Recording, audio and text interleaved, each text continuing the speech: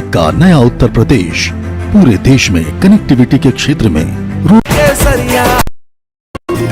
Good morning and a very warm welcome to all of you in India and around the world tuning in to NDTV. The day is finally here, guys. Results day, the 4th of May. There's a sense of disbelief this morning. As you can see, I'm in my usual clothes, but Padmaja and Veera have decided to embody the two states where I think the intrigue is the maximum. Padmaja, I'm going to start it off with you. I don't think you've slept last night. I haven't. I actually haven't. Veera slept very well, by the way. I put my phone on silent and went to sleep. The way you're dressed and crisp you're looking this morning, I know how well you've slept. But Padmaja, let's start it off because we've got a lot of breaking images coming in from the two big states. What did you do overnight last night? Last night actually I was just obviously, in addition to going over the minute seat data, etc., just trying to think of an overview to this election. And I think what it boils down to, the one theme that stands out is that this is an identity and demography election. Every single state had got some theme, barring Kerala, where obviously you've got the anti-incumbency and whether Pinarayi Vijayan can again buck the trend and get a third term running. But in Assam, in West Bengal, in Tamil Nadu, the whole idea of a regional identity versus demographic change and the entire election being spun around it. So looking for themes and how the entire election played out, that was key in this. And this feels like a national election. Viewers, I want to say this to all of you. If you've ever got the sense that this isn't just a bunch of state elections, but feels a little bit like a sort of semi-Lok Sabha election with all the, center versus state framing in many of these states, the big personalities, the constant national impact, and the sheer number angle of seats, to all of this. The sheer number of seats, the sheer number of to the Lok Sabha. Yeah. It's a...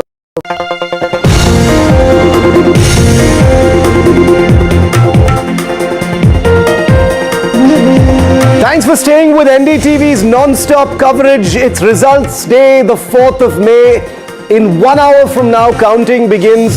Do not believe anyone who is starting to put numbers on your screen before 8 a.m. I want to tell all of our viewers in India and across the world tuning in this morning that NDTV will not be taking a single commercial break between now and 2 p.m., by which time things should be completely clear about what's happening in Tamil Nadu, Bengal, Kerala, Assam and Puducherry. That is NDTV's commitment to results day. No breaks, no rest, pure, unadulterated results and verdict coverage from the 5 states. Thanks as always for tuning in. This is the incredible NDTV studio with the best guests, the best anchors and the best editors in the field. I'm Shiv Arur. Let's get you straight to the headlines.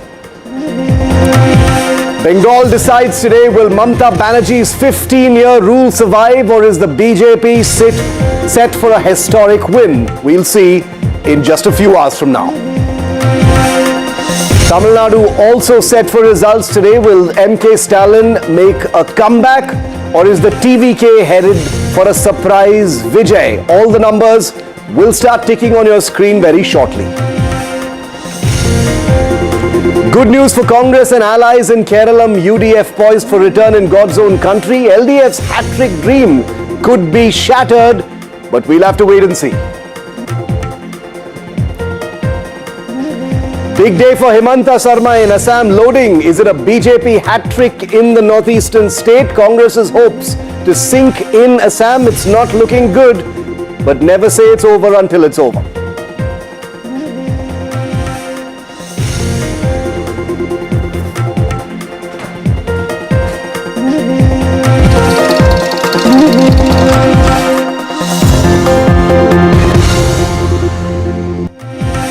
To kick off our coverage from now till the elections are set, the results are in, Editor-in-Chief Rahul Kanwal takes it away. Rahul. Thanks, Shiv. From the NDTV election headquarters, you're watching a live coverage of the big counting day. 5 states, 824 assembly seats, an election that felt more like a war and less like a regular electoral contest. And this is what it all boils down to. A verdict that will unmistakably reshape the politics of India. In West Bengal, can Mamata Banerjee join Jyoti Basu in the history books with a 4th straight mandate? Or can the BJP shatter forever the image of being a party of the Hindi-speaking states? In Tamil Nadu, can MK Stalin break a 40-year jinx and become the first DMK chief minister ever to win back-to-back polls? Or will superstar Vijay deliver a political blockbuster in his very first election? In Kerala, can Pinarayi Vijayan defy political gravity and pull off a third successive term, something no one in this state has ever done? And in Assam, does Himanta Biswa Sarma deliver the BJP its first solo majority in the state? In Puducherry, India's most volatile assembly, which way will the wind blow this time? For 37 years, NDTV has been at the cutting edge of counting day coverage in this country. This morning, we hope to build on that long and distinguished legacy. NDTV's editors and anchors have traveled further and deeper than those of any other news network, and on counting day, they will bring you insights that can be learnt only by being out in the heat and dust of the campaign trail. In the election headquarters, I'm joined by the grandmasters of Indian politics, experts cutting across the political spectrum, pundits who've spent a lifetime developing an intuitive understanding of the nuances of Indian politics. From ground zero, you will witness the energy and enterprise of NDTV's reporting legions as they catch the key newsmakers and break every news development right here on your screen. To top it all, the NDTV data file leaderboard is revved up and raring to go. We kick-started the NDTV leaderboard with the Bihar elections. The NDTV data file team has been working day and night. And today, if it turns out to be a close election in any of the key states, you are going to be blown away by what you will witness. World-class election analytics delivered in real time, the true epitome of the Make in India story. Comparable with the best in the world, I guarantee that.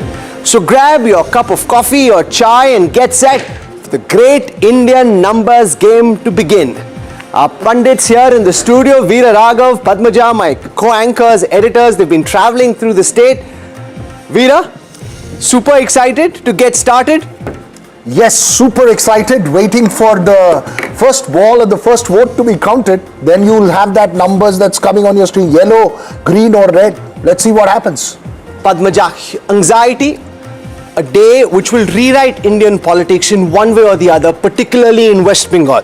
The question, of course, is this the critical election or not? 100%. And in addition to this, you have West Bengal, Assam, Tamil Nadu and Kerala. All these four states which are going to decide what happens in the lead up to the elections next year, the big bang elections that are scheduled for next year, including UP and Punjab, and then eventually 2029. You've got regional satraps versus the BJP, which is constantly looking to expand its footprint, and you've got that Ang Bang Kaling, which has already been set as a target by them. They've got Ang, they've got Kaling, now they are gunning for Bang. Of all the colors I could have expected Kanchan Gupta to wear this morning, green was not one of them. Kanchanda, what's going on here? Khela ho be. See, it's always good to bet on both sides. Really? Yes, yes. That's the last thing one would expect you to say, Kanchanda. What's at stake for the BJP in Bengal this morning? The stakes are indisputably very, very high. Assam was, a win in Assam was always expected, and nothing.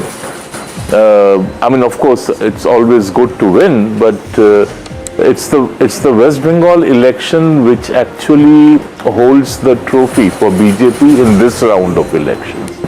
The impact of that will be directly felt, whichever way the results go, in the next round of elections, namely Uttar Pradesh, and which comes up next year. But there's much more at stake. In Bengal, Boria Majumdar, we had a lot of fun on the tram that morning. Boria gave us a lesson in the history, the culture of West Bengal.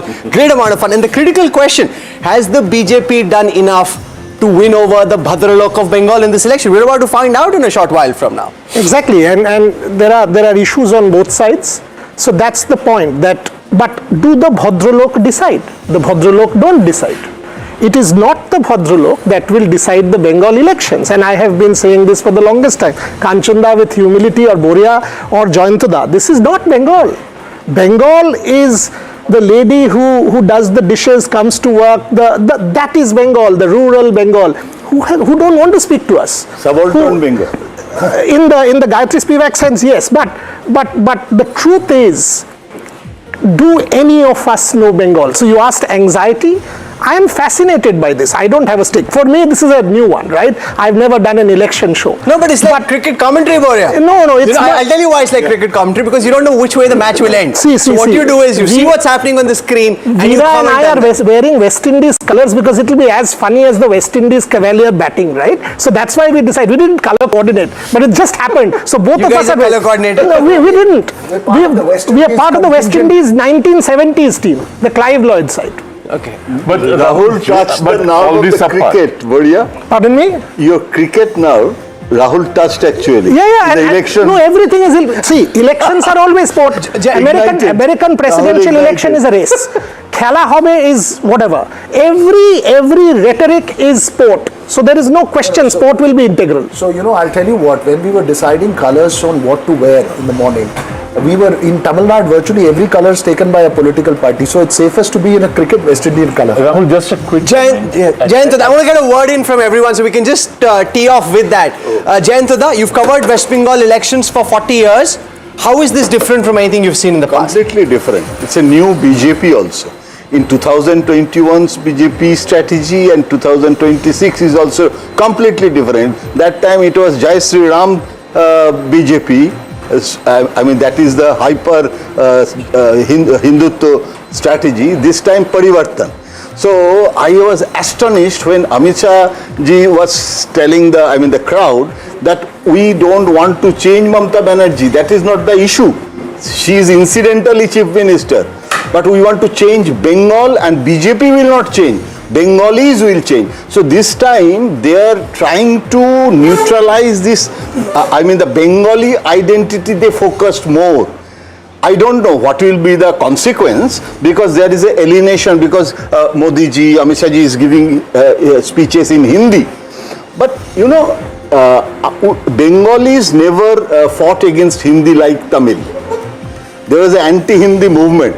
In Bengal, there is we are really fond of Amitabh Bachchan, Bollywood. Narayan Lakshman, what's been the reaction to all the exit polls? A lot of anxiety. I think Tamil Nadu in any case was a significant election. The exit polls have made it all that more unpredictable and exciting. Absolutely.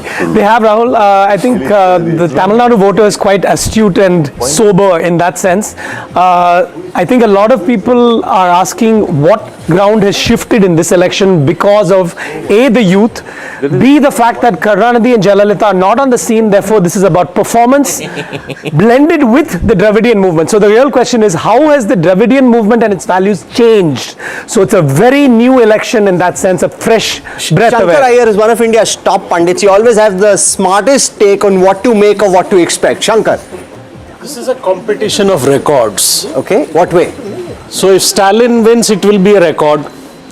If Vijay wins, it will be a record. If Mamata wins, it will be a record. If BJP wins, it will be a record. So this is a competing. For the day. These are all every election is a competing record down to Puducherry.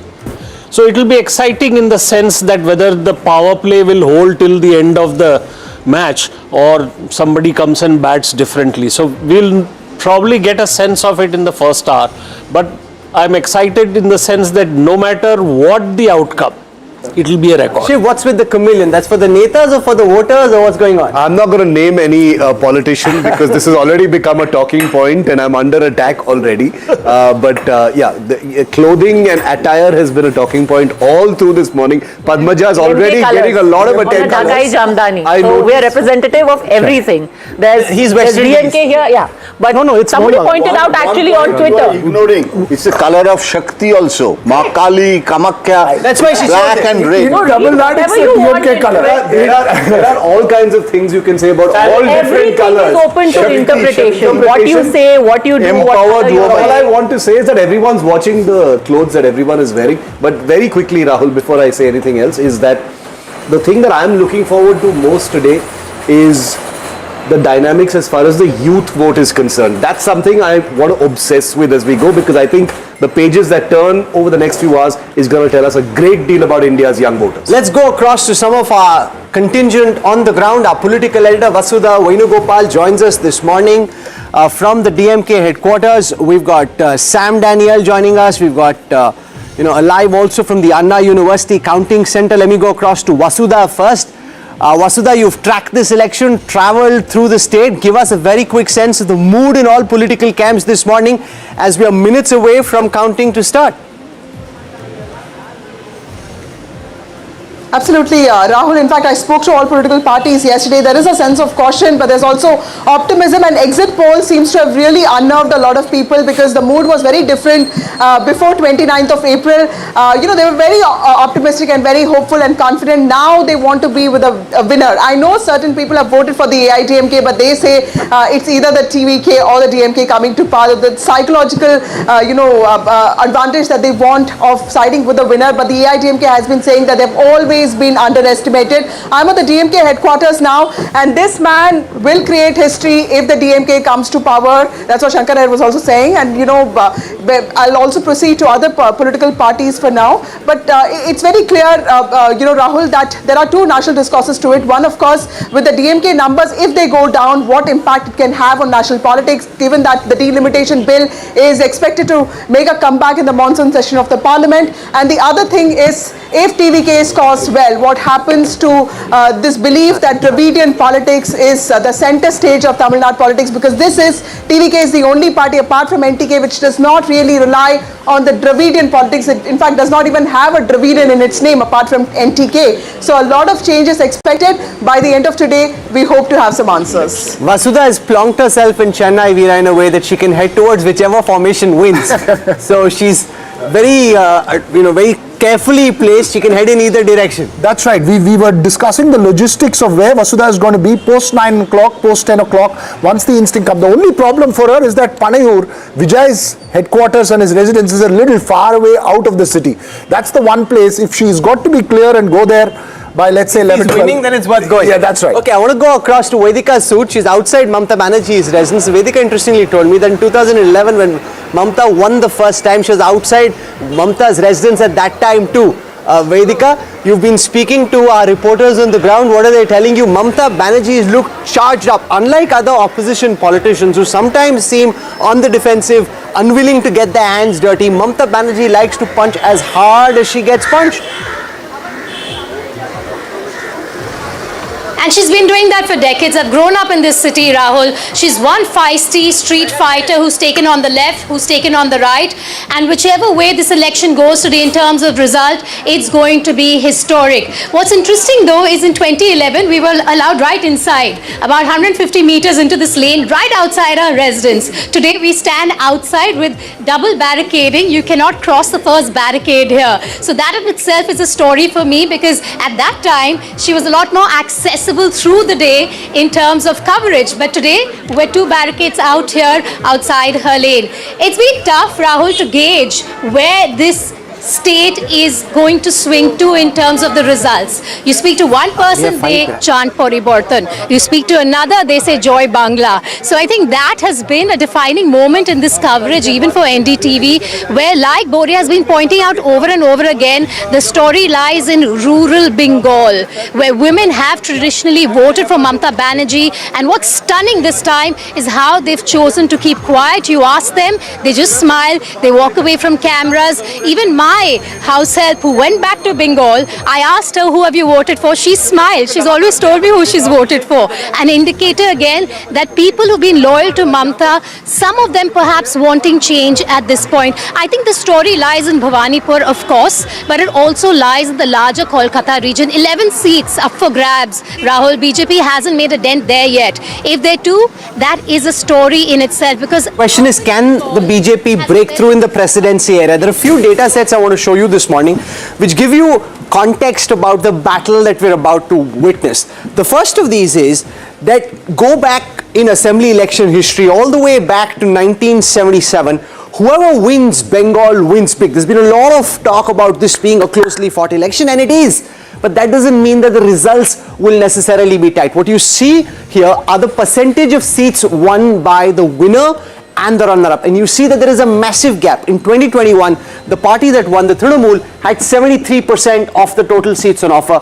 The BJP had only 26. And that's generally the way it's been. Go back elections, whichever election you take 1977 for example, 77.6% seats won by the left front. The Congress at that time had just about 10% of the seats. The only real tight fight in West Bengal in recent decades has been 1971, where the gap between the party that came first and the party that came second was only 5% seats. In the rest of the elections, going back in time, whoever wins Bengal wins big. That is absolutely clear.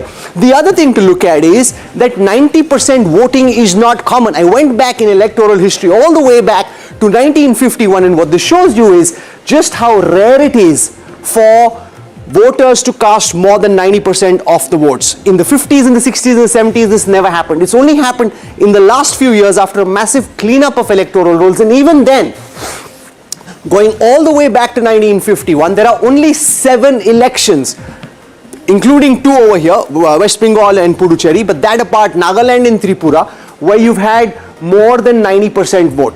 There are 19 elections where you've had between 85 and 90% turnout. You've got 54 elections between 80 and 85%.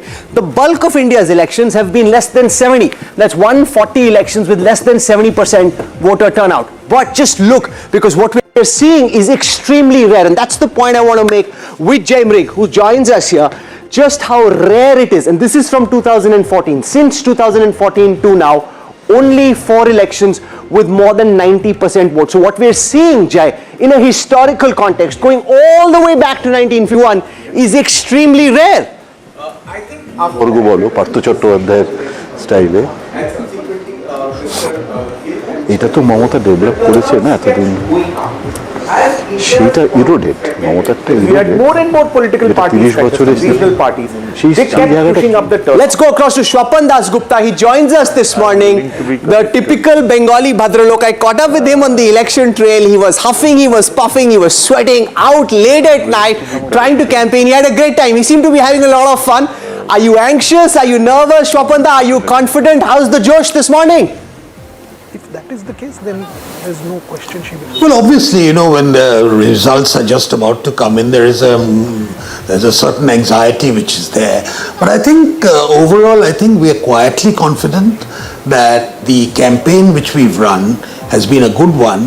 It's actually addressed many of the issues which the electorate wants to hear. We've addressed the problems of West Bengal, and I must compliment the Election Commission for conducting a very smooth poll. So overall, I think I remain quietly confident. Padmaja has a question for you. Padmaja. The verdict is going to come out. Sir. And Shapanda, this time you changed your seat. Do you think that perhaps you could have stuck to your earlier seat? It was a very close contest. It was a very tight fight, and there was a very slim margin. well, I changed the, I'm contesting this time from an urban seat. I'm contesting this time from what is necessarily my home ground. You know, there's no such thing as a safe seat for the BJP in West Bengal. We've had to fight in everything, every respect. We've been growing as a political party, making new advances, getting new adherents, new voters, etc. So it's been a very challenging prospect, obviously. So I hope that the larger endeavor of the West Bengal BJP to capture new ground, to gain new adherents, I think that this is part of that endeavor. Shiv, Rapanda, you know, there's obviously disproportionate interest in what happens in Bhabanipur for obvious reasons. What are you making of how important the result is there to the rest of the state? We've seen some tempers flaring up there as well, expectedly this morning. How important is Bhabanipur?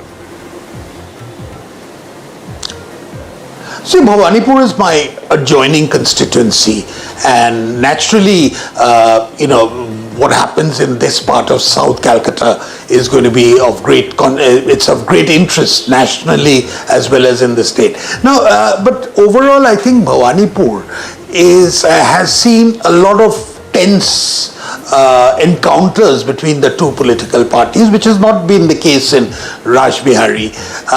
Let's hope, when a party like the BJP tries to make advances in something which the Trinamool Congress has believed to be its own fiefdom, and South Calcutta has been regarded as the Trinamool fiefdom for a very long time.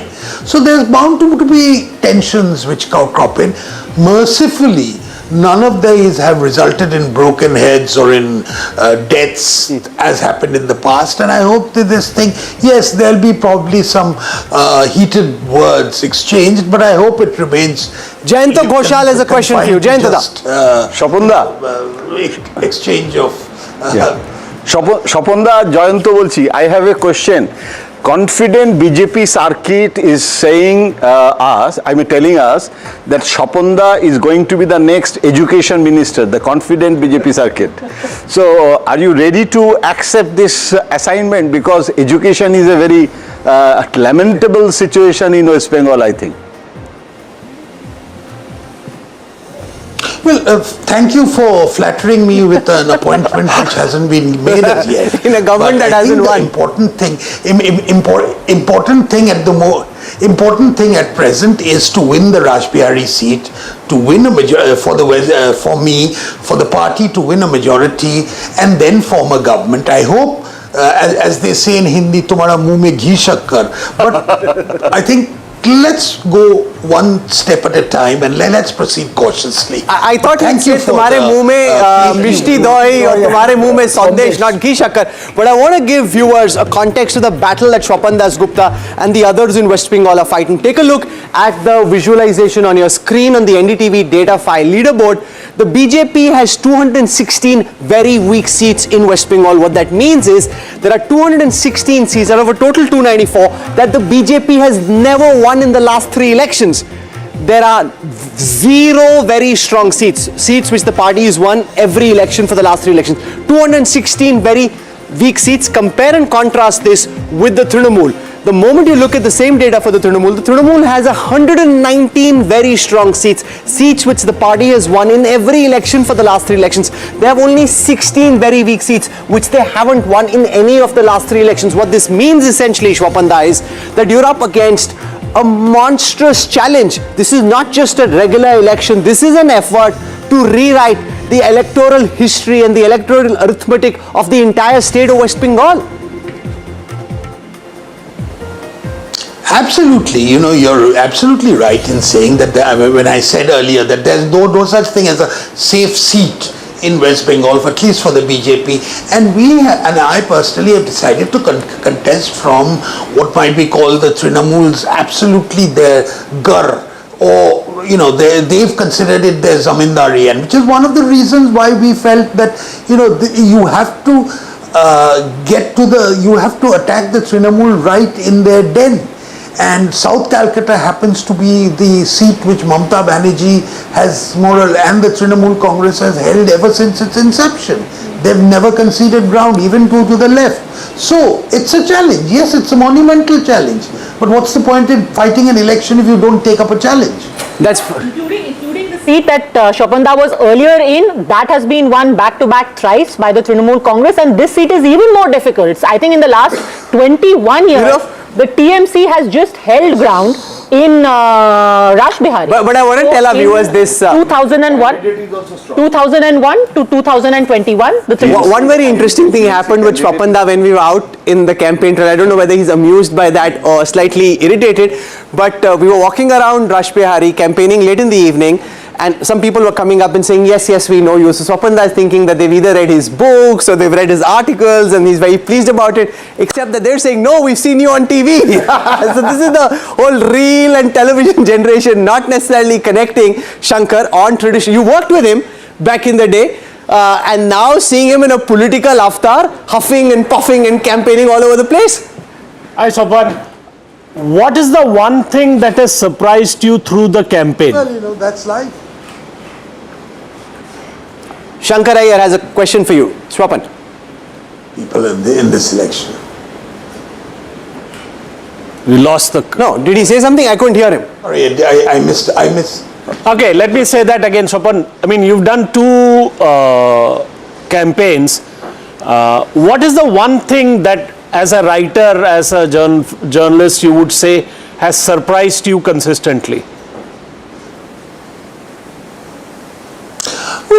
Well, I think what's significant about these campaigns is that when you're there as a participant, when you're there as actually one of the actors of the thing, you learn to somehow try and read the minds of people from their facial expressions, from how they respond to it, and from their waves, etc. And ultimately, that's about it. And you learn also to distinguish between different social strata and how they respond. And it's very difficult. But I think I think my experience as a writer has been considerably enhanced and enriched by these two campaigns which I have fought, and I hope this one successfully. I'm very optimistic. Jai Mrug has a very quick question for you before we let you go. Jai. Bengal, and it'll be a day of... Yeah, I just want to add, I think Shwapanda's optimism may not be misplaced. There are only 2 seats in the entire Calcutta region where in 2024 the leads became really narrow for the BJP. I mean, as a runner-up. In Shampukur and Rash Bihari, the lead was less than 1% for the Trinamool in 2024. So I think that should be a source of optimism for him. From 17%, the lead just shrunk to 1% in Rash Bihari. Okay, we'll leave him there. We wish you all the best. It'll be interesting to see all your writings post this. You're saying it's deeply enriched as a result of the campaigning. It was fun to be out with you. Thank you very much, Swapanda, for joining us this morning. I want to go across now to Trinamool MP Kalyan Banerjee. He joins us this morning, senior advocate in the Supreme Court and also with the Calcutta High Court, one of the most prominent faces of the Trinamool in Delhi and in Kolkata. Kalyanda, welcome. Very few chief ministers have actually been able to win a 4th term. I have some data. It's the 15 years of anti-incumbency that proved lethal for the likes of Tarun Gogai, for the likes of Sheila Dikshit in Delhi. How confident is the Trinamool army this morning that Mamata Banerjee will be able to do what very few like Jyoti Basu, Manik Sarkar were able to do, which is to win more than just a 3rd term? Kalyanda, morning, welcome.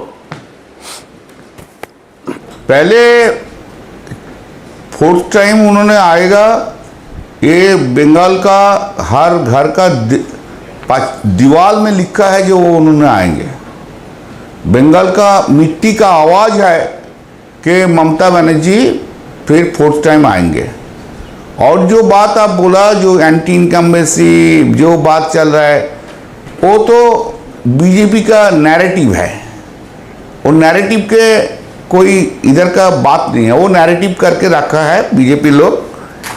लेकिन 3 चीज, एक, पहले बंगाल का 5 बरस में जितना development हुआ, जितना स्कीम आया, वो स्कीम जो खास आदमी को लिए जो स्कीम है, वो स्कीम जो आया उनको डेवलपमेंट के लिए, उस स्कीम में हर आदमी खुश है।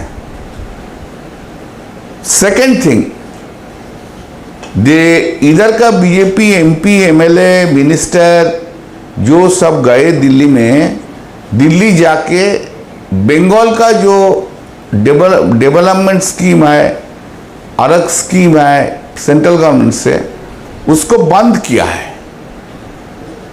आज तक कभी कोई देश में, कोई राज्य में ऐसा नहीं हुआ जो आम जनता का बेनिफिट के लिए जो स्कीम बनता है, सरकार जो केंद्रीय सरकार है उसका पार्टी का आदमी जाके वो राज्य के लिए स्कीम बंद कर रहे थे। ये बहुत कॉस्टली हो गया उन लोग के लिए, पब्लिक लोग को जान गया sir. Kalyan, the Trinamool has been really angry with the election commission, and I'm hoping to be joined by the chief election officer of West Bengal in just a moment from now. But the Trinamool's been really upset with the EC for the manner in which this election has been carried out. But the fact also is this has been a less violent election than any that we've seen in Bengal for a very long time, Kalyanda. That's the reality. Fewer poll deaths, fewer poll violence. It's arguably freer and fairer than past elections. Kalyan Banerjee. That is number one is this. This is what you are looking towards the outer side. That is not the picture in Bengal. First, the election commission has destroyed the right of voters nearly 93 lakhs. This is the first time in India, this is the first time Supreme Court has curtailed the power of the election commission. There is no illustration of this type earlier. You have seen that how the Supreme Court has intervened, has taken away the power of the election commission, how they have taken the decision.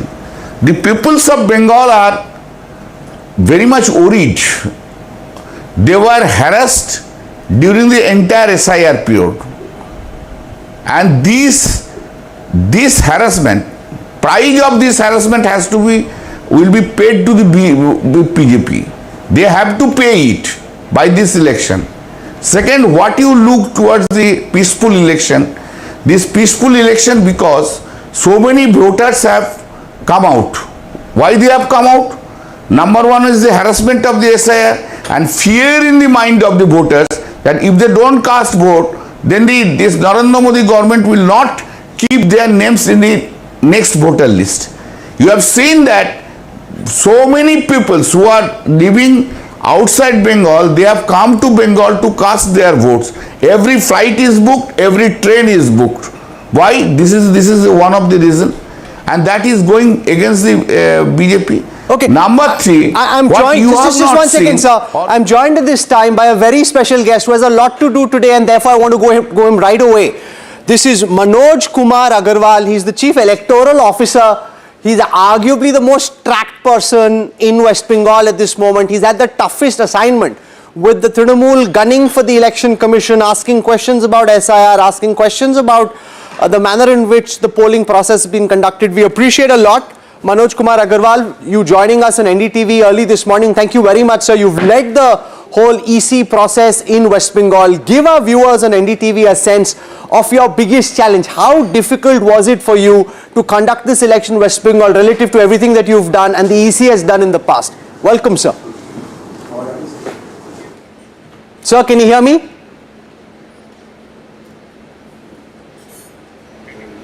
Manojji, while we try and fix that, let me ask just one very quick question to Kalyan Banerjee before he heads out.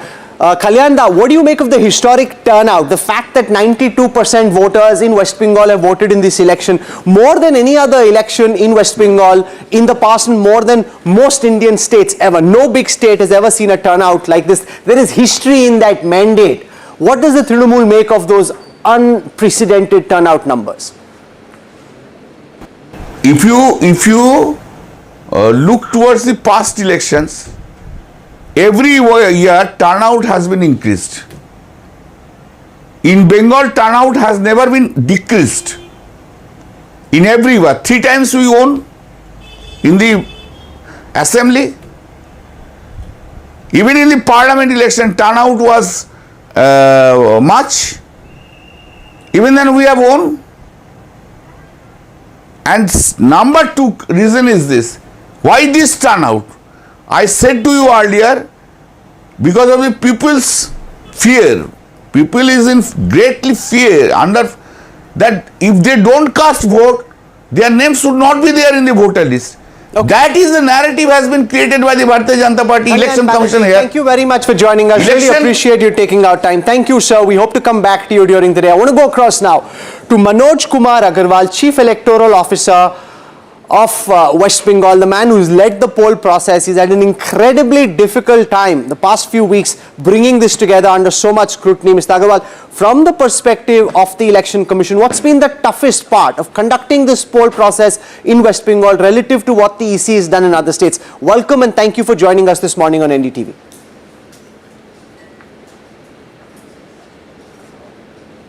So the toughest part has been the SIR. After the SIR, about 90 lakh names were out, and a lot of narrative was there that some of them has been removed without any reason. So a lot of halla gulla was there in the entire state. But after lots of efforts from all the stakeholders, after lots of efforts by the district administration and us, the people finally understood that the names have gone because of that thing, valid reasons. And then the conduct of election itself, there's a high stream political involvement here in West Bengal, and it's highly competitive.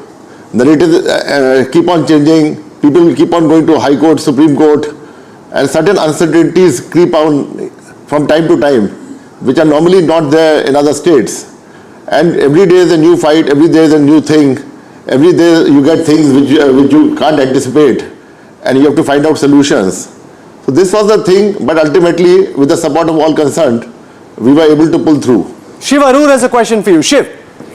Sir, the flare-up that happened last night in Naupara has led many people to believe that there is an integrity issues. The election commission clarified that these were mocks, VVPAT slips that had come out.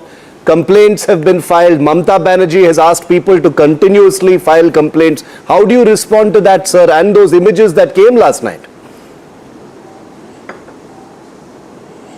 See, this is a very unfortunate incident, nothing to do with the integrity of the elections, because I took out the report from the DO, not 24 Parganas, who is in charge of Naupara assembly seat. It falls within our district. She was saying that at the time of commissioning of the EVMs, there's a mock poll, and all the VVPATs which come out should have been shredded by the concerned employees. Rather, some of them took them out. I don't know what reason they wanted to that thing, sabotage the process, or they wanted to put ECI in a bad name. So they have taken out, and that has been dispersed yesterday. However, everything is trackable and everything is being investigated. But as of now, nothing is there regarding the poll, whether this has affected the poll. And we'll be able to find out the concerned officers and staff who did not follow the protocol, and we will be taking action as per rules and law. Yuvira. Well, sir, you know, the consistent allegations that's been made repeatedly in terms of the larger optics, and I'm not talking just in terms of actual substance on the ground, does it worry you as the man having conducted these elections that such allegations are made and the questions of integrity of the commission has been made by opposition parties? Does it worry you?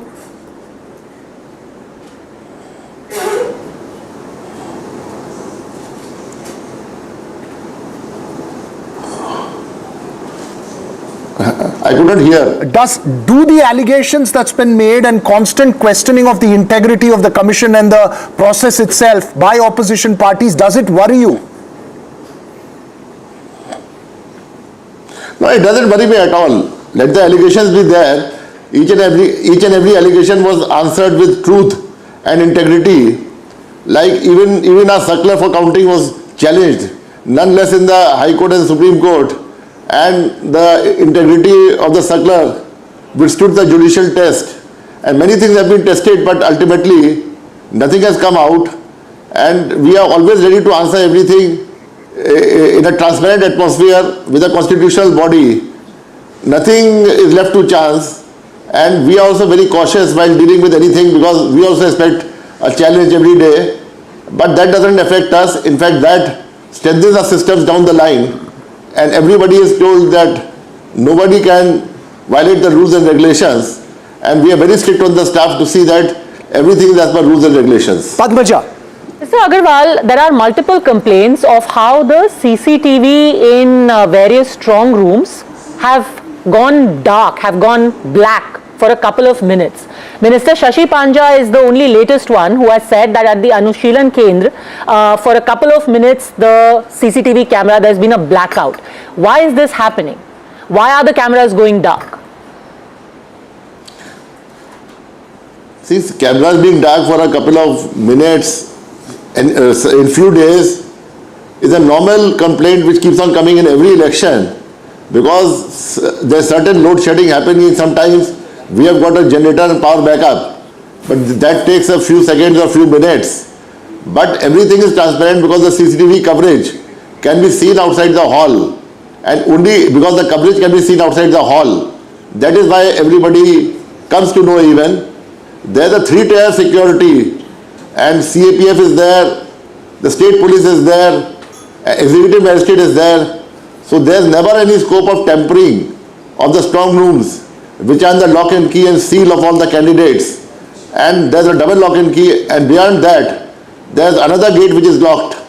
And multiple inspections have been carried out by the DO, RO. Even I have gone and seen so many strong rooms.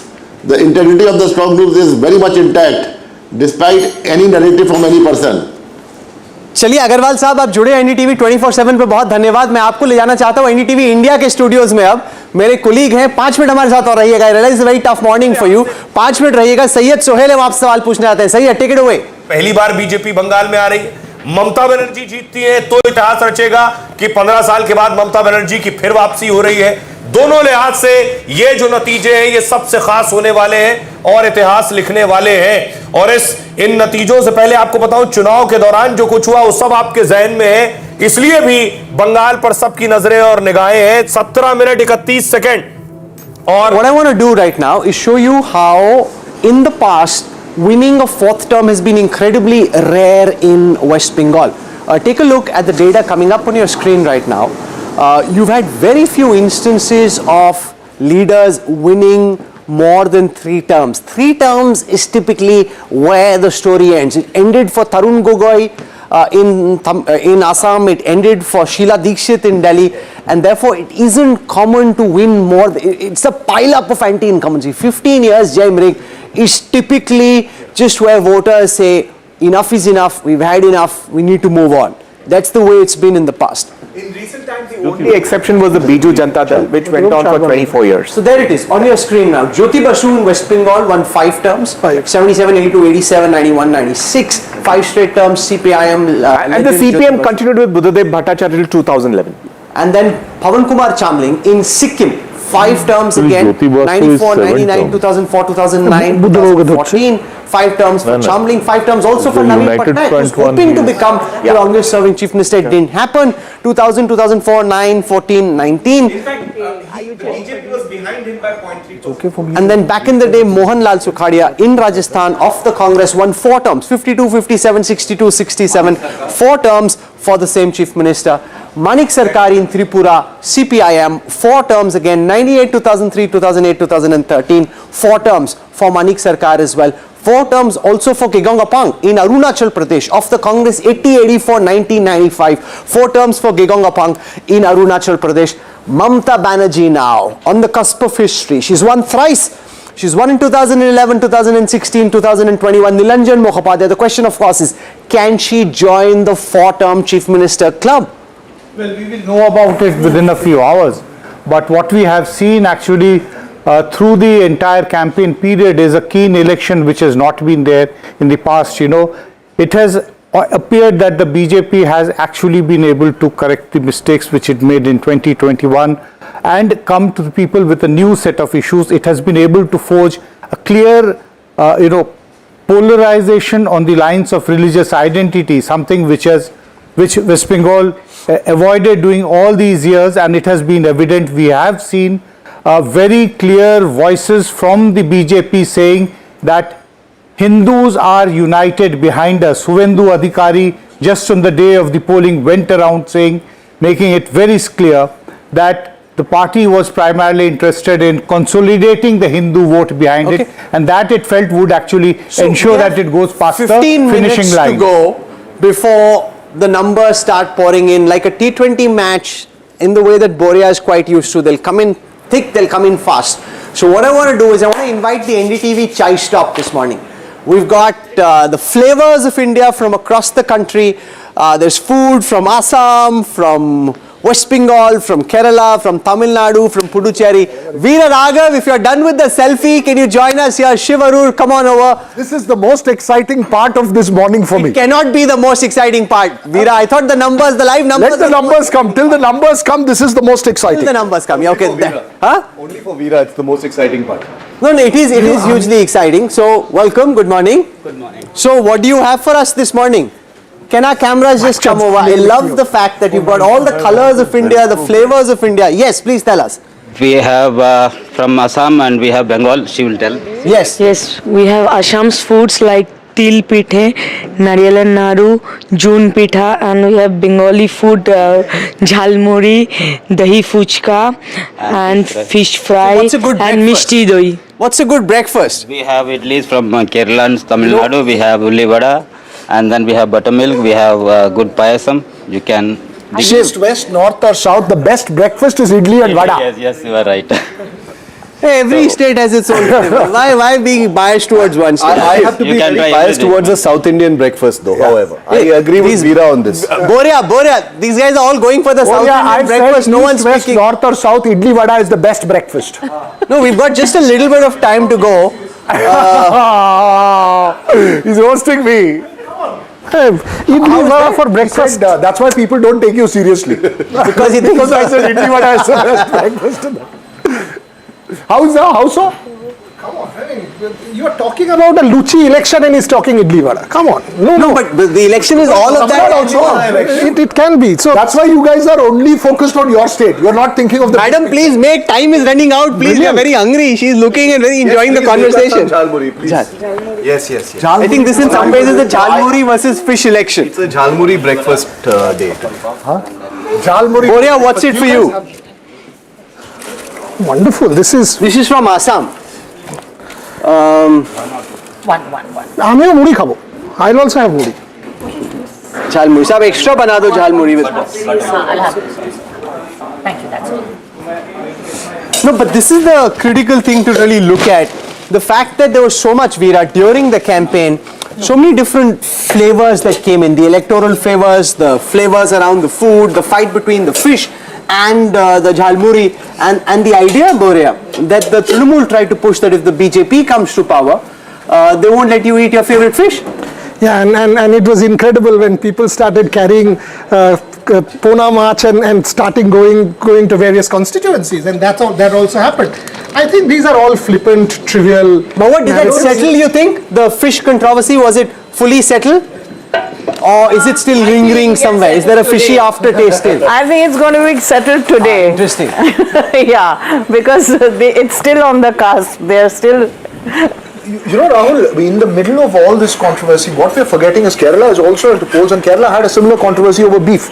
I mean, you had a beef festival that went on there as well.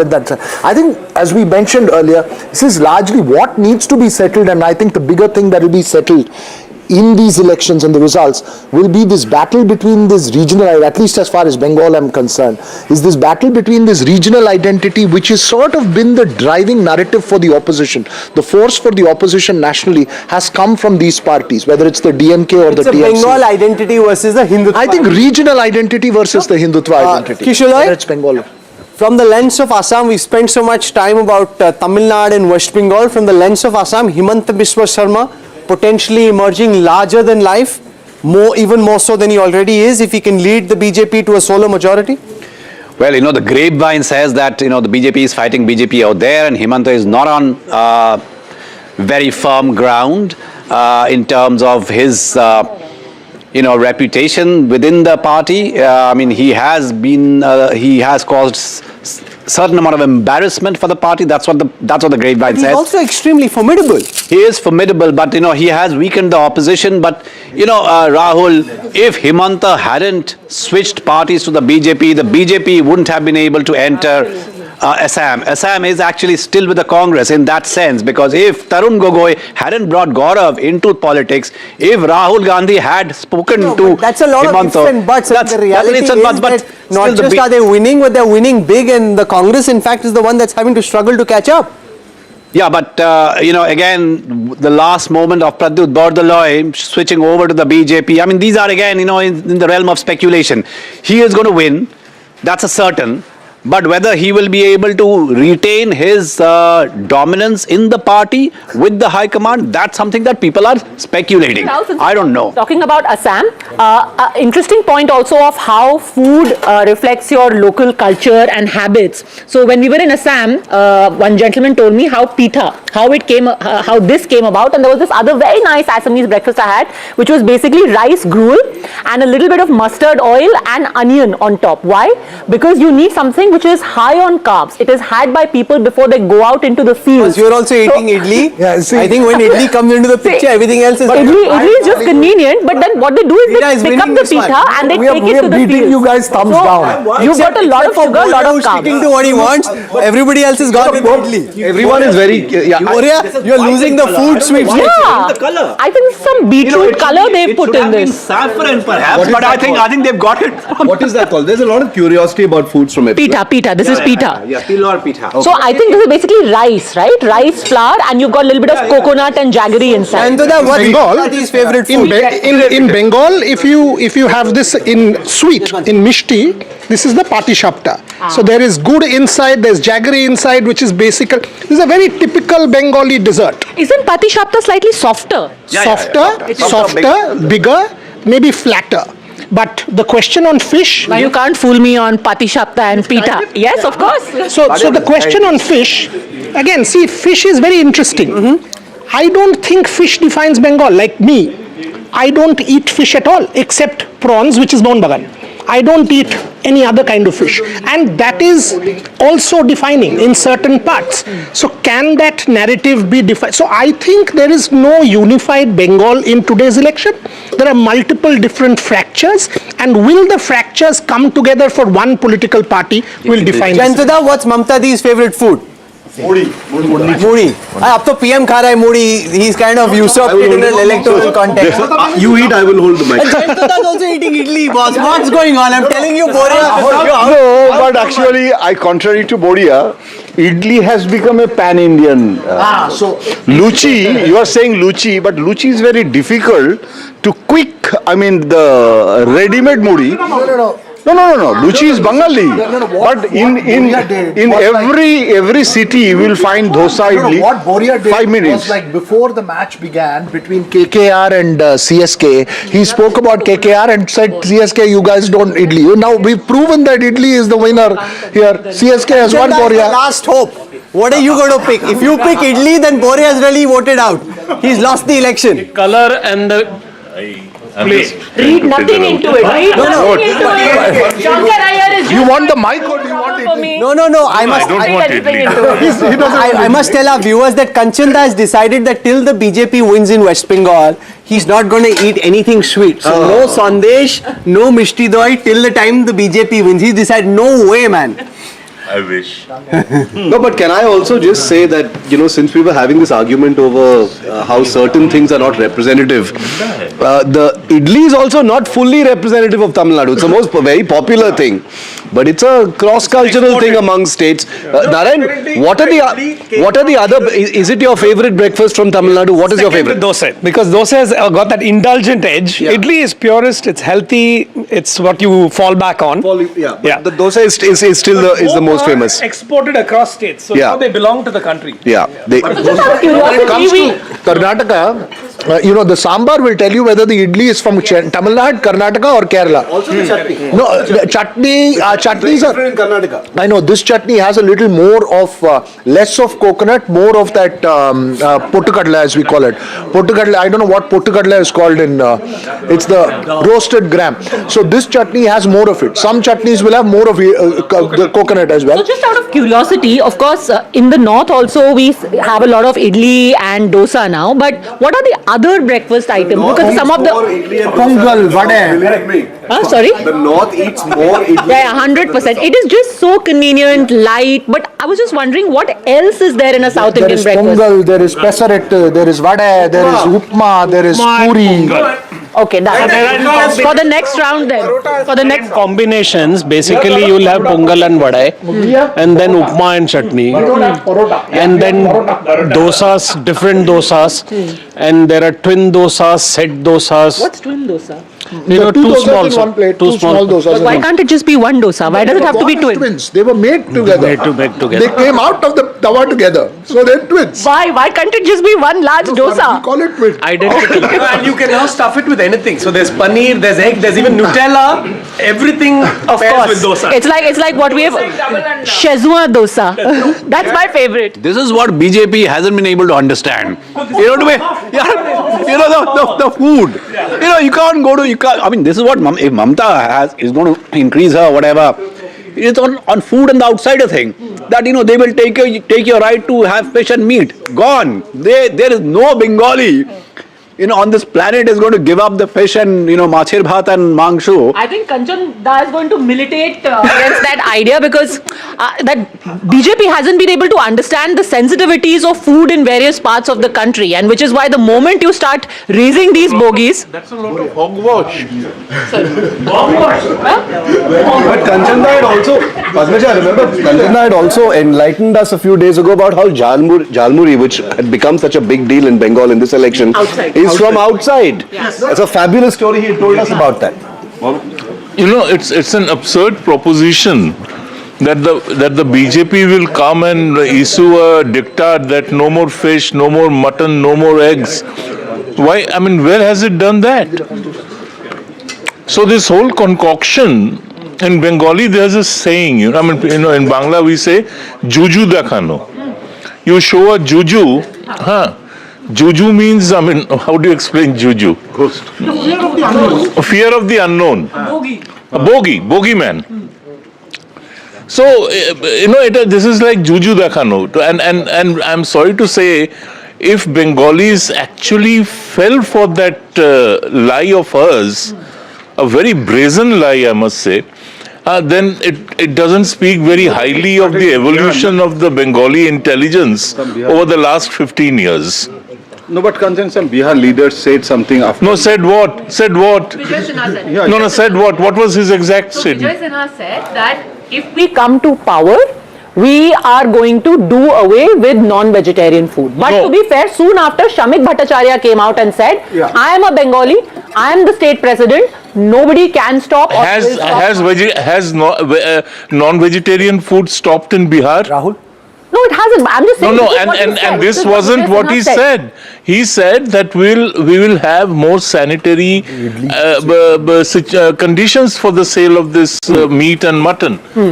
Which is fine, I think. We've heard of Hindi imposition. I hear there's a different kind of imposition that's happening now. That's right. I'm going to do Veera with Boria apparently. I'm going to do idli imposition on Boria. Please, Boria, please have the idli with chutney. You can replace your jhalmuri. No, we want Radha Ball. In Bengal, we call it, amra otithi parayan. So here, you know, I'm being gracious because Otithi Parayan is a friend of mine. He's given it to me. I can have any. We will welcome. You lost out, Boria. You can't be a sore loser. No. On breakfast, you lost out. See, even Kishla went. Kishla also went. The beauty of Bengalis and Tamilians is that we take the jhalmuri, we give the idli. We're confluence of cultures. There you go. He's taken the jhalmuri. Now he will try the mishti doi. I saw Rahul Devat quickly finish two. Quickly finish two. God knows when we'll get to eat any further. Thanks, Boria, for spilling it out to everyone. Exactly. But there's also. I was waiting to see, can I get one? Can I get one? And he goes there, finishes two. Which one? What do you want, Boria? I'm sure there's more. Mishti doi is Arey khilao bhai usko khilao. Arey Boria ko mishti doi khilao. Yeah, he's worried that it's running out. No, this is for Boria. This is for Boria. He's getting really hassled. It's running out. He's counting how much others are eating. Bengali dish out here. Bengali dish kya hai? Except for mishti doi, there is nothing. There's nothing. Fish cutlet. Fish cutlet da fry. Fish fry hobe jodi Bengali hote hai. Fuchka, jhalmuri, okay. Janda Bengali সেরকম কিছু নেই. So let the food truck now roll out because counting is about to start. This is where I hope you manage to get Boria, your drink as well, because this is what it comes down to. The UDF eyeing a comeback in Kerala, as many of the exit polls seem to suggest. Himanta Biswa Sarma hoping to lead the BJP to a solo majority in Assam. And in Tamil Nadu, a political blockbuster unfolds. This is NDTV's live and continuing coverage of Battleground 26, counting day. About to start, the numbers will come in, they'll come in thick and fast in moments from now, and you'll be able to see all the numbers on your screen and most importantly on the NDTV leaderboard. I want to give our viewers a quick sense of what to expect, what we'll be able to track over and beyond what you may have seen, so that you have a sense of what to expect is the SIR impact. This is something I'm really kicked about, because what we can tell you on a real-time basis is how many seats are such where the number of deletions done by the SIR is greater than the margin of victory. So on how many seats, and I want you to listen very carefully as we explain what you'll see on your screen once the numbers start coming in, how many seats are such where the number of votes deleted by the SIR are greater than the margin of victory at that moment. So how many seats will come here, who's winning those seats will come here. You will be able to track whether SIR was a game changer in real time. What you will also see is on seats where SIR deletion was less than 5,000, who's winning those seats. On seats where SIR deletion was greater than 25,000, who's winning those seats. SIR deletion being tracked here on NDTV in real time. In a state like Tamil Nadu, we'll be able to decode the Vijay impact in real time, Veera. This is interesting. It's called the spoiler alert. This is the NDTV Datafy team. They've been at work night and day, non-stop since Bihar to power this analytics engine for you. And I can guarantee to you that nothing will compare once counting starts. On how many seats is Joseph Vijay proving to be a spoiler? He contested 233. How many has he won? How many has he lost? The numbers right now are dummy data, but who's winning those seats? So whose chances is he spoiling? On how many seats is the votes won by Vijay's party, the TVK, more than the gap between the winner and the runner-up, and who's winning those? So that will come here. Veera, very, very interesting to look at the Vijay impact in the Tamil Nadu elections. And this is a fascinating idea which I saw yesterday, and I think I was told that you were the brainchild for this one. No, it's a fascinating idea because this will show, because it's not going to be ultimately about the seats, and I think this should become 234, because 2 seats Vijay is contesting, Trichy East and Perambur. That's why this is 233. It has to be 234 seats that he's contesting. No, they could not get one person to file his nomination papers. They're backing one independent. 233. Yeah.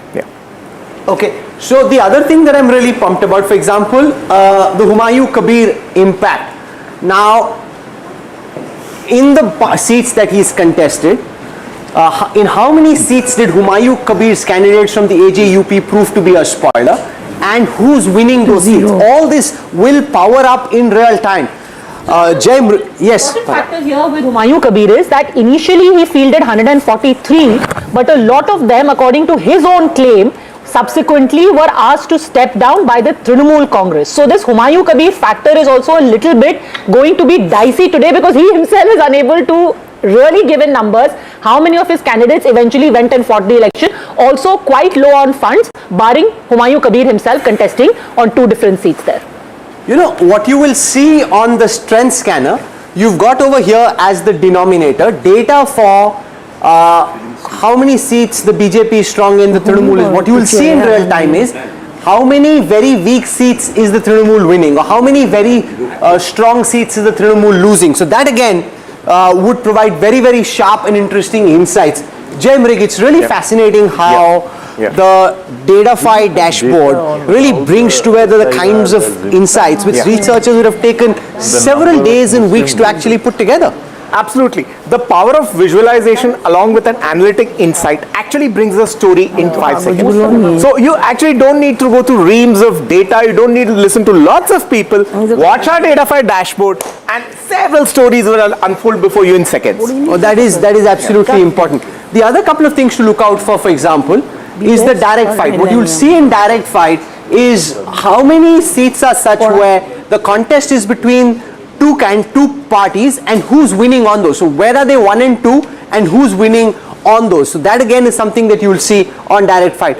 What you will see on turnout I think is important. This is the turnout graphic. What you will see on the turnout graphic once the numbers start coming in is in seats where the turnout was more than 90%, in seats where the turnout was more than 90%, who's winning on those seats? In the turnout where the turnout is less than 85%, who's winning there? So is there a correlation between intensity of turnout and the electoral outcome? That's something you'll be able to track and we'll immediately let you know if those seats are actually the flipping seats. So this again is past electoral data which shows that in a state like Tamil Nadu as well, the percentage of vote, Narayan Lakshman, has really jumped up from 72.7 to 84.7. So across states, Narayan Lakshman, a big jump in voter turnout in this election which hasn't been seen in the past.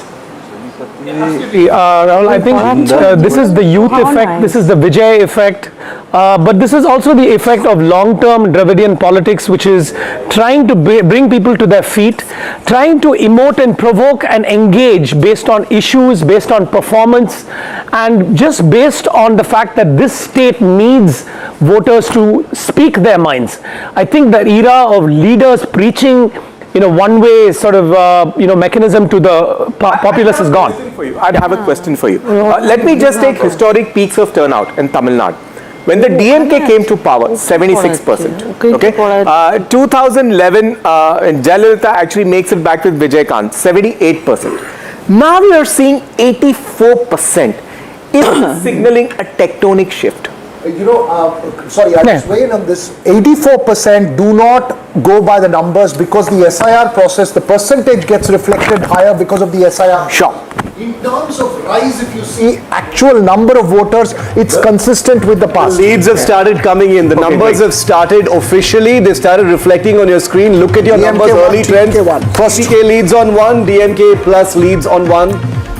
So the numbers have started coming in, Rahul. Oh, absolutely, and they'll come in thick and fast. We also want to just build a caveat shift for our viewers that what you will see, at least for the first half an hour, are very initial trends. They're just postal ballots.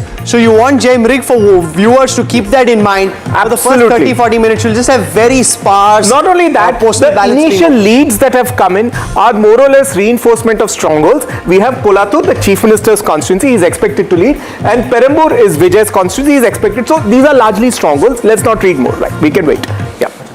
But it's also interesting, Shankar Iyer, how from 3 days to 2 days to 1 day and now just a few hours, like cricket has gone from test to T20, counting has also now been condensed into a T20 kind of format. Well, I remember the early days when we used to do 3 days of election results, and now technology has enabled much of this. There's also systemic changes.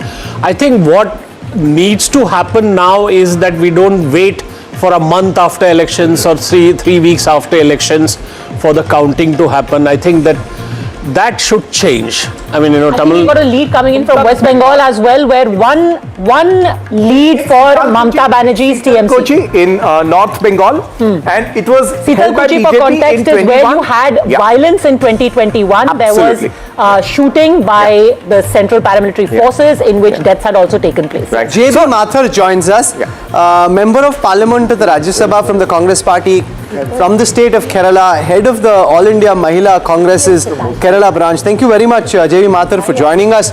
We've spoken about the Trinamool, we've spoken about the BJP and the Tamil parties in Tamil Nadu. What's at stake from your lens for the Congress in Kerala? A lot of the polls seem to be giving hope that the UDF is coming back to power. NDTV. Oh. It's already started that I'm getting in the party headquarters in Trivandrum, and the claps you can hear is for the claps for Congress and the UDF. We are in high expectation. We are very confident it's going to be a Congress Chief Minister and Congress-led UDF government in Kerala. All factors are positive for us. It's only a matter of moments now, Rahul, for the real facts and real. It's really good that you're excited, but when you are, it reminds me of Haryana in terms of what went wrong. I just suggest holding off on the celebrations for a while. Celebrate once you win. J.B. Mathur, celebrate once you win. Just wait to win before by any chance you end up in a Haryana-like situation again. No, go on, J.B. That is real drama. 2 for the UDF, 1 for the LDF. J.B.? It's not just about celebrations. This is naturally happening. For 10 years, we have been in opposition. So when the will of the people of Kerala and the Congress party is such that we want this victory, so that is why it is not a set celebration, but we are already in the celebration mood. And NDF has to pay its price for the kind of corruption and ignoring the welfare of the people this 10 years. They have ignored people of Kerala. Health sector has failed, education sector has failed. So that is why people have chosen that is going to be. Padmaja has a question for you. Padmaja. Which among the many issues that you raised, of course, there is anti-incumbency, but do you think ultimately it was your charge that the CPM is acting as a B team of the BJP, that both of them are hand in glove, that the CPM has turned communal? Do you think that is what could have worked the best for you if these leads, or as you project, you seem to be doing well in the exit polls as well? That is very clear during local body elections also, and we are expecting that they'll be hand in glove with this kind of with CPM BJP. We are expecting that, but the anti-incumbency factor will be so against them. CPM is so high that we are positive. We believe that we will be able to overcome the even if they are together, this kind of adjustment we will be able to come is what we are expecting. So as far as BJP is concerned, they are not concerned about LDF coming to power again, but they want their dream of Congress Mukt Bharat. So that is why they are encouraging CPM. But at the end of it, we are very sure that all that people of Kerala realizes, and it's we will overcome that bonding. Javi, just stay with me for a second. Vijay is leading from Perambur in early trends that are coming in right now. So that's the latest. You can see it flashing on your screen. We'll go to Perambur in just a moment. Javi, one quick question to you. It seems that the only heartening news for the Congress, we don't know what's happening just yet, is coming from Kerala. There's not very much good news for the party anywhere else, and even in Kerala, some of the polls are, saying that it's neck and neck. This is the election that the Congress must win at all costs, and even there, people are saying it might be a tight fight. Not much good news for the Congress. Tim, the beginning will be from this down south Kerala for the 2029.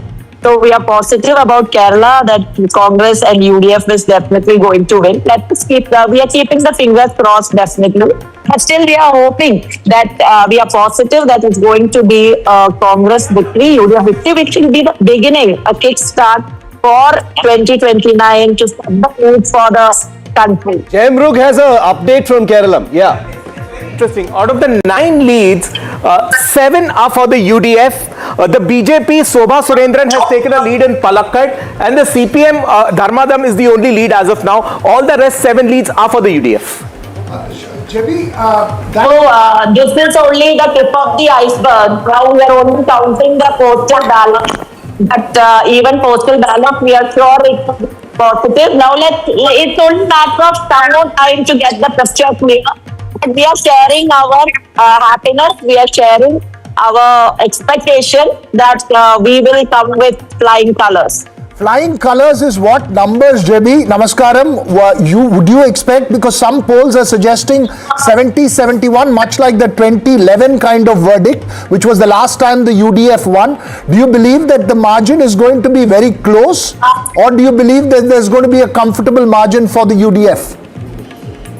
We have our sources, our feedback, our statistics, everything is that we'll have a comfortable majority for Congress and UDF. So we will wait. Anyway, now that it is on, let us see how it's going to be. But we are sure that it's going to be a very positive for Congress. It will not be neck to neck. It will be positive and comfortable. I'm expecting around 85 for UDF.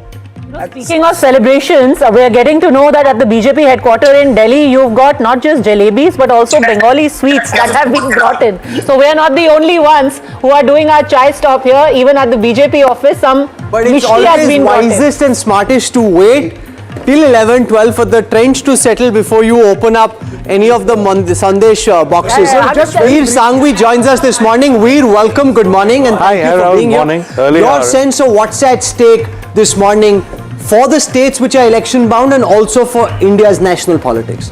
Well, Assam, I think there's a lot at stake, but I think the verdict is decided. In Tamil Nadu, the whole Vijay factor is the interesting one. We could be seeing a structural change. In Kerala, if the Congress loses, it's in deep trouble. I don't think it'll lose so far. Why are you so despondent about the Congress this morning? It's just early in the morning and I'm sleepy, I'm not despondent. And in West Bengal, if the BJP wins, it's an enormous breakthrough, very significant for Indian politics. Yeah. Just a very brief bit of update. One news from Tiruchirappalli East, Vijay. Is trailing. Trichy East, Vijay is trailing. Perambur, he's leading. And since Jayamurg mentioned Palakkad, and that's a fascinating contest. Shobha Surendran, Ramesh Pishareddy of the Congress versus SMR Razak, who's a biryani, biryani king of Palakkad. He's a Razak biryani. It's a very, he's a biryani king. It's a fantastic contest there in Palakkad as well. Absolutely. So the BJP currently of the 9 leads in Kerala, the UDF has taken leads in 7. The LDF is leading in Dharmadam. For the BJP, Palakkad would be a maiden entry. Last time E. Sridharan, the Metro man, actually lost Palakkad on the BJP ticket. If Shobha Surendran takes a lead, it's a Palakkad is one seat where the BJP has consistently come second, but has not been able to get past the Rubicon ever. There's a sense, because this time, Rahul Mamkutatil had to be replaced by Ramesh Pishareddy by the Congress after the sexual assault allegations. This is Shafi. I have a small question on Palakkad for you. They said that the BJP actually worked out a secret arrangement with the LDF to have the Biryani King a Muslim candidate. Is it really true? Look, the allegation is that to cut the minority vote, but let's not forget that Shobha Surendran was moved out. It's not her seat. She was brought in there because wherever she's contested, she's always boosted the vote share. Absolutely. Now, so Palakkad, they want to go first past. Kerala for just a moment, because we want to go to Chennai as well, where in Perambur, on the outskirts of Chennai, Vijay is leading and Vasudha is live with us from Chennai. Vasudha, very, very early moments just yet, and as we saw reflected here in the newsroom as well, I think the trauma and what happened in 2024 in Haryana is making everyone hold their breath for at least a few hours before getting emotional one way or the other about any numbers. But what's happening right now? Early trends, Vijay has taken the lead in Perambur as expected.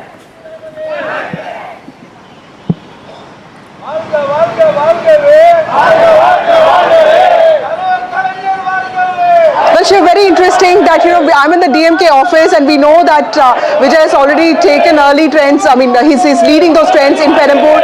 This is what is happening in DMK office. It's called Arivalayam, and the DMK office also has a sense of, it also is telling people to, to wait on the celebrations, because remember they also have a board here. Let me, if I can ask the camera person to show the board here, which basically says, the countdown to Dravidian Model 2.0, and it says there are 3 hours, 41 minutes left for this, because they want people to wait on the celebrations. Remember, this is also Chennai. It's the bastion of DMK, 16 seats, all won by the DMK in 2021. But this time the urban voter, often called indifferent and disengaged, is back in focus. Vijay is leading in Perambur. The early trends have shown that. A lot of people have told us to be very careful because mostly the urban boxes could be opened first. Till when do you think, Sam, all of us need to wait to understand whether the city or the state has voted for? I think at least for an hour, because Chennai is traditionally known to be a DMK stronghold. And Vijay exactly tries to tap onto this because he has a huge urban fans, urban followers, and if Vijay has to win, it ought to be first from urban centers. So compared to his other seat, Trichy, his prospect and his party's prospects are in Chennai, capital Chennai, and he is specifically targeting the heart of DMK because he has fielded all his party heavyweights, including Busiana and the other Varjuna, all to contest from Chennai. It will be interesting, a fascinating battle. Maybe an hour. Vasudha, it's not just Vijay. Idea who's actually leading or trending. In the DMK office in a few minutes. MK Stalin's also leading, so there can be a little cheer at the DMK office at the moment. And in terms of the seats that are coming, reporting at least at the moment, seems like the DMK has it. And obviously all this is subject to change. But it's interesting that they have put the timeline for noon, because going by that countdown, they are saying that the DMK model is going to come into force at around noon. That is what the DMK say. I want to quickly bring in Brijesh Kalappa of the Congress as well. Congress's Brijesh Kalappa here with us. Mr. Kalappa, what hopes from today for big states, Assam, Tamil Nadu, Kerala and West Bengal? First, tell us your assessment of West Bengal. Where do you think the Congress stands there? The Congress party has, in West Bengal, over the years, not been performing so well. And we hope that this time our performance would be far better. But certainly as far as Tamil Nadu is concerned, we are with the DMK. And Puducherry is concerned, there are some hopes there. And as far as Kerala is concerned, definitely I think, because I was also in Kerala for a bit and for about a month or so. And therefore I feel that in Kerala we'll definitely be able to form a government with the UDF. And as far as Assam is concerned, certainly our performance is going to be much better. Much better than the last time. Brijesh, are you hoping for a clear verdict in Tamil Nadu, or are you hoping that the Congress may have a scent or chance at a coalition in Tamil Nadu at the end of the day? Be honest. No, I'll be honest. I think as far as the Congress party is concerned, we are with the DMK and we will remain with the DMK, right? If the situation then demands something else, it's a different matter. That's a decision the top leadership has to take. But as on today, we are definitely with the DMK. Brijesh, a bit of a personal question, but in the larger context of the Congress, you did make a departure from the party. You went to some others, you went independent for a while, and then you came back. Why did you come back to the Congress party?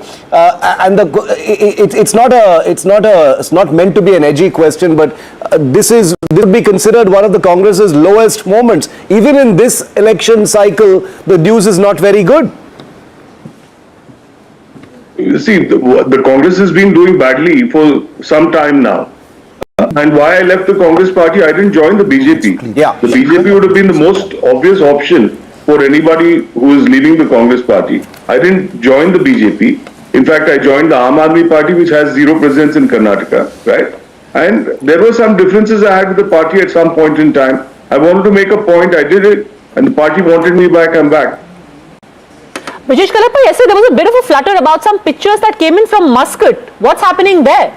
Because there was a lot of social media speculation, chatter, outrage that the LOP, Mr. Rahul Gandhi, is in Muscat just a day before the results. I'm actually not aware of that. Okay, let's get quick. Fine. Thanks, Brajesh, for joining us. We want to get a quick word in from all our guests. I'll start with Jai Mrug for your sense of the initial trends that we've seen so far. Jai. Yeah, Bengal we have 15 leads, TMC in 8, BJP in 7. Actually, it's a little setback. I mean, it's a -4 for the BJP, so we still want to wait. In Kerala, we have we have 9 leads, 7 to the UDF, 1 to the LDF, 1 to the BJP. Tamil Nadu is becoming very interesting. Of all the leads that we have in Tamil Nadu, only 2 places the ADMK is leading, 1 the TVK, the rest of the leads are with the DMK. Kishore, so far in the leads that we've seen from Assam, the BJP seems to be running away with the elections, just in the very initial lead so far. Yes, Rahul, I mean, that was like a given, but I'd be interested in seeing what the margin of the victory is for many of the seats, because like I said, that BJP is fighting the BJP out there, and there is on the ground there is some amount of anger also, I mean, which is pretty. Well, one of the very interesting things that's happened and also of concern, Veera Raghav, is this message that's been sent out to editors in Tamil Nadu about the fear of fans resorting to self-harm in case Vijay doesn't do as well as is anticipated. There's a lot of concern, and therefore the need to urge caution and just to take this as an election or a matter of life and death. And I think for the TVK, and I think it's very important that I put this in perspective, Rahul, and I have no doubt that there's going to be a historic entry in terms of vote shares for Vijay to to move from a star into a politician. I think TVK fans should not just assess ultimately at the end of the seats. If it comes, it's great, but otherwise, it's not. Life is not an instant success thing, and I think that is a concern. But having seen what happened with Jananayagan when the movie was not released and the kind of reactions, I think there's also a sense of sensibility that's involved. I'm not sure that it may be completely grounded in the worry of what's going to happen is going to be completely grounded. But let's see how it plays out. It's an important message to send across. I think it's also very delicate, thanks to also a couple of the exit polls, Rahul, which have not only projected a sizable or a healthy performance, but in some cases Vijay not being kingmaker but actual king. They're even talking about, him being a preferable chief minister to MK Stalin in some of those metrics. So that's the reason why I think the fan mood as well has been... Shankar Iyer has been regaling us with a lot of Vijay dialogues. He's come all fully prepped, telling us also that he's seen all the pirated films as well, apart from everything else, Shankar. He's been quoting movies from the 1950s till Vijay. I thought you were like an economist and public policy wonk. I mean, there's all these Vijay dialogues flowing from your bat, Shankar. So there is a dialogue for the Vijay fans also, just in case he loses, in which he says that Totadan Valiterium Valichadan Very Varum, which is basically only when you lose that you feel the pain, and when you feel the pain you will gather the strength or the rage or the havas. He's got a dialogue for everything, but this is Panditri Veer at another level. Yeah, that's Tamil politics. No? They are the most articulate politicians in the country in Tamil, usually because they have script writers. That's interesting. So, Brian Lakshman, your game now, boss. You can't have Shankar Iyer, who's partly in Canada, partly in Pune, running away. The Chennai boy has to do better. Yeah, absolutely. I think he is poised to do really, really well. And like I think Veera said, he's looking at the future. Dialogue or not for us? I have one, which is, again, please, I have to paraphrase. He says in one of his movies, I think it's Jilla, he says, instead of having faith in the small blade, have faith in yourself. With the kind of emotions that Shankar... Chinna blade belief irunda. நம்பிக்கை இருந்தா அதுக்கு மேல் உங்களோட உள்ளத்தில் நம்பிக்கை இருக்கணும் நீங்க ஜெயிப்பீங்க. That means you will win when you have more faith in yourself than you do in a small blade. Small blade could be the power of cinema, but it could also be the power of democracy. So this is for Vijay. But most important is that Vijay is less about dialogues, more about hook, dance steps and moves. And no, I'm not going to dance step.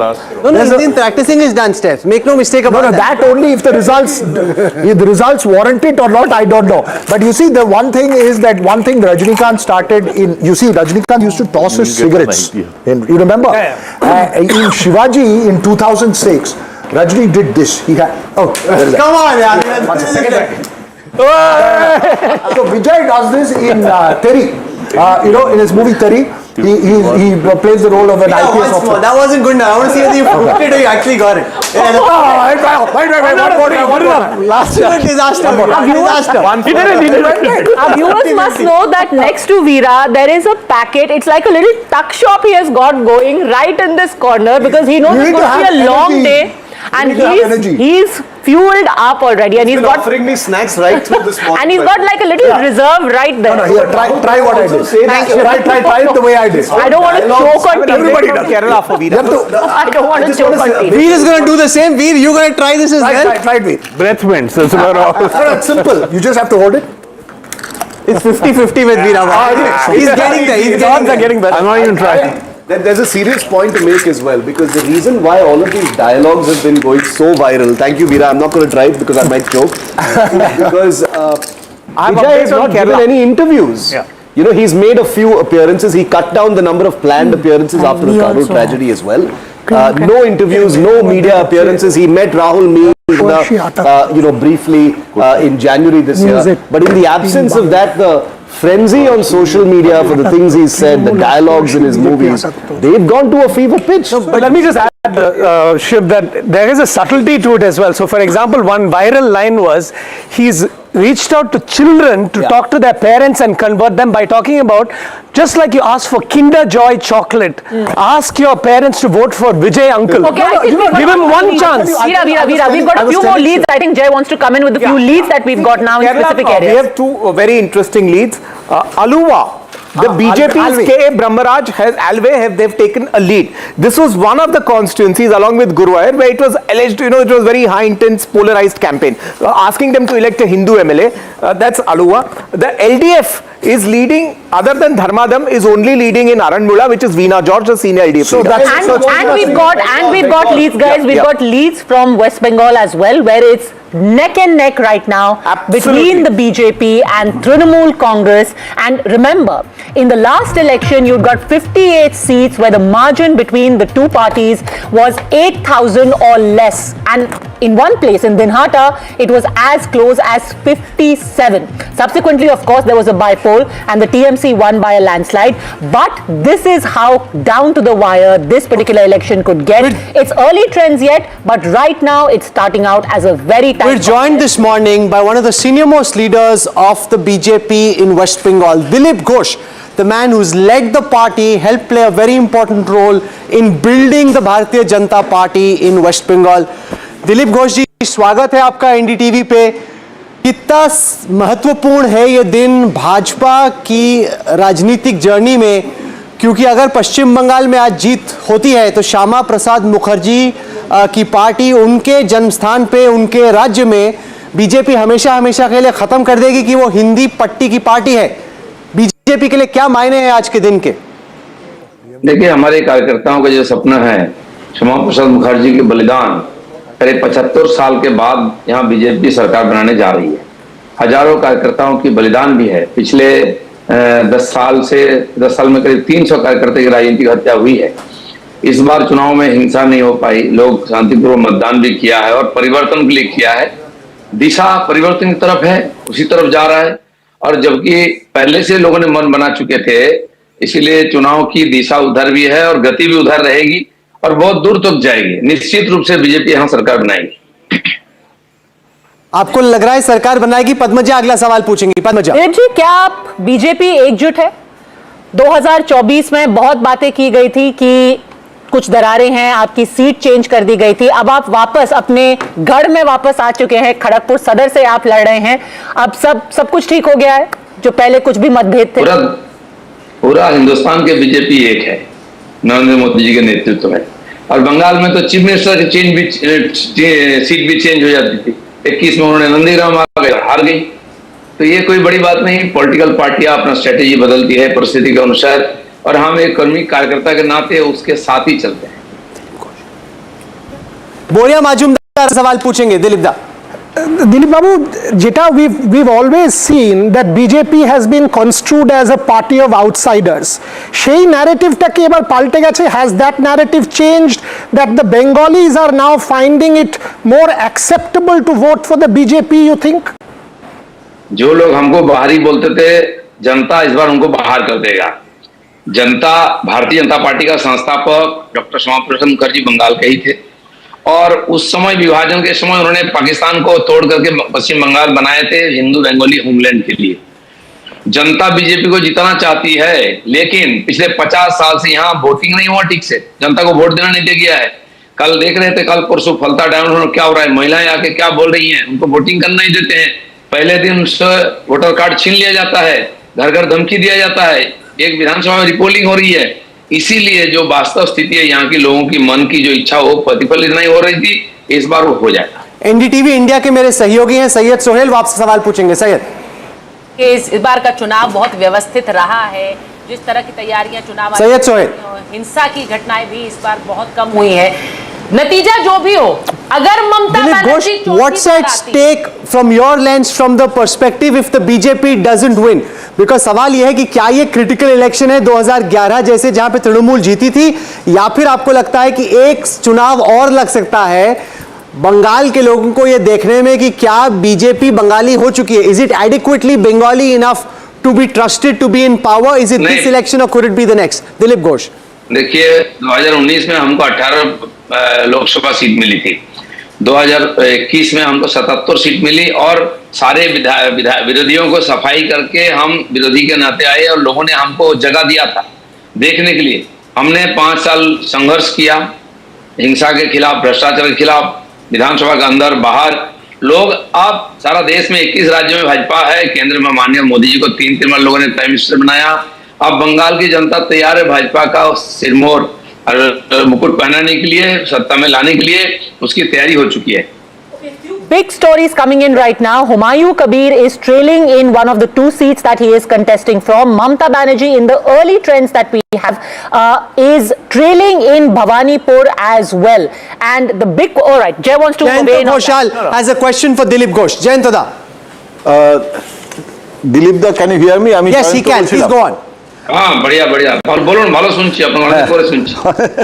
বলছি যে আপনি ক্যাবিনেটে আসবেন তো যদি BJP পাওয়ারে আসে? भाई पार्टी हमको कहाँ कहाँ भेजा, हम कभी ना नहीं बोला। पार्लियामेंट में भेज दिया, असेंबली में भेज दिया, वर्धमान में भेज दिया। आप पार्टी का कार्यकर्ता हूँ, पार्टी जो बोलेगा बोलेगा। लेकिन इस बार तो शुभेंदु के नॉमिनेशन में आप गए और फोटो अपॉर्चुनिटी हुआ आलिंगन का, तो अभी तो मुझे लगता है ट्रूस हो गया है आपके साथ। नहीं, उन्होंने भी मेरे नॉमिनेशन में आए थे। पार्टी का ये निर्णय रहता है, हम उसको मान के चलते हैं। Kanchan Gupta has a question for you. Kanchan da. I'll just 1 second. Kanchan da. Dilip Babu, do you think it will be a very close finish, or will the margin be very clear as to? He's had to run away. Somebody called him and frantically took him away. Trying to get a guest in the middle of live counting is a little difficult. But just let me also add over here, the Bengali channels are reporting in a different manner. What are they reporting? And it's still a very close fight, but they are giving advantage to the BJP as of now. And a few very interesting seats that are coming in. Humayun Kabir is trailing in Nauda. Udayan Guha is trailing in Dinhata. Mausam Noor of the Congress is trailing in Maltipur. And the BJP, some of the big guns right now, Shubhendu Adhikari is leading in Bhawanipur. And the left is nowhere. Because this is important. Adi Rajaram, the AIADMK's challenger to Udayanidhi Stalin at Chepauk Tiruvallurkani, at the moment is leading. Yeah. All right. So that's a seat that will also be closely watched. Veera, the logical question there is: did the TVK eat into DMK's urban vote? Too early to say. Too early to say. But we'll have to wait and see. Look, 3, 9, 22 is how it's solidifying. But then, the seats, the Chennai city seats, for instance, Shekhar Babu is leading. DMK Shekhar Babu is leading in the Harbour constituency. Chepauk Tiruvallurkani, Adi Rajaram, who's a former minister, a strong ADMK guy. Look, there are multiple battles they are playing. There is DMK versus ADMK battle. There is DMK, TVK, ADMK, where the TVK candidate is a former ADMK candidate. Like, for instance, JCD Prabhakar in Thousand Lights is a former ADMK minister. Absolutely. And Valarmati is the ADMK candidate. So, there are fascinating battles that are playing. Absolutely. I think But ultimately... the TVK is off to a slow start this morning, Veera. TVK is off to a very slow start. As I would, in terms of seats, I want to see the vote shares before you predict this, and also that spoiler data that you have, Rahul. And I think at the end of the day, there are going to be very, very interesting results to look at, even if the larger seat numbers. Okay, Kanchan da, I have an update on Dilip Ghosh. Dilip Ghosh is back with us here to take a quick call, so I'll give Kanchan da the opportunity. No, I just wanted to know, what's his assessment? Will it be a close finish, or will the margin be very clear as to who's the victor and who's the loser in this election?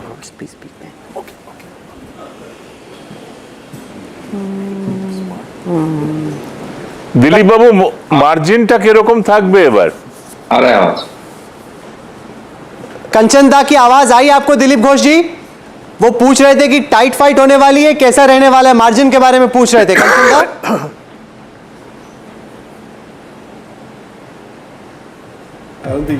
Okay, he can't hear us for the moment, so yeah, Padmaja. Just to put things in perspective, as far as West Bengal is concerned, there are a few areas where the BJP will really have to try and break in, where they drew a complete blank, not just in 2021, but also they did not manage to make any leads in 2024, which includes a large part of Kolkata, barring 2 seats in Kolkata North, where they managed to get some leads in 2024. In addition to that, you have the area of Jhargram. They got 0 out of 4 seats there. Havra got 0 out of 16. Purba Bardhaman got 0 out of 16. The news though is that in the leads, you've got at least 2 leads the BJP has got in Jhargram, 3 leads that they have got in Howrah, where, like I said earlier, not only did they get a 0 in 2024 in terms of assembly segments, but also in 2021. So these are initial trends yet, at least a few inroads. Quick updates. Yeah, see, Bengal, the net tally right now is 31 on 56. I think 2 important seats geographically to look at are Navadip and Panchkura. These are the presidency and the greater Kolkata areas where the BJP has taken lead. I think that is where a little story is coming from. So if you load the map of Bengal, you'll see those leads there. Yeah. What's very clear is that the BJP cannot win West Bengal till it wins in the presidency area. I'll give you a sense of what's happening in and around the areas of Kolkata. Out of the 108 seats of the presidency, we now have leads for 17, the Trinamool leading in 10 but down 4 from the last time, the BJP leading in 7, up 4 from the last time. This is what Kanchanda, the BJP wants to do. They want to chip away at the Trinamool in presidency, only then do they have a chance of winning. Rahul, I was doing my own maths over last night. Between Howrah and Kolkata, you have about 27 seats. And in the previous election, 9 seats, because of the demography, it's tough for the BJP to win. 4, the BJP lost by a very narrow margin. It's in the remaining 14 seats that the BJP blundered with a wrong set of candidates, mostly imports from Trinamool Congress. Now, they are absent this time.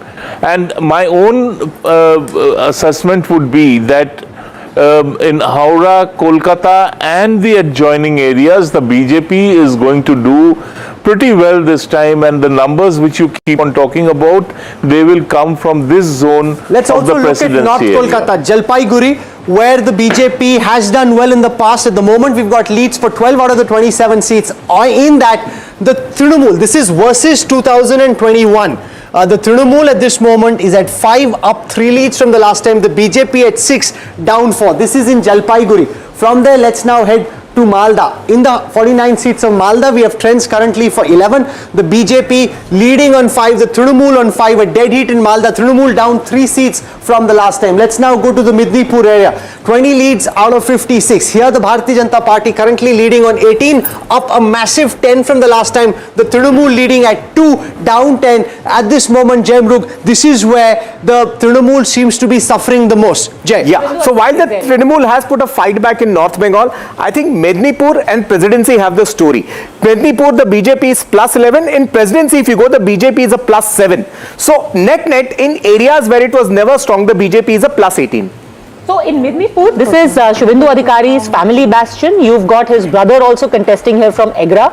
His own seat, Nandigram, falls in this particular area. So a massive push and a lot of mobilization by the RSS as well in this particular Midnipur. What we can also do in real time is compare this with the 2024 Lok Sabha elections. If you compare with the 2024 Lok Sabha elections, the electoral map on this part of your screen here, relative to the 2024 elections, the BJP is up 18 seats, the Trinamool down 20 seats. So even in comparison with the 2024 elections, the BJP at this moment doing very well. What we can also do at this moment is give you a quick sense of what's happening in Malda. I'll give you a sense of what's happening in Malda. We've got leads for 11 out of 49. The BJP leading on 5, the Trinamool on 5, the Trinamool down 3 from the last time, the BJP up 2 from the last time. Mahua Chatterjee, your sense of the critical areas, the sense I picked up was it's the area above the president, it's the area above Kolkata. That's where the BJP hopes to do well. They realize that maybe in the bastions of Kolkata they may not do well, but in the 5 districts above the Kolkata region, that's where they hope to make inroads into the Trinamool bastion. Mahua. See, that's typically the right place to pick, because the area that we are talking about is also home to a lot of non-Bangla speaking people, and those are the first inroads of BJP into West Bengal in any case, and to work on them.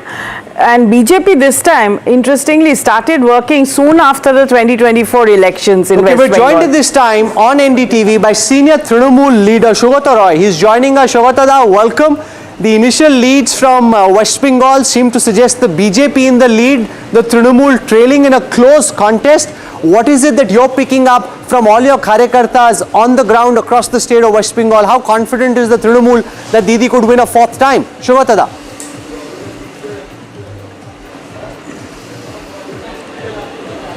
Yes. Dada, how confident are you that you're winning? Because the BJP in the initial leads that are coming at the moment seems to have got off to a good start in West Bengal. We are confident of winning. No, only postal ballots are being counted. It's just the preliminary stage. You can't talk about any trend at this stage. Shiv Arur has a question for you. Shiv. We are confident of winning. Sir, how is your faith in the electoral process after what has happened over the last 72 hours? Your leader has also issued instructions to all your karyakartas to keep the complaints running. What is the mood like in the integrity of the process? Mood is very upbeat. I am sitting in 6 counting centers in Panihati, North 24 Parganas. All our polling agent, counting agents have gone in, and the mood is upbeat, very positive. Padmaja. Shugotadar, in your particular constituency in North 24 Parganas and specifically in Dum, you've got the Panihati seat. It's the talking point of this election. You've got Abhaya's mother contesting from there, and she really seems to have become a symbol for the entire mobilization around the issue of women's safety, women's grievances about certain incidents that have taken place, crimes against women, RG Cord, Park Street. Do you think this is going to be a big issue in this election and could influence major seats in your area, Dum, and even in Kolkata presidency region? I am sitting in Panihati Assembly constituency, which is part of Dum parliamentary constituency. Counting has not started here again yet. We are very upbeat in all these seats. Okay. Veera Raghav has a question. No, but I was just asking the same thing that Shiv was posing in terms of if it's going to be a close contest, how much do you believe the comfort level will be for the TMC at the end of the day? Now, at this stage, it is too early to predict, but we are comfortable mentally. We hope that we'll run a big lead once counting actually starts. Okay, Shubhadorai, we'll leave it there. We hope to have you back later in the afternoon once the trends settle. Is he looking anxious? Is he looking relieved? Or what's your sense of the body language of the player? See, he didn't give much away. He didn't give much away, which is expected, because these are still, you keep referring food. In Bengal, we have our steps. This is still shak diye prothom step. The appetizer is shak and bhat. The next aloo posto hasn't come, the fish hasn't come, the doi hasn't come. So there's still a lot to go. Let's for a moment pivot to the different regions of Tamil Nadu. I'm looking at Chennai. We've got 13 out of 37 leads at the moment. The DMK at 8, they're down 5 from the last time. But the TVK is off to a very slow start. Shankar Iyer, for whatever it is worth, the way the TVK T20 team has got started this morning, very different from the projections about them. Shankar. Well, looks like the Delhi Capitals or the other teams that have been doing badly this time. So I think that if we look at the trends, it seems like there will be a record. DMK seems to be leading. But for me, the interesting part would be, Rahul, if TVK overtakes ADMK. That would establish a new structure in Tamil Nadu. Also in Western Tamil Nadu, Veera, 15 out of 57 leads. The AIDMK is down 10, just as far as leads are concerned, down 10 from the last time. The DMK seems to be making inroads there. That's right. 43 of the 57 seats in Western Tamil Nadu was won by the AIDMK plus in 2021. All right. Now, it was anticipated, and I saw some candidates. Sendil Balaji is leading in Coimbatore South. Dr. Tarun, who's on the Veerapandi constituency, is leading in Veerapandi, which is next to Salem. I think the AIDMK was the DMK's biggest experiment this time was to push for gains in the West, because they knew they were going to face losses in the north. Now, I think the bigger picture will come when you press North Tamil Nadu there, Rahul, because this is the area of influence of the VCK as well. Here you see the AIDMK gaining, and the DMK going down. I don't know if ultimately the picture is going to be that wherever a party was strong, TVK is destroying that party and allowing the, in a bipolar contest, giving the edge to the second Dravidian player. Yeah, just to add to what Veera is saying, it was expected that the TVK with its appeal among the scheduled castes and the urban areas would impact the DMK-VCK alliance most in North and Vaniyar belt. That seems to be happening. And when you're there, do you have any data on Gobichettipalayam, which is Sengotian's constituency? Because that's another bellwether seat, according to me. Yeah. If let's say Sengotian is doing well, because you see, he's a former AIDMK leader, 8-time MLA. Yeah. The two leaves emotion is extremely deep in those areas. Yeah. Is he going to break the two leaves vote, or is he going to take it away from him? So while Jay finds that, let's go across to Kalanidhi. Veeraswamy is Lok Sabha DMK MP. TVK, a lot was said about in the exit polls in the first few power play overs of this T20 contest. Dr. Veeraswamy, the TVK seems to be off to a quite slow start. It's the DMK which is looking well ensconced and on the way. Yeah, no, this was expected. See, everybody was saying that TVK is a party which is going to be, I mean, like some exit polls even said that they were going to be forming the government. But the early trends, I mean, like this is too early to even surmise, but by going by what the trends are showing, it shows that the DMK is the primary party over here and ADMK is the second party over here, and TVK is will be trailing. And I'm sure by the end of the day, I think Veera. We are confident that Kalanidhi, as you're making that point, very brief question. I know I concede that it's extremely early, but I saw Adi Rajaram in Chepauk Tiruvallikani leading at the moment. It could definitely change at the end of the day. But tell me honestly, is there a deep sense of nervousness, given that you're a member of parliament from the city, is there a deep sense of nervousness about the impact the TVK will have on Chennai city and the surrounding areas, because this was seen as a forte of the DMK after 2021, where you won all 16 seats?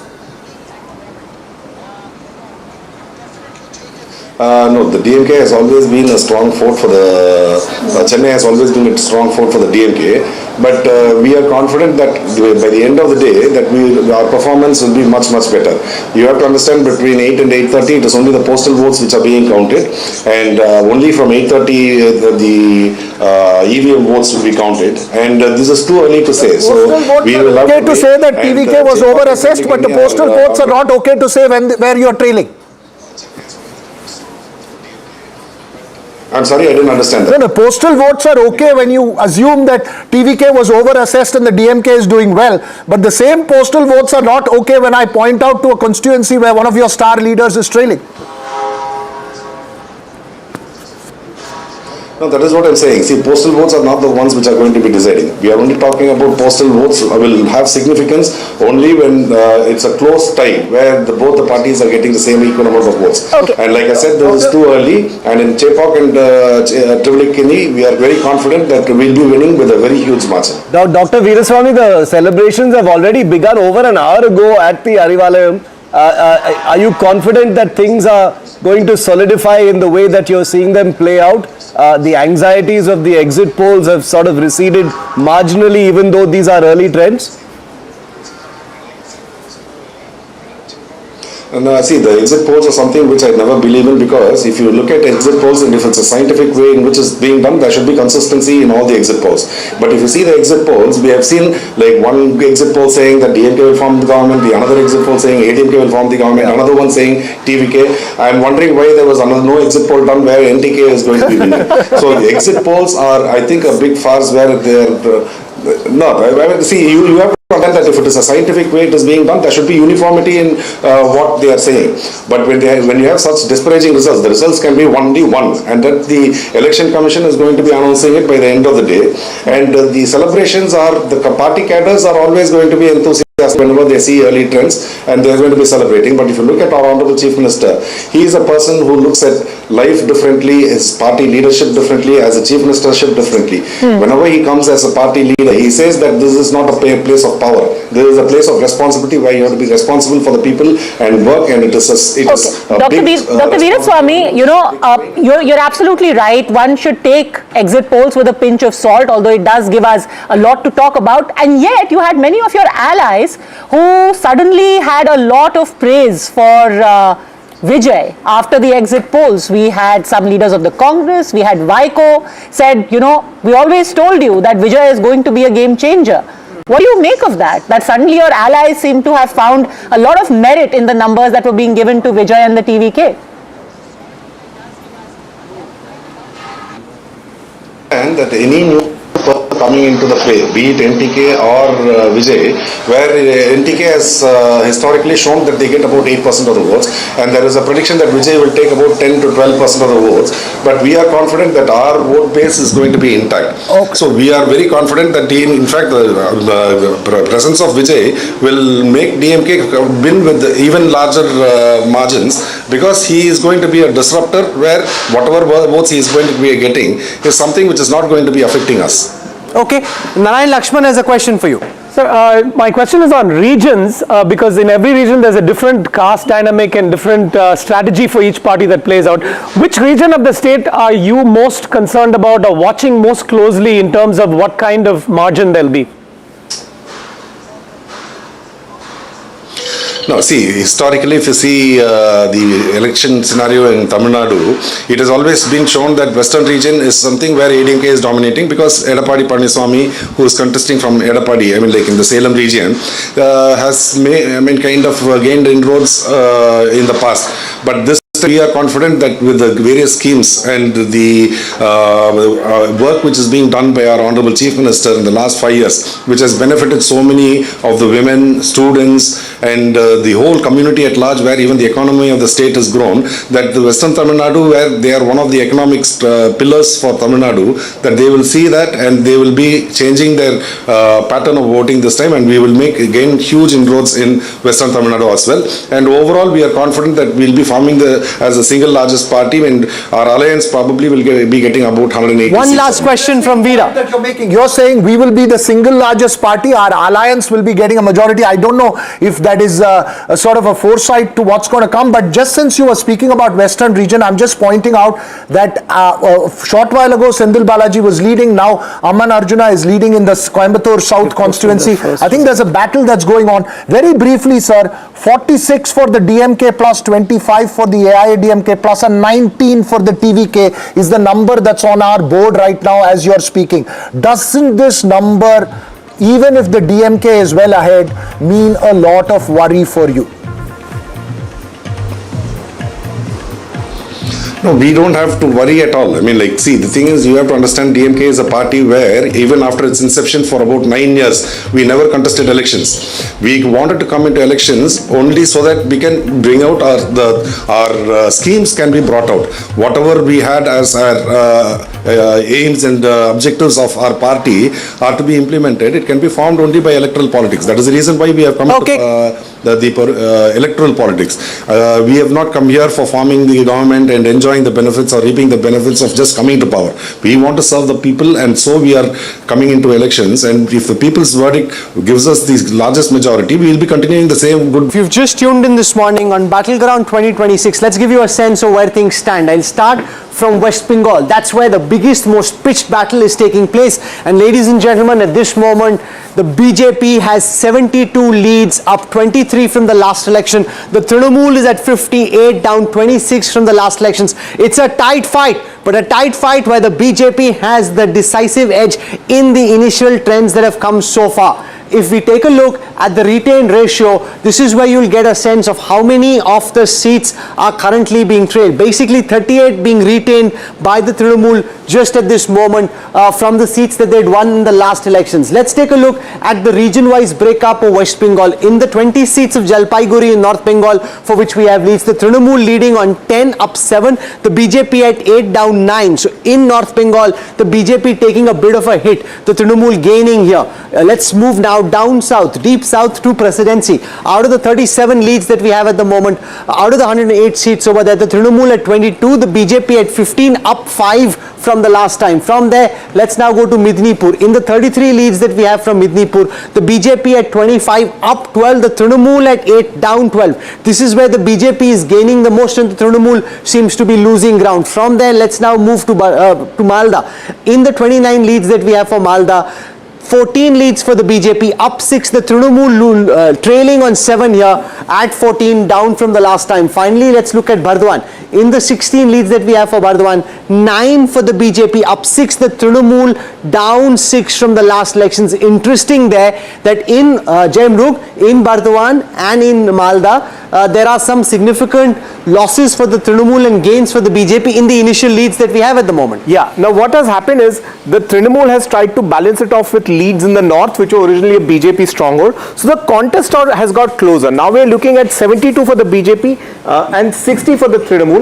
But I still think Medinipur and Malda is the real story for the BJP. These were areas it did not do well at all last time. These are big gains. And if you see the Malda, you've got one seat there for the Congress, which may turn out to be the explanation for why BJP makes gains in that region, because there are many seats, Rahul, where you have SIR deletions, which are either more or very close to the victory margin last time around between the TMC and the BJP. BJP was at second place.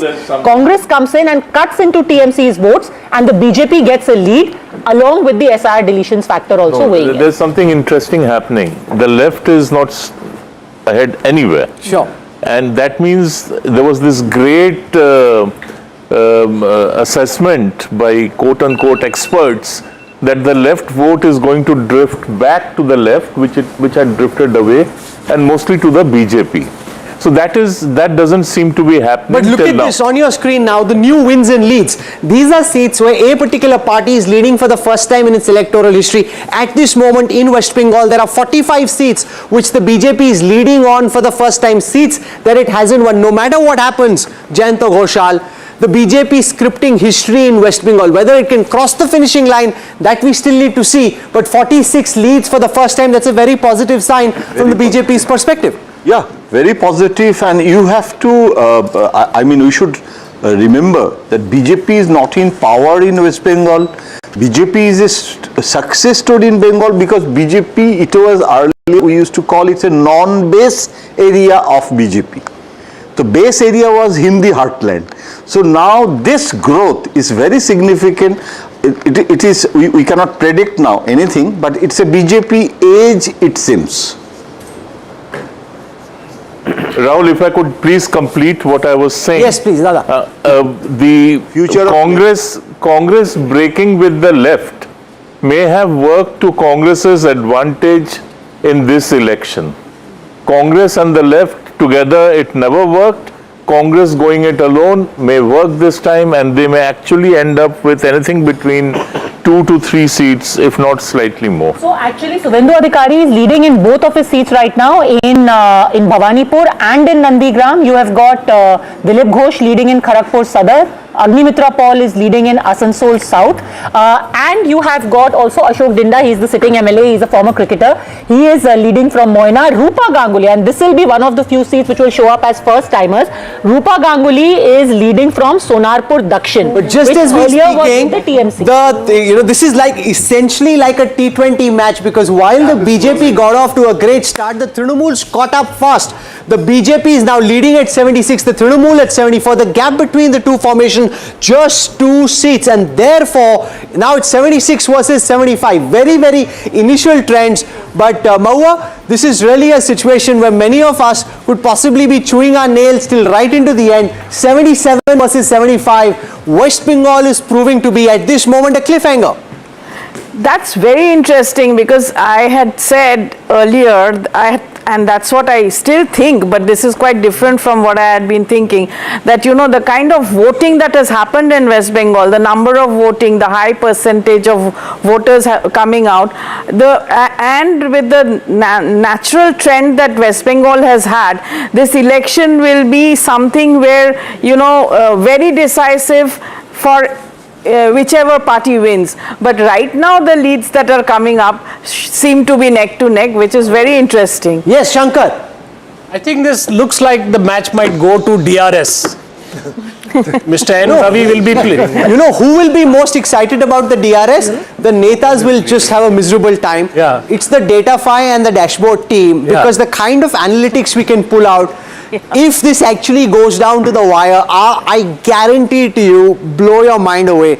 We just need adequate vote share data to be populated into the dashboard for some of it to start firing up on your screen. Because if that happens, Shiv, that's when it gets really exciting. Remember Madhya Pradesh 2018, when it was 114 versus 111, that's when you see the magic of live analytics. I think, can I also just interrupt to say, Rahul, very quickly, look at the TVK and the AIADMK right now.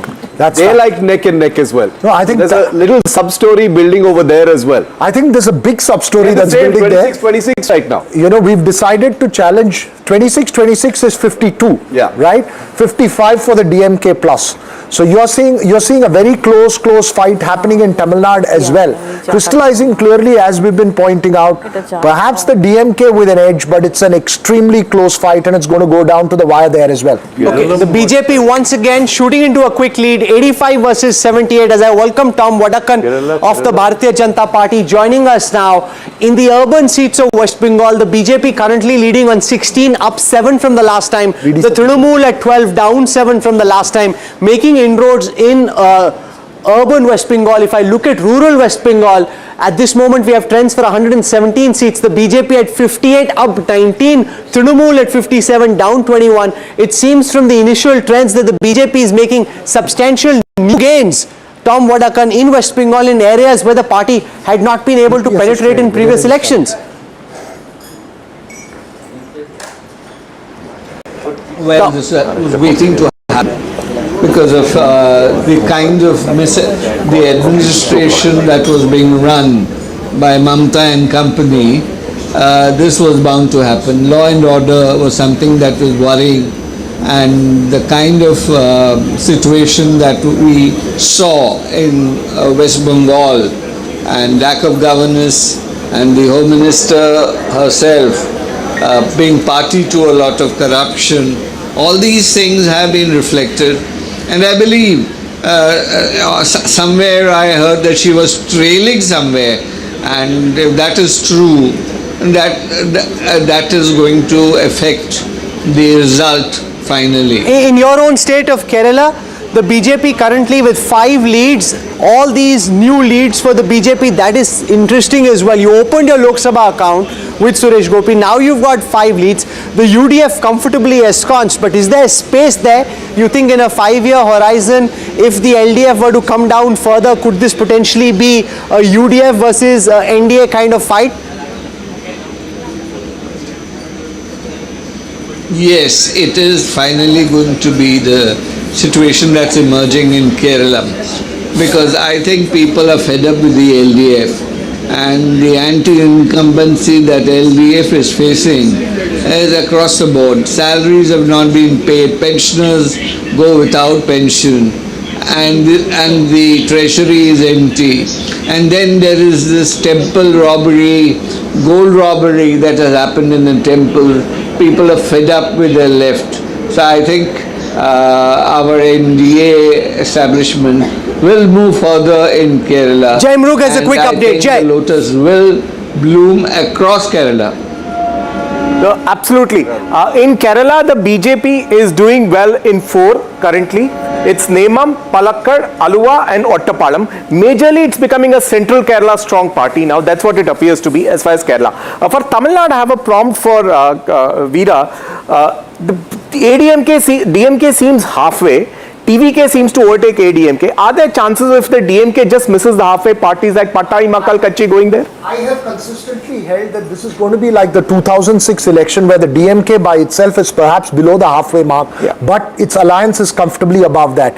But extremely interesting what I'm trying to tell you, in Tamil Nadu, 3 results which I think are reflecting right now. Udayanidhi Stalin is trailing in Chennai, Edappadi Palanichami is trailing in Edappadi. Alright, Senthil Balaji is trailing in Coimbatore South. Alright, Gobi Chettipalayam, K.A. Sengotian is leading. Alright, so I think the effect of the TVK, as I was saying last evening, has been enormous on polling. Look also on the screen right now, for the first time the TVK has gone past the ADMK, while the DMK is comfortably placed at 59, the TVK at 27, up 27, obviously it didn't exist last time round, the ADMK is at 26. It's really a fight for 2 and 3. At this moment, dead heat, 27, 27. The number you need to see this -8. ADMK is at 27, -8. It's losing several of the seats that it's held. DMK down 21 from what it was there. Break it up into parties and take a look at the party-wise breakup here. The TVK at 27, the DMK itself at 56. The Congress has 2 leads, down 7, once again proving the weaker part of the alliance in Tamil Nadu. That's right. Congress was anticipated. I want to see the seats. I'm trying to check for Karaikudi, for instance, a very important seat for Karthi Chidambaram.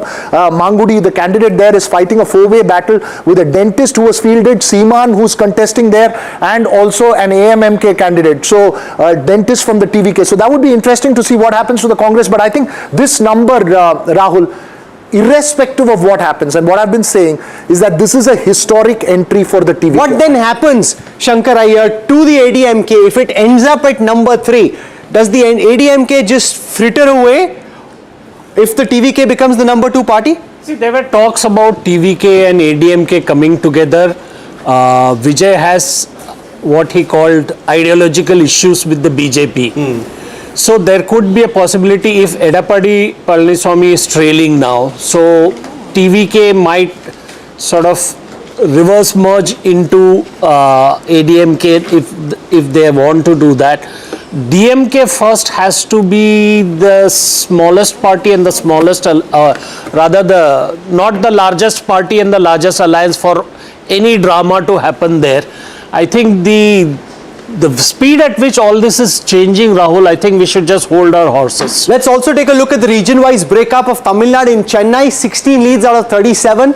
The DMK is down 8 from the last time. That is interesting. They're losing out in and around an area where they've been strong. But interestingly, all those leads not going to the TMK, the TVK. They're being split between the ADMK and the TVK, Veera. That's right. There are 3 types of seats in Chennai. One is the DMK-TVK battle, which is like a Villivakam, where you have Karthik of the DMK facing off with Adav Arjuna, or you have 3-way battles, like let's say a 1,000-light seat where Edilan Nagaladan of the DMK, the incumbent MLA, is facing off with Valarmati of the AIDMK and JCD Prabhakar, who's a former AIDMK minister who's with the TVK. I think these leads for the AIDMK, one of them is, again I'm saying, Chepauk Tiruvallikeni, which is Udayanidhi Stalin's West Tamil Nadu, the area which is supposed to be the ADMK bastion. Here they're down 13 seats from the last time, just 7 leads.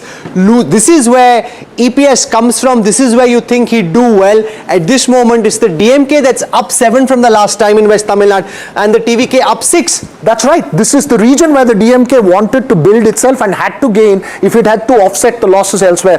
And this larger story that's emerging, and I'm telling you again, Rahul, is that where the AIDMK is strong, because the TVK is rising, it's cutting away the opposition, I mean the AIDMK vote, and allowing the DMK to go up. Very important point that Veera Raghav makes, Narayan Lakshman. The fact that you've got a third player, and therefore in a first past the post system, the third player seems to be nipping away at the ADMK vote at this moment. This could change later in a region like West Tamil Nadu, allowing the DMK to go ahead if they just hold on to their vote share. Those are the dynamics currently at play. Absolutely, and I think the ADMK is working uphill in many regards because on the one hand, the TVK is eating into its vote. On the other, the alliance itself has to be rethought. I'm just taking a small step back, which is whenever PM Modi and Amit Shah came to the state, they didn't really speak of Edappadi as the chief ministerial face. They spoke of the double engine growth model. the DMK plus is lesser than the TVK plus ADMK plus put together. For the first time since this morning. You think there can be an alliance? I don't think there is anything can be ruled out at this stage. You have to wait for this. That Vijay has not singled out and said it's an ideological enemy or a social enemy. But there is also the possibility. So there will have to be a divorce first for the marriage. No, hang on, Shankar. There is one very important point that we need to. Why did the TVK ADMK alliance not happen? There are two reasons. One is the BJP alliance with the ADMK, but the more important reason, who is going to be the chief minister? Vijay cannot be number 2 to EPS. EPS cannot be number 2 to Vijay. So let's take a look at the seat party-wise breakup. The moment you look at the party-wise breakup for Tamil Nadu, you will then get a sense of where things stand. Because if the ADMK is behind the TVK, then obviously EPS gets to be chief minister. If that's not the case, then Vijay will say, I should be chief minister. At this moment, it's 30 versus 29. This could change. 30 versus 29. If the DMK is short of a majority, could there potentially, Veer Sangvi, in your view, be a twist in the tail in Tamil Nadu? The TVK and the ADMK ally?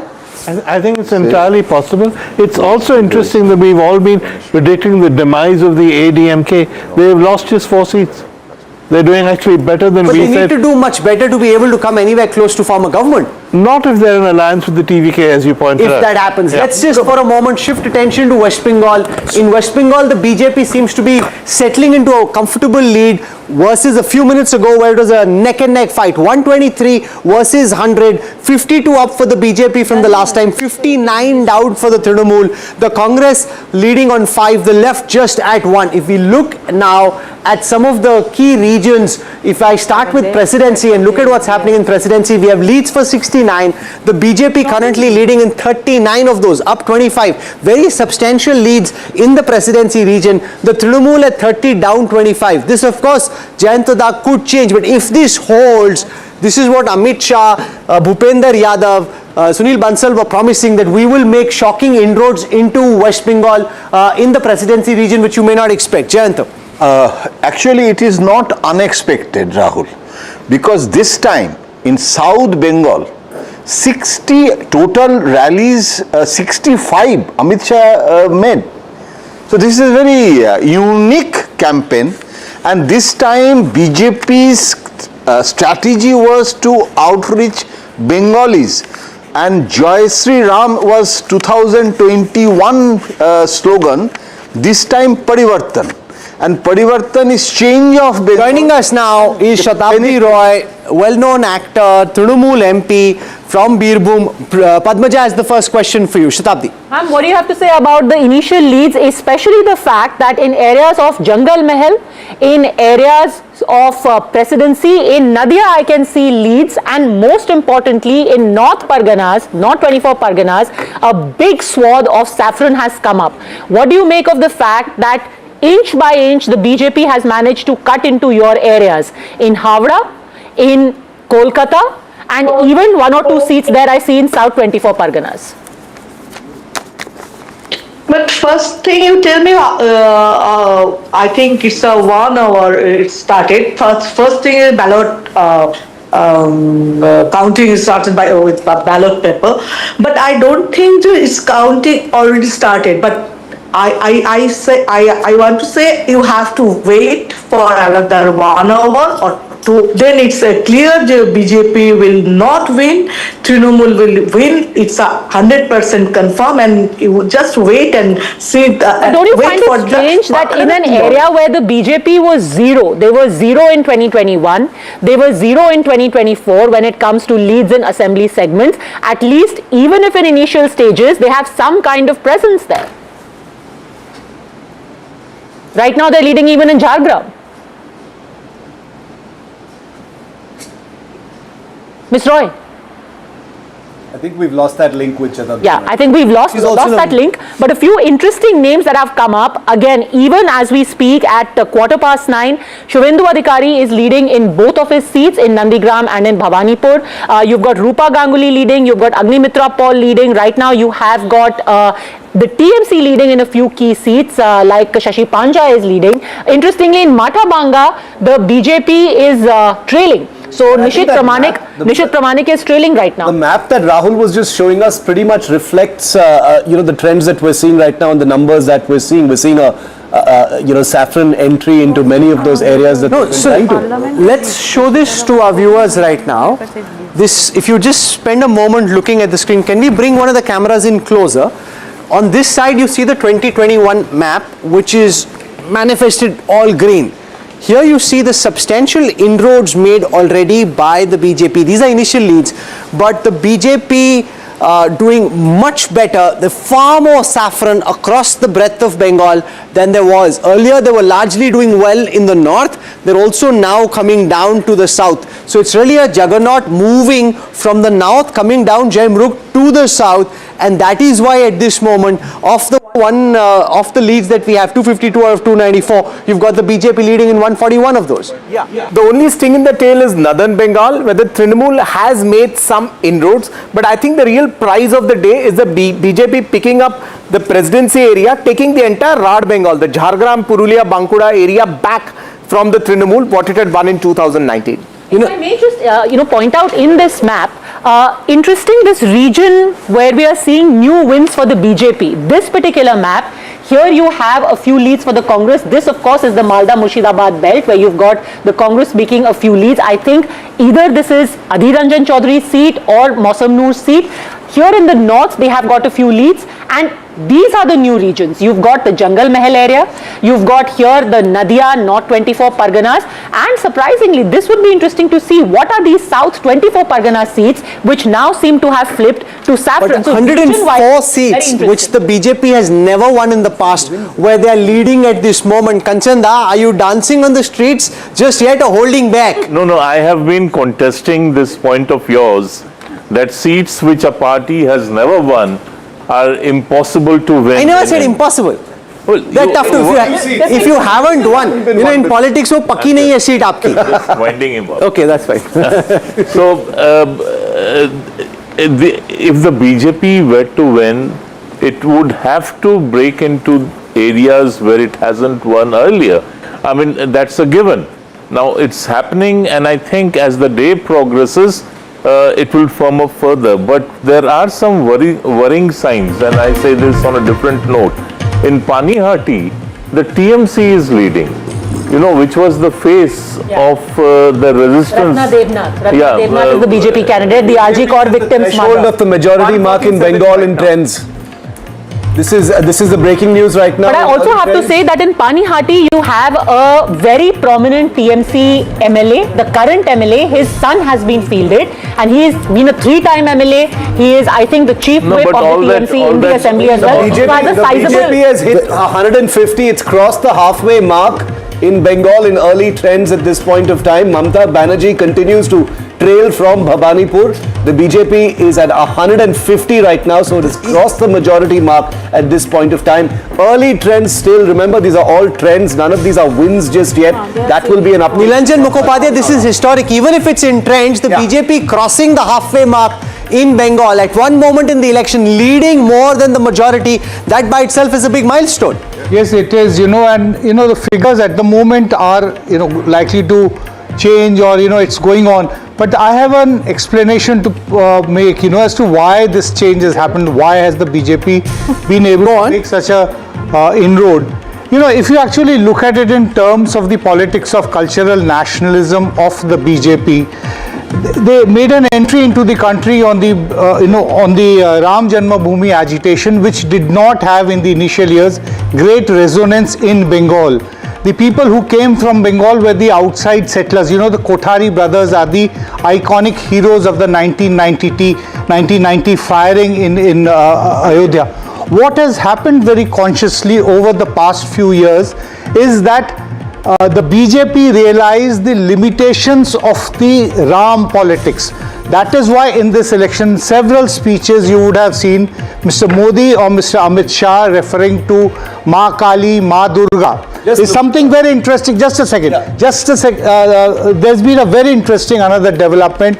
In the last week of April, just as the second phase of elections were approaching, Mohan Bhagwat performed the Shilanyas of a temple in Nagpur which is named Ma Bharat Durga. For the first time, cultural nationalism is being merged with religious nationalism. That is what you see. Bharat and Durga, that is being drawn, that parallel is being established. An 18-handed idol fusing the two is being installed there. So it is actually a new form of cultural nationalism, not just on the shoulders of... We've been talking a lot about West Bengal and Tamil Nadu. Let's spend a moment on Kerala and Assam as well. In Kerala, 87-140 leads the UDF, that's the Congress, currently leading on 47, up a whopping 24 from the last time. The LDF on 29, down 32 from the last time. If I look at it from a party perspective, the IUM has 7 leads, the CPM 21, the Congress 38, the CPI 7. Some good news from the Congress's perspective, but the bad news is in Assam, where despite the Congress being in the opposition in the hope that it would come to power, you've got Himanta Biswa Sarma and the BJP very strongly placed. Out of the 126 seats, the BJP alliance at 73, out of which 64 are BJP's own seats. The AGP has 7, the ADUF completely crashing Kishloi just to 8 down. So it's basically a bipolar contest between the BJP and the Congress in Assam. Kishloi. Yes, Rahul, I would be interested in knowing what's happening in the upper Assam seats where the Gogois are trying to actually... I can show you what's happening in Upper Assam. In the 28 leads that we have for Upper Assam, the BJP is currently leading on 24, the Congress just on 4. This is where Tarun Gogoi came from. This is where the Congress needs to recover if it ever hopes to come back to power. That's not happening in this election. Let's for a moment go to Lower Assam. In Lower Assam, it's a dead heat, 10 and 10, BJP versus Congress. Let's go to the hills and the Barak Valley region. 7 leads currently. The BJP has got 6 of them. In the Bodoland areas, 7 leads at the moment. The BJP has 4, the Congress has 2. And then finally, in Central Assam, 36 leads. The BJP having 29 of them, Kishloi. The Congress only 6. What's happening to Gaurav Gogoi? Is he trailing, leading, and the Guwahati seat and the Dispur one? Okay, I'm going to try and find quite a shocker there. The AIUDF in its catchment areas, the Lower Assam completely wiped out. You know, Barak Valley completely wiped out. Okay, so here we have it. Lok Sabha, but at least they had MLAs. Now they don't even have any relevant. I mean, Gaurav Gogoi is leading. Himanta Biswa Sarma and Jalukbari, of course, is leading. He lost only once. Shuvendu Adhikari speaking at this moment. Let's listen to him. Shuvendu Adhikari. ধরুন নন্দীগ্রামে 18 round vote হবে, 15 রাউন্ডে postal হবে, আর এখানে ভবানীপুরে ধরুন 20 রাউন্ডে counting complete হবে, 17 রাউন্ডে ডিক্লেয়ার হবে। আমি যেটা ইনিশিয়াল অ্যানালাইসিস করেছি, অল্প ইভিএম বেরিয়েছে, এটাকে খুব বড় কিছু করে দেখানো ঠিক না। তাতে হিন্দু ইভিএম আর মুসলিম ইভিএম টিএমসি, তবে আগের মতো নয়, মানে হাই কনসলিডেশন যেটা ওনারা করেছিলেন 21 আর 24, high consolidation. See, what he's saying is bulk Hindu votes are to the BJP, bulk Muslim votes still to the Trinamool, but not as much as it was in 2021 or 24. So he's talking about a clear case of polarization with Hindu votes en masse coming to the BJP, Muslim votes still consolidated with the TMC, but not as much. That's what he has so far said. But he's also saying that 17th round in Bhawanipur should be a call, that he can call it at the 17th round, not the 20th. सरकार भाजपा कर रहा है, ये मान के चलिए। आप लोग का जो चल रहा था, जो इनिशियल ट्रेंड रहा है 135 plus BJP, 100 approx teams. Nandigram और भवानीपुर का क्या रिपोर्ट मिला है आपको अभी तक? देखिए, भवानीपुर में तो इनिशियली तो टक्कर रहेगा। ये जो पहले राउंड हुआ है, इसमें 14 जो बूथ है, 6 मुस्लिम प्रॉन बूथ है। उसमें भी वो लोग जो 90-95% मुस्लिम वोट को पिछले बार मिलता था, इस बार नहीं मिला, क्रैक है। और जो 8 हिंदू बूथ है, उसमें मेरा लीड है। ये भवानीपुर का मैं 9-10 राउंड से आप देख लेना, मैं पूरा संभाल के आगे चला जाऊंगा। ये 77 वार्ड आ जाएगा, उसमें ममता बनर्जी का काफी लीड होगा। 3, 4, 5 राउंड 6 राउंड तक उसको मैं मेकअप कर दूंगा। वो उसका 10 राउंड का बाद उनका बहुत खड़ा होना मुश्किल हो जाएगा मिलके। देखिए पूरा जो ट्रेंड है anti incumbency those are consolidated in favour of lotus. It's a very good signal for us. In Nandigram, I had in first round more than 3,000 votes. Only 14 booth counted.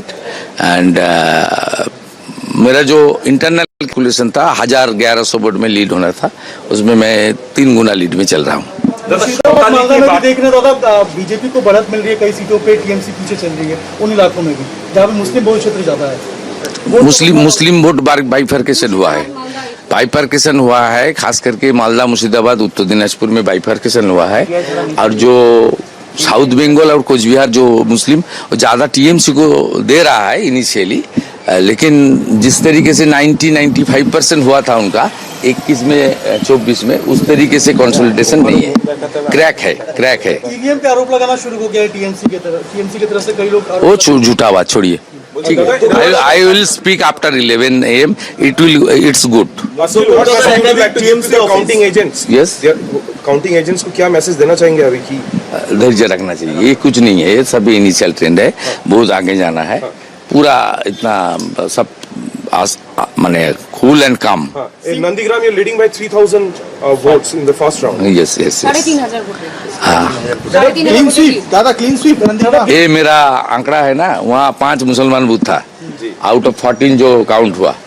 मुसलमान बूथ में भी TMC को हालत खराब कर दिया नंदीग्राम, शुभेंदु अधिकारी मुसलमान बूथ में भी खराब कर दिया। ये मेरा थोड़ा सिग्नल था, ज्यादा दिन तक लोग को गुमराह करने नहीं हो सकता।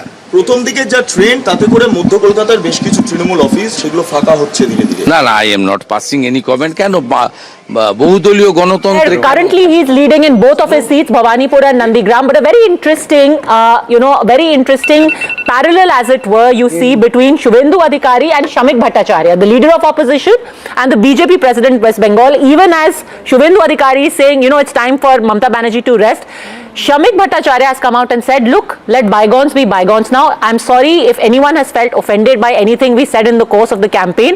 We all want to be cordial now that the campaign is over and the results are out. We've got Anil Antony of the BJP and Meeta Chakravarti of the Congress both with us.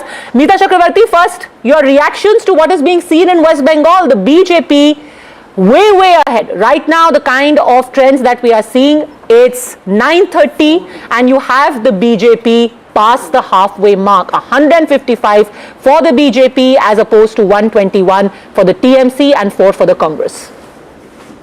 Good morning to all your viewers, and I think this trend was kind of expected. I thought people who have been working on the ground in West Bengal, we could sense that there is a change. People are voting for change this time. There was a very strong anti-incumbency against the 15 years of misrule of TMC government. Congress has started a new journey. Bear in mind, we were down to 0 last time because of this binary that was set between BJP and TMC. And this entire religious polarization that happened in West Bengal, which is still continuing. If you listen to Shubhendu Adhikari, what he has been saying, he's a leader of opposition. Despite being in a constitutional position, he is openly talking about the religious polarization theory itself. So we were not in a position to take full advantage of this. So people voted for the TVK, excited, Veera, go for it. See, look at this. This is 61. This is the first time it's happened. 61, TVK and DMK. Slow start for the TVK, and they've leveled it with the DMK right now. It's going up and down, might slip a little further, they might cross it as well. So we don't know, but they're neck and neck. Just look at this. You have 29 plus 34. So you got what? 63 seats that are yet to report. Out of 171 of 234, 61. Now this is a dead heat. This is not over till the end, till the last vote is going to get counted. It's now clear, emerging, that it's going to be a DMK plus versus TVK. And I want to add one point, Shiv. It's DMK plus at 62. It's TVK at 62. So DMK with its allies. So as a single party at the moment, TVK is perhaps ahead of the DMK. If you look at the vote share figures, DMK. So now they've now got to gone past. TVK is number 1 right now, 64-61. And if you see the vote share figures, the TVK currently has 33.5% of the votes that have counted so far. It's very initial, but 33.5% votes that have been counted. The DMK is 32.1, the ADMK is 28.3. The DMK alliance is down 13.8% votes from the last time. If I look at this from a party-wise perspective, again, this is very initial, so you have to hold your horses before you form final conclusions. The DMK by itself has 24.6% votes. The ADMK has 22.2. The TVK has 33.3% of the votes that have been counted. That's almost 9% more than the DMK. That, Narayan Lakshman, just in terms of initial votes that have been counted, looks quite ominous from the DMK's perspective. There is such a thing called counting momentum and voting momentum, and that's what you're seeing here. We did, for example, see the DMK seats go up to 63 and then drop to 61. And I just want to say that from the last election to this, in some constituencies, there was a 50,000 vote difference, especially in the 37 districts within Chennai. This time, our own reporting also suggests that it will be down to a few thousands. So let's hold on to our hats and wait. And most important, Narayan Lakshman, at 67-60, I mean, it shows repeatedly. Now, this is something, if this trend solidifies, the TVK could run away with the election. But also look at this, and this will show you why it's happening. This insight straight out of the Datafy dashboard. The DMK, of the 81 sitting MLAs that they have, the DMK alliance, only 30 are currently leading. 51 sitting DMK alliance MLAs at this moment are trailing. That would be very, very worrying from a DMK perspective. If you look at the region-wise breakup of Tamil Nadu, make no mistake, this is where the most exciting battle is taking place. I'll start with the Kaveri Delta region as I get Veera to come over here. In Kaveri Delta, the DMK has 15 losses from the last time, 15 down from the last time. The ADMK gaining only 2. This is as far as... Why is this important? This is Trichy East. Trichy, this is where Vijay is also contesting from. Kaveri Delta and North is where he wanted to break into the DMK, and he seems to have achieved that in a sense. The ADMK stronghold in western Tamil Nadu. Here the ADMK is down 12 seats from the last time. Almost all of those gains coming for the TVK, which is up 10. The DMK has only gained 2. It's really the TVK that's gaining at the... That's interesting, and one of them is Gobichettipalayam, which is KS Sengotian's seat, where KS Sengotian, 8-time ADMK MLA, who's moved to the TVK now. Let's now come to Chennai. Let's now come to Chennai and see what's happening. We have leads for 27 out of 37, 24 out of 37 seats. The TVK at 12, the DMK decimated in its bastion around Chennai. This was where the massive hit was going to be for the DMK. This is where the TVK is at its strongest. And remember, Rahul, here ADMK going up 6. This is a place where ADMK got swept out. So in a TVK-DMK battle, the ADMK is picking up. If this holds, Pradeep Gupta will be dancing. Yeah, that's which I dance you should do. Get Pradeep Gupta as quickly as possible. Yeah, let it happen. But let's just go to South Tamil Nadu for a bit. Let's just go to South Tamil Nadu. Let's go towards the Madurai region. Let's see what's happening here. DMK down 19. 19 from the last time. The TVK gaining 20. The ADMK at 16. So at this moment, they are blasting away like the Chennai Super Kings. Pradeep Gupta said this. He said they are doing extremely well. TVK is doing extremely well in Chennai.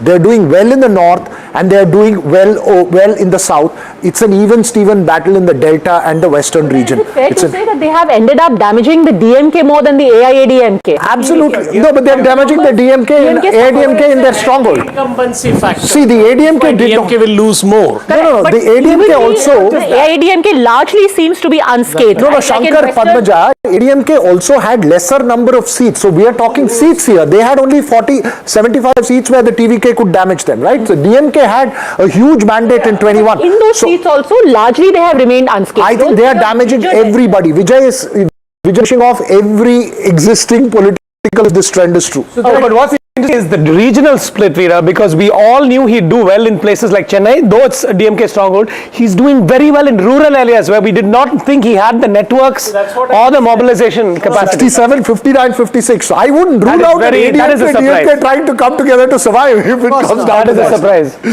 Okay, the other big election, of course, is West Bengal, where the BJP continues to lead. They've crossed the halfway mark. At this moment in West Bengal, we have leads for 285 out of 294. The BJP at 159, up 85 seats from the last time. The Trinamool at 117, down 92 seats. Could the BJP be settling in West Bengal to come to power for the first time? At this moment, the Kolkata Knight Riders, the Bharatiya Janata Party doing extremely well. Kanchanda, you ready to have your fish, have the jhalmuri, or hold on for a while? Sandesh. No, I have been saying over here from day one that the BJP will be winning this election, and even the margin of victory wouldn't be some sort of a 2/3 thing which was being argued here, that anybody who wins in West Bengal wins with a huge margin. I had also, I remember, pointed out when the Trinamool Congress came to power in 2011, they came with 178 seats. So I see BJP settling somewhere around that region, and again, a point which I have made earlier, this is a 2011 election redux where people went and voted quietly, they went and voted silently, and they went and voted without disclosing that they were voting against the TMC. The big story in the West Bengal numbers is the fact that in the 106 seats of the presidency for which we have leads at the moment, the BJP actually is in front, 53 versus 52. This is quite smashing from a BJP perspective because this is core Mamta land, and in that core Mamta land, if the BJP starts to do well, Jai Mrug, then you know that they are on a strong footing, which is also what probably explains Shubhendu Adhikari's confidence, saying we are coming to power. 53 up 39 in and around the presidency area. Jai Mrug. Absolutely. See, this was a region where the BJP had only 18 seats last time. Now it's like a huge gain, a 39 seat gain. The only upset in the whole of the state is the northern Bengal area where the TMC has made gains at the expense of the BJP. If you expect them to level off by the noon, then the BJP could settle at a number like 160. That's what it looks like. You know, an interesting lead that I'm reading about is Hingalganj in South 24 Parganas, where Rekha Patra had been fielded. She, of course, was one of the victims of Sandesh Khali, became one of the faces. She spoke out against Shah Jahan Sheikh of the Trinamool Congress, local strongman who she accused of being behind the entire sexual violence. Deb is a senior leader of the Trinamool Congress. She is joining us now at the moment. Sushmita Deb, the BJP at 158 leads, the Trinamool at 119. In the trends that we have at this moment at 9:40 this morning, the BJP looks set to form the next government in West Bengal, Sushmita ji. Your trend, I was just looking at my WhatsApp from the war rooms, where the counting has started physically with EVM machines. We are leading in 14 and BJP is leading in 2. So I think these are very early trends, and I'm sure you have also credible information coming from somewhere. So you have every right to analyze, but let's wait it out to get a clearer picture. But we are confident that we will form the government because that's what our Padmaja has a question for you, Sushmita ji. Padmaja. Yeah. Sushmita Deb, thoughts on Assam? Even there, the BJP for the first time seems to be going in into a clear majority on its own. About 70 leads for only the BJP, not the alliance, and the alliance inching close to the 90 mark. See, the mood I saw, especially in Upper Assam, let's leave Lower Assam and Middle Assam out. Upper Assam had huge undercurrents against the Chief Minister of Assam, especially with his governance style. So I can tell you something that my assessment is that you will be surprised, and I feel that in the last assembly election, BJP alone had 60. I don't think they will hold that number this time. That's what I think. So let's wait it out. On West Bengal, I want to ask you a question. Do you think this has been a complete polarization, like Shubhendu Adhikari was saying, that Hindus have come out and voted exclusively for the BJP this time around, and the Muslims have consolidated behind the Trinamool Congress, but the Congress has taken away some of that vote? Has there been that complete polarization? See, that's the BJP's narrative, but I believe there has been polarization, but it is Bengali Asmita versus the BJP and the Hindi-speaking leaders. You see, they riled up that sentiment and all the self-goals that their star campaigners made in Bengal when it comes to the culture, their icons. I think that's going to backfire on them. I mean, as it emerges, you'll see as it unfolds. It is a different kind of nationalism, and I think it's Bengali nationalism that's going to win. Shivaru. Sushmita ji, thanks for being with us this morning. the numbers are still in trends, of course, but they are showing up a pattern. In Bhawanipur, Mamata Banerjee, the Chief Minister, is trailing at this point of time. We don't know where they will settle, but the update is she's leading now, so it's going up and down. That's the breaking story. She's leading right now. 15 to 20 minutes, things have settled into what appears to be a clear BJP majority. See, Shiv, I'll tell you what's changed in this election. People, general viewers get very impressed seeing Prime Minister's meeting and Amit Shah's posturing. But I'll tell you the real fight was between TMC and the deletions in the SIR. Okay, that's why BJP even has gotten to where they are, or you're seeing these early trends. Otherwise, they were not in the fight. So therefore, as the results unfold, I don't deny the fact that it's going to be a tight fight because of the deletions. And Bhawanipur is one such seat. But from the ground, I worked in Bhawanipur for 2 days and I did like door-to-door campaign, not sort of saying Sushmita Devi is here to campaign, but I moved around with the groups. And, last election, there was a slogan, Je Bangla Nijer Make ke Chai. Bengal wants their daughter, Mamata Banerjee. And I think Bhawanipur will uphold that sentiment because Bhawanipur is Didi's home. So can I point out from the NDTV data file leaderboard an interesting trend, Sushmita ji? You're saying that SIR made a difference. I'm seeing over here the 144 seats where SIR deletions are more than 25. So these are your maximum SIR impacted seats. On those seats, the Trinamool is leading on 68, the BJP on 71. So Jaimrukh, at this moment, it's equally distributed. It's not as if the BJP had won, say, a disproportionate number of seats in the seats where the SIR additions were maximum, you could say there is a conspiracy. We'll be able to track this in real time. At this moment, it's 69 versus 70. Nothing there. It's equally distributed in the seats with the maximum SIR deletions. Absolutely. Not just that, Rahul, even statistically, the seats with the highest SIR deletions were having a lot of high turnouts. So maybe it's just cut the flab and leveled the turnout. So that seems to have happened. For a moment, let's switch towards Tamil Nadu, where there's another surprise that seems to be in the work. I just saw the ADMK go in front. ADMK at this moment at 68, up 6 from the last time. TVK at 66, 61 for the DMK. Veera Raga, what's going on in Tamil Nadu? What's going on, but I'll tell you what's very, very interesting now, and just look at the numbers. 68 plus 66 is well past the halfway mark.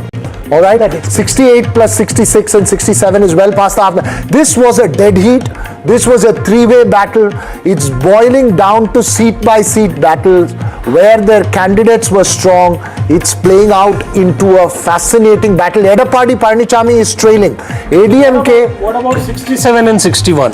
67. No, I think that would be very difficult for anyone to justify in these elections. Narayan Lakshman, the Tamil Nadu election, make no mistake, by far the most exciting. It's switching. It's switching every few minutes. 68 versus 68 versus 61. It's like a slot machine. Yeah. And actually, the Election Commission's own numbers trail far behind. So I think, again, hold on to the very end. What is solidifying as a trend right now, Narayan Lakshman? Usually when the trend picks up, right, it holds on. If a candidate is trailing for more than an hour or 40 minutes, 1 hour, then it means that he's getting to trail much more.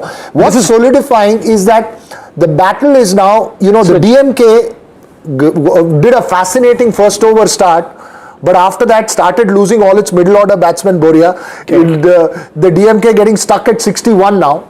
These two seem to be running away 68, 68. Right. What's striking is the TVK stability. It's holding on to the first and second post, and again, as I said, regionally, its color is just spreading across the map. 36 seats are yet to report. 198 of 234 have reported. Veera, have you ever seen something like this? This is quite opposed to what anybody had said, that the ADMK could also at some point in time in the elections go into the lead, Veer Sangvi. Yeah, I think that's surprising. It's very risky to say this at 9:45, but if these numbers hold, the story of this election is anti-incumbency. That explains Kerala, that explains the chaos and the collapse of the DMK, virtual collapse, and that explains the defeat of West Bengal. That's a very important 32.5% votes for TVK, 31.5 for the DMK, ADMK at 29.1. Anil Antony now joins us, comes from the state of Kerala, where the BJP has made some inroads, but frankly not enough to be able to win. They're at 12.8% vote share, up 1.7 from the last time. But it's the UDF in Kerala that's leading. And in Tamil Nadu, Anil Antony, we're seeing a roller deck. It's changing every few seconds, literally.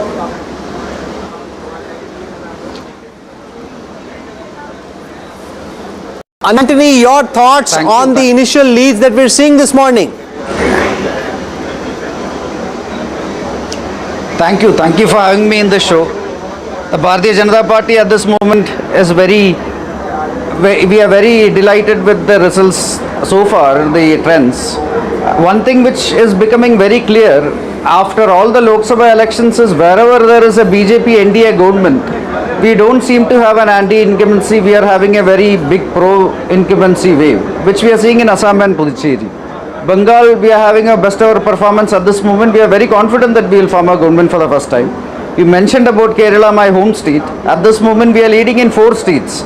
But this is a start. Let's be very honest. At this moment, our best ever performance so far was in 2016, where we had 1 seat. At this moment, we are leading in 4 seats. Even in a state like Assam, we started with 5 seats in 2011. Now we are going to have our 3rd straight.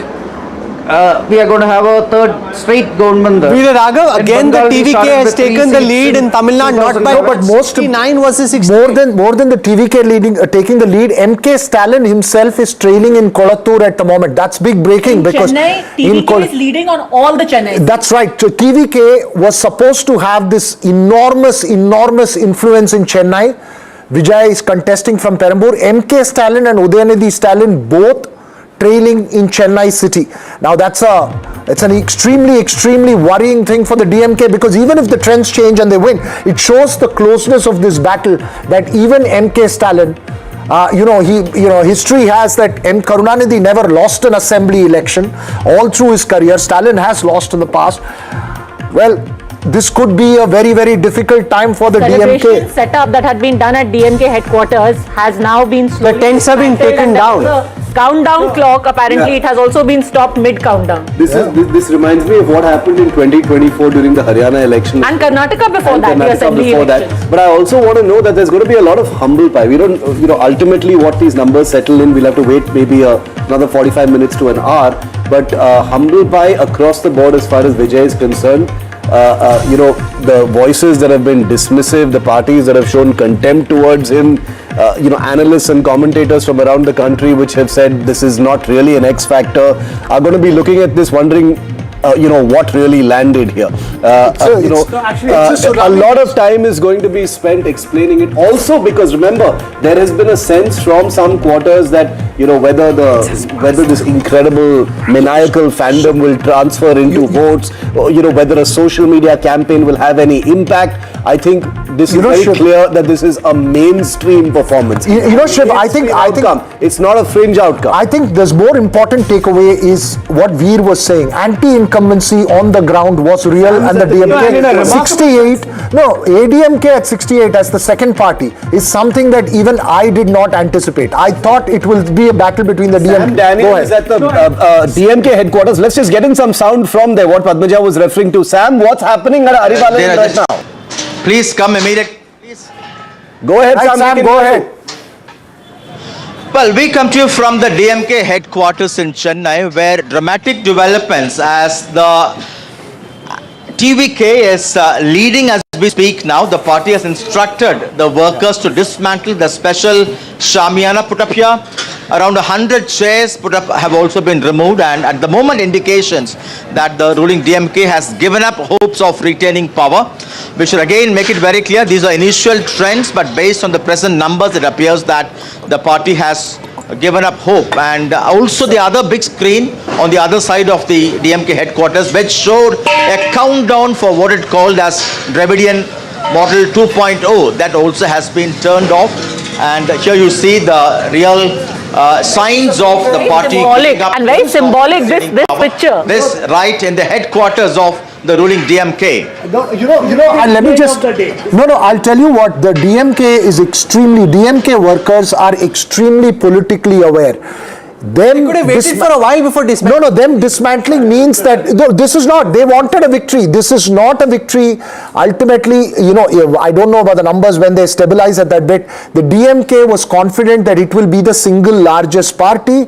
It may be falling short of majority, but they were confident that it was going to be a return of MK Stalin. Now, I think two worrying things, not just those numbers. The fact that MK Stalin and Udayanidhi Stalin are trailing in Chennai, amongst others, is a body blow to the DMK, even if the trends reverse later. We were talking about the message across states. One was that of anti-incumbency and the people being very, very vocal about things that they don't like is being done by the present government. And the other, which we've touched upon earlier as well, the familiar themes, a lot of sub-regional themes, of identity. Perhaps there is a different narrative that is taking over, which we discussed with Narayan Lakshman, that when we had Vijay go from one place of worship to another, he's sending out more inclusive message and a departure from the DMK brand of politics we see. One more bit of time is there. Can we get him to go around asking some of these people, why are they dismantling the tents already? They could have waited for a while and then done this. Why is the DMK throwing in the towel so early this morning?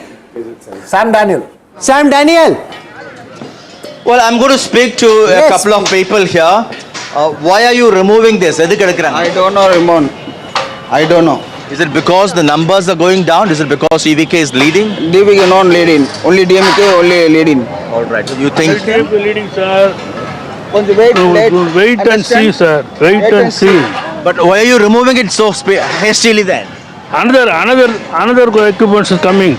Another? Tapper equipments. You're going to put up another one? Other one. Okay. Yes. Let's speak to other politically active people here as well. There is somebody with a DMK shawl. Why do they remove all these things? Why are they removing it? Removed is not a DMK, not function. Yesterday is somebody function we have removed. But what today is result? Removed and not connection. Okay? I see. Yesterday somebody function. Okay? DMK party headquarters in 365 days function. Yes. வெற்றி தோல்வி அது ரெண்டாவது திராவிட முன்னேற்ற கழகம் என்னைக்கும் வெற்றியை பார்த்து own ஆனதோ தோல்வியை பார்த்து குனிஞ்ச கட்சி கிடையாது எவ்வளோ பேரை பார்த்தாச்சு Says that DMK never been jubilated with victory or emotional about defeat, but the emotion is pretty clear. There, two bits of breaking news here. Is that man clear? Yeah, he's going. So, கவலை கிடையாது தலைவரோட சின்ன ஒரு தெருவலிக்கணி சேப்பாக்கு நான் அவரோட உழைப்புன்னு பார்த்தீங்கன்னா 234 தொகுதியிலும் போயிட்டு ஒரு தொகுதியா ஒரு இதுவா பிரச்சாரம் பண்ணியிருக்காரு மக்கள் என்னன்னா மாற்றத்தெல்லாம் எதிர்பார்க்கல 12 மணி வரைக்கும் வெயிட் பண்ணுங்க இப்பதான் ஒரு ரவுண்டா வந்திருக்குது இந்த ரிமூவ் ஆகிறதுக்கு இதுக்கு எந்த விதமான சம்பந்தமும் கிடையாது. He says Udayanidhi Stalin, the sitting MLA from Tampak, has worked very hard. And he again reiterates that there is no connection between the election trends now and the dismantling of this particular Shamiana. எதனால அழுறீங்க? திராவிட முன்னேற்ற வெற்றி பெறும் அவங்க வெற்றி உறுதி. என்ன காரணமா இருக்கும் இந்த மாதிரி ஒரு தப்பா தோல்விக்கு? அதாவது தோல்வி இப்போ கிடையாது. தோல்வி திராவிட முன்னேற்ற கழகம் ஆரம்பிச்சு 75 பவழ விழா கண்ட ஒரு கட்சி இது. அந்த கட்சிக்கு வந்து தோல்வின்றதே இது வரைக்கும் கிடையாது. கலைஞர் ஒரு பொன்மொழி ஒன்று சொல்லியிருக்காரு. 2001 இருந்து 2006 வரைக்கும் ஒரு மாபெரும் சின்ன கூட்டணி தான் வச்சு ஒரு தோல்வி அடைஞ்சாலும் அவர் என்ன சொல்லியிருக்காருன்னா வெற்றி தோல்விக்கு நம்ம இது பண்ணக்கூடாது. Okay, so that's at the DMK headquarters. Let's go across to the ADMK headquarters. Radhika Ramaswamy joins us from there. Radhika, people crying, Shamianas being dismantled at the DMK headquarters. What's happening at the ADMK headquarters? They seem to be doing better than expected. They're in number 2 position right now. Yes, absolutely, which is why we're seeing Shamiana size increasing here and the number of supporters also increasing at ADMK headquarters. In fact, when we arrived here at about 6 a.m. to 7 a.m., there were just about a handful of people and handful of supporters who were of course sloganeering. But at this point, we're seeing at least about 100 to 200 supporters and the numbers are increasing with each passing second. So a lot of optimism and confidence as far as these supporters are concerned. I'll go across to some of them. AIDMK நல்லா perform பண்ணது almost செகண்டா இருக்கு இப்போ இந்த டைம்ல என்ன சொல்லுவீங்க win பண்ணுவீங்க நினைக்கிறீங்களா தமிழ்நாடு சீஃப் மினிஸ்டர் புரட்சி தமிழ் எடப்பாடி 137 இடத்தை வின் பண்ணி உறுதியா சீஃப் மினிஸ்டர் 2026 முதலமைச்சர் சீஃப் மினிஸ்டர் சிஎம் அவர்தான் 137 நீங்க நம்பர் கொடுத்தீங்க டிவிக்கு வேற நல்லா பண்றீங்க சோ வரும் அதனால டிவிக்கு ஏடிஎம்கே காம்பினேஷன் நடக்குமா வரும் பின்னாடி வந்துகிட்டு இருக்கு ஏடிஎம்கே வின்னர் எந்த மாற்றம் கிடையாது அது எந்த மாற்றம் கிடையாது ADMK will solely win 137 is the prediction by the supporter who's been here since Madhavan Narayanan, they're all charged up. They realize which way the winds are blowing, and in Tamil Nadu, tents being dismantled and set up elsewhere. Yeah, I think tents being dismantled is a big announcement for DMK, because in spite of a cadre-based party, no shortage of election funds, and an incredible development program which I can vouch for, which might have fallen short in the delivery. In spite of this, if there is an anti-incumbency wave, it must, part of the credit should go, I mean, to... No, what do you make of the ADMK's unexpected? Yeah, I'm coming to that. 69. Yeah, it's not unexpected for, if you really look at the detail, which is that in rural areas, Edapadi has that his organizational ability has triumphed over his lack of charisma. Whereas, I think Sachin was the name of one of the hit movies of Vijay, and he's having a Sachin-style debut in the urban areas. Yeah. So between the rural Edapadi and the urban Sachin, we have a combo plan that seems to have dismantled Stalin's magnificent machinery. You know, Madhavan, all of you have been Googling Vijay dialogues. I think it's time to Google the dance moves, because I think ultimately, irrespective of what this goes, we need to do that. But just a bit of breaking news. Former Chief Minister O. Pannirselvam training at Bodinayakanulu. Yes.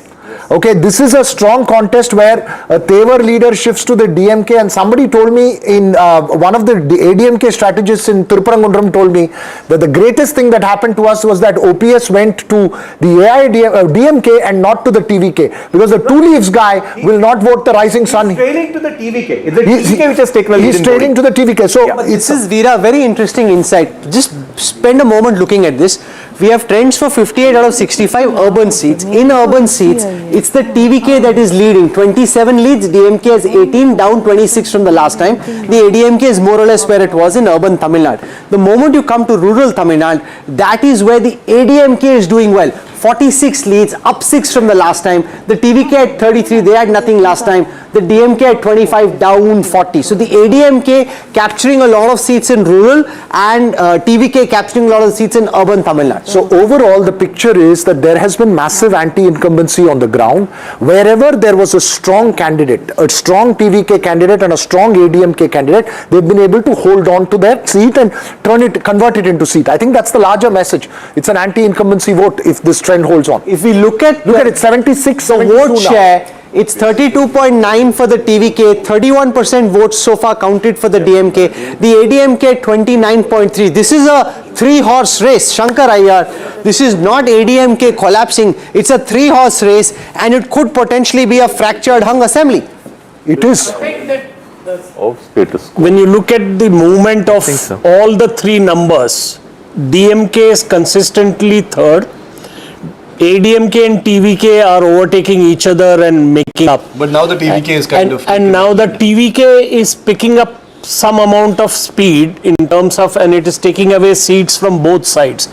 I suspect that we will have a clear single large party. Very brief point, and historically this is very important, Rahul. The last time Tamil Nadu had a fractured mandate was in 1952, when the Communists and the Swarajya Party had to come together to form a government. I still don't think it would be hung. No, it's 79, 72. Yes, if this trend changed, but if this trend continues at 208 seats reporting, you're talking 79 for a single party, 117 is the halfway mark. Now we have to, no, but also we have to see how many rounds have gone.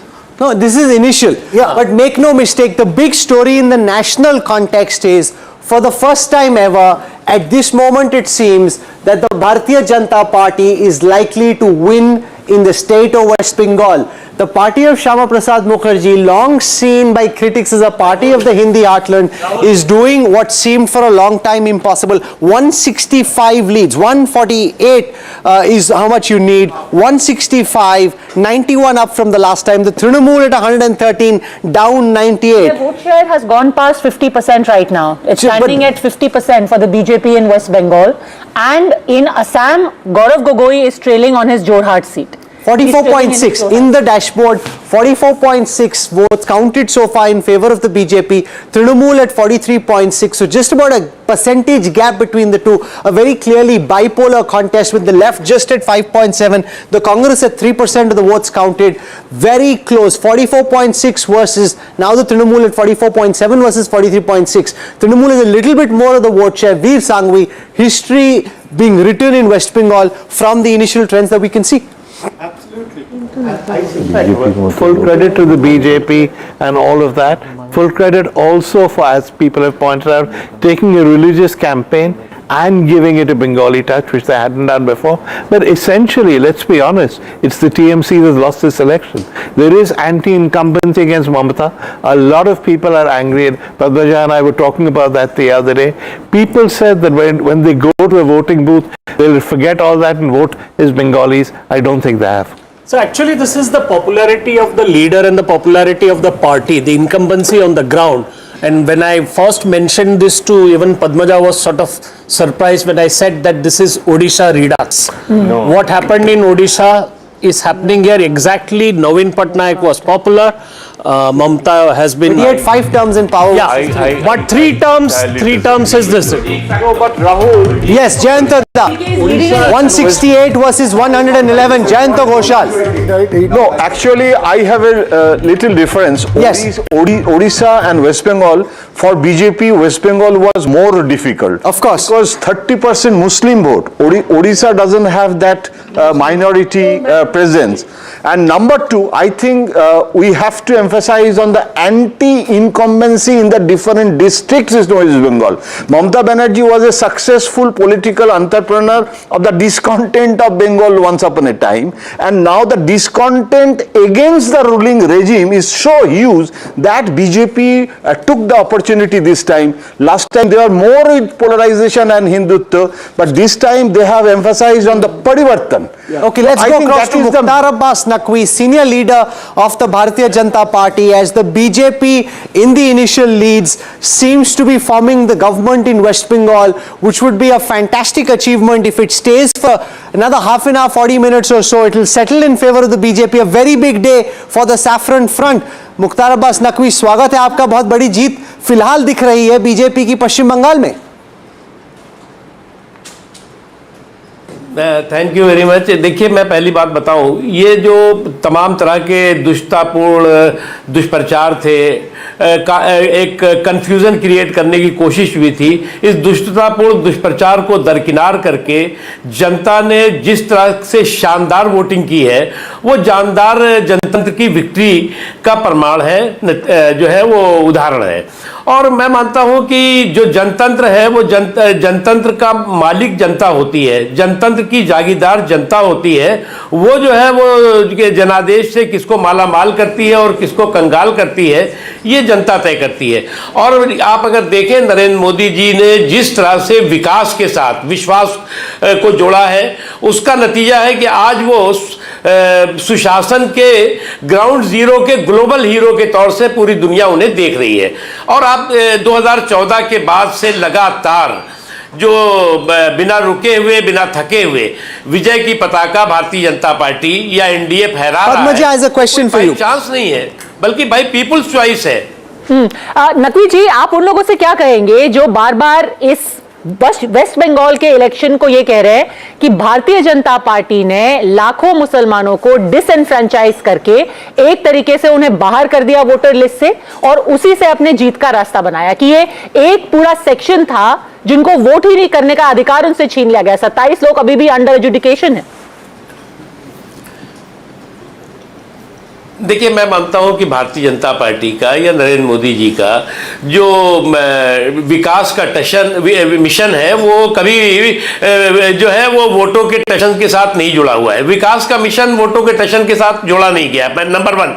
Number 2 जो है वो आप अगर देखें तो वोटों के साथ कोई एक वर्ग अगर कंजूसी भी करता है तो विकास में कमी नहीं की गई। इसलिए ये जो प्रचार किया गया कि ये वोट कट गए, ये SIR हो गया, ये जो है वो पहले आपने देखा होगा CA हो गया, ये तमाम तरह के जो है वो फेक एंड फैब्रिकेटेड किस्से कहानियाँ न केवल यहाँ गढ़े गए, बल्कि आपको याद होगा यही बात जो है वो बिहार के चुनाव में हो रही थी।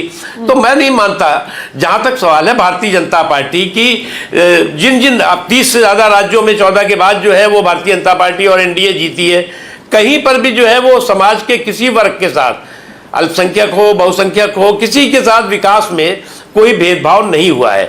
और जहां अभी भी हम जीतने जा रहे हैं वहां पर भी समाज के सभी वर्गों को विकास में बराबर की हिस्सेदारी भागीदारी मिलेगी। Veer Raghav, mister Naqvi, larger national picture, TMC losing in West Bengal, DMK in deep trouble in Tamil Nadu. What does that send as a larger national picture for parties which believed that regional identity, that they were the custodian of that state's identity and took the BJP on only on those lines?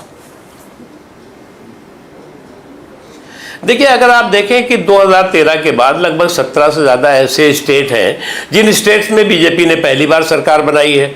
कभी उड़ीसा में कभी सरकार Bharatiya Janata party की नहीं रही, वहाँ बनी है। अभी जो है लेटेस्ट बिहार में भारतीय जनता पार्टी का मुख्यमंत्री बना है।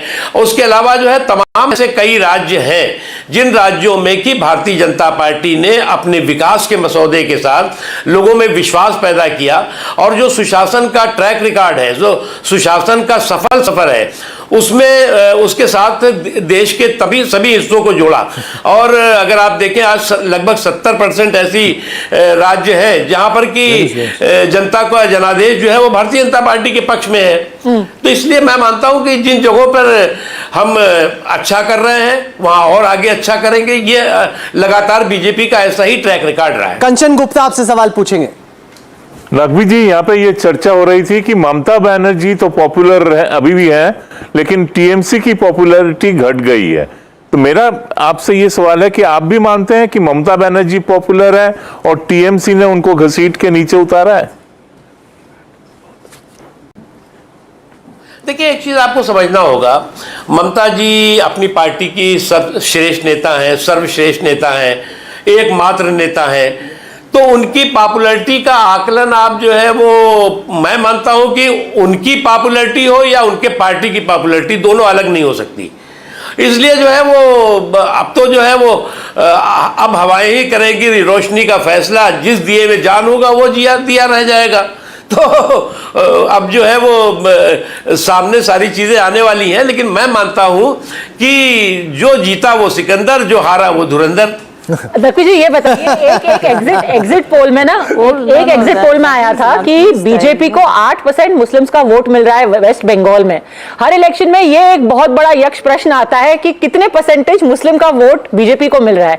अभी बाय द वे जो लीड्स है उसमें से 2 सीटें मुर्शिदाबाद में लीड कर रही है बीजेपी, जो पहले नहीं थी उनके पास। जो 2 TMC की सीटें थी उस पर भी बीजेपी ने लीड बनाई है अपने पहले की सीटों में। क्या आपको सच लगता है कि मुस्लिम वोट बीजेपी को आएगा वेस्ट बंगाल में? देखिए, एक चीज देखिए, जो मुस्लिम समाज भी है वो एक बात आत्मचिंतन कर रहा है कि बीजेपी ने जब विकास में कमी नहीं की तो हम वोटों में कंजूसी क्यों करें। और ये जो वोटों में कंजूसी करने का रिवाज और मिजाज है, उनका जिस तरह से पॉलिटिकल एक्सप्लॉइटेशन कराता है, जिन्हें बेदर्दी और बेशर्मी के साथ उनके विकास के रास्ते में बाधाएं पैदा करता है, वो किसी से छिपा नहीं है। इसलिए धीरे धीरे इस बात को वो एहसास कर रहे हैं कि बीजेपी ने जब जो है वो कभी उनका विकास का मसौदा वोट का सौदा नहीं रहा, विकास का मिशन जो है वोटों के टशन के साथ नहीं जुड़ा, तो इसलिए लोगों में धीरे धीरे इस बात का एहसास है। और बड़ी संख्या में जो समझदार लोग हैं, पढ़े लिखे लोग हैं, जो समझते हैं कि उनका किस तरह से एक political exploitation so called secular syndicate करता है, वो उससे बाहर उन्हें आना चाहिए। Okay, we've got a word coming in for the first time from the TVK. Felix Gerald of the TVK commenting on the results that are out so far. The TVK as the #1 party. Pradeep Gupta and Access My India predicted this. We showed that to you on NDTV. TVK emerging as the leading party at this moment. You've got Felix Gerald speaking at this moment. He's talking about being confident about forming the next government. Let's listen to Felix Gerald. I'm very happy, and yes, sure, we expected this. We know, we are very confident that this is going to be a result, and this we much expected because people of Tamil Nadu wanted a change. They are fed up with both the parties. They may have experience of 30 years or 75 years or 50 years, but they have got experience only in looting the state. So people are fed up. They wanted to change this government, and they wanted a change, and they believe, they trust TVK is the change. Deepak Bopanna is live with us from outside Vijay's house in Neelangra in Chennai. Deepak, what's happening there? Earlier in the morning, it was completely quiet. 88 currently. The TVK is at 88, single largest party by far. Things have turned dramatically. We've just heard from the TVK saying they'll form the government of their own. We don't know about that. But what's happening outside Vijay's residence? Well, Shiv, if you go by the early trends, it's going to be celebrations galore for TVK. And what a debut this has been for actor Vijay and all the others, of course, were contesting on the TVK symbol. Here outside the residence, of course, the security has increased manifold. I was, of course, showing you, Shiv, earlier in the day. It was quite calm. People going on their regular routine morning walk, some of them jogging. The cops really not allowing too many people inside. But now you can see the presence of police. You can see the presence of reserve forces. You can see private security. Everyone is here, and more importantly, in the roads that are leading up to this residence, which is of course in Neelangra, the cops have barricaded the entire stretch. No fans are being allowed at this point in time. It seems like it's the return of fandom politics in Tamil Nadu. MGR, Jayalalitha. Now, if these numbers hold, it could be, actor Vijay who could become the next celebrated hero who goes on to become the chief minister. But of course, we are still looking at trends. We'll have to wait, but it's a big indicator. But more importantly, it's a big setback for the current ruling dispensation, which was very confident of coming back to power. We're now getting to know that of astrologers. I just wanted to talk about that an astrologer, Radhan Pandit, apparently has been seen going inside with a bouquet. Now, there is a story, there is a backstory to this as well. Deepak, if you could care to tell our viewers, because this entire campaign, the way it was designed is one part, but then a lot of divine intervention with this astrologer also playing a part. Deepak? Yes, he was here a while ago. He did go inside. Whether he got to meet Vijay at this point in time, whether he's meeting people who are going in, that's not something that's very clear. But of course, yes, there have been prayers that have been conducted across the state of Tamil Nadu. In fact, I had a situation yesterday where we had reports that in Karnataka, in a couple of temples, there were TVK fans who were, praying for the success of actor Vijay and TVK. And today, the astrologer coming here, whether he's brought up, news which is, or rather, he has given any sort of inputs to TVK or Vijay, which has helped him in the run-up to these elections, is anybody's guess. But at this point in time, there could be a beeline that could start for people who will be making their way to Deepak, let's get to the core question right now. At the way the numbers are, and I know for a fact that there were several back channel talks.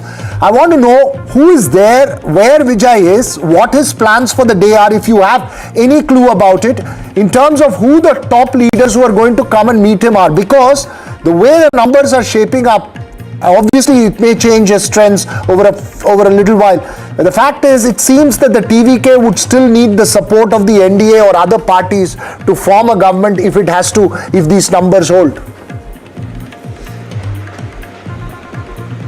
Well, precisely, I think that's the bigger question right now. We're looking at his numbers, swinging around the 90 to 98 mark, at least in the earlier trends. But more importantly, can he get the magic number on his own? And if he becomes dependent, who's going to be the ones who are going to really give that support? Because right now you're looking at the AIDMK, of course, who are coming in strong as well. But if they are not the ones who are going to be the party that's going to have more number of seats than him, and if there is a situation, of course, where there is no single party that's getting the majority, it has to be a coalition. And if it is a coalition.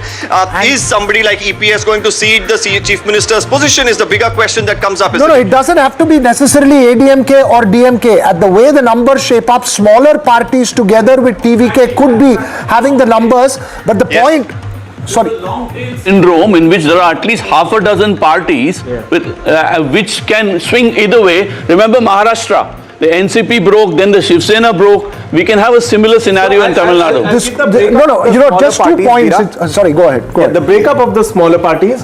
You have the Congress at 5, Patali Makal Kachi at 3, CPI at 1, Dinakaran 1, DMDK 1, Pudiya Tamilgam 1. You easily have 7, 8, at least 10 of them. No, so the problem is that this seems to have now become Tamil Nadu, and this was also one of the anticipations. If Vijay did well, the thing was all the smaller parties get completely routed out. It's now become TVK, ADMK, DMK state. It's now clearly a TVK, ADMK, DMK state with the DMK decisively down.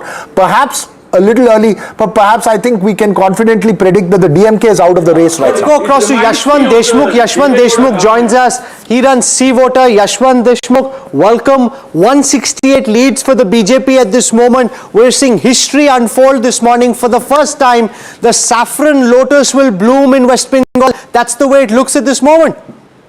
Absolutely, that's the way it looks at the moment, and also keep an eye on the vote share, how it is folding up right now. The way I am looking at it's a substantial 4% gain for the BJP in the current vote share. That's what I would understand, and if that holds up, then it is going to be good BJP. If that holds up. It's a bit too early in the morning, Rahul. We have seen far too many elections, getting closer as the counting progresses. So what do you make of the TVK's performance in Tamil Nadu? 88 leads for the TVK at this moment. TVK, it's like 2013 Aam Aadmi Party. How many votes and how many seats? It is completely kind of what shall I say? Next to impossible to gauge in that way. So obviously they have voted a lot in the urban areas, voted a lot among the youth and the females. And that has directly impacted DMK. That's what has happened. And look at the number of ADMK where Edapalli has probably held in his rural folk and their party infrastructure rank and file. So ADMK has just survived his onslaught, it seems that, because the what do you make of the collapse of the DMK? This was never meant to be ADMK at number 2, DMK at number 3. They were contesting the polls, saying they'll win. They're currently in 3rd place, Yashwant. That's largely because the anti-incumbency sentiment, which was pretty much present on the ground, but with the numbers that everybody was reading as getting split between the two opposition camps, that is the TVK and the ADMK camp, which could have resulted in a sweep for DMK. But what has happened is that Tamil Nadu has voted kind of in a two different region way, an urban Tamil Nadu and the rural Tamil Nadu. When you look into the granular data, you will realize that the anti-incumbency has swelled further in favor of the TVK in the urban areas, where, by the way, ADMK in urban areas let me show that was to our always viewers. a problematic start with. On the Datafy leaderboard, I can show that to you in real time. If you look actually at the region-wise breakup, you will see where these seats are coming from. And then you can actually get a sense of how this is playing out, because as the point is being made, it's in urban Tamil Nadu that the TVK is doing really well. They are leading on 35 seats in urban Tamil Nadu out of the 61 for which we have leads. The DMK leading only on 15, they're down 32. The ADMK hasn't made substantial gains in urban Tamil Nadu. In fact, they're down 3 from the last election. The moment I switch to rural Tamil Nadu, the whole picture changes. It changes because here the ADMK is leading on 44, up 5 from the last time. The TVK has 35, the DMK is 28, down 42 from the last election. So in rural Tamil Nadu, you've got ADMK, which is currently leading, and in urban Tamil Nadu, you've got TVK currently leading and DMK doing badly in both.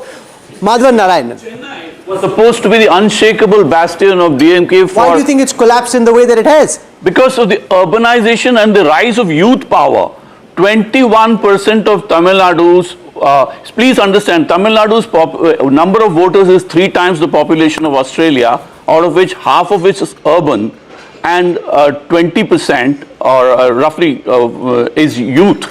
So there is a youth power plus urbanization plus higher education that is swinging the whole thing, because the aspirations have risen. What's interesting is joining us from the TVK office. TVK office right now. Vasudha, if you can hear us, have the celebration started there just yet, or is the TVK being cautious until at least an hour or two more?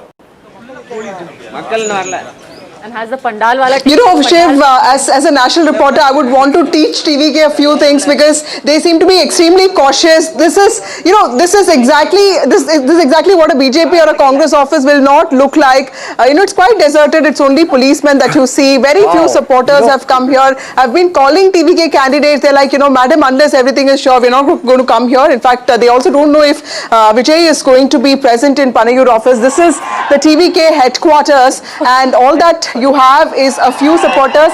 Sir, where have you come from? I've come from Malaysia. Okay, he's come from Malaysia. Remember, Malaysia is also where the Jananayakan music launch happened. You've come, expecting that Vijay will win today, sir? I am 100% positive. Okay, he's saying he's 100% positive. நீங்க எதுக்கு வந்திருக்கீங்க sir?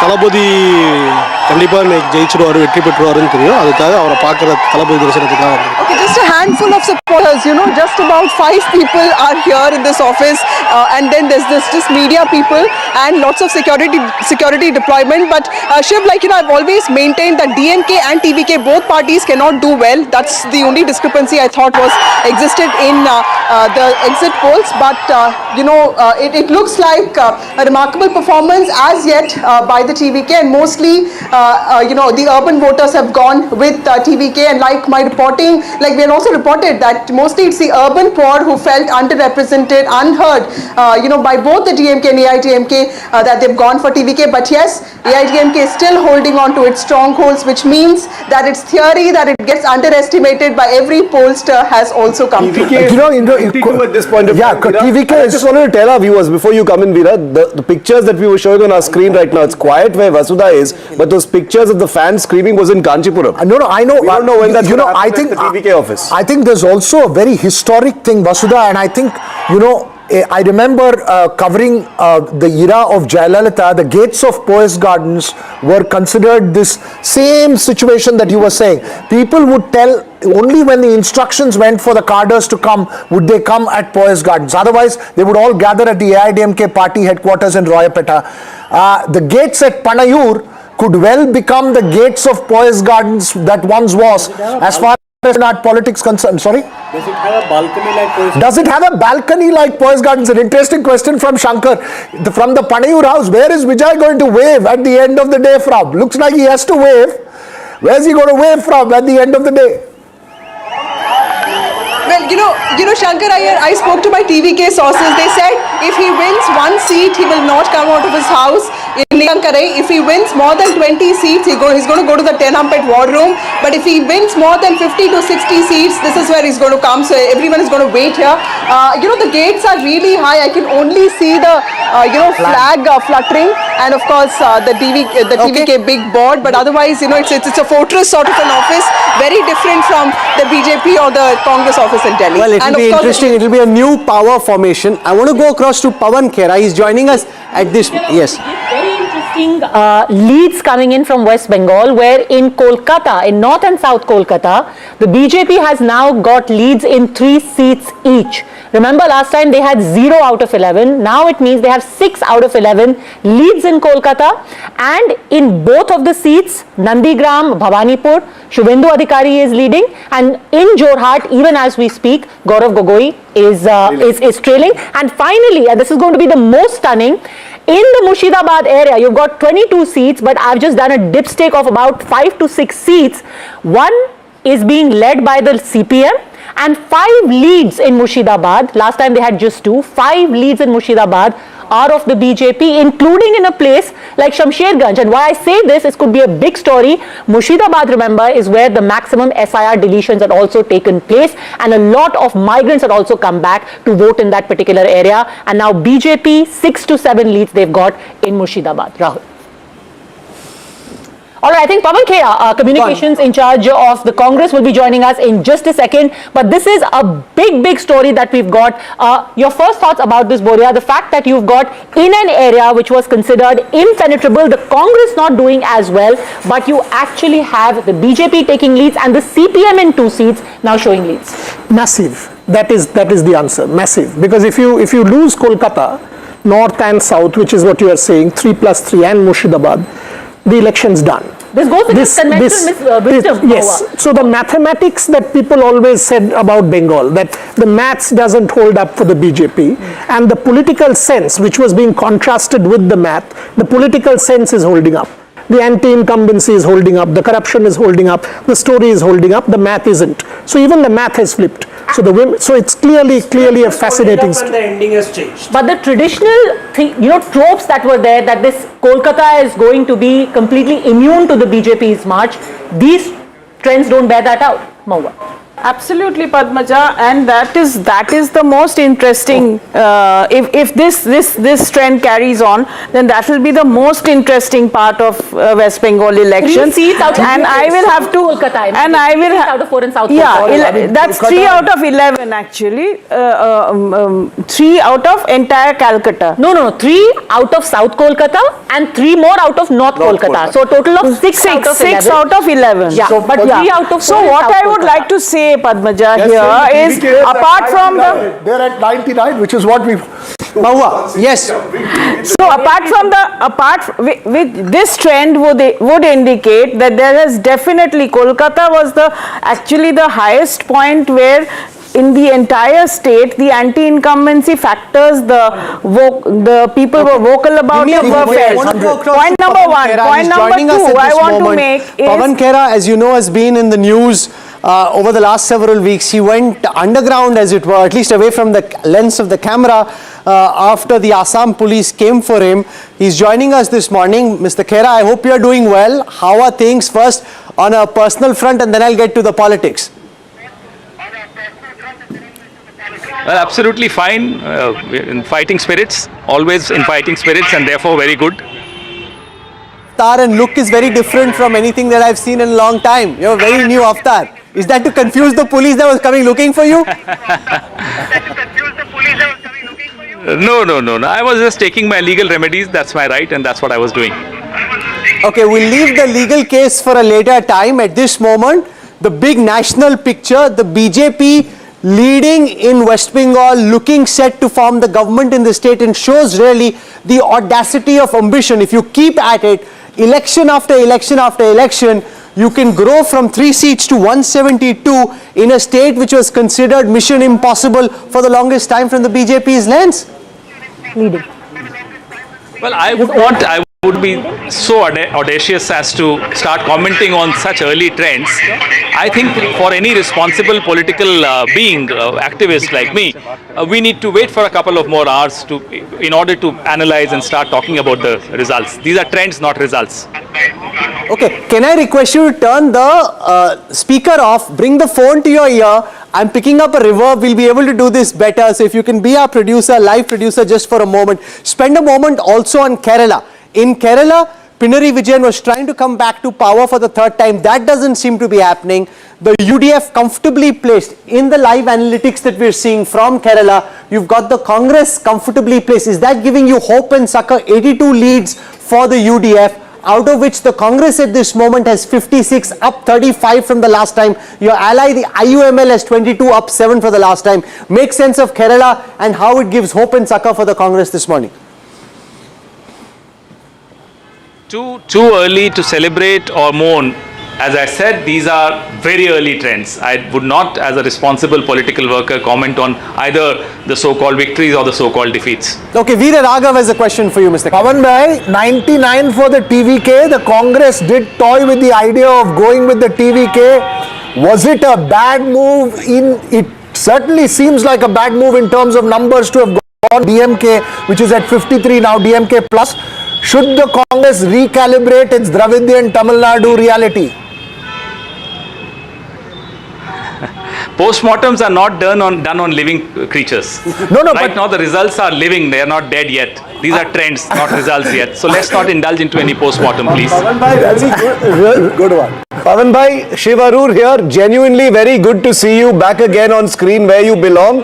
But a question I want to ask you is about Mamata Banerjee in Bengal. Thank you. The Congress had made it very clear that she has opened the gateway for the BJP in Bengal, and that appears to have come true, at least as far as the trends are concerned. Pavan bhai, good to see you.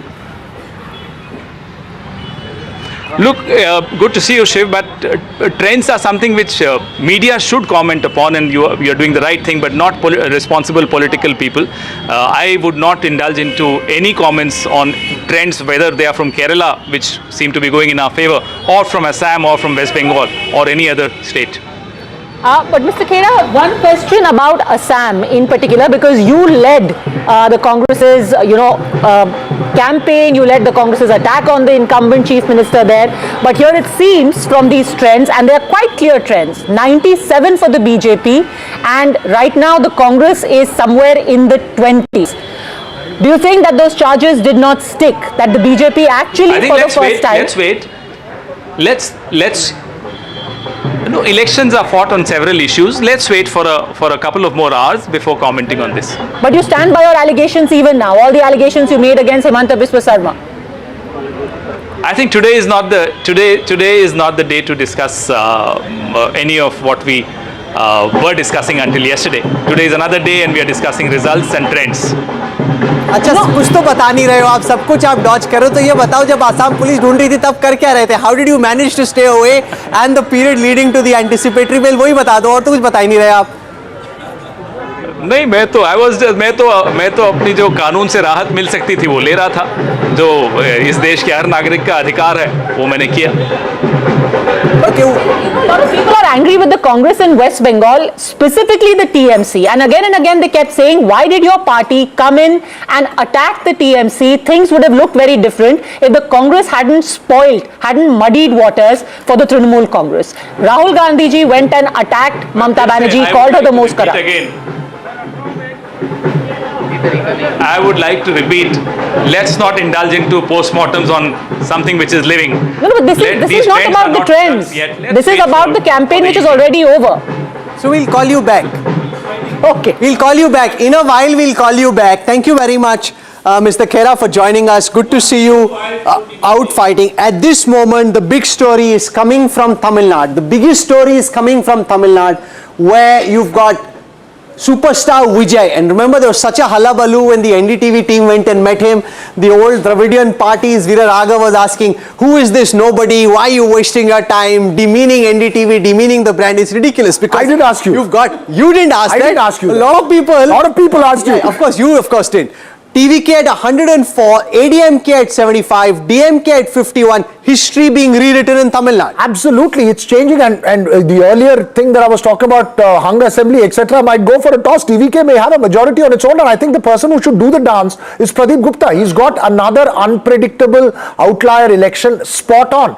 Narayan Lakshman, I remember, said, hey, this can't happen, it's not happening, the Hindu has it under control, DMK is winning. That didn't happen. TVK under your nose, sitting at 104 leads at this moment. For the record, I didn't say Hindu has it under control, but it is very surprising, because for me, what is a big question is the future, because as several people said, including the Dravidian model itself has been questioned here, assuming this trend continues, because, for example, talk about women, Veera, the DMK had this policy where they had 1.31 crore women receiving 1,000 rupees a month, and they promised to double it. So that whole model has been gently moved. No, let's, in my mind, this is clear. Okay, let's not confuse this with Dravidian model. This is dynasty politics, corruption, it's a whole bunch of things. Anti-incumbency that's been thrown away. Vijay, but I want to add a footnote. Representative of the Dravidian model. A footnote here. I mean, I cede to the election experts, but I think only 2 rounds of counting are over. Sure. There can be up to 17 to 30 rounds. So I agree with you on that. A big hashtag. No, but then Narayanan wants to make a point. Yes.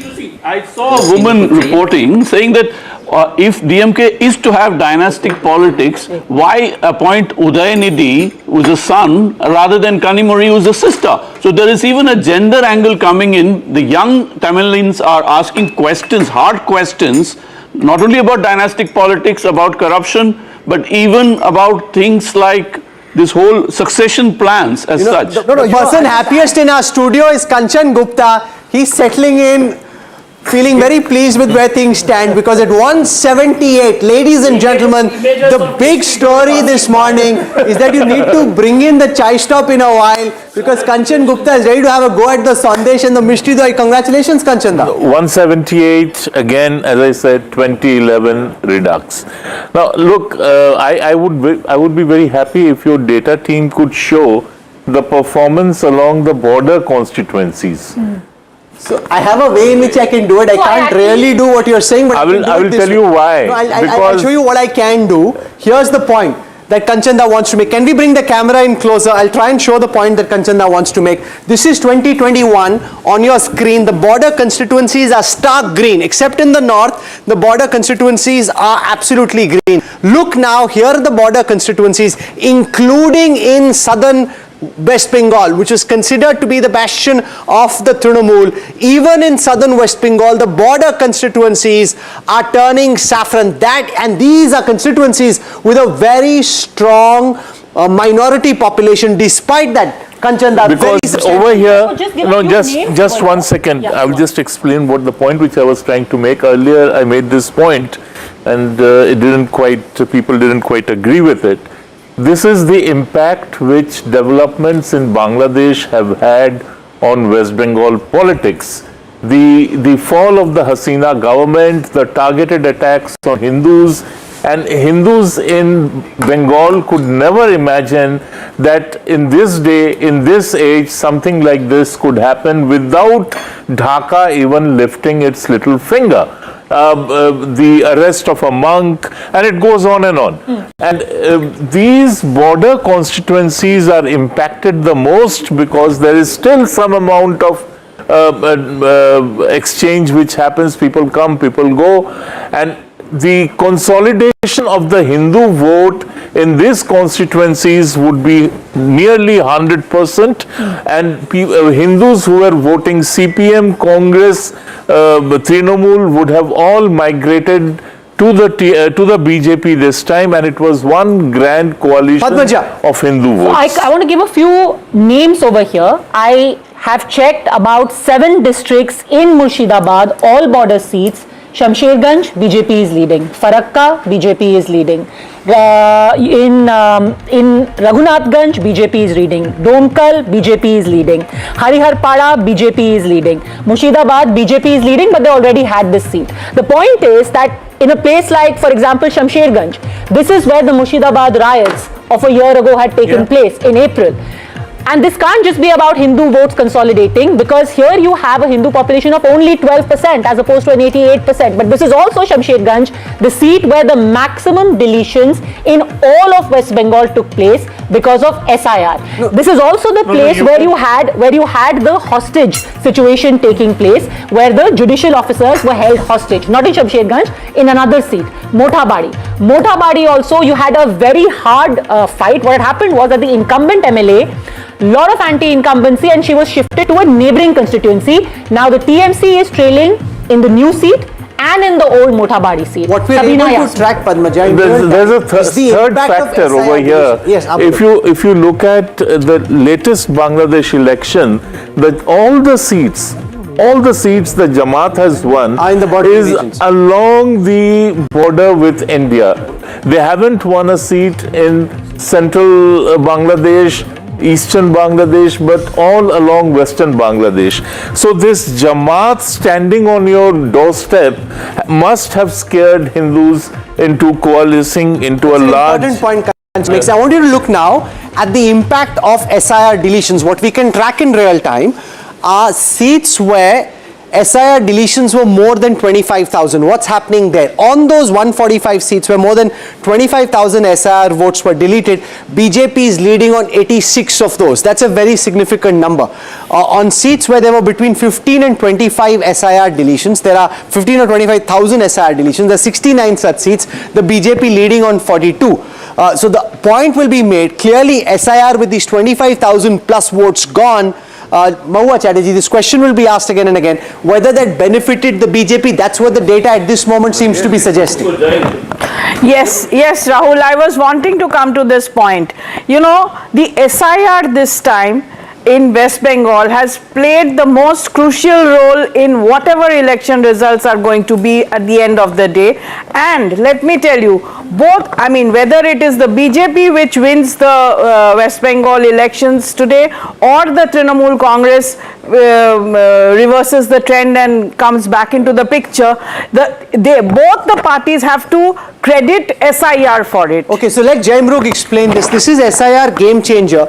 These are the seats where the percentage of, where the number of votes deleted by SIR are more than the margin of victory, where basically the SIR made a difference to the end outcome. There are 112 seats according to the Datafy dashboard live at this time, the BJP leading in 72. So this is distributed, Jai, very clearly in favor of the BJP. This goes with the 70-30 impact ratio that we spoke as the most probable scenario. So that seems to unfold it. Even if we go at the region-wise trends, where the heaviest SIR deletions took place, which is Malda, the BJP's vote share is lower, 32.2, but its strike rate has greatly improved, as pointed out by Padmaja. Okay, let's also take... By the way, the same thing has also played out in another district close by, again border, close to the Chicken's Neck, Uttar Dinajpur, and I was just looking at Chopra. Now, to give the background of this seat, Chopra is the place which sees a lot of violence. You would have heard of the bomb factories, those small Sutli bombs being discovered, you know, buried underground. This is where it happens. Invariably, you've got couple of people being killed in pre-post. I want to go across to Dr. Shashi Tharoor, Member of Parliament from Trinavananthapuram. He's joining us live at this moment. Dr. Tharoor, welcome. The good news seems to be coming from your home state, where the UDF seems well poised to be able to form the government. It's not just forming the government, which we were expecting anyway, but a historic majority. We're leading now in 99 seats, which I must say hasn't happened in a very long time. And we're really looking forward to an amazing result when this is confirmed. We recognize not even half the rounds are over, so it'll take some time yet. Explain your glasses. I'll come to the numbers. Explain your glasses. You've got shades on top and this very interesting glass that you're wearing. Explain what's going on here. Dr. Tharoor? I'm really sorry, Rahul. Between the sound quality from Delhi and the noise around here, I couldn't understand your question. I was asking Let you me just say that, broadly speaking, we have, I think, a very clear message for change. The people of Kerala have decided that they are not going to continue these 10 years of misgovernance. They have voted decisively for change, even when individual ministers or MLAs of the ruling front may have been popular. People have voted against them because they recognize that voting for them would merely mean a continuation of misgovernance. That's an amazing sign of the maturity of the electorate. And I think we have every reason to be saying that the result is better than expected, and we should be forming a comfortable majority government here. Shivaru. Dr. Tharoor, kaun banega Mukhyamantri is an obvious question that will follow now. Is that going to be an easy decision in Kerala, sir?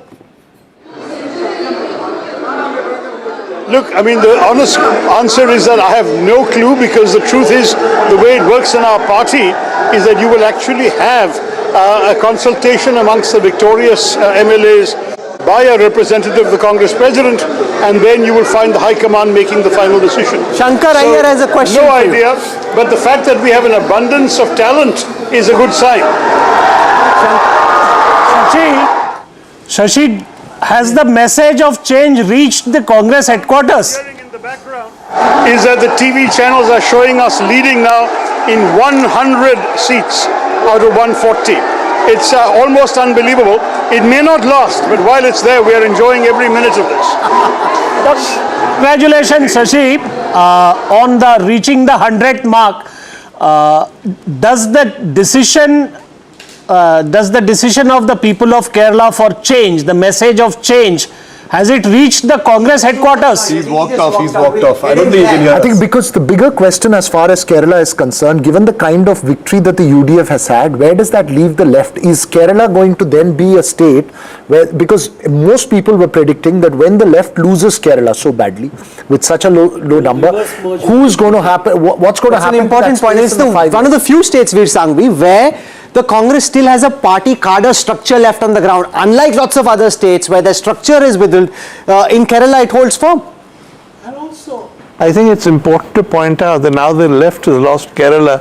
Probably for the first time in Indian history, we have no communists in power anywhere. That's right. And it's a very important point, because what's going to happen to the left vote? Will it it's not just a defeat, Veer, it's a blow to the left. And most important, Rahul, while we may have Shashi Tharoor as the face in national media, the real face who went on a campaign charge in Kerala was V.D. Satishan.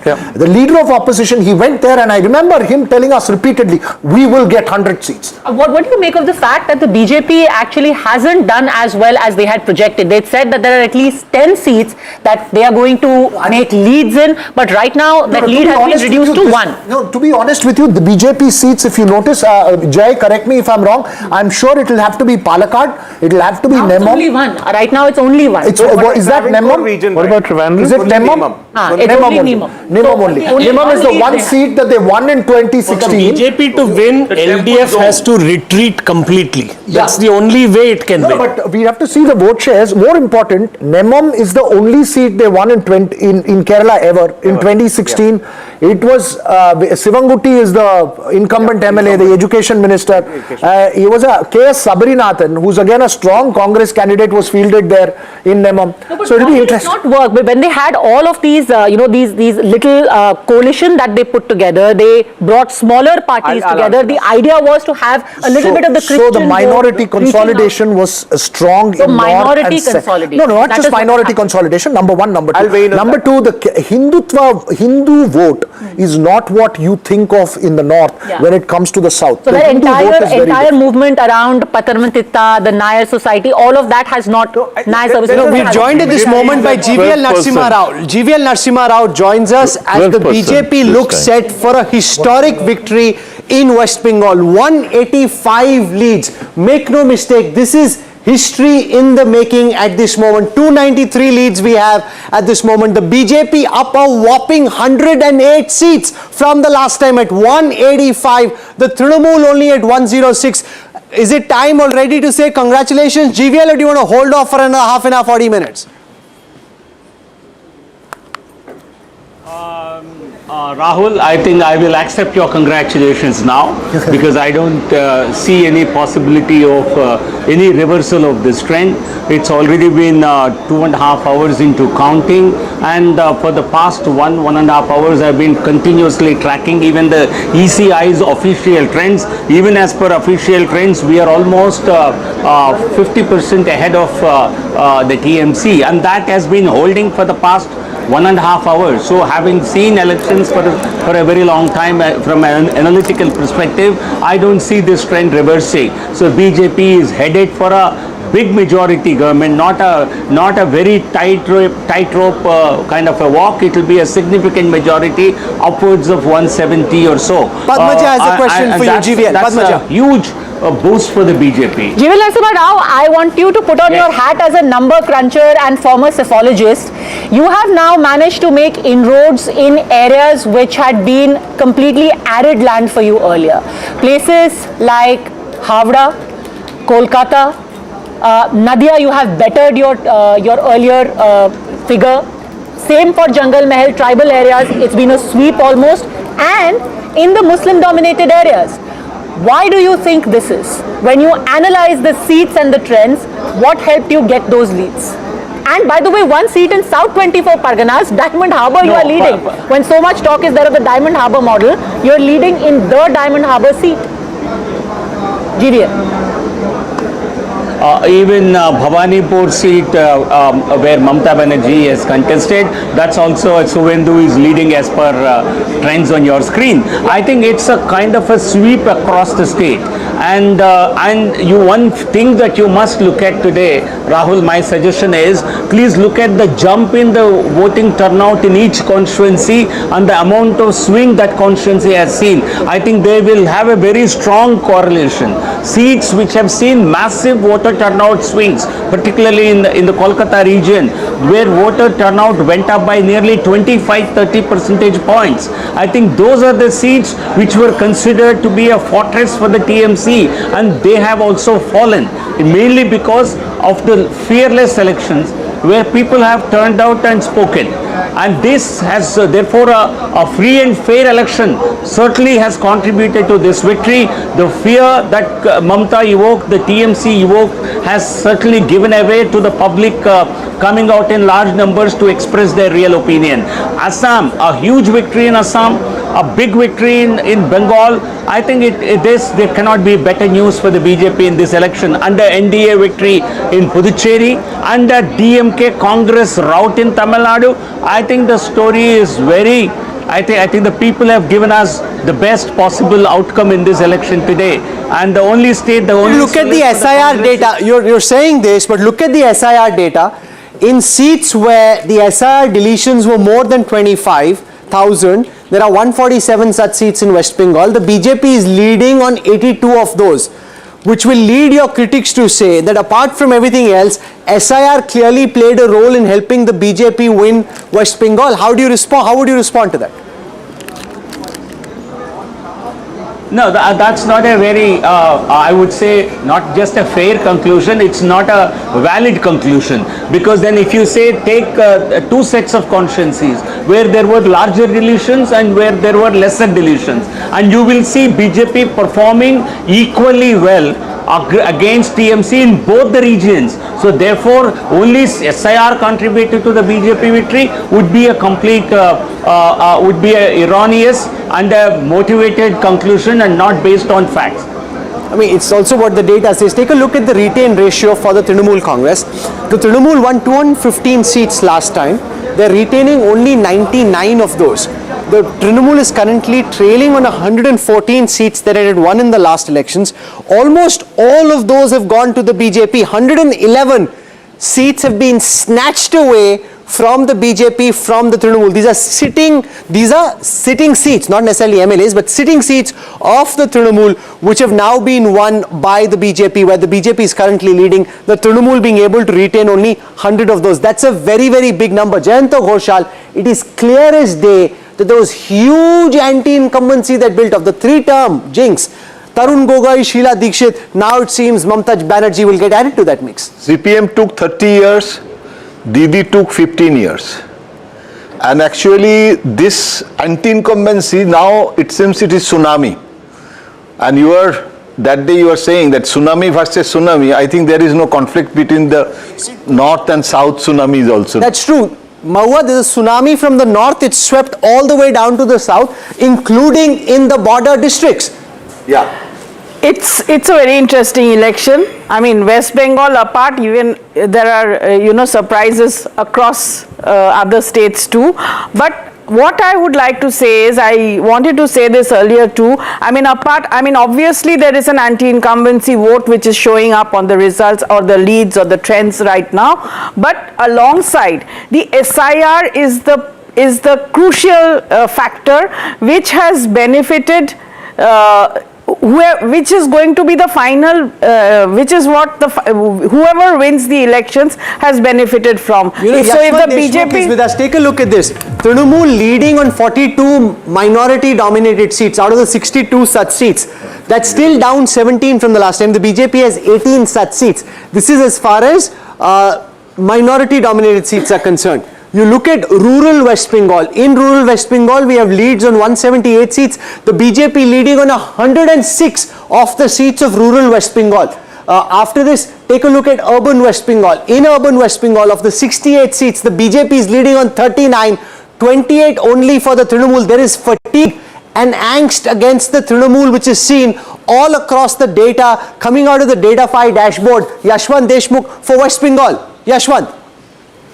I would like to say, Rahul, that the clear trend is not just across patterns on the pockets and like everything, but there was a very interesting trend out there when you were discussing the impact of SIR. Actually, I would like to say the contrary, and I agree with Kanchanda on that one, that, you know, the highest deleted portion, the number of seats we are focusing is 82 that BJP is leading, but the proportion of the seats is most competitive in the seats where the highest deletions have happened, and that matches the trend we had seen in Bihar, you know. So it wasn't easy for the BJP to win those seats in the highest deletion seats of SIR. Actually, GVL was right in that way that BJP has managed to win bigger number of seats actually in proportion where the lesser number of deletions have happened. So GVL is spot on in that particular trend. That's an interesting. Don't look at the number, look at the proportion, and then you will realize that this entire line of narrative that BJP might be sweeping Bengal or winning Bengal because of SIR deletions will fall flat, Rahul.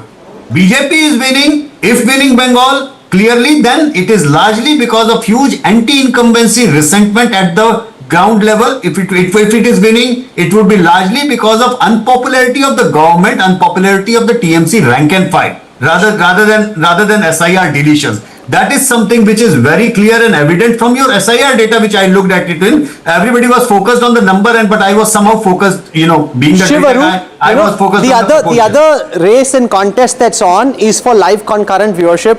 In terms of which channel is being tracked the most, is fascinating how for the large part of the morning shift, NDTV has been way ahead of competition. Not just large part of morning. Up until the latest figures that we have, and we're talking about early trends right now, these have completely solidified into NDTV far in the lead. These are not early trends, these are wins. No, but what some of our competition is doing is underhand. What they're trying to do is they've taken some of the regional channels and added them onto the national feed. They've also bought a lot of bots and viewership, which is no. So the thing is that NDTV is leading despite the regional channels being added on. So it's actually a much bigger lead than it seems. Your lead will get bigger if we talk TVK a little bit more. Yes, and it's true. The moment we start talking about TVK, the lead. This is tampering. This is tampering with the process, saying we will talk TVK. But then that's the story at the moment, and I wanted to ask. I call it bot chori. No, but I wanted to ask this question to both GVL Narasimha Rao and Yashwant Deshmukh, because Rahul, at some level, while you're all talking West Bengal, one of the historic things you're seeing in Tamil Nadu is that there are going to be 3 regional parties. Look, you have often seen national party versus regional party. You've seen regional party versus regional party, and the only state you saw that was in Tamil Nadu. Today, you're going to have a triangular state between 3 regional parties. Does this mean convincingly that the national parties have no space and they have to be pushed out? Absolutely. I think the Dravida model is alive and kicking in terms of empowerment, welfareism and all that. Go ahead, GVL wanted to. Yeah, sorry. Yeah, I do concede your point, because by its very nature and temperament, Tamil Nadu seems more in tune with regional parties that reflect the total regional sentiment. I think at an analytical level, I certainly accept what you're saying. It's certainly the regional parties. Now, as you mentioned, it will be 3 regional parties in the fray, with the DMK reduced to a very small number, but still it will continue to be a player. So regional parties will continue to dominate the political space in Tamil Nadu is something that I will concede, and certainly national parties can be a part of an alliance, but not come to power in the foreseeable future on their own. Veer Sangvi has a question for you. Yes, Veer. Sorry, we're talking a lot about regional parties and Tamil Nadu. What about Bengal? Is this the first time since 1977 that a national party will have won Bengal? Bengal experts, please tell me. No. Congress has Congress has been part of the 2011 government. He said since 1970. In West Bengal, Classify the when left as a Trinamool national party or a regional party? not entirely. Regional party, that's what I meant. I mean, if you consider CPM as the national party on a technical grounds, yes, you can say that till 2011 a national party was in power, but CPM for all practical matters, all throughout the history of electoral politics has been a regional party in India. It has never been a national party in that way. Even Mayawati had a better vote share of having a bigger vote share at the national level many a times in that way. So that's a different point. But the point I take it is on the Tamil Nadu. Yes, that's what we are kind of apprehended, that the virtual split of the opposition vote might result in a possible DMK victory, because otherwise there was huge anti-incumbency. Me and Rahul have discussed this very often. Huge anti-incumbency brewing on the ground, and it seems like Tamil Nadu, as your Data 5 dashboard showed, they have splitted that urban and rural Tamil Nadu in different ways. The anti-incumbency sentiment has favored the ADMK in rural Tamil Nadu, and in urban Tamil Nadu it was the TVK which has taken away with that chunk. That's right. Yashwantji, I think the big story is the upsets that we are likely to see in West Bengal. I was just checking on all the ministers. A lot of them, Arup Biswas is trailing from Toliganj. You have Chandrama Bhattacharya in the middle was trailing, now she's back. Shashi Panja is trailing from her seat. Mamta Banerjee is trailing from her seat. Kanchan Gupta earlier was saying that this is the Bangladesh effect. The fact that you've got 8 seats in Kolkata proper, north and south together, right now showing leads for the BJP. Do you agree? Absolutely. Absolutely. And it is one of those things which mesmerizes about the Indian voters' decision-making process. When was the last time you thought that something happening in another country is going to... But people are forgetting one thing, Padmaja. West Bengal had always had deep-rooted fault lines. I mean, it was the second state in India which after Punjab witnessed the very clear partition pain, if I may say so. So it's the long pending revival of the right in or pro-Hindu sentiment in West Bengal, which was always in the fault lines there, but somehow for various reasons, and which includes the other factors of socio-economic reconstruction in Bengal and basically the Operation Varga and all that. I don't want to get into that, but this was long pending. Just like in Assam, it was long overdue, BJP's emergence, and we are looking at the emergence now. Same is happening in Bengal, and I have absolutely I'm absolutely sure when we look into the post-mortem and we do the post-poll further in order to map the happenings in Bangladesh, absolutely had a big thing to play, because in our debriefing when our researchers were telling us, you know what, a lot many people are saying, dekhiye na Bangladesh mein kitna maar rahe hain, and there was something which was coming to us that, okay, is this now going to do a damage to a larger Bhadralok kind of a phenomena in that way, because we had seen the rural Bengal already turning to BJP in the last 7 years. It's not a new thing that BJP is winning in rural Bengal. It's one of those miracles in India where BJP in all the other state, entire India has gone into urban pockets first and then into the rural. West Bengal, it is just bang opposite. It is where the rural Bengal they entered first and now they are entering the urban Bengal. Yes. So Kanchanda and I want to go across. Okay. Thanks Yashwant for joining us. We need to move on with it because lots of people are coming and I want to ensure that no one gets left out. A very special operator who worked very hard on the ground in stitching the BJP campaign in Assam was Jai Panda. Bijan Panda now joins us from Guwahati. I want to show our viewers as I go across to Jai Panda where things stand at this moment. In Assam, Himanta Biswa Sarma and the Bharatiya Janata Party are comfortably placed to form the next government. The Congress has been routed. The BJP by itself at 77 seats, up 17. The Congress at 24, despite the anti-incumbency down for AGP at 10. Jai Panda, congratulations on a handsome victory in the northeastern state of Assam. Very well done. Thank you very much. I think to call it a comfortable victory is an understatement. It was evident a long time ago that the people of Assam have full faith in Prime Minister Narendra Modi and the double engine government here, and had made up their mind to give us their blessings for a third term. And it's not just a comfortable victory, not just a 2/3 majority, but looks like we are going past the 3/4 majority. I want to show our viewers the region-wise breakup of Assam, which shows also the domination of the BJP in all the regions. Upper Assam, where the Gogoi family comes from, 35 leads at this moment for the BJP. The Congress nowhere in the picture in Upper Assam, down 9 from the last time. This is historic as far as Upper Assam is concerned. Let's take a look at the hills and the Barak Valley. In the hills in the Barak Valley, the BJP at 6, Congress at 7. If I come to Lower Assam, in Lower Assam, the BJP leading on 12, up 5. The Congress on 10, up 3. Let's look at Central Assam. In Central Assam, the BJP leading on 31, up 7 from the last time.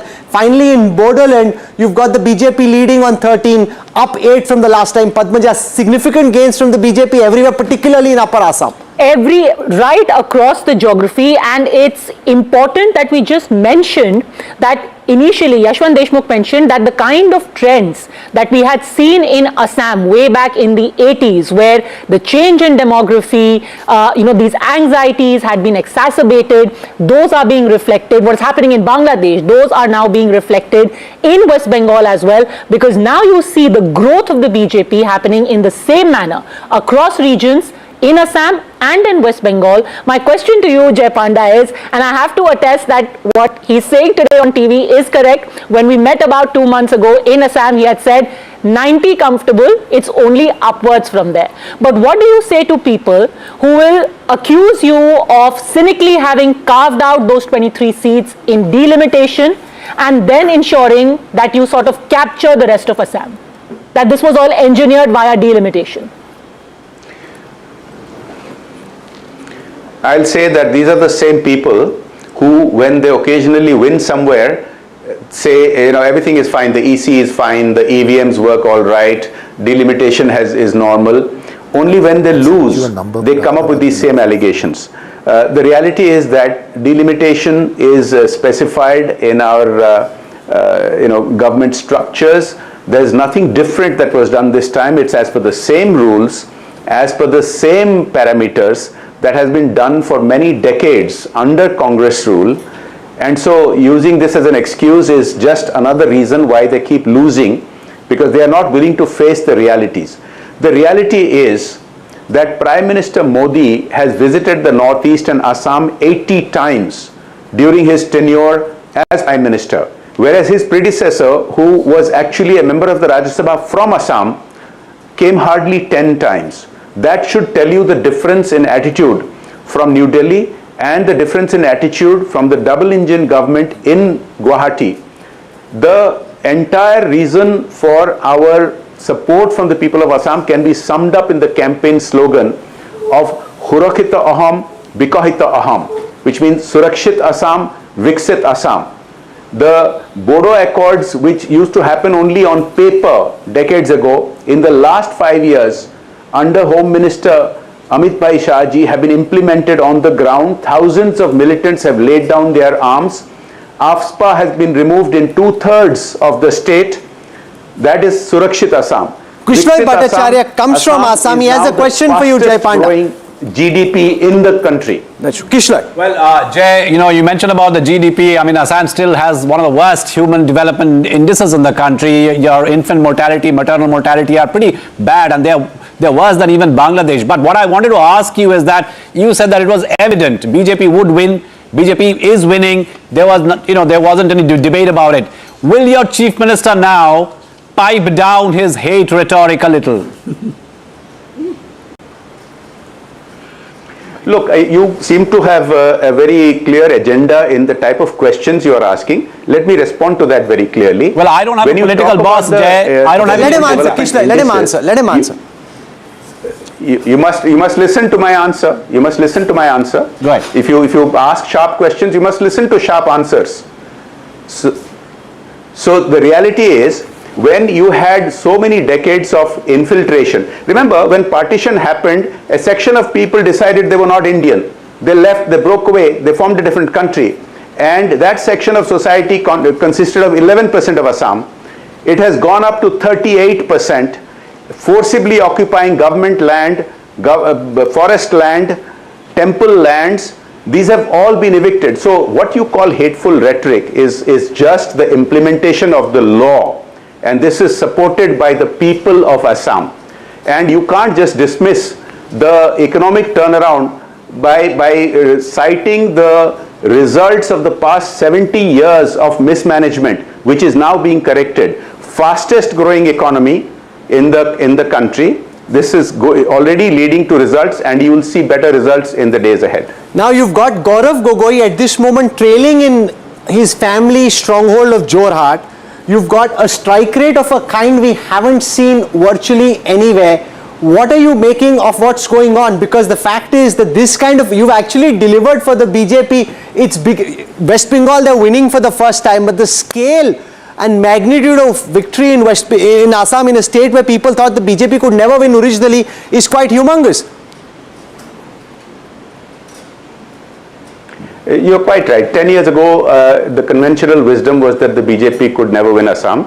Now this is our third term, and this time it's a sweeping victory.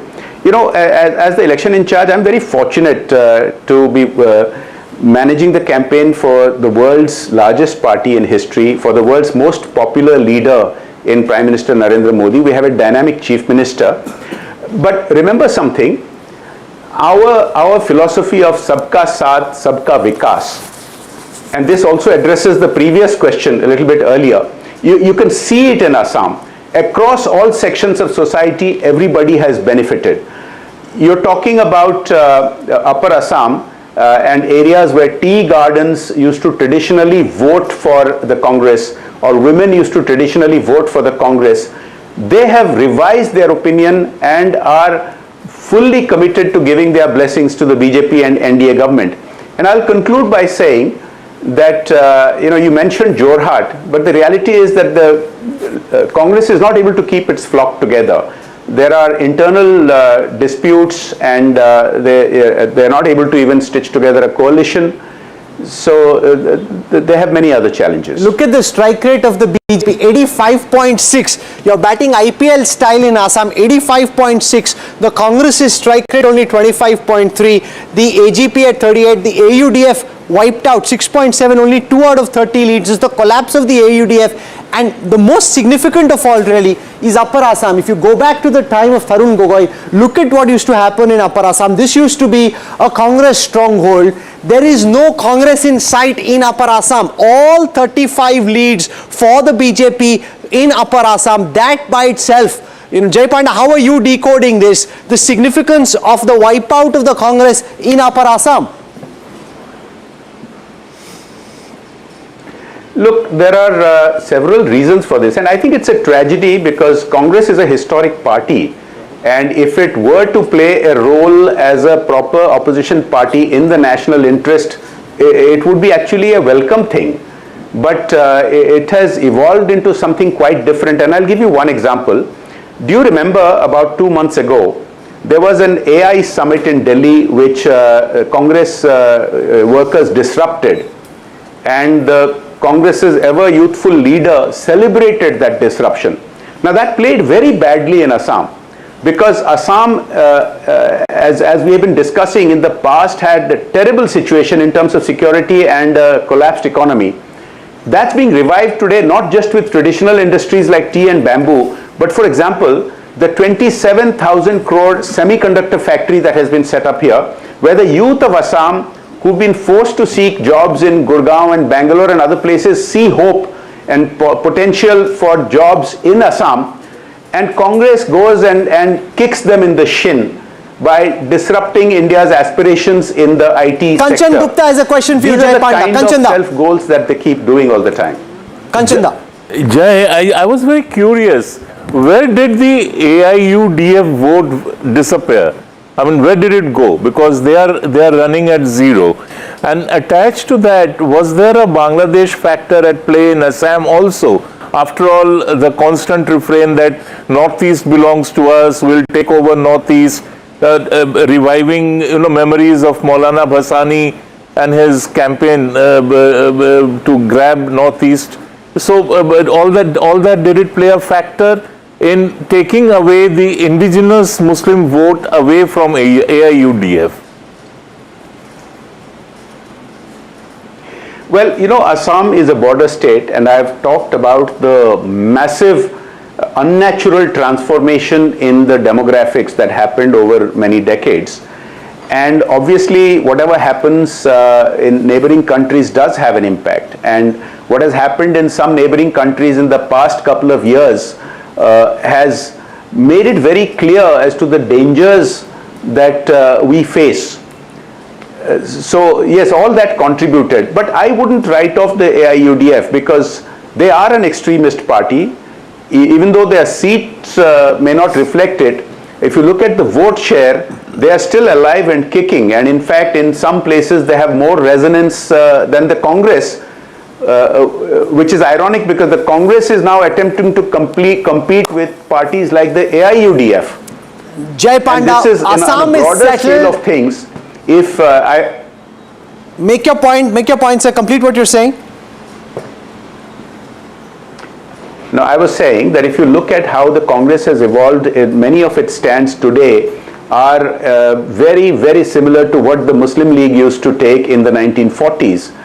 And that is why the AIUDF is not irrelevant, and that is why that battle between them is both a sad as well as a concerning story. Well, of all the states, Assam is the one that's voted and decided most decisively. Jai Panda had an important role to play behind the scenes in making that possible. Congratulations on a comprehensive, convincing victory. Thank you for taking our time and joining us on NDTV. I want to show you now live images from Chennai. The TVK is celebrating. Veera Raghav. 2 points I want to make about Assam. One, the only state that has voted for its incumbent. All the others have voted out the incumbent. And two, the 3 Gogois who had come together, 3G.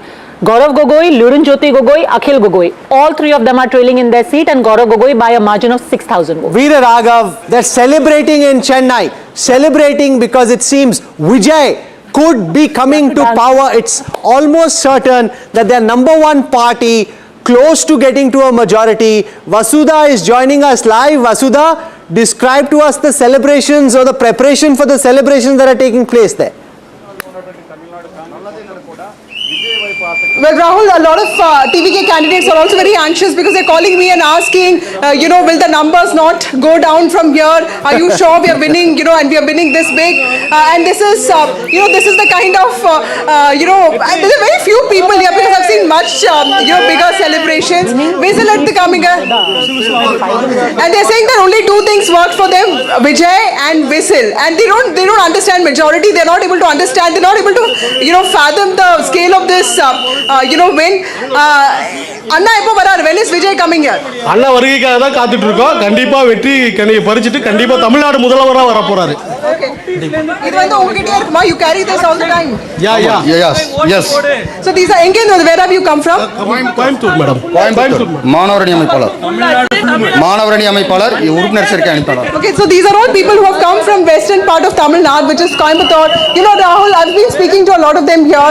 The crowds, crowds have started coming in, and for them the biggest thing is that the DMK has been reduced to, fighting seats very badly, the same seats that it used to hold as its strongholds, especially in the city of Chennai. 16 seats, the TVK is leading in many of them, and that has given them a lot of joy. This is the Panayur TVK office. It's like a fortress. It used to be the ancestral house of actor Vijay. He lives just 10 minutes from here in Neelankarai.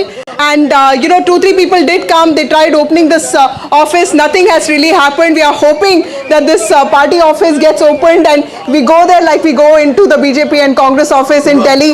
But yes, there's a lot of Veera, caution Vasudha there. not very happy with the scale of celebration. She's saying the scale of victory is much bigger than the scale You just need to have Vijay come out. The moment he comes out, the scale of celebrations will be enormous. But I think it's a historic verdict. 2 things. Can he make for a good chief minister? I have no idea. Does he know? I have no idea about him. He's Abhinav, but I tell you why this is a historic verdict. And I think in the morning somebody was talking about history, Stalin making history by becoming the only DMK leader to win a second term. He has now lost trailing in his own seat. His son is trailing in Chennai. So it's not just a defeat for the DMK, it's a body blow for the DMK. it's very interesting that the AIDMK has held its own. And you know, Soumya Anbumani Ramdas is leading in her seat in Dharmapuri. You look at the kind of structure that's emerging as far as Tamil Nadu is concerned. It's clear, Rahul, that there was massive anti-incumbency, and the anti-incumbency... Shankar, dialogue, sir, dialogue. What is the Vijay dialogue?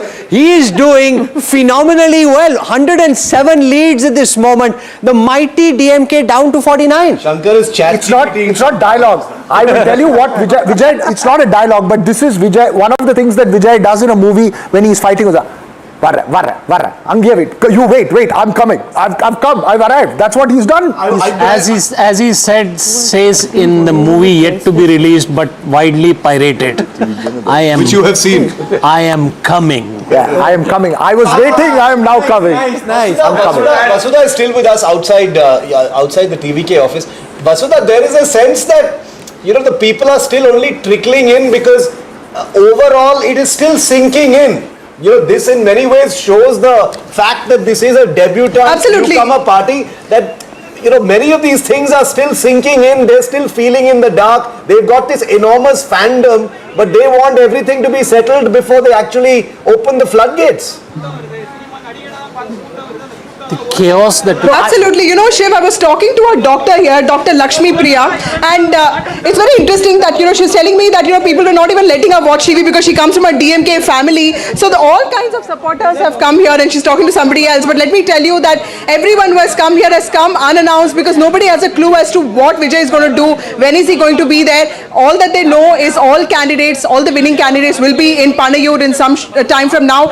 Over the course of this evening, we'll also see probably Rahul Gandhi also reach out to Vijay. That's what my sources tell me, because now the numbers look very edgy. He does have 107 leads, but yes, he also needs numbers to get to that majority mark of 118. So will he be reaching out to the other players? We don't know as of now. Everyone that I've spoken to in TVK is just to add, and I tell you this categorical in Tamil Nadu, at 107, no party can decide to keep him out of power. If they do, there will be a crazy backlash in that state. At 107, Vijay will be chief minister. He doesn't need, people will have to support him, whether they support him from outside.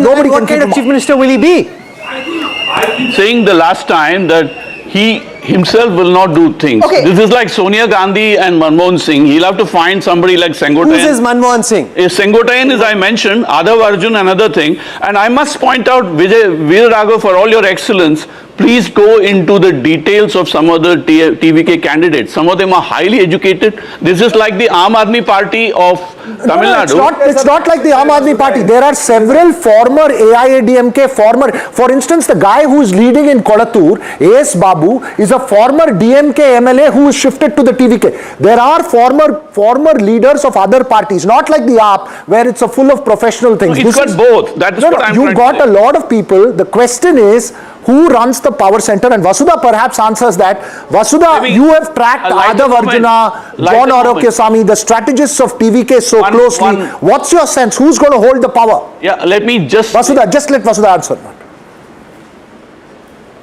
Okay, Vasudha's line has dropped out. Yeah, I was just going to... I want to get Vasudha back as quickly as possible because I want our cameras to be on that gate. I want to be on that gate because the people who are coming in from there are important. Wearing the DMK colors. So, how is the rust the TVK color? How is it the TVK color? Bengal no. Please. She's wearing red and yellow. No, she's wearing rust and black. Oh my God. Your nuanced coverage of Tamil Nadu is down to the sari colors. I'm giving broad brush statements, but back to the serious part.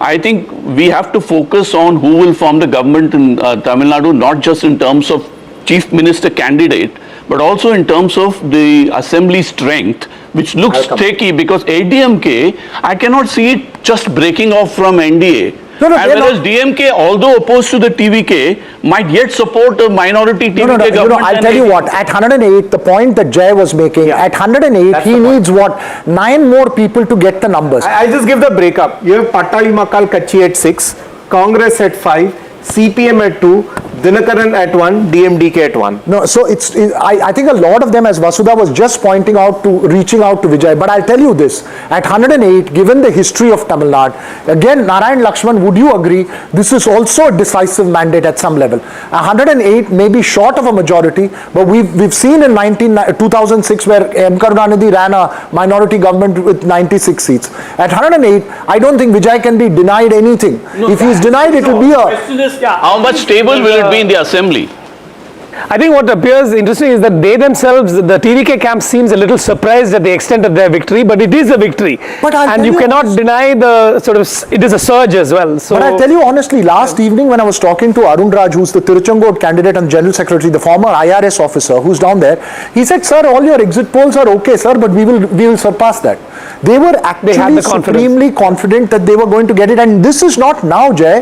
From the start, when we went and met and everybody said, oh, you'll get 8% vote, you'll get 12% vote, they stuck to their guns that they're winning the election. But Veera, the question this begs, and there will be pressure for this, is for them to now articulate their policy. That they have done. Articulate policy. I'll ask you a simple question. Tell me, in hindsight, and this is a question I throw, Karur being targeted, his movie not being allowed to release, people may watch it and may not react at that point of time, but they are watching what's happening. And somebody getting targeted only makes sense. No, but Shankaraya, from what I figured, and this is with no disrespect to potentially the next Chief Minister of Tamil Nadu, but from what I figured, he takes time to get set, he likes his space, he can't be one with the masses, each time he comes there can be a potential of a stampede, that's how big a star he is. So there are very real concerns about how he will be Chief Minister. Chitteshwar Pujara, Ajinkya Rahane, all boring guys came, took their time, said, or Rahul Dravid. So now he's played like Rahul Dravid in some sense. How Rahul Dravid? He's playing like Rinku Singh or something. He's playing like Virender Sehwag. He took his time. He didn't meet anybody. He didn't give any interviews. He made no flamboyant statements. His manifesto is strictly welfare, no drama. And then he has just gone and engaged people on digital media, on top of his Ratham or whatever, the bus, and he has just been out of sight for most times. Otherwise, all the other parties have gone around. Now, the question about leadership, let me just frame this.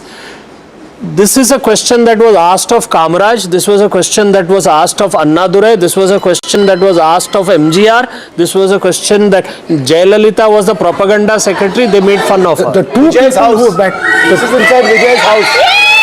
Celebrations that have just come from Vijay's house apparently. these are the two people in this entire panel studio, the three people who've actually met and spoken to Vijay for a long time are Shiv Arur, Rahul Kanwal and Vasudha. Picture up on our screens in just a moment. Rahul, what do you think? What do you think of him as a chief minister?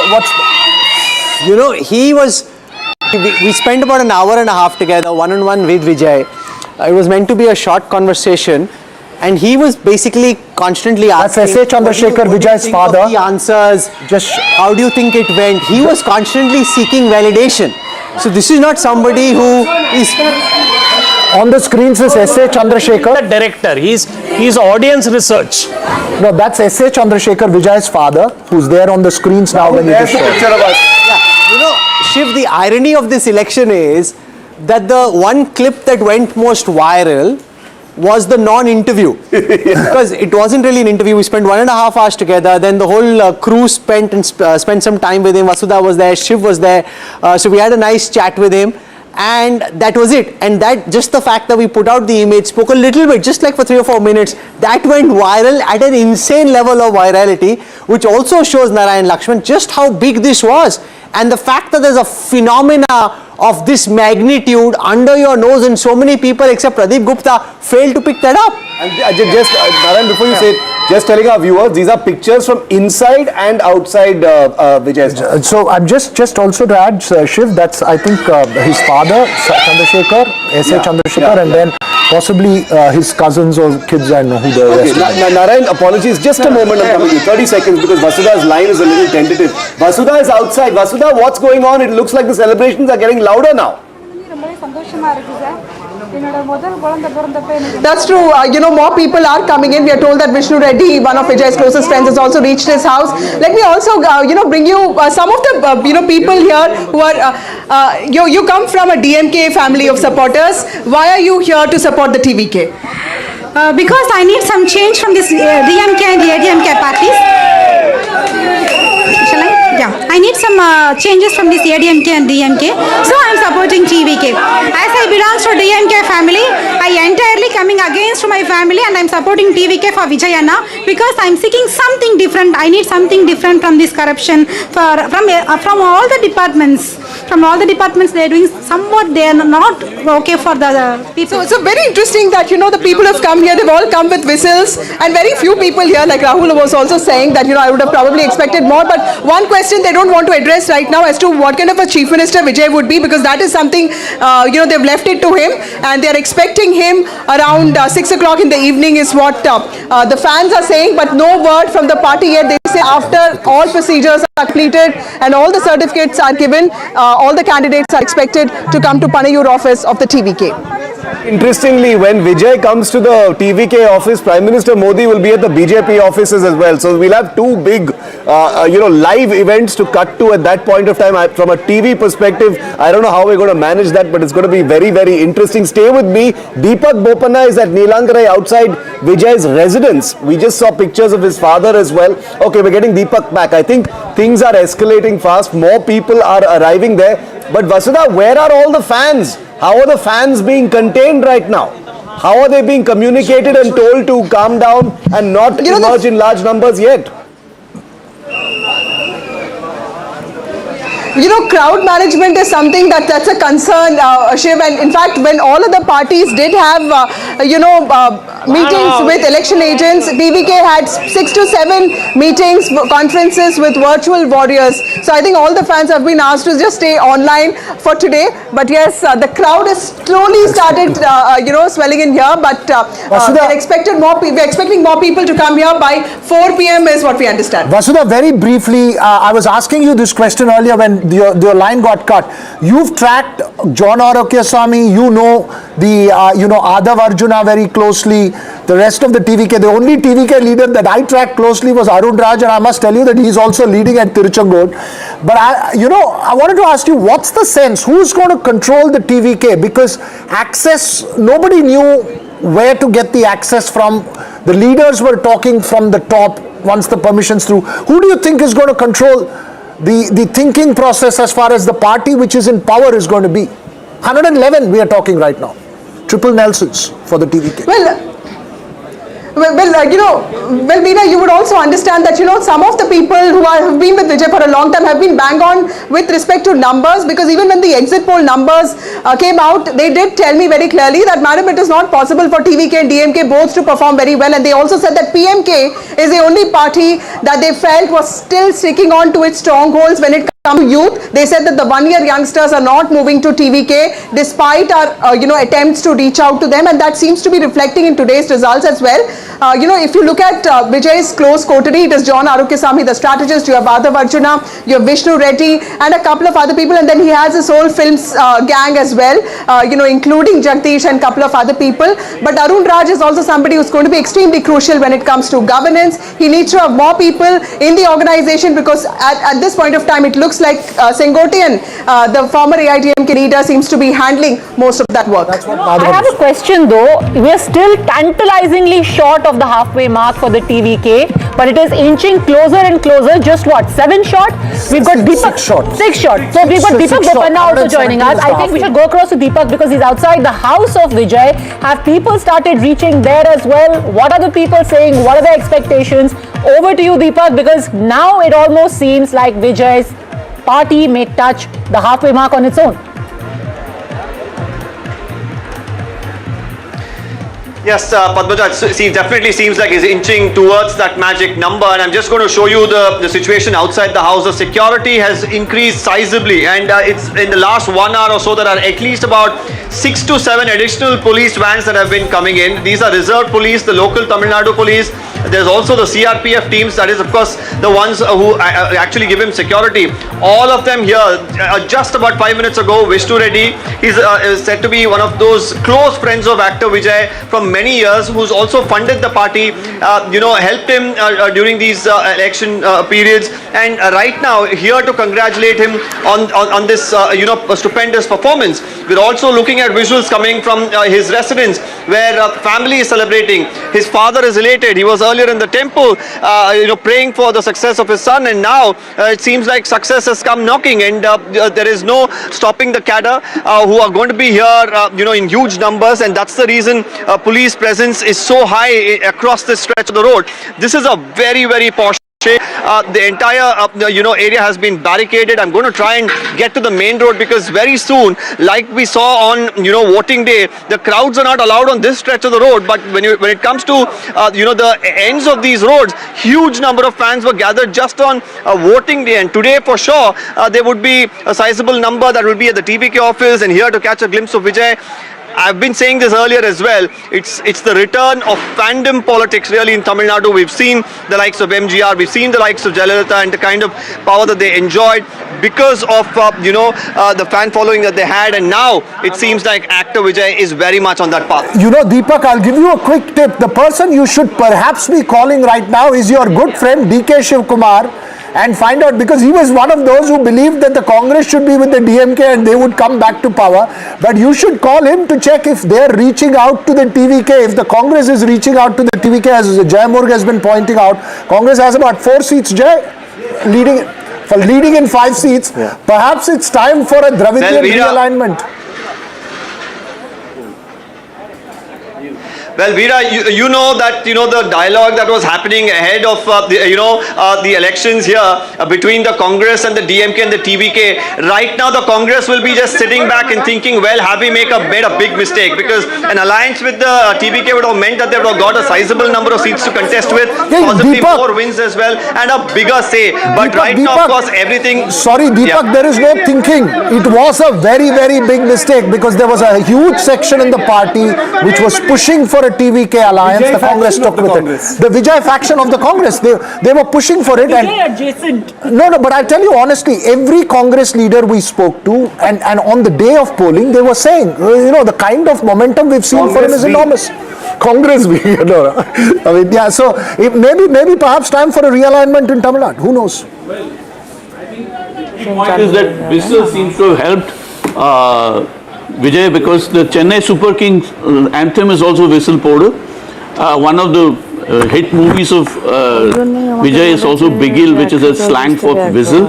So it's whistling all the way. Kabir in West Bengal also has whistle for his party symbol. But very clearly the out whistling has happened in Tamil Nadu.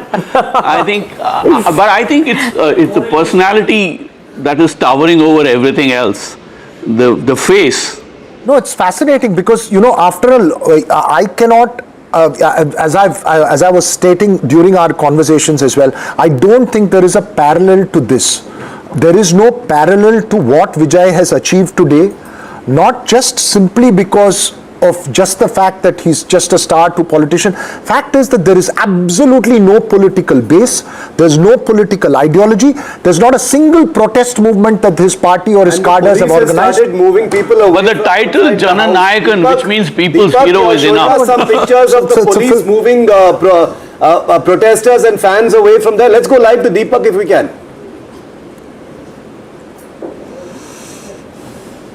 Well, yes, Shiv, there's a lot of crowds that are coming in. The police, of course, right now ensuring that nobody is gathering outside the residence. They've also barricaded the media to one side of the road. I just mentioned that the fans who have been gathering, they've been restricted to the main road, so most of them not able to even see the size, a house of actor Vijay, having no option but to, in fact, leave and wanting to come back a little while later. But what I can tell you here is that there is a lot of anticipation, even among the neighbors here, who in the mornings just enjoyed their routine routine walks and morning jogs. Today I saw a few of them coming here and taking a selfie just in front of a gate. It's not as if Vijay has stepped out. He's not expected to, at least until the numbers really settle. But for the people, even the neighbors here, everyone's really excited. Okay, Now, I'm joined on the broadcast live at this moment by a special guest. He's one of those who actually predicted that Vijay will do really well. With all the agency he had, Praveen Chakravarti pushed and he pushed and he pushed for the Congress to ally with the TVK and Vijay, and they didn't. They went with their traditional allies, the DMK. Praveen Chakravarti is joining us now, and he's the one person who can tell everyone listening at this time, I told you so. Praveen, can you hear us? You're the one, you can have a smile on your face, tell everyone in Delhi and elsewhere. I can hear you, I but told there's a you lot so. of disturbance. Why are you looking so upset? You're the guy who can say, I told you so. No. See, it is okay for all of you who are observers of this to say, to indulge in all these headline victories of I told you so. We have skin in the game. When we lose an opportunity, we suffer. We suffer the consequences. So this is not an I told you so moment. If anything, I look at it as a salt on the wound moment.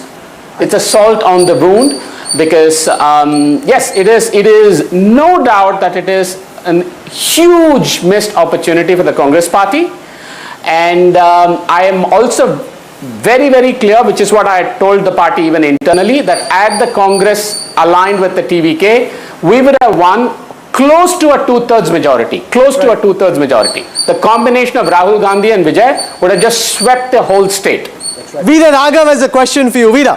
Praveen, it may have been a very, very huge missed opportunity. I agree, given the results that's there. You've been speaking about this for a while. I want to know, it may still not be a completely missed opportunity, given that you have possibly 4 or 5 MLAs and Vijay may be just short of the majority mark. I'm sorry, I can't hear you. What did you say? Praveen, do you believe that it's time for the Congress to immediately reevaluate and offer support to Vijay and form a coalition with him? Because you may have 4 odd MLAs, Vijay may be just short of the 117 mark. I mean, I'm assuming, I couldn't hear you clearly. I'm assuming the question is about a post-poll support. Is that what you're saying? That's right. See, I don't know about the post-poll numbers and I don't know the way things are going. I mean, for the Chief Minister and the Deputy Chief Minister to either be trailing or be engaged in a very, very close contest with a rank unknown itself tells you the trend and the wave that is there in Tamil Nadu today. It kind of reminds me, Rahul, since you followed many elections, it reminds me of Punjab 2022. And by the way, this is exactly what I told the party, my party leadership, 4 months ago, because I was involved in the Punjab 2022 in the run-up to it.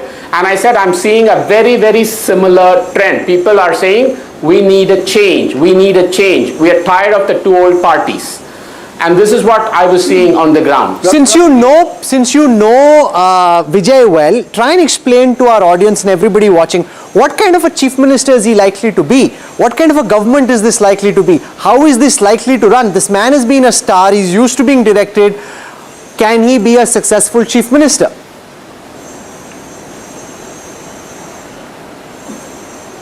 I'm having a very hard time hearing you. What sort of a government? Sorry, would Vijay run? What sort of a government is Vijay likely to run? See, I think we have to set the context for it. I don't think a new party, any new party anywhere in India's election history has been put under so much state machinery control and power. I will give you an example from your own fraternity. There were, as you know, events held in Chennai in the run-up to the election, and there was one event by one of your rival channels where originally they had invited me to come and speak, okay? And on the morning of the event, they called me and they told me this, that they received a call from the Chief Minister's office as well as from the Industries Minister saying, you cannot invite Praveen Chakravarti. This I mean, there's such a small level of control. This is the level of control. We know what happened. He was not allowed to campaign. He was not allowed to. There was so much pressure on him. His movie was not released. But despite that, Mr. Vijay stuck and said, I am not going to compromise on my idea of secularism. I am not going to compromise on my Dravidian ideology. So I think that very clearly tells you the kind of government that Mr. Vijay... Shiv Arur has a question for you. Shiv. Praveen, if you can hear me clearly, where was the disconnect? You were very convinced. You saw the edge. You saw the wave for Vijay.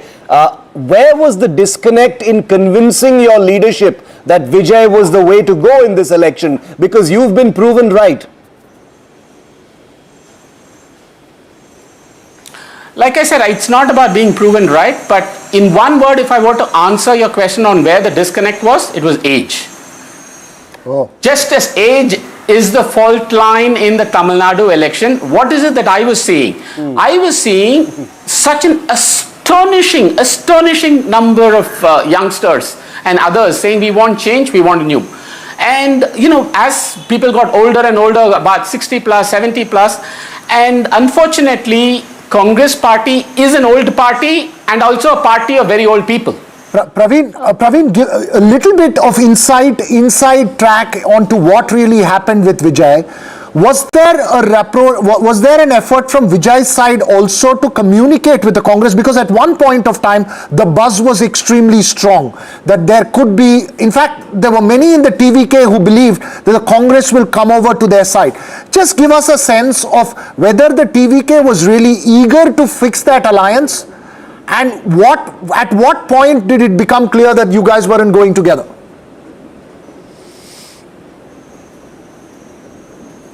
Yes, there were efforts and interest from their side as well, and perhaps they were more united in their view that there should be an alliance, a secular alliance with the Congress party, unlike our party, which was quite divided. What kind of a model do you think Vijay embodies? A lot of people are comparing it to Aam Aadmi Party. Do you think that holds, that he has tried to reach out to every caste, every age, every community, and has catered more to the aspirations of a younger demographic? I think while it is tempting to kind of draw comparisons with other political new parties and upstarts, please remember the context in Tamil Nadu. What was Mr. Vijay's party TVK up against? They were up against a coalition of nearly 35 parties. They were not fighting just the DMK or the AIADMK. A coalition of 35 parties. Correct. One party took on a coalition of 35 parties. So that is somewhat unprecedented anywhere in India. That is what makes the scale of this, I mean, we can't call it victory yet, but the scale of this clear kind of trend even more special for them and even more painful for us in the Congress. We'll come back to you later in the day, Praveen Chakravarti. You can in some senses say you were the oracle when it comes to Tamil Nadu, kept urging the party to make the switch, they didn't. He's saying, I don't want to take too much credit because ultimately the alliance lost. We'll come back to Praveen Chakravarti later in the evening. I want to go across to Tejasvi Surya. He joins us now. Tejasvi Surya, let's look at what's happening in West Bengal, because this is important. If you see West Bengal, the Bharatiya Janata Party has shred forever the notion of being a party of the Hindi heartland, because at this moment the BJP is leading on a whopping 194 seats out of the 293 seats for which we have trends. That's up 117 from the last time. The Trinamool is down 118. Congratulations, Tejasvi Surya. This is history. Thank you so much, Rahul. It is indeed history in the making, and we are really fortunate to be witnessing the voice of the people of West Bengal being registered in such a strong manner.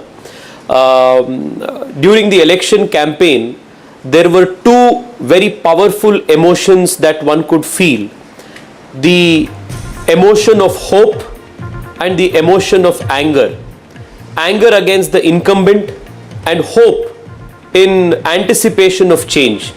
And in whichever election these two emotions combine, you cannot stop a massive change.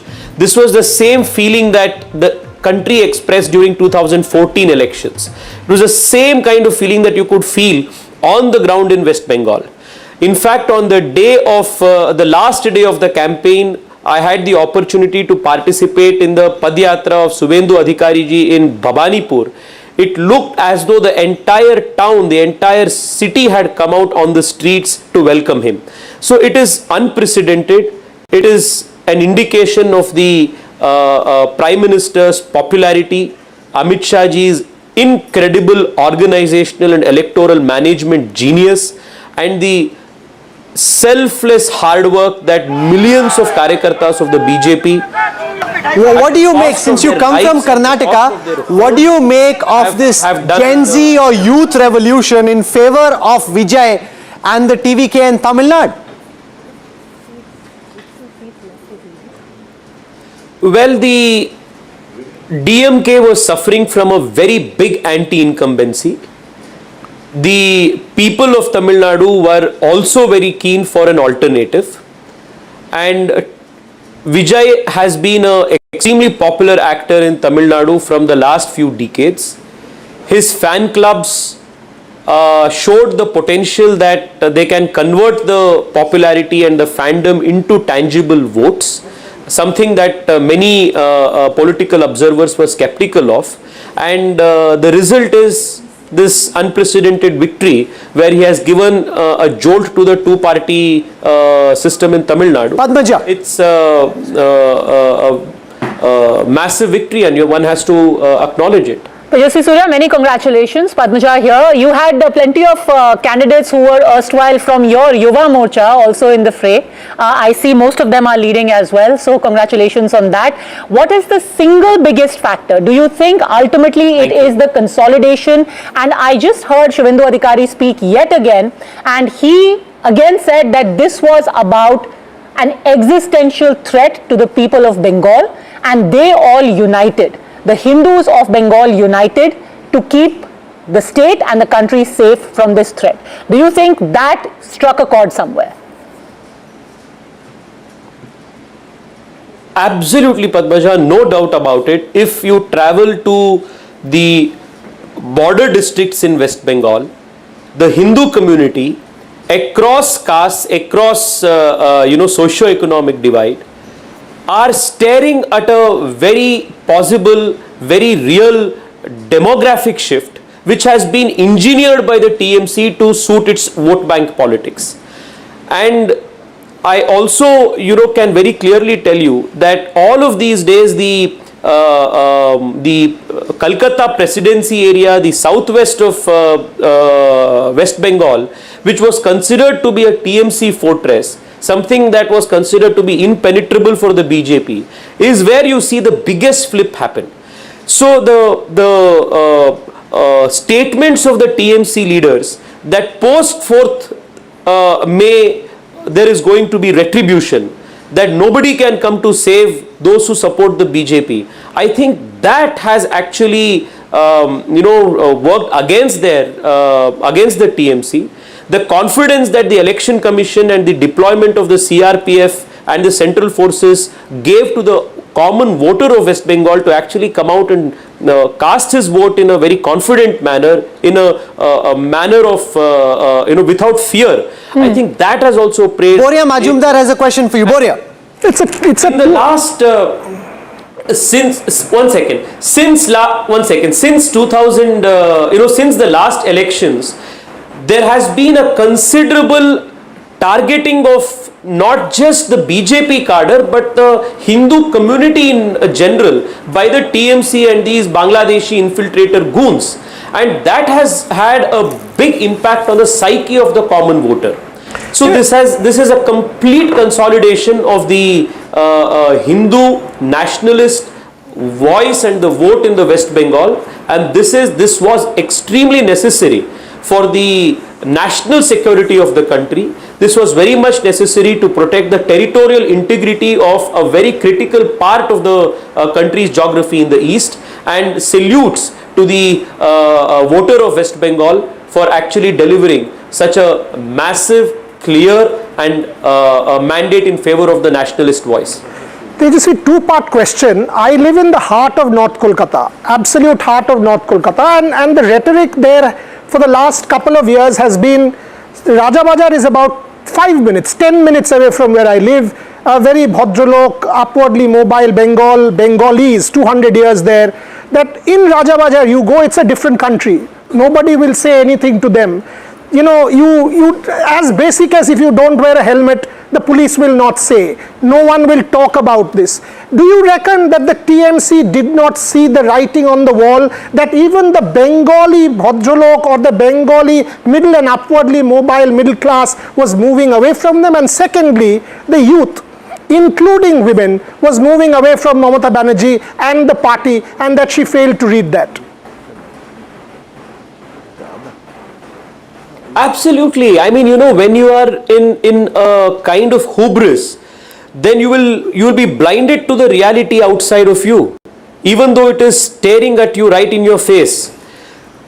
In the last 15 years, there has been a systematic deindustrialization of West Bengal.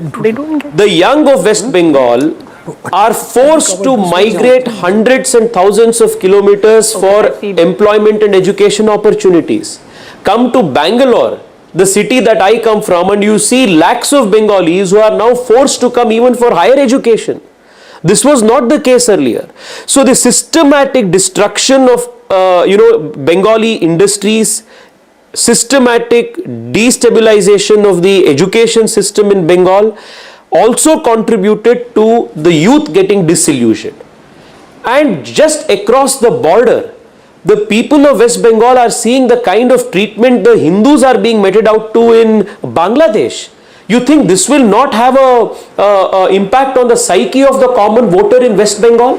When the party in power, the state which is supposed to protect you, is actually engineering a demographic change just because it is going to suit their politics?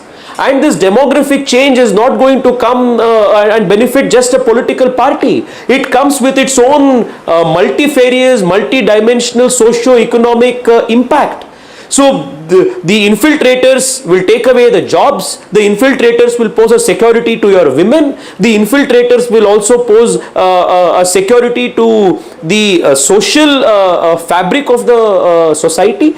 So all of these have contributed as multiple factors, and I would still say, if you also look at the kind of interviews and statements that the TMC leaders were giving during the campaign, it was full of arrogance, People don't like arrogance, especially by people who are in positions of power. So when hubris takes over, vicious vote bank politics to the detriment of the common man's economic, social and even physical security takes over, then you have the results that you are seeing today. Tejasvi, Veera here,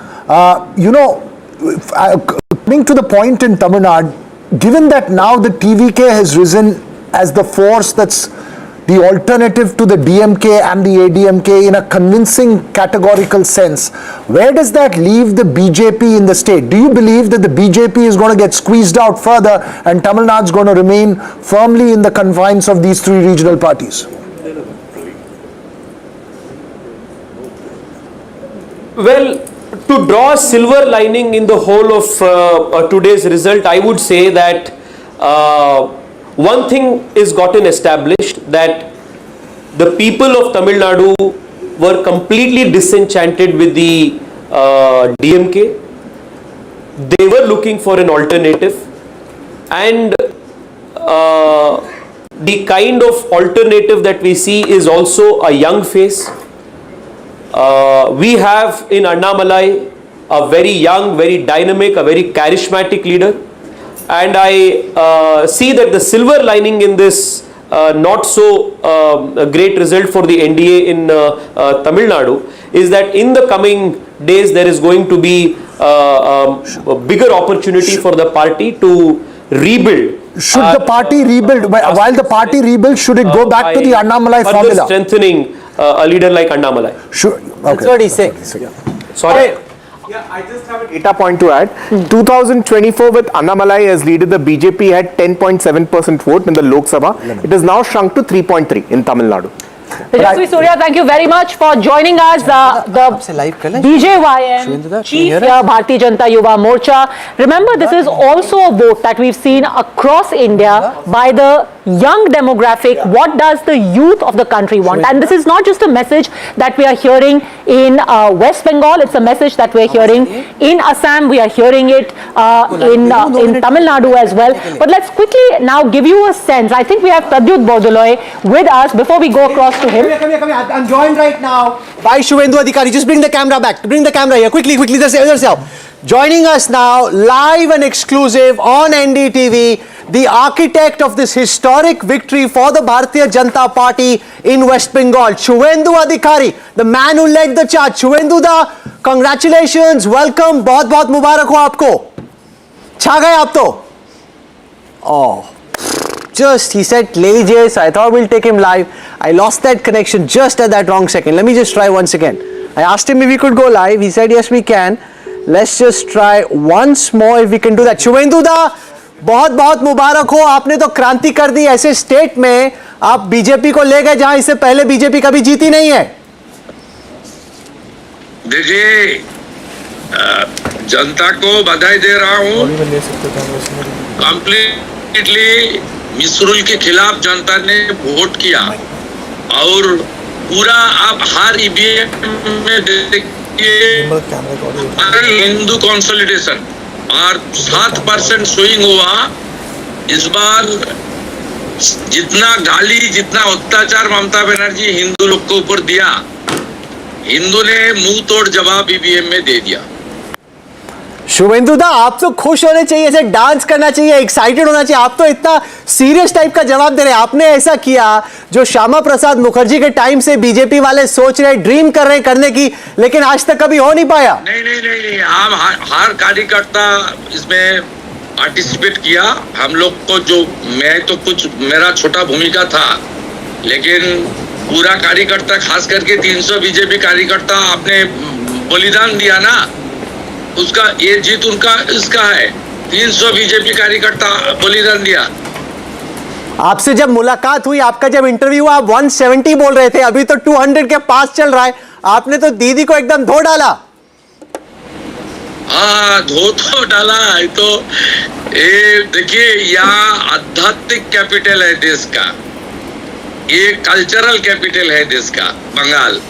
इसको ममता बनर्जी जिस तरीके से खत्म किया, और इसमें जनता का जीत है, मोदी जी का जीत है. मोदी जी ने खुद कैंपेन का लीड किया है, उन्होंने काफी मेहनत किया है. मैं जनता और मोदी जी को आभार प्रकट करता हूँ. आप नेक्स्ट चीफ मिनिस्टर हो गए वेस्ट बंगाल के. पार्टी ने बहुत हद तक क्लियर कर दिया. How does it feel to be the chief minister? I am not passing any comment. मेरा पास कोई कम्युनिकेशन नहीं है. मैं अभी पूरा प्रदेश में शांति ठीक रहे. कोई भी टीएमसी जिस तरीके से गुंडागर्दी करता था, जो भी भ्रष्टाचारी है, गुंडा है, वो जेल में जाएगा कानून के अंदर. लेकिन जितना 2021 में पोस्ट पोल वायलेंस हुआ, इस तरीके से कोई काम हम लोग करने नहीं दूंगा. पोल वायलेंस ना हो, उसको कैसे इंश्योर करेंगे? पैरामिलिट्री फोर्सेस वहां रहेंगी सर. हम लोग का कंट्रोल है यार. आप लोग मान के चलिए ना, मैं इसमें कोई कम्युनल बात नहीं बता रहा हूँ. हिंदू लोग एरोगेंट नहीं होता. ये कंचन गुप्ता हैं, आप जानते हैं उनको. कल्चर में एरोगेंसी नहीं है. कंचन गुप्ता आपको कांग्रेचुलेट करना चाहते हैं और आपसे बात भी करना चाहते हैं. शुभेंदु दा, कंचन दा, let me just bring my laptop across. Suvendu Adhikari, yes.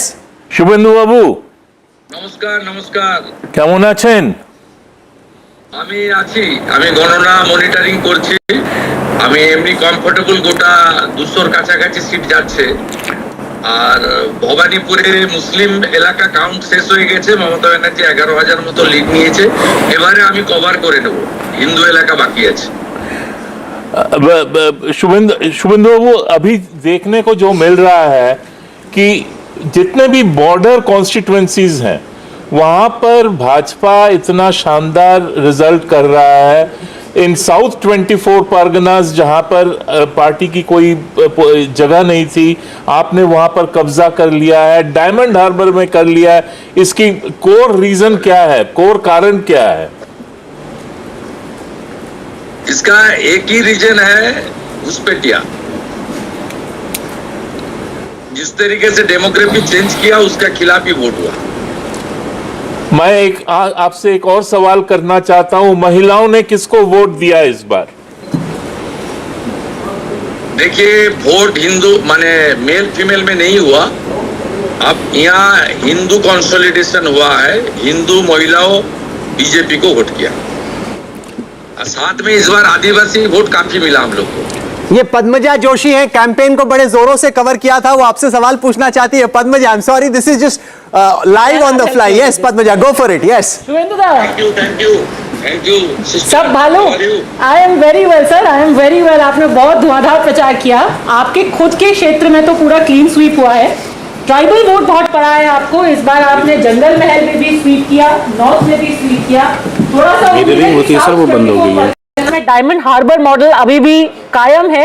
एक ही सीट वहां पर अभी बढ़त दिख रही है, उसमें थोड़ा सेंधमारी की कोशिश अभी भी है। हाँ, वहाँ थोड़ा तो वो लोग डराने का काम किया और वहाँ डेमोग्राफी ज्यादा चेंज हुआ था, इसलिए जहाँ जहाँ डेमोग्राफी चेंज हुआ वहाँ इस तरीके से हुआ है। आने वाला दिन में सब ठीक ठाक हो जाएगा। हमारी तो 189 चल रहा है, ये बड़ा अंतर, बाकी हम लोग संभाल लेगा। शुभेंदु दा, आपने वहां पे भी अच्छा किया जहां पे बंगाली भद्र लोग थे और लोगों को लग रहा था कि इन एरियाज में आ ही नहीं सकती। कोलकाता के इर्द गिर्द एक बंगाली भद्र लोग जो मान नहीं रहा था बीजेपी जीतेगी। बोरिया मजुमदार हमारे साथ है, वो आपसे बात करना चाहते हैं। यस শুভেন্দু বাবু, প্রথমত কংগ্রাচুলেশনস। দুটো প্রশ্ন। ভালো, হ্যাঁ আপনাকেও। দুটো প্রশ্ন। এক, আগের বারের ইলেকশনের পরে আমরা প্রচুর গন্ডগোল দেখেছি। কলকাতায় 200 বছরের বাস, উত্তর কলকাতা, এটা কিভাবে সাধারণ মানুষকে আপনার মুখ থেকে শুনলে সবাই বলবেন, এটা কিভাবে আটকাবেন? দ্বিতীয়ত, বিজেপি বা আমাদের সনাতনী রাষ্ট্রবাদীদের কালচার এগুলো নয়। আটকানো মানে এখানে হবে না, কিছু হবে না। ওই ধরনের ভায়োলেন্ট করতে পারে জামাতি মাইন্ডসেটের লোকজন। আমরা যারা রাষ্ট্রভক্ত লোকজন আছি এবং সনাতন কালচার মানি, গীতাকে মানি, আমরা এইসব কালচারে নেই। আমরা যেটুকু যদি ছোটখাটো কিছু ঘটে, আমি এবং আমার প্রদেশ অধ্যক্ষ সভাপতি আমরা দুজন সামলে নেব। দ্বিতীয়ত আমরা যেটা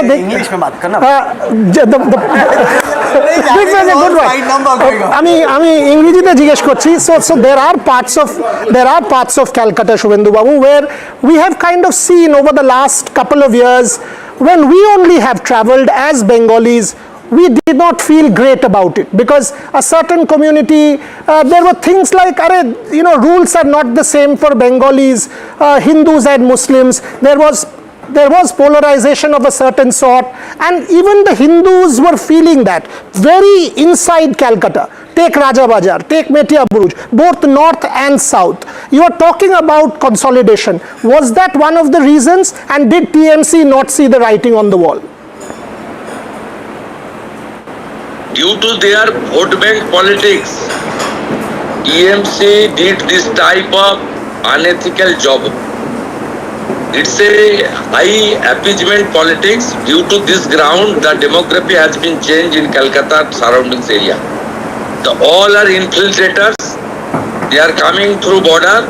The Mamata Banerjee government not provided land to the BSF. This is the main reason.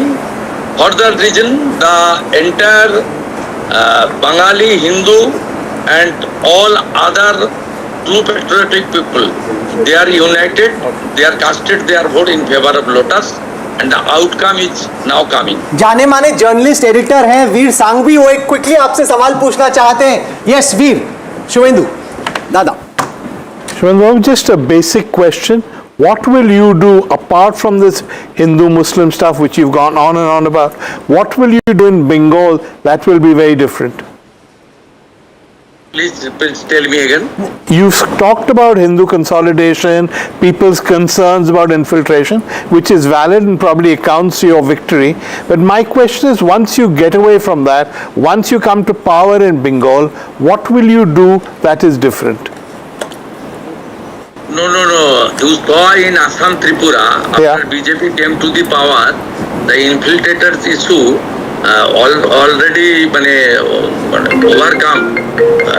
The double engine Sarkar will perform properly, and central-state relation will sort out this problem. सवाल ये शिव अरूर हमारे मैनेजिंग एडिटर है NDTV 24/7 के। शुभेंदु दा, जाने से पहले एक सवाल शिव अरूर आपसे करना चाहते हैं। Shiv. Shubhendu da, this entire election, previous election also was framed as, the BJP is a party of the Hindi heartland, Bengali identity समझते नहीं है BJP वाले. Do you think that has been disproved now? Outsider, insider wala politics? Yes, outsider, insider, it's a Mamata Banerjee's very cheap politics. The people rejected it. You know it very well. One Bengali Hindu, renowned, respected Hindu, Bharat Keshari Dr. Shama Prasad Mukherjee, formed this party. This party is functioning under the ideology of the Dr. Shama Prasad Mukherjee. The people rejected it. It's a Mamata Banerjee very cheap politics. Shubhendu da, one final question. At this moment in Bhawanipur, it's been going up and down. Mamata Banerjee is currently in the lead. Previously, she was trailing. How is it looking for you in Bhawanipur? You are still known as a giant slayer from Nandigram in the last time. I am hopeful because the Muslim area 63, 67, 77 ward already covered. My calculation inside was that she may lead 20,000, but now she is leading 16,000. The entire Mamata's vote bank area are now covered. ये पश्चिम बंगाल के दो जाने पहचाने journalist हैं, वो आपको congratulate करना चाहते हैं। खत्म करने से पहले जयंत घोषाल आपको कांग्रेचुलेट करना चाहते हैं। शुभेंदु, कॉन्ग्रेचुलेशन।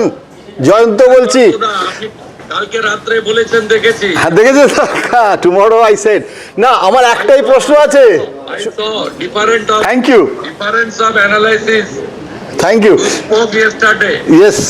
না, শুভেন্দু একটা প্রশ্ন করব, তুমি কি are you like to shift your office to again writers building or you will go to Nabanna? It's a BJP major decision এটা। We are working in collective leadership. It's a national party.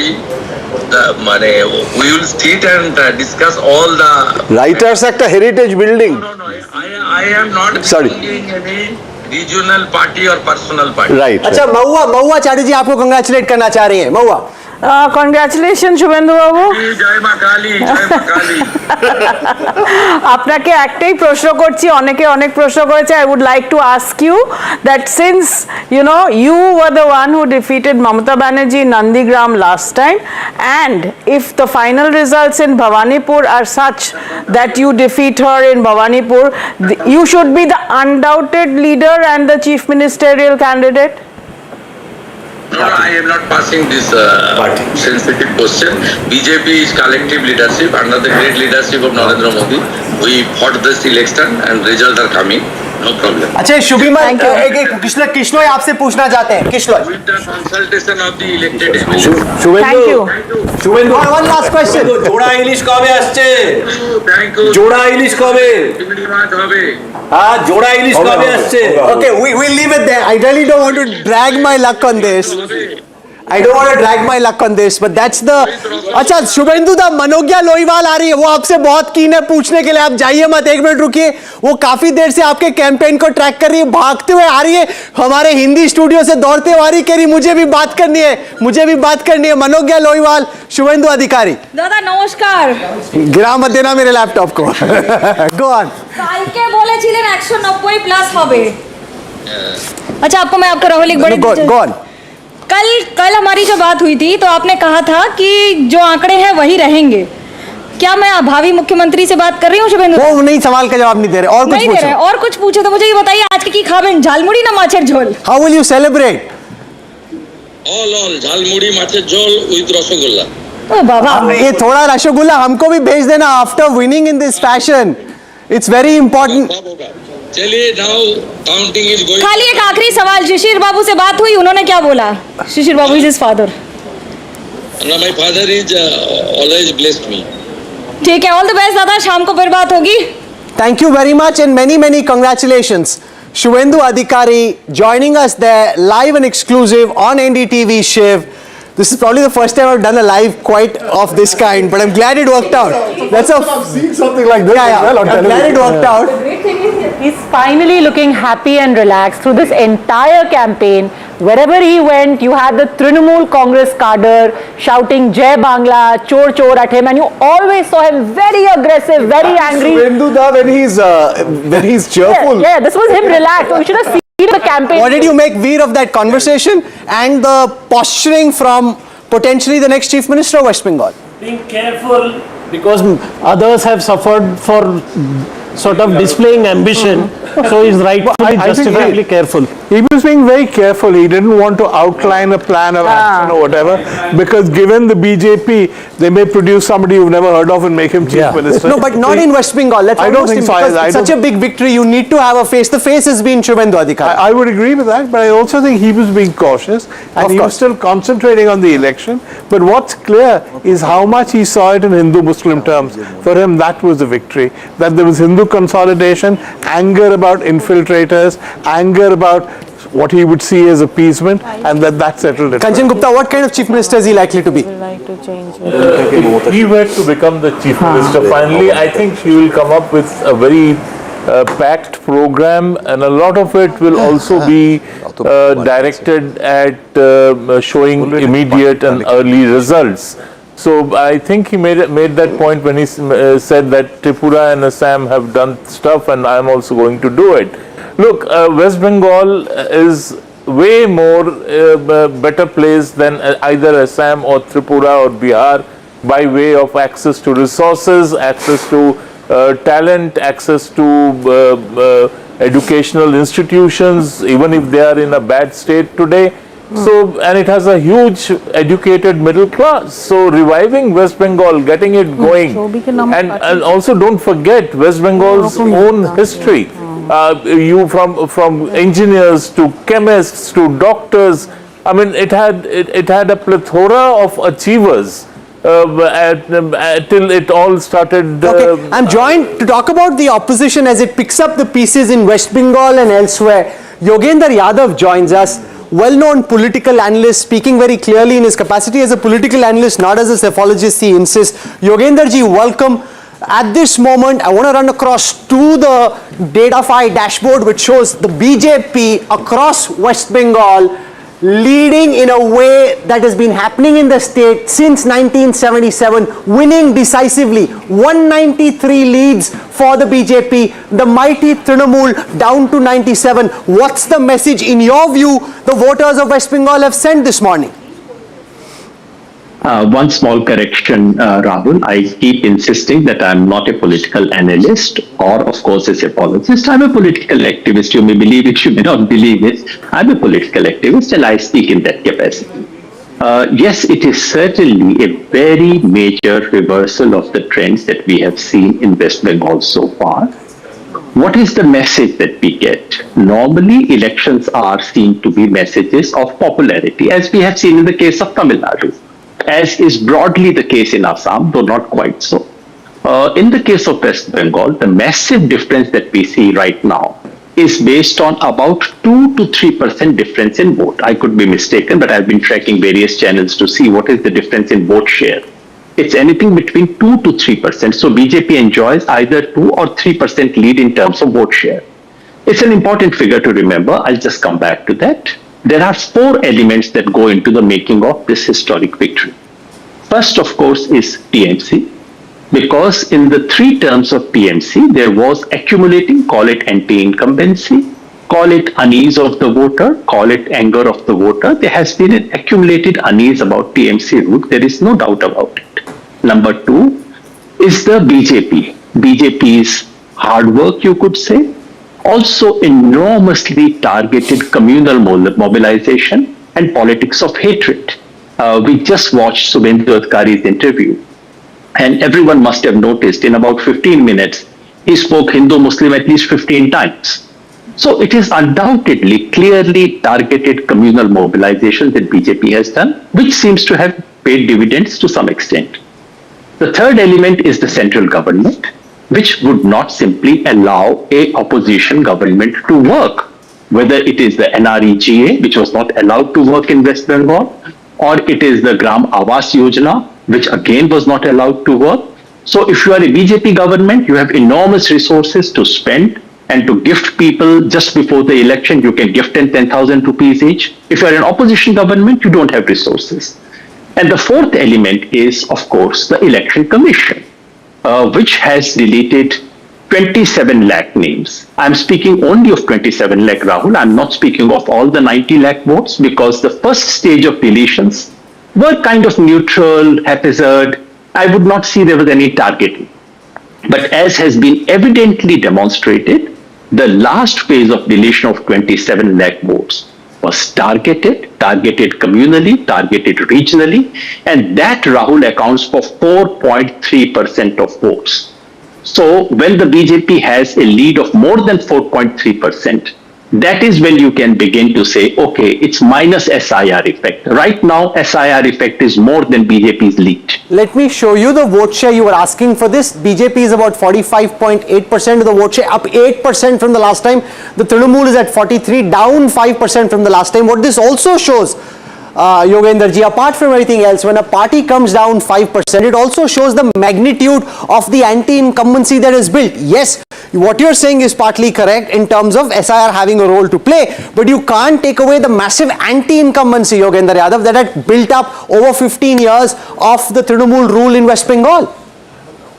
Rahul, you probably didn't get to hear what I was saying. In fact, I began by talking about it. I said element number one is unease, anger about a government which has been there for the last 15 years. So there is an accumulated anti-incumbency, but anti-incumbency is a bit of a euphemism. I think we should call it disappointment of people, anger of people. It has, of course, played a role to play.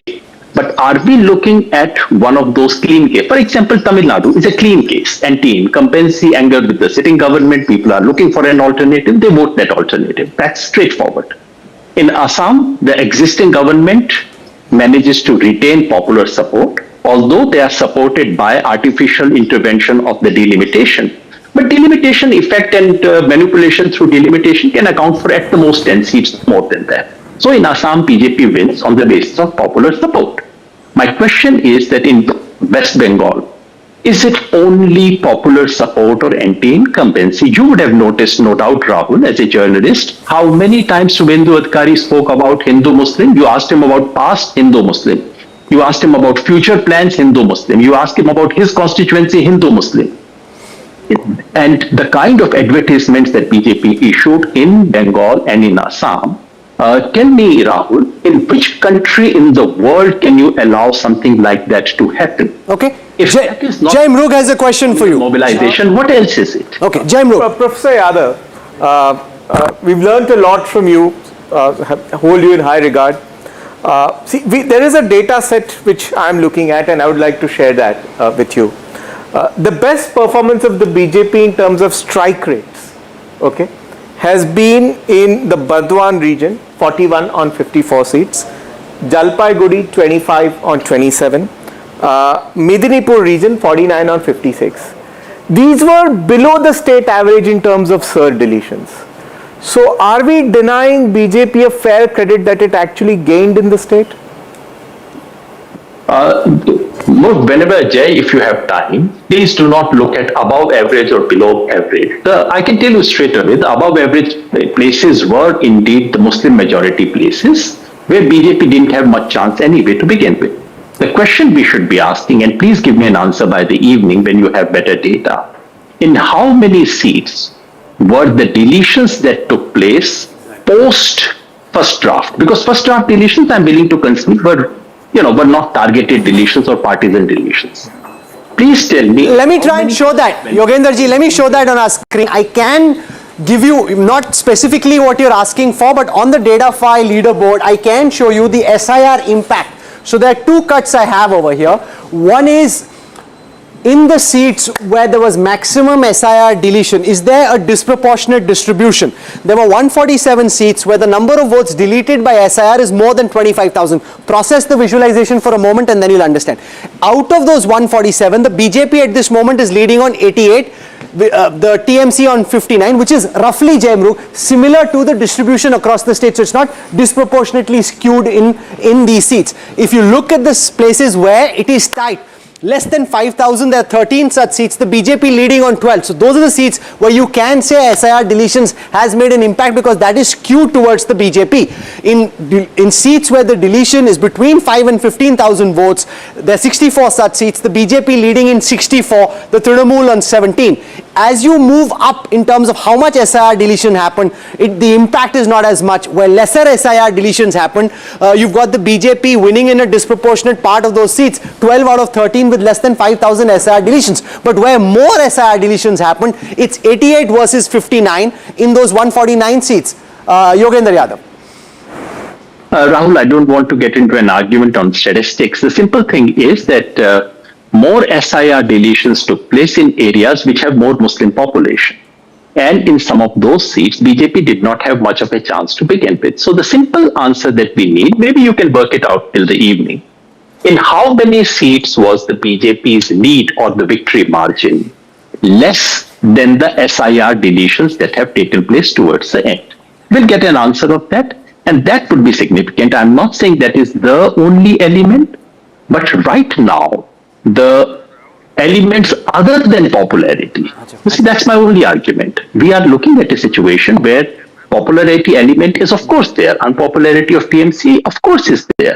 Is that the only element, or how, to what extent has this artificial intervention by the Election Commission by way of SIR made a different and skewed the results? If it has, that's a very, very bad sign for democracy. Basically, if an opposition leader were looking at it, he would say, if after all this, if BJP can do what it likes by way of central government's intervention, they can send as many observers in Bengal as they want, they can make transfers as they want, they can bring in police persons of their liking, they can appoint people for counting, and they can delete voters, then an opposition leader would say, well, what is my chance? If Akhilesh was watching this... Question for you, Yogendra Yadav. Yes, Veera. And what happened in SIR, he would say, well, what is the point? This is a question many opposition leaders would begin to ask. Yogendra Yadav, Veera Raghav here, sir. The fact that on the one hand we speak about this election commission SIR narrative, on the other hand, a young star with absolutely no infrastructure is able to take the might of two established Dravidian parties, including one in an alliance with the NDA, and is able to prove that you can win an election irrespective of what the circumstances are. What's the big takeaway then? I mean, we constantly talk about the election process, but there is somebody who's proven that despite every element of unfairness, you can still sweep an election. We should not at all begin to compare West Bengal with Tamil Nadu, because the Tamil Nadu SIR deletions were only phase 1 deletion. In phase 2, actually the number of deletions came down. I would invite you to look at the figures. West Bengal is the only state in the country where after the draft SIR rolls were released, additional deletions have taken place. This has not happened anywhere. This did not happen in Tamil Nadu.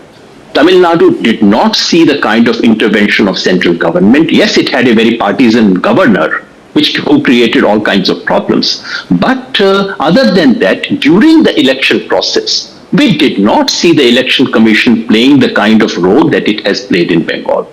Having said it, of course, it goes without saying that we are looking at in Tamil Nadu. The historic transformation in Tamil Nadu is something which is brought in by a popularity wave of a kind that Tamil Nadu has seen in the past. It reminds you of Annadurai, it reminds you of MGR. It's those kinds of waves. And in democracy, these things happen. Ruling parties are kicked out, which is perfectly normal. So I would not say that in Tamil Nadu, Vijay won despite the Election Commission. No, Election Commission was a non-factor, as it should be in any democracy. I would not say that in Kerala, Congress won despite the election commission. The election commission was kind of a non-factor. In Assam, yes, BJP benefited from election commission because of delimitation, but that was a very small element in the BJP's victory in Assam. In the case of Bengal, it is a decisive factor there. That's the only point I'm making. Okay, we leave it there. We hope to come back to you in a short while from now. Thank you very much, Yogendra Yadav, for joining us. History in West Bengal, 189 leads for the BJP, the TMC down to 100. Ajay Alok joins us. I remember meeting him in West Bengal, in Kolkata during the campaign. You were confident then. You must be in a jubilatory mood at the moment, Ajay Alok. Congratulations. Well, I'll take your congratulations after 2 hours, Rahul, because now the tsunami is folding. And when the tsunami goes back, it takes back everything. Right now, what you're seeing, a 189, I won't be surprised if we cross 200. Because this is the thumping, astounding assurance from the people of Bengal what we have gained. This was the election for people of Bengal, not for us. Of course, it's very emotional election for us because we were born out of Bengal. Shyama Prasad Mukherjee was from Bengal. In 1952 elections, we got 4 seats from Bengal. So this is where the seed of BJP comes from. And we were out of power in Bengal for the last 75 years. So it's a very emotional moment for us. And we would like to dedicate this victory to Shyama Prasad Mukherjee. Ajay Alok, just stay with me. I want to cut back to Tamil Nadu for just a moment where there are images coming in of Vijay's family blowing the whistle. Pictures, viral pictures right now. Let's just go full frame to those.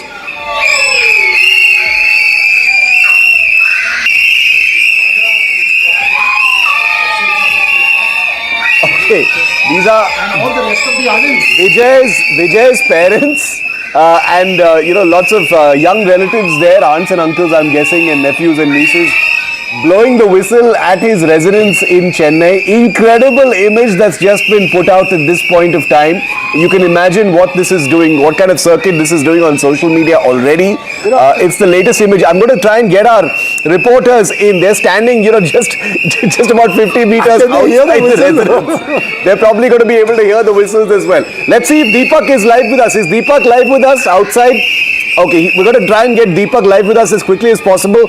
Also, Vasudha in right now. Vijay has not made an appearance just yet. There is no balcony. When Rahul, Vasudha visited, there was no balcony from where Vijay could come and perhaps wave at the people outside. It's also very difficult to get to his house, Shiv. It's a big driveway. Huge amount of security, very tony. I mean, of course, he'll move out from there. You know, in the older days, between, especially 91, 96 and then 2000, it was impossible to get close to Jayalalitha's house.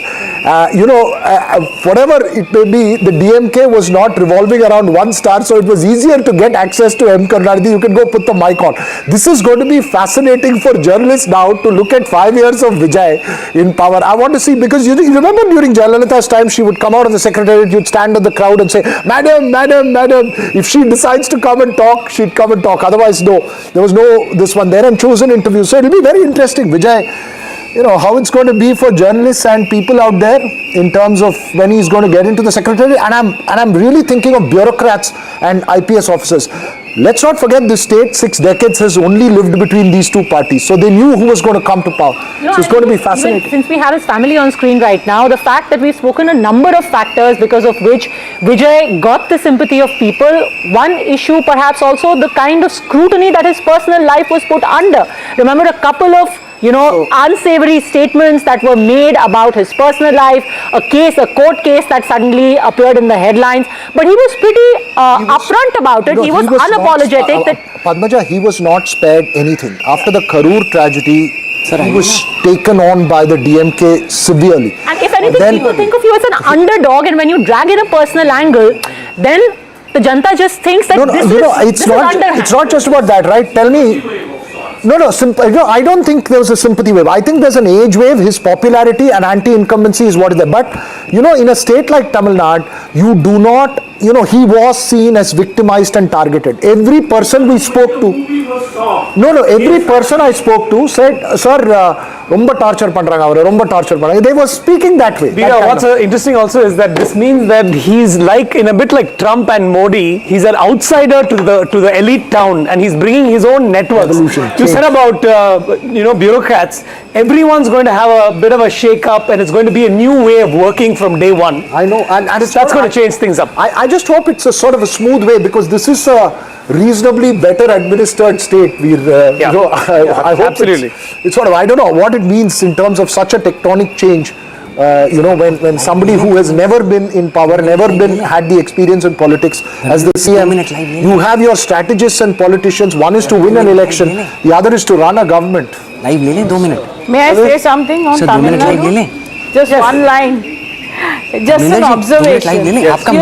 I think there was a vacuum in Tamil between DMK and AIDMK basically, and since Jayalalitha is passing away, that vacuum probably has now getting filled in, because the other one, DMK, had a succession and Stalin took over, but in AIDMK it kind of broke away.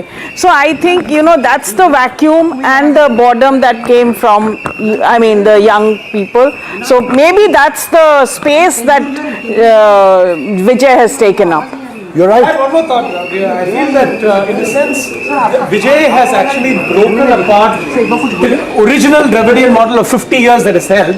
Not that those values are going away, but in a sense, the space is opened up more for others to stay with me. I want to go across now, live and exclusive on NDTV, to one of the key architects of the Bharatiya Janata Party's victory in the state of West Bengal. The man who was trooped on the ground making this happen. He made Haryana happen. Remember, in Haryana, where everybody thought it's impossible, Dharmendra Pradhan said, I will deliver Haryana for the party. He's been one of the key people delivering and working on the ground in West Bengal. He joins us now. Dharmendra ji, बहुत बहुत स्वागत. छा गए आपने तो ऐसी जगह पे बीजेपी को जिता दिया जहां पहले माना जाता था कि जीतना असंभव है. देखिए, 100 साल की बंगाल की जनता की आकांक्षा का पूर्ति हो रही है. मैं सबसे पहले बंगाल की जनता को नतमस्तक होकर आभार प्रकट करता हूं.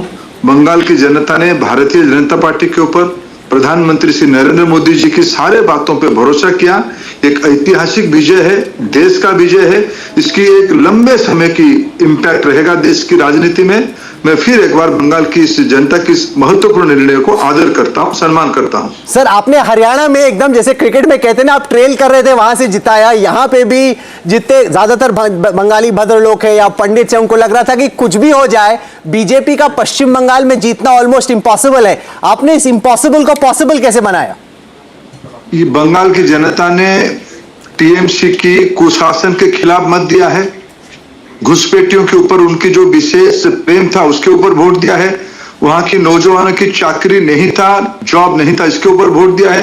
विशेष करके बंगाल की महिलाओं के ऊपर एक जो अत्याचार की एक अनगिनत कथा आई थी, वो संदेश खाली हो या आरजी कर हो, जिस अहंकार से टीएमसी की नेतृत्व उस घटनाओं को हैंडल किया था. जिस घटना से मैं शिक्षा विभाग से जुड़ा हूं, बंगाल में शिक्षकों की नौकरी बिक्री हुई थी, मंत्रियों के घर में नोटों की पहाड़ बरामद हुई थी. ये सारे अत्याचार के खिलाफ जनता की, जो बंगाल की जनता जो एक सोची समझी मत दिया है, ये उनको सारे श्रेय दिया जाते. सारे विषय जो भी बंगाल में काम कर रहा था उसको ध्यान में आ गया था. बंगाल बहुत बड़ी परिवर्तन की ओर बढ़ रही है. ये मेरी कुलीग है मनोज्ञा लोईवाल, बहुत वक्त तक आपका कैंपेन कवर कर रही थी, वो आपसे सवाल करना चाहती. मनोज्ञा, नमस्ते दादा. आज जय जगन्नाथ कहेंगे कि जय माँ काली? मेरा तो सबसे पहला सवाल यही है. जय जगन्नाथ, जय माँ काली दोनों ही कहूंगा, जय बंगाल कहूंगा. मिदनापुर में, नंदीग्राम में आपने बहुत कैंपेन किया. 2021 में भी आपकी बड़ी भूमिका थी और इस बार भी. तो what do we expect? Is it the credit goes to you for monitoring it completely again in Nandigram this time? नहीं, मैंने, आप जानते हो सारी क्रेडिट बंगाल की जनता की है, भारतीय जनता पार्टी के असंख्य कार्यकर्ताओं की है, और हमारी सर्वोच्च नेता माननीय प्रधानमंत्री नरेंद्र मोदी जी के ऊपर बंगाल की जनता की, देश की जनता की भरोसा ही इस नतीजा का परिणाम है. What is Dharmendra Pradhan's message to Chief Minister Mamata Banerjee today? अहंकार की पराजय हुई, कुशासन की पराजय हुई, महिलाओं की सांप उन पे लग गई, गरीबों की, युवाओं की, किसानों की सांप उनके ऊपर लग गई. ये मेरी कुलीग हैं पद्मजा जोशी, वो आपसे सवाल करना चाहती हैं. Dharmendra ji, good afternoon, many congratulations. आपके एक धारणा थी कि एक अभेद्य किला है तृणमूल कांग्रेस का, वो तो आप उसके पार हो ही नहीं सकते। सबसे ज्यादा आपकी जो लीड्स आई हैं वो आई हैं मालदा मुर्शिदाबाद वाले एरिया में, साउथ 24 परगनास में, और आयरॉनिकली जिस डायमंड हार्बर मॉडल की बात की जा रही थी, that I challenge the union of India to try and take on the Diamond Harbour model, उस डायमंड हार्बर की सीट पर अभी तक बीजेपी लीड कर रही है। क्या लगता है आपको इस पूरे उसका संदेश क्या है, और मोर स्पेसिफिकली जो मुस्लिम डोमिनेटेड एरियाज में बीजेपी को लीड कैसे मिली? क्या आपने वोट स्प्लिट किया? पद्मजा जी, रावण की भी अहंकार नहीं रही थी, ये तो सामान्य मनुष्य थे। ये खुद को भगवान मान बैठे थे, खुद को महान मान बैठे थे। बंगाल की जनता ने चुन चुन के, ये तो रिगिंग से वोट जीतते थे, भय दिखा के वोट जीतते थे, निष्पक्षता नहीं होती थी। मैं भारत की चुनाव आयोग को कोटि कोटि प्रणाम करता हूं। उन्होंने जिस ढंग से निष्पक्ष चुनाव करवाया, इसी के नतीजा है। धर्मेंद्र जी, एक सवाल मैं आपसे पूछना चाहती हूँ, क्योंकि हम जब पानीहाटी एरिया में गए थे, हिंगालगंज जैसे में गए थे, वहां पर और कोलकाता में भी जब आरजी कौर का नाम सुन के कुछ महिलाएं जस्ट स्पॉन्टेनियसली जिस तरीके का उनका रिएक्शन होता था, आप आज प्रदेश की महिलाओं को खासतौर पर क्या कहेंगे? जो वेस्ट बंगाल की महिलाएं, ये मातृशक्ति की विजय है। बंगाल की महिला मां साक्षात दुर्गा के रूप में, काली के रूप में अन्याय अत्याचार को संहार किया है। ये विजय बंगाल की जनता की, विशेष करके मातृशक्ति की है। एनडीटीवी के मैनेजिंग एडिटर हैं शिव अरूर, वो आपसे सवाल पूछना चाहते हैं। Shiv. Dharmendra ji, first of all big congratulations to you. I am Shiv Aroor. I want to add to Padmaja's question on the Mahila vote, because the Trinamool had always been extremely confident. They were very dismissive of the BJP's appeal as far as the Mahila vote in Bengal is concerned. How did it happen? How do you explain this vote? Because Trinamool has created huge crisis of confidence on their leadership. The way they reacted during the Arjikar incident, during the Sandeshkhali incident, during the Durgapur incident, in all part of Bengal, they have huge atrocity on women. Women were at the receiving end. They thought this is their monopoly, they can do anything, they can get away. But especially women of Bengal, they are very conscious. There is a great history of Bengal's socio-political movement. They have rejected, they have taught a lesson to this autocrat people, the Ahankari people. ये कंचन गुप्ता आपसे सवाल करना चाहते हैं। कंचन दा। धर्मेंद्र जी, नमस्ते। The scheduled tribe vote has just been swept by the BJP. What do you attribute it to? Across the state, it's the same thing.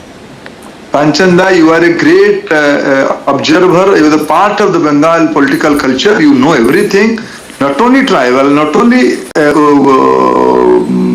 women, not only Matuas, not only Bhadraloks.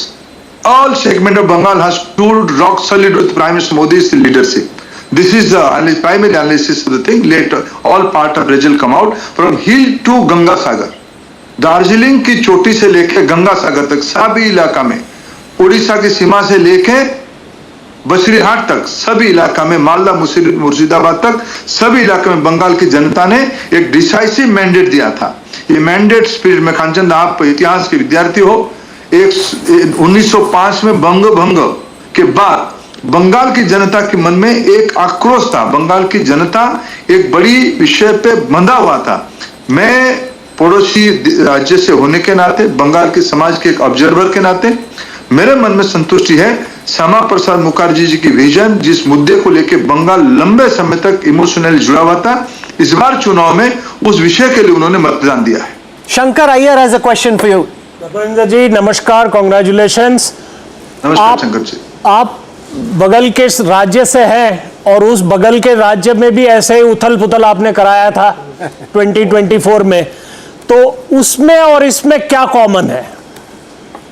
देखो, anti establishment दोनों जगह पे था, लेकिन बंगाल में अत्याचार आसमान छू चुकी थी, अहंकार आसमान छू चुकी थी, भ्रष्टाचार चरम पे था, और बंगाल की जनता को डर, भर और आतंक दिखा के तृणमूल के लोग लंबे समय तक अख्तियार करने का एक सफल फॉर्मूला बना लिए थे। उसी को प्रजातंत्र के नाम दे रहे थे। ये इस प्रकार की नतीजा, बंगाल के चुनाव के नतीजा को देश के अन्य सभी इलाकों से अलग मानता हूं। बंगाल की पृष्ठभूमि पिछले 50 साल में पहले लगभग 35 साल कम्युनिस्टों ने, बाद में 15 साल टीएमसी ने बंगाल की डेमोक्रेसी को बंधक में रखा था, होस्टेज में रखे थे। दारिद्र्यता चरम पे होने के बावजूद विकास नहीं करना, लोगों को भय दिखाना, ये सिर्फ एक चुनाव की नतीजा नहीं है। बंगाल ने इस बार 50 साल की एक अलग पैटर्न पे गया है। ऑटोक्रेटिक पैटर्न को तोड़ के एक डेमोक्रेटिक पैटर्न को अपनाए। ये सिर्फ एक 2026 की चुनाव नहीं है, ये पिछले 50 साल के कई चुनाव के अंदर जो कुंठा थी, जो रिलेक्टेंस थी सोसाइटी की एक पॉजिटिव मैंडेट करने के लिए, जिसकी मैंने कहा हिस्टोरिकल बैकग्राउंड था 1905 से। आफ्टर भंग क्यों हुआ, क्या कारण क्या था? क्या बंगाल की रिसोर्स घुसपैठियों के पास रहेगा? क्या बॉर्डर ऐसे ही खुले रहेगा? क्या चाकरी नहीं मिलेगा? इस सारे के ऊपर हिस्टोरिकल फैक्ट, कल्चरल फैक्ट और आज की रियो पॉलिटिकल, रियो economic, socio economic issues Bengal के चुनाव की नतीजा है। Mahua Chatterjee has a question for you. Mahua. Dharmendra ji, congratulations, and just one short question to you on this forum, and I want to ask you, you've been involved with elections in various states, and you are an experienced person on this on behalf of your party BJP. So just if you could explain a little bit as to what is the difference in Bengal's voting pattern from the 2024 Lok Sabha elections and this one, which is barely just 2 years, there's just 2 years between them, because in 2024 you did lose some votes, but now you have gained big. So what is the difference that has made this possible?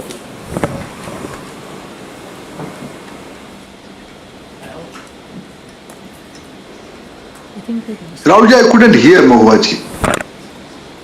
Okay, let me see if I can get Boria Majumdar to ask a question. Boria.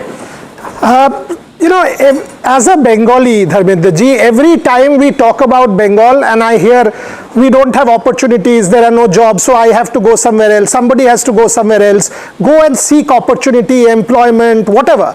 After this victory, do you reckon we will seriously now have the Bengali talent go back to Bengal, get opportunities, see progress, see no longer corruption? The Bengalis will finally get it all back?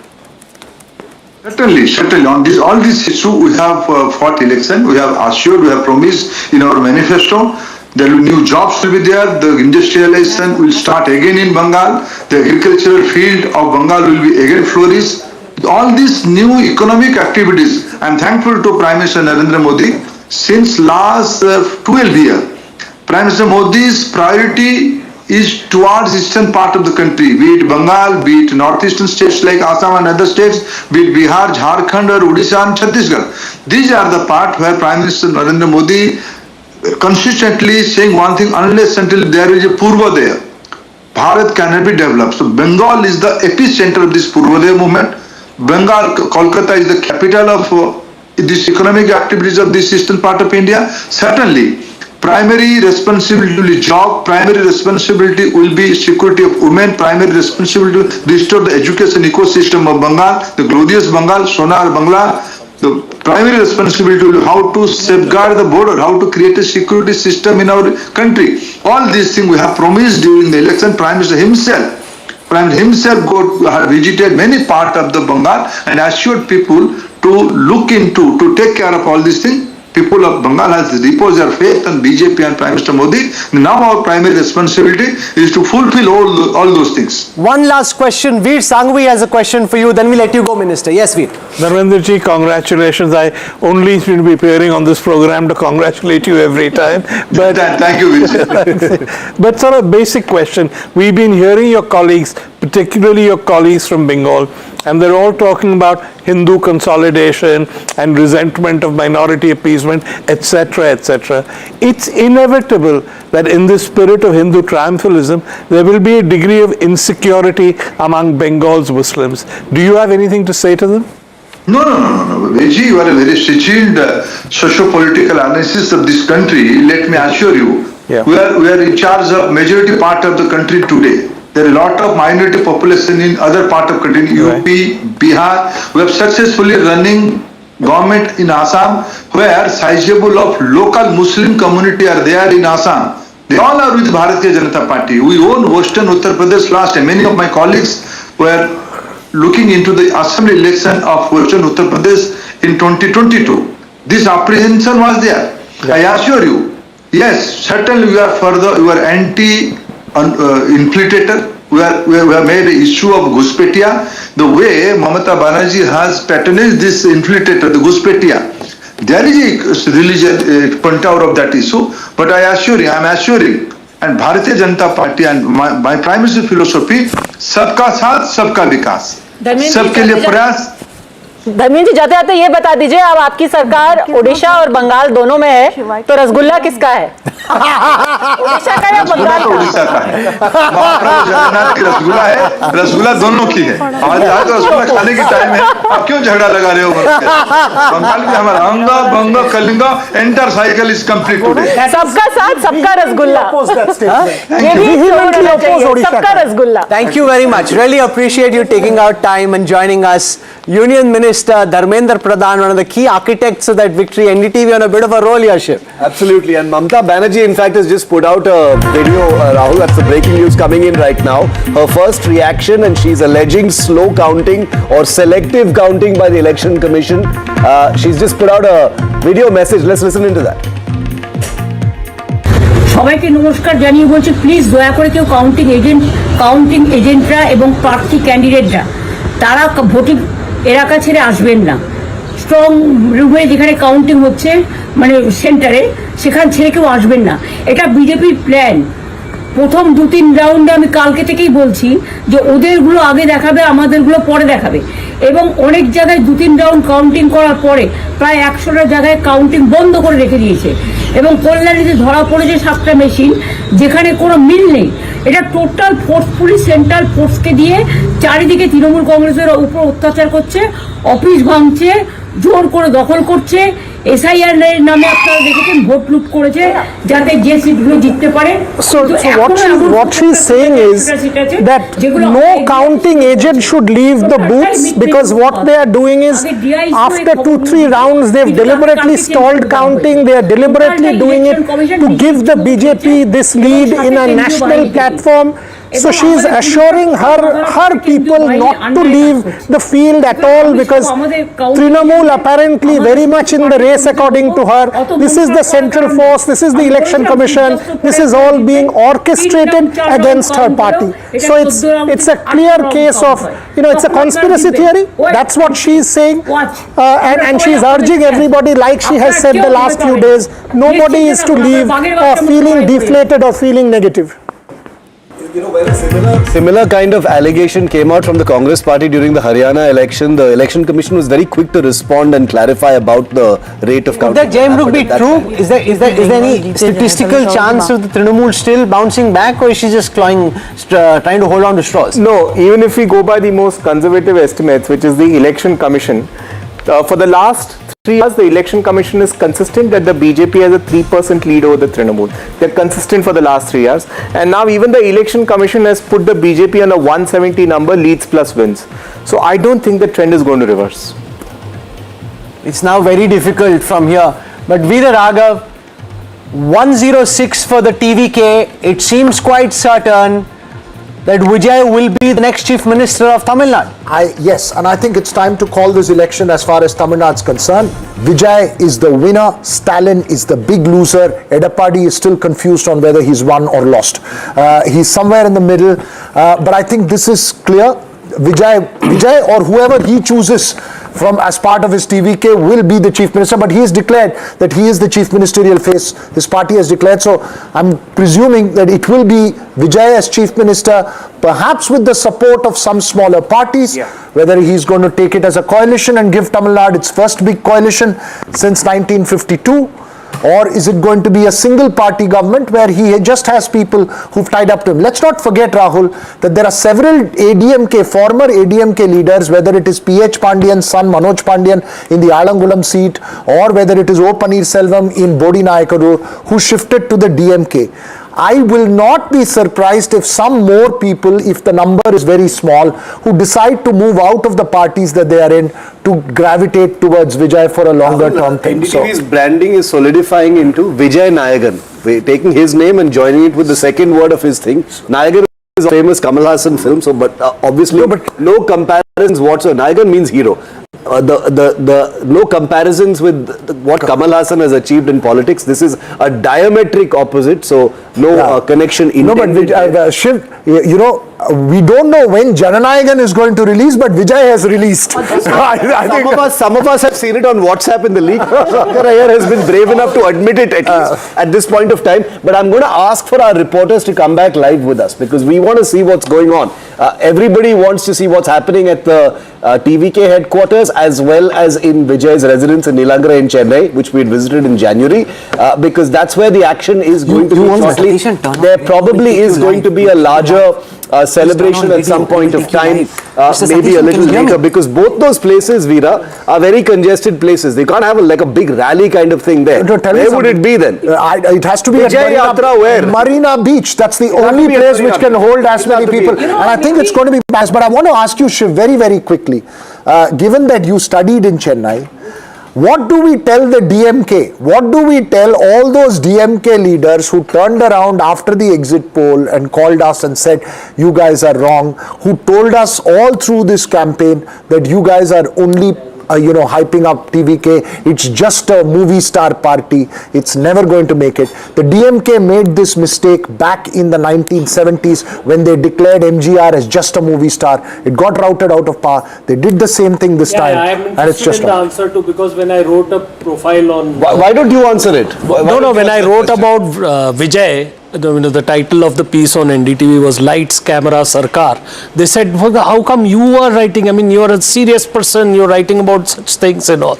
And so I said, it's a phenomena, you have to sort of observe phenomena. And you know how much was the kind of pressure and pushback that came during the conclave. Manoj Tiwari ji joins us. Can we just take him live for a couple of minutes as so many different things coming in?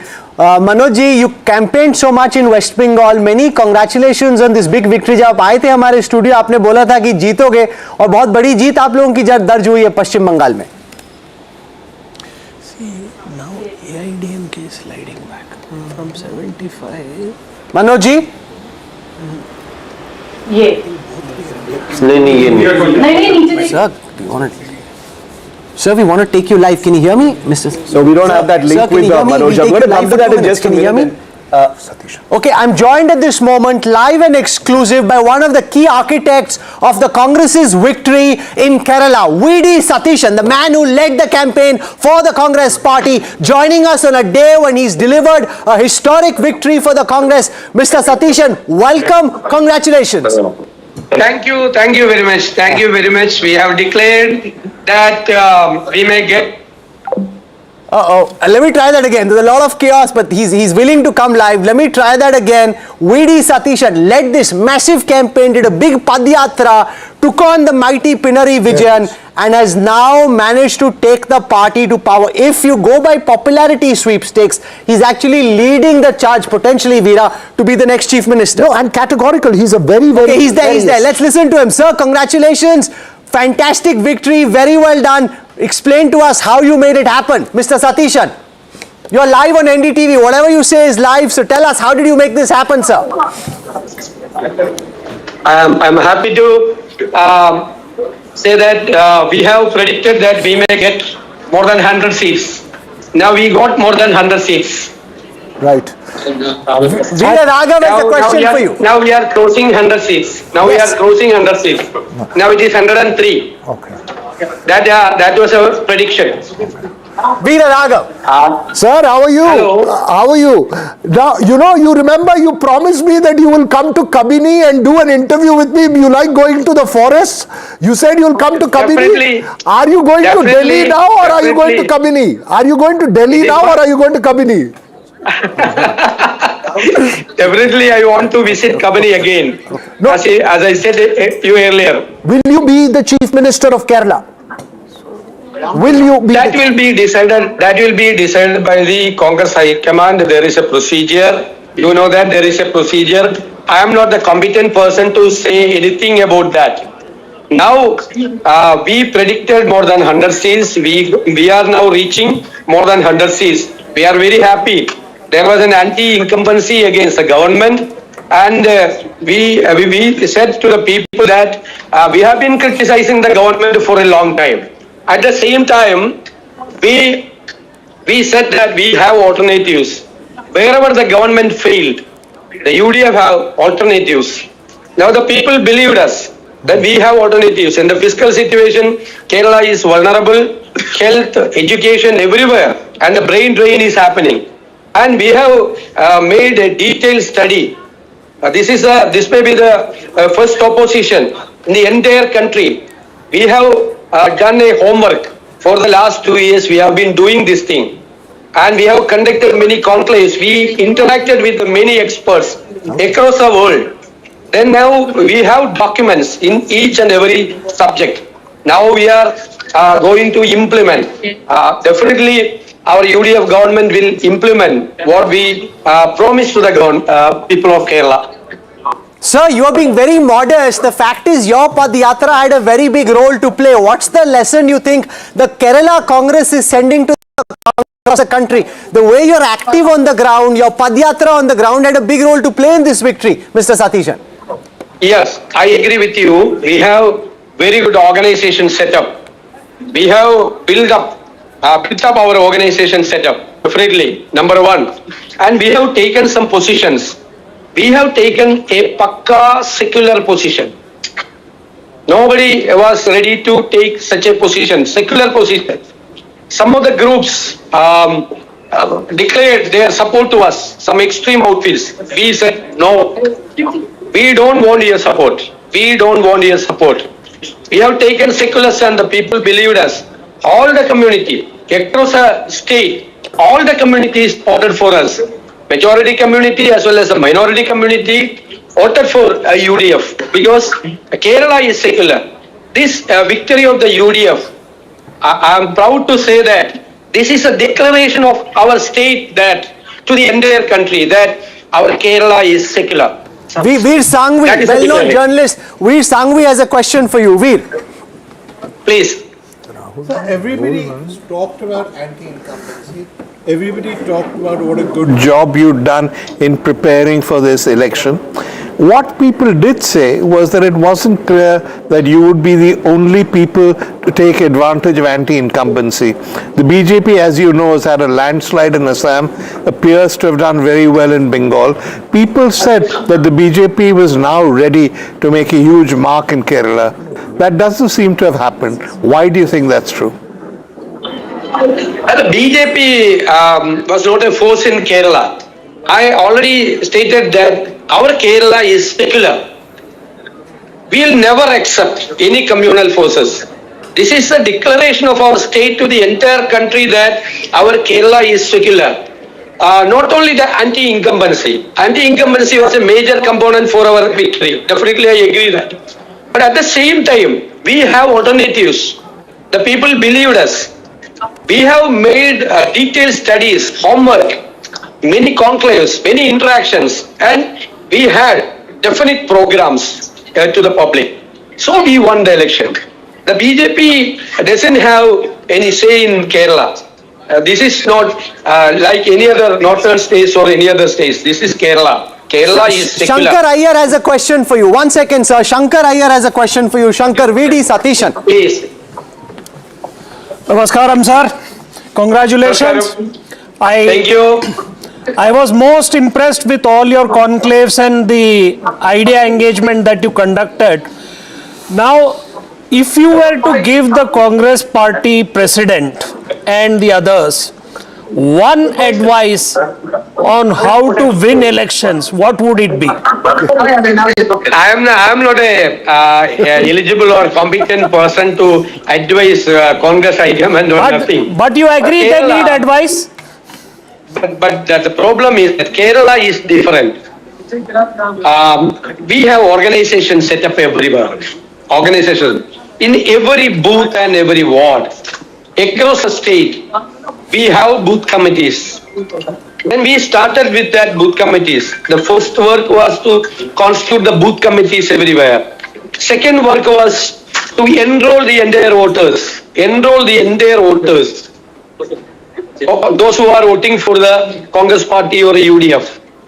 Third, the social engineering. Then we should have definite positioning, a secular plan. There is a secular plan. We have taken very strict secular positioning. And I think the fourth one is we should have definite plans to the entire state. I think the entire youths of Kerala voted for us. Major percentage, maybe 70, more than 70% voted for us because of the hope. Because we have interacted with the youngsters. We have to interact with the entire sector of the people. Then there should be credibility. When we are saying something, the people should believe that we will implement that. The credibility factor in politics is also very important. And people believe us because we are credible. Okay, Shiv Arur, I know you need to go. Shiv Arur has a quick question. Shiv. Mr. Satishan, very, very warm congratulations to you on a well-deserved performance by your coalition in Kerala. My quick question to you, I know you dodged this question earlier. There is no shortage of talent in your party to be leader. Do you think the process of selection of Chief Minister is going to be a smooth process? The reason I ask this question, sir, is because as we've seen, there are no shortage of contenders in Kerala. That should be very smooth. Because people are observing. The entire people of Kerala are observing what we are going to do. When we are, the believers has a fear about the God, we the people's representatives should have a fear about the people of Kerala. So we know that the people are observing what we are going to do. So it should be a smooth process. So how will you celebrate? How will you say? You're looking very, very serious through all this big victory, rare victory for your party. How will VD Satishan and the Kerala Congress celebrate? We are celebrating with the people of Kerala. The people are celebrating. We are with them. What is there for Sadhya today, sir? What are you eating today? What is there for lunch? All our colleagues are distributing sweets. Okay, we'll leave it there. We should have a Kerala Sadhya. And you have to invite us for it as well. Please don't eat without us. We'll come and join you and have some lovely Kerala Sadhya. Thank you very much. Thank you, sir. Thank you. VD Satishan, the man who arguably should be the next Chief Minister if you go by popularity ratings. No, and also in terms of the fact that, but you never know with the Congress, but the fact is that he was the one who led the Padayatra. And I'll also tell you this. In the conclave, when I asked him specifically this question, and today he was a little more muted in his answer, I asked him, is it okay for a party to go into an election without a chief minister? He said, I have my own personal views on it, but I'm not going to express that. The party high command has decided to go with one thing. He's very clear where he has two star singers with us. No, don't call them singers, Shiv. They'll be very upset. Very serious politicians. But also singers, come on. Just a quick Can we quickly take Manoj Tiwari ji? He worked very hard on this campaign. Manoj ji, स्वागत है आपका. बहुत बड़ी जीत हुई पश्चिम बंगाल में Bharatiya Janata party की. Is this like in some ways the last dream finally coming true in West Bengal, Manoj ji? Yes. Rahul ji, इसमें कोई दो राय नहीं कि पश्चिम बंगाल की जनता ने एक बहुत बड़ा मैंडेट दिया है. अभी आपके स्क्रीन पे मैं देख रहा हूं 190 प्लस का आंकड़ा बीजेपी की तरफ. और देखिए, मैं तो 36 विधानसभा में 43 इवेंट में गया हूं और उसके साथ साथ किसी के घर में खाना, किसी के साथ चाय पे चर्चा, कि कोई फ्लाइट में मिल गया. मुझे एक डायलॉग एक व्यक्ति का याद आता है. वो गुरुग्राम से जा रहे थे कोलकाता, फ्लाइट में मिले और 35-36 साल के युवा थे, नौकरी करते थे बाहर बहुत अच्छी. वो बोले, मेरे पापा ने बोला है, मेरे फादर ने बोला है कि बेटा वोट डाल के जरूर जाना। तो मैं सुना, मैंने ये नहीं पूछा किसको वोट डालने जा रहे हैं, बट उतरते समय उन्होंने कहा मोदी को बोलो पश्चिम बंगाल को बचा ले। ये एक लाइन ना मेरे दिमाग में गूंज रही है और फिर मैं रिजल्ट देख रहा हूं। मैं ये पश्चिम बंगाल के 36 जगहों पे मैं कहीं 85 ईयर की एक बूढ़ी माता से मिला, वो जंगीपुर है मुर्शिदाबाद में। लोग जिस प्रकार से इस बार संदेश खाली, आरजी कर, इसका जवाब देने के लिए इकट्ठे थे, उनको सिर्फ एक ही चीज चाहिए थी, हमें वोट डालने की आजादी हो जाए। ओके। और आज जैसे ही एक गरीब को एक बहुत हल्ला गुल्ला नहीं करके चुपचाप वोट डालने वाले को ये जो मौका मिला ना, इसका ये परिणाम है। Padmaja has a question for Maithili Thakur. Padmaja, पार्टियां कुछ भी कहेंगी लेकिन पश्चिम बंगाल के 90% घरों में चुनाव आयोग और उसके प्रति बड़ा धन्यवाद भाव है। सवाई बोलछे हमरा चुनाव आयोग के धन्यवाद जानाक्षी। तब मैं एक स्टार प्रचारक के साथ साथ में पुराना पश्चिम बंगाल की धरती से मेरा नाता है। मैं वहाँ नौकरी करता था, मैं सबको बताता था आमी ओखाने चाकरी करछिलाम, आमी राजस्थान माठे क्रिकेट खेलछिलाम। तब मैं इस रिजल्ट को बहुत बड़ा मानता हूँ। मैंने चुनाव में गीत गाया था कि माँ माटी मानुस पुकारे मत बटना इस बार, এই বাড়ি পাল্টানো দরকার और हो गई बीजेपी सरकार। मैं पूरे बंगाल के अलग अलग क्षेत्रों में गया हूं राहुल कंवल भाई साहब। जी जी। और मैंने जो अपनी आंखों से देखा है, लोगों ने ठान लिया था कि अब इलीगल बांग्लादेशी घुसपैठियों का राज नहीं चलने देंगे, अब पश्चिम बंगाल के माँ माटी मानुस का राज होगा। दीदी ने जो भ्रष्ट और क्रूरता का चरम पार कर गई, उसका जवाब पश्चिम बंगाल की जनता ने दिया है। मैं नरेंद्र मोदी जो आपने बात कही है, जो विश्वास उन्होंने कमाया है, और खास तौर पे जिस तरीके से आपने बांग्ला भाषा में ही बात की है, इसका अन्य हिस्सा आपने बहुत एक्सटेंसिवली आपने समझने के लिए बहुत देर तक समीक्षा करनी होगी। बिल्कुल। और आप दिल्ली के सांसद हैं, उत्तर प्रदेश के मूल निवासी हैं। मैथिली ठाकुर, आज आपको यह भी याद कराना चाहता हूं कि भारत के पश्चिमी घाट को मंडित करने वाले महासागर के किनारे खड़े होकर मैं ये भविष्यवाणी करने का साहस करता हूं कि अंधेरा छटेगा, सूरज निकलेगा, कमल खिलेगा। अटल बिहारी वाजपेयी जी को याद करना चाहता हूं। नरेंद्र मोदी जी ने उनकी बातों को अक्षरशः पूरा करने का संकल्प लिया, आज पूरा हो रहा है। जी मनोज जी, क्योंकि आपने जो एक्सटेंसिवली कैंपेन किया है, क्योंकि एक जो एक धारणा थी, and we also have Maithili Thakur with us. I think may be perhaps Manoj Tiwari has lost the line, so he can not hear us, but let us bring in Maithili Thakur also at this point, because remember in this entire campaign you had the whole narrative of how it is a question of a sort of an invasion of the outsider, the other, on the Bengali identity. But then you've got people like Manoj Tiwari, like Maithili Thakur, who are speaking in Bangla, who are campaigning in Bangla. There are large pockets, and in Havra, in Hooghly, in fact even in Kolkata, which have Hindi speakers, who this time have flipped from the TMC towards the BJP. Maithili ठीक है, आप काफी आपको प्रचार करना पड़ा, जगह जगह जाके हर सभा में जहां आपको देख रहे थे, रविंद्र संगीत तो आपको हमेशा बोल रहे थे कि मैथिली दीदी सुनाइए, पहले बिहार अब Bengal. Of course, today I have joined as a politician, not as a singer, but definitely जो मैंने वहाँ पे एक गीत बहुत सुना और गा करके सुनाया लोगों को, तो वो मैं आपको 2 लाइन सुनाऊंगी, और it really touched me। लोगों के साथ बहुत ज्यादा रेजोनेट कर पा रही थी मैं जब ये गीत सुना रही थी।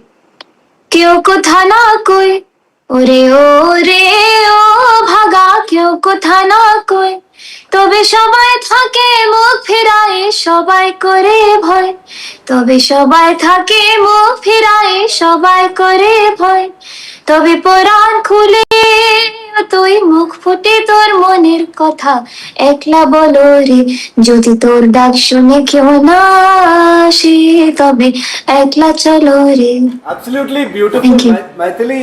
We are all watching how the result in Bengal, where you campaigned so much, is unfolding right now. And thank you for that beautiful song. Are you surprised, as a young woman, as you traveled through Bengal, are you surprised by the scale of this result as it stands right now? You spoke to women, you interacted with the people of Bengal.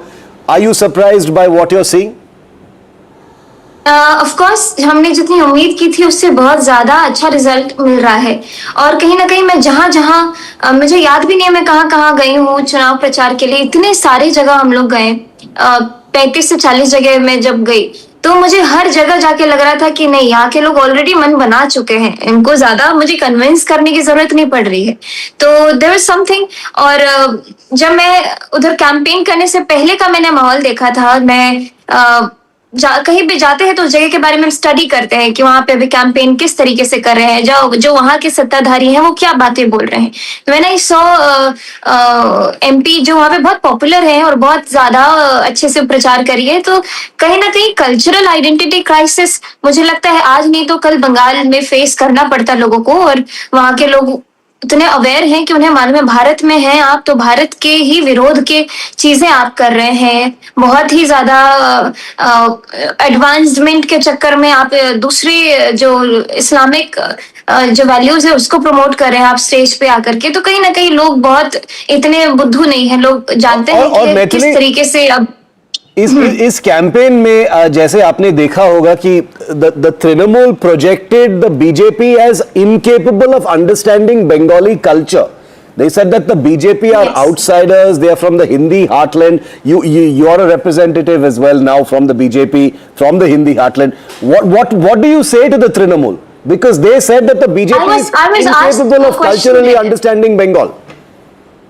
Of course, I was asked a question there. एक वहाँ की reporter ने पूछा कि यहाँ पे दीदी बोल रही है कि बीजेपी आ जाएंगे तो यहाँ पे मछली बंद हो जाएगा तो मुझे हिट किया कि अच्छा इस तरीके की भी बातें बोली जा रही हैं लोगों को बहलाने के लिए खुद मैं कंठी पहनती हूँ तुलसी पहनती हूँ मैं तो नहीं खाती लेकिन मैंने कहा कि मिथिला में तो माछ खाना ट्रेडिशन ही है और ये सारी बातें अगर यूज कर रहे हैं तो मतलब स्वे वोटर्स तो ये बहुत अलग ही लेवल का उधर चल रहा था हर एक छोटी छोटी बात पे राजनीति हो रही थी तो लोग ऑलरेडी अवेयर हैं लोग जान रहे हैं वो लोग देख रहे हैं कि जो बीजेपी गवर्न स्टेट है वो कितना डेवलप किया और वही डेवलपमेंट उनको बंगाल में चाहिए तो कहीं ना कहीं यूथ खास करके और महिलाएं इन्होंने बहुत मेजर रोल इस बार निभाया है we see these firecrackers going off outside the BJP office in Kolkata and Salt Lake but Maithili since you spoke of the youth and women specifically I will request you to sing you also referred to Shayani Ghosh I think the speeches that she gave from stage without naming her so when I had spoken to you earlier you had said that in this place from Bihar to Bengal there are cultural similarities and you had Ram Dhun to sing in response. For everyone watching you today, even as we see the results pouring in, would you like to sing a few of those lines? Because I think that is something everyone who watched you on our channel really connected with. और जो माहौल मैं देख रही हूँ आपकी TV screen पर मैं उसी को ध्यान में रखते हुए सुना रही हूँ राम आएंगे तो अंगना सजाऊंगी दिया जला के दिवाली मैं मनाऊंगी मेरे जन्मों के पाप सब मिट जाएंगे राम आएंगे मेरी झोपड़ी के भाग आज खुल जाएंगे राम आएंगे धन्यवाद Manogya has a question for you. Manogya. I wanted to ask you that you've been to Bengal during this campaign. What is the major difference that you see between Bihar and Bengal? And also, what is your message to Chief Minister Mamata Banerjee today? Difference in what aspect? Any aspect, cultural or anything, because माछेर झोल की बात होती है ना, मछली तो दोनों राज्यों में खाते हैं. जी. हाँ तो ये सिमिलैरिटी हमको देखने को मिला कि मिथिला और बंगाल की जो धरती है वो एक दूसरे में बहन बहन वाली धरती है, क्योंकि हमारे मिथिला और या बिहार के जितने भी लोग, जब यहाँ पे कोई ऐसी परिस्थिति आती थी, बाढ़ आता था या फिर सूखा या फिर कोई भी ऐसा नेचुरल प्रॉब्लम होती थी, तो यहाँ के लोग जाते थे बंगाल, वहां पे रोजी रोटी कमाते थे, फिर वापस बिहार को लौटते थे। तो ये कहीं ना कहीं हिस्ट्री रही है मिथिला, बिहार और बंगाल के बीच में। और बहुत सारी सिमिलैरिटी है, भाषा में भी देखेंगे, लिपि भी लगभग आप देखेंगे जो मिथिलाक्षर और बांग्ला। बहिरागत कहा जाता है, जब बाहर से लोग आते हैं कैंपेन करने तो उन्हें बहिरागत तो कहा जाता था, बाहरी।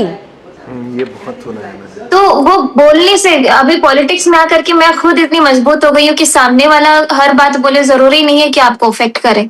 तो बाहरी बोलने से क्या हो, जब आप भारत के लोगों को ही बाहरी बोल रहे हो लेकिन उन घुसपैठियों को बचा रहे हो, तो ये बहुत ही बड़ा हिपोक्रेटिक मामला मुझे दिखता है कि आप खुद भारत के ही लोगों को बाहरी बोल रहे हैं। जब भारत के बाहर के लोग आ रहे हैं, आप उनको वोट बैंक के रूप में आप यूज कर रहे हो। That is very contradictory for me. मुख्यमंत्री को क्या संदेश? Thank you very much for speaking to NDTV. Congratulations once again on the role that you have played in this entire campaign. While we get our next Thank you big so guest much. here on our coverage, I want to break some images coming in from outside the TVK headquarters, Vijay's residence, where Trisha, his partner, has just arrived. These pictures are going viral right now. These are pictures of Trisha outside Vijay's residence. Okay, starting. Okay. Okay, I want to go across now to one of the key architects of the Congress's victory in Kerala, Ramesh Chennithala. He's led the Congress party on the ground. He joins us now live and exclusive on NDTV. Mr. Chennithala, welcome. Many congratulations on a hard-fought victory. Thank you very much. Thank you. We met in, we went to Thiruvananthapuram when the Kerala power play was happening. You sounded confident then. Are the numbers in keeping with your expectations, or have you won bigger than you thought you might in Kerala? The people of Kerala has given us a befitting reply to the misrule of CPM of the last 10 years. Now, United Democratic Front, UDF, led by Congress Party, is winning more than 100 seats. This is a historic victory for the Congress and the UDF. I feel that the people of Kerala understood the real politics of CPM and left Democratic Front.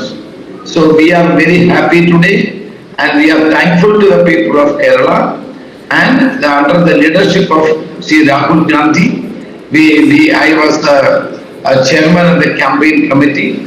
Under his leadership, we had prepared everything properly, and the campaign was very good, and the organizational weaknesses were removed, and we all worked together. That is why every Congress worker, every UDF worker, we are unitedly fighting for this victory. So my colleague Veera Raghav has a question for you. Veera. Sir, how are you? You know, I want to ask you this question in a very delicate way. Who deserves the most to be the Chief Minister of Kerala? Is it the leader of opposition or the chief of the campaign committee? Yeah, tell me. Hello. Yes. Who deserves to be the Chief Minister of Kerala? The leader of opposition or the chairman of the campaign committee? Please. Who do you say? Who do you think deserves to be the Chief Minister of Kerala? The leader of opposition or the chairman of the campaign committee? He doesn't want to answer that question. Sir, what kind of a government should Kerala expect? Try and answer that question. Can you hear me, Mr. Chennithala? If you hear me, I don't think he can hear us just then. Okay, we'll try this again. Veera, you bowled a googly boss. Ask him some simpler questions. Vijay's father is speaking. Vijay's father, yes. I want to go back to those pictures very quickly which we were showing our viewers, because Vijay's father is speaking. That attitude. First of all, for a leader, that boldness. No alliance. I will stand with my own legs. Was stubborn in this. So, it's a good thing for Tamil Nadu and Tamil Nadu people, Tamil peoples. Definitely, I think is a historical success, historical victory for Vijay. We saw your celebration along with your family members. Madam was also joining you in the celebration, sir. It's a big day for your family. Your family is now seeing Mr. Vijay as the Chief Minister of Tamil Nadu. Have you ever been discussed when Mr. Vijay was in his childhood days? Have you ever dreamt of your son will be the Chief Minister of Tamil Nadu? But I will motivate it, always be motivated, because as a human, you should not be as a only artist. You must have some social thinking. So last 30 years, he was having in his mind, we have to do something for the society, for the Tamil people. It was there in his mind last. Slowly he has developed these things. Today he is going to be the Chief Minister of Tamil Nadu. So a lot of fans of Vijay are now weeping. They are crying that Vijay Thalapathy will be the Chief Minister. He will be swearing in as the Chief Minister of Tamil Nadu. He will be representing 7.5 crore Tamil people. So how do you see it? I can see your eyes with emotions now. No,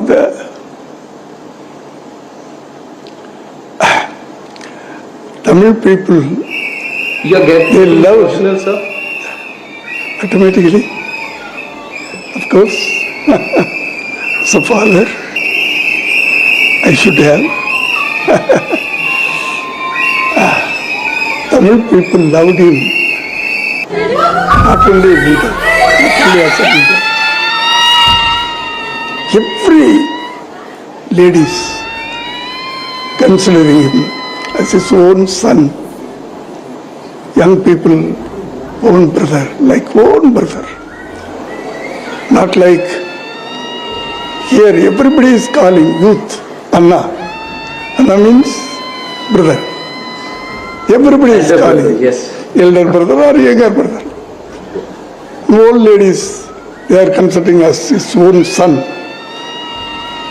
Some 60 years old ladies, they are considering as a grandson. He has developed that relationship between the public and You are also a great artist. On this very day, if I talk to you, then if I spare you without asking you for a line in Tamil on this very huge success, how do you address in Tamil and a short line, because it's an artistic family, sir. Of course, I am not to address, sir. I'm not an actor. I'm a director. Definitely, sir. I'm a director. I have directed more than 70 films. You have also launched your son, Mr. Vijay Thalapathy. Yeah. That is my duty. I have done. He wanted to be an artist. I have done. That is my duty. But he has come up with his own talent and own what means trial, hard work, sincerity, discipline. Here in the Tamil industry, no directors and no producers will say any wrong things about Vijay. They will appreciate everybody, all directors, all producers. They will appreciate Vijay. His punctuality, his discipline. I am proud, sir. I am proud.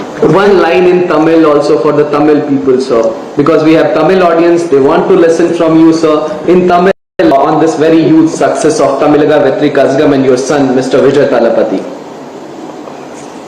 தமிழக மக்களுக்கு என்னுடைய வணக்கம், என்னுடைய நன்றி. நீங்க ஒரு பெரிய நம்பிக்கையில் விஜய் உங்கள் தளபதியாக உங்கள் தமிழ்நாட்டுக்கு சீஃப் மினிஸ்டராக தேர்ந்தெடுத்திருக்கிறீர்கள். நிச்சயமாக உங்கள் நம்பிக்கையை அவர் நிறைவேற்றுவார். அவருக்கு நிறைய கனவுகள் இருக்கு. அந்த கனவுகளை கண்டிப்பாக அவர் நிறைவேற்றுவார். உங்களுக்கு அனைவருக்கும், தாய்மார்களுக்கெல்லாம் உங்கள் பாதம் தொட்டு நன்றி நான் தெரிவித்துக் கொள்கிறேன். தோழர்களுக்கும் நண்பர்களுக்கும் என் பிள்ளைகளுக்கும் அத்தனை பேர் அவர்களுக்கெல்லாம் என்னுடைய வாழ்த்துக்களை தெரிவித்துக் கொள்கிறேன். நன்றி. What change you are expecting on the very first day when Mr. Vijay will be taking oath as the Chief Minister of Tamil Nadu in Tamil sir? Okay, sir. Vijay Gopalan, NDTV's correspondent in Chennai, is at the TVK office. Vijay, we've just heard from the father of Vijay, but nobody has seen Vijay. We've seen Trisha, we've seen mother, we've seen father, we've seen relatives. Where is Vijay? When are we going to see him?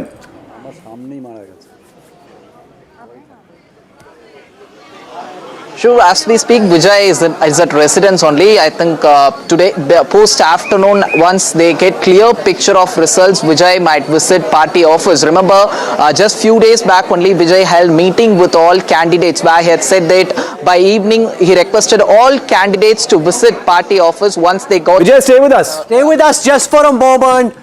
We're joined live and exclusive at this time on NDTV by a very special man. And can I ask all the NDTV pundits and anchors to pull out their whistles? Can you pull out their whistles? Because this indeed is whistle time. And it is whistle. And I want to make very clear, we're not celebrating any of the politicians who won.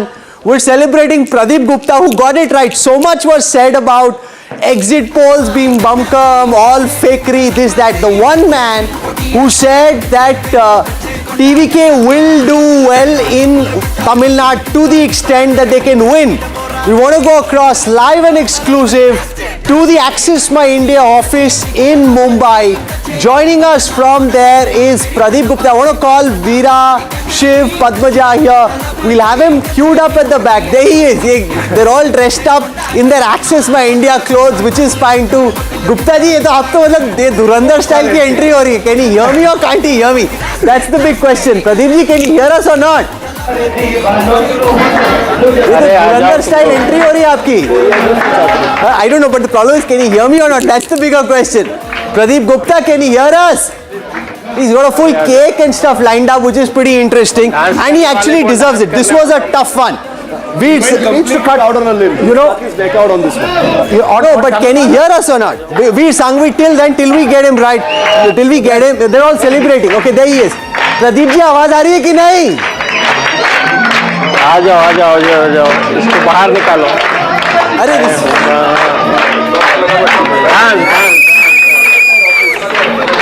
they're celebrating, and with good reason. This was an outlier poll. Let's just listen in. Live images from the Access My India offices right here on NDTV. A big celebration, and with good reason.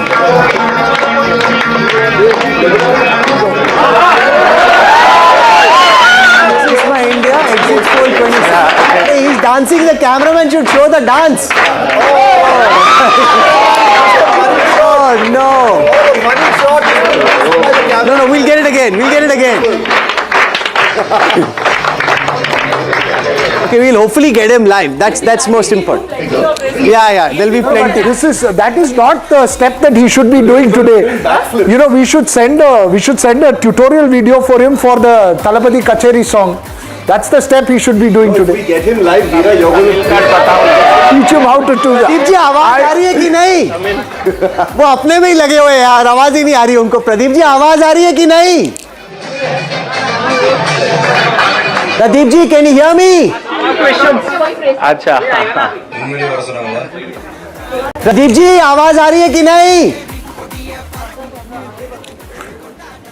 हाँ, कम आ रही है राहुल. हाँ, इतना जोर से music अपने ही office में सुनोगे तो हमारी आवाज कहाँ से आएगी? First and foremost, you know, we have these whistles out for you, and the whistles are for the fact that you got the poll right, which is quite fantastic. Well done. You know, these whistles are ringing loud. You don't have a whistle. You don't have there's one right there. Science victory. This is the science, the data science, and second is Axis My India team working in ground and working in back office here in Bombay. This is the victory of science, data science. You would see that why the other polling agency could not predict or could not capture the mood on the ground, because we at Axis My India, we go to all the seats all the time. If you see all our 4 states, all of them this time on the exact poll. That is what Axis My India is known for. Once again we are able to predict exact poll in these 4 states where we have predicted. Once again the good and the hard work of the Axis My India team in all 4 states where we have done.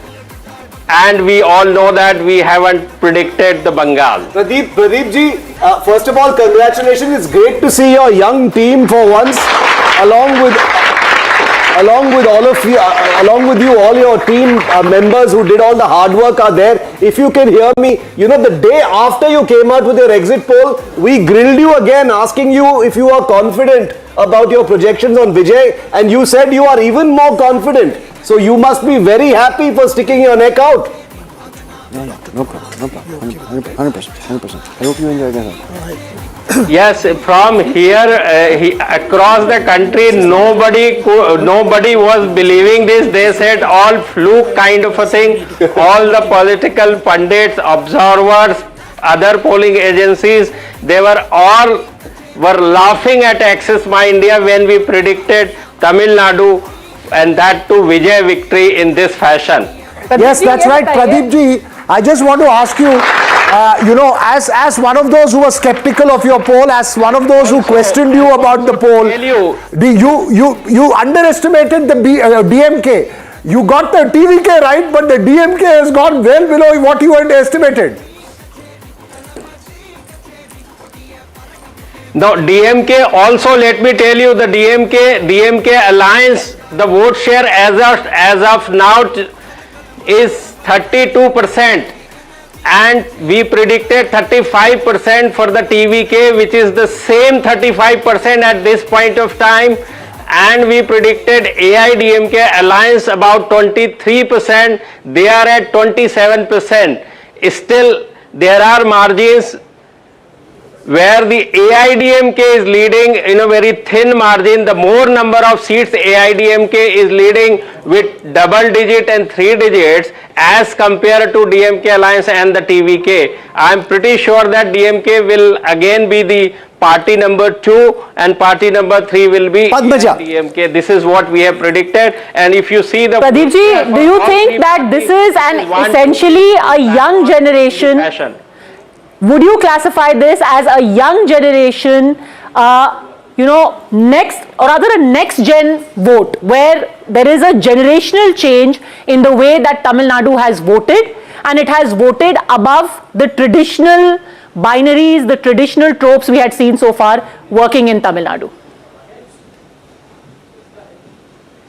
Oh, absolutely. If you see our poll prediction, we have predicted in the age group of 18 year of age to 39 year of age, where the 42% of which contributes 42% of the voting universe in Tamil Nadu, that is where Vijay as the TVK were scoring very high, more than 50% all put together in this age group, and he was scoring fairly good among the 40 plus age group, which is around 25 to 30%, and this vote got consolidated, clubbed with the female vote. There also we predicted the TVK vote share is way high than the second best, which is the DMK, in terms of vote share among the female, and in our poll among the male member it was at par with DMK. Sir, ये cake का आप wait कर रहे हो, cake काट लो, सब आपकी wait कर रहे हैं कि भाई केक कब कटेगा. I think Access My India and Pradeep Gupta really deserve a cake. And it's music चला दीजिए. आ जाओ मुकेश. और सर आपका world famous in India dance हमने मिस कर दिया था. नहीं, वो डांस मिस नहीं हुआ था, ऑन एयर हुआ था. हमारे यहाँ पे ये कटा हुआ था, लेकिन एक बार आपका वो डांस भी बनता है. And you know, imagine people were laughing polling as being bogus, etc. The fact that they've got this right is very, very incredible. This can't be a fluke. You can get some. This is what my core belief has been for a very long time. You can get some polls wrong, but you can't get this kind of a result unless you've done real polls. Okay, let them celebrate. Let them celebrate. Let's cut to them. Look.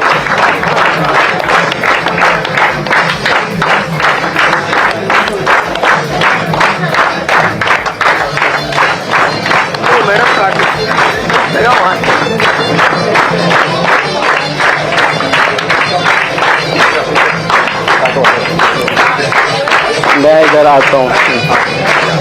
ये लेना, dance ले लो. हाँ.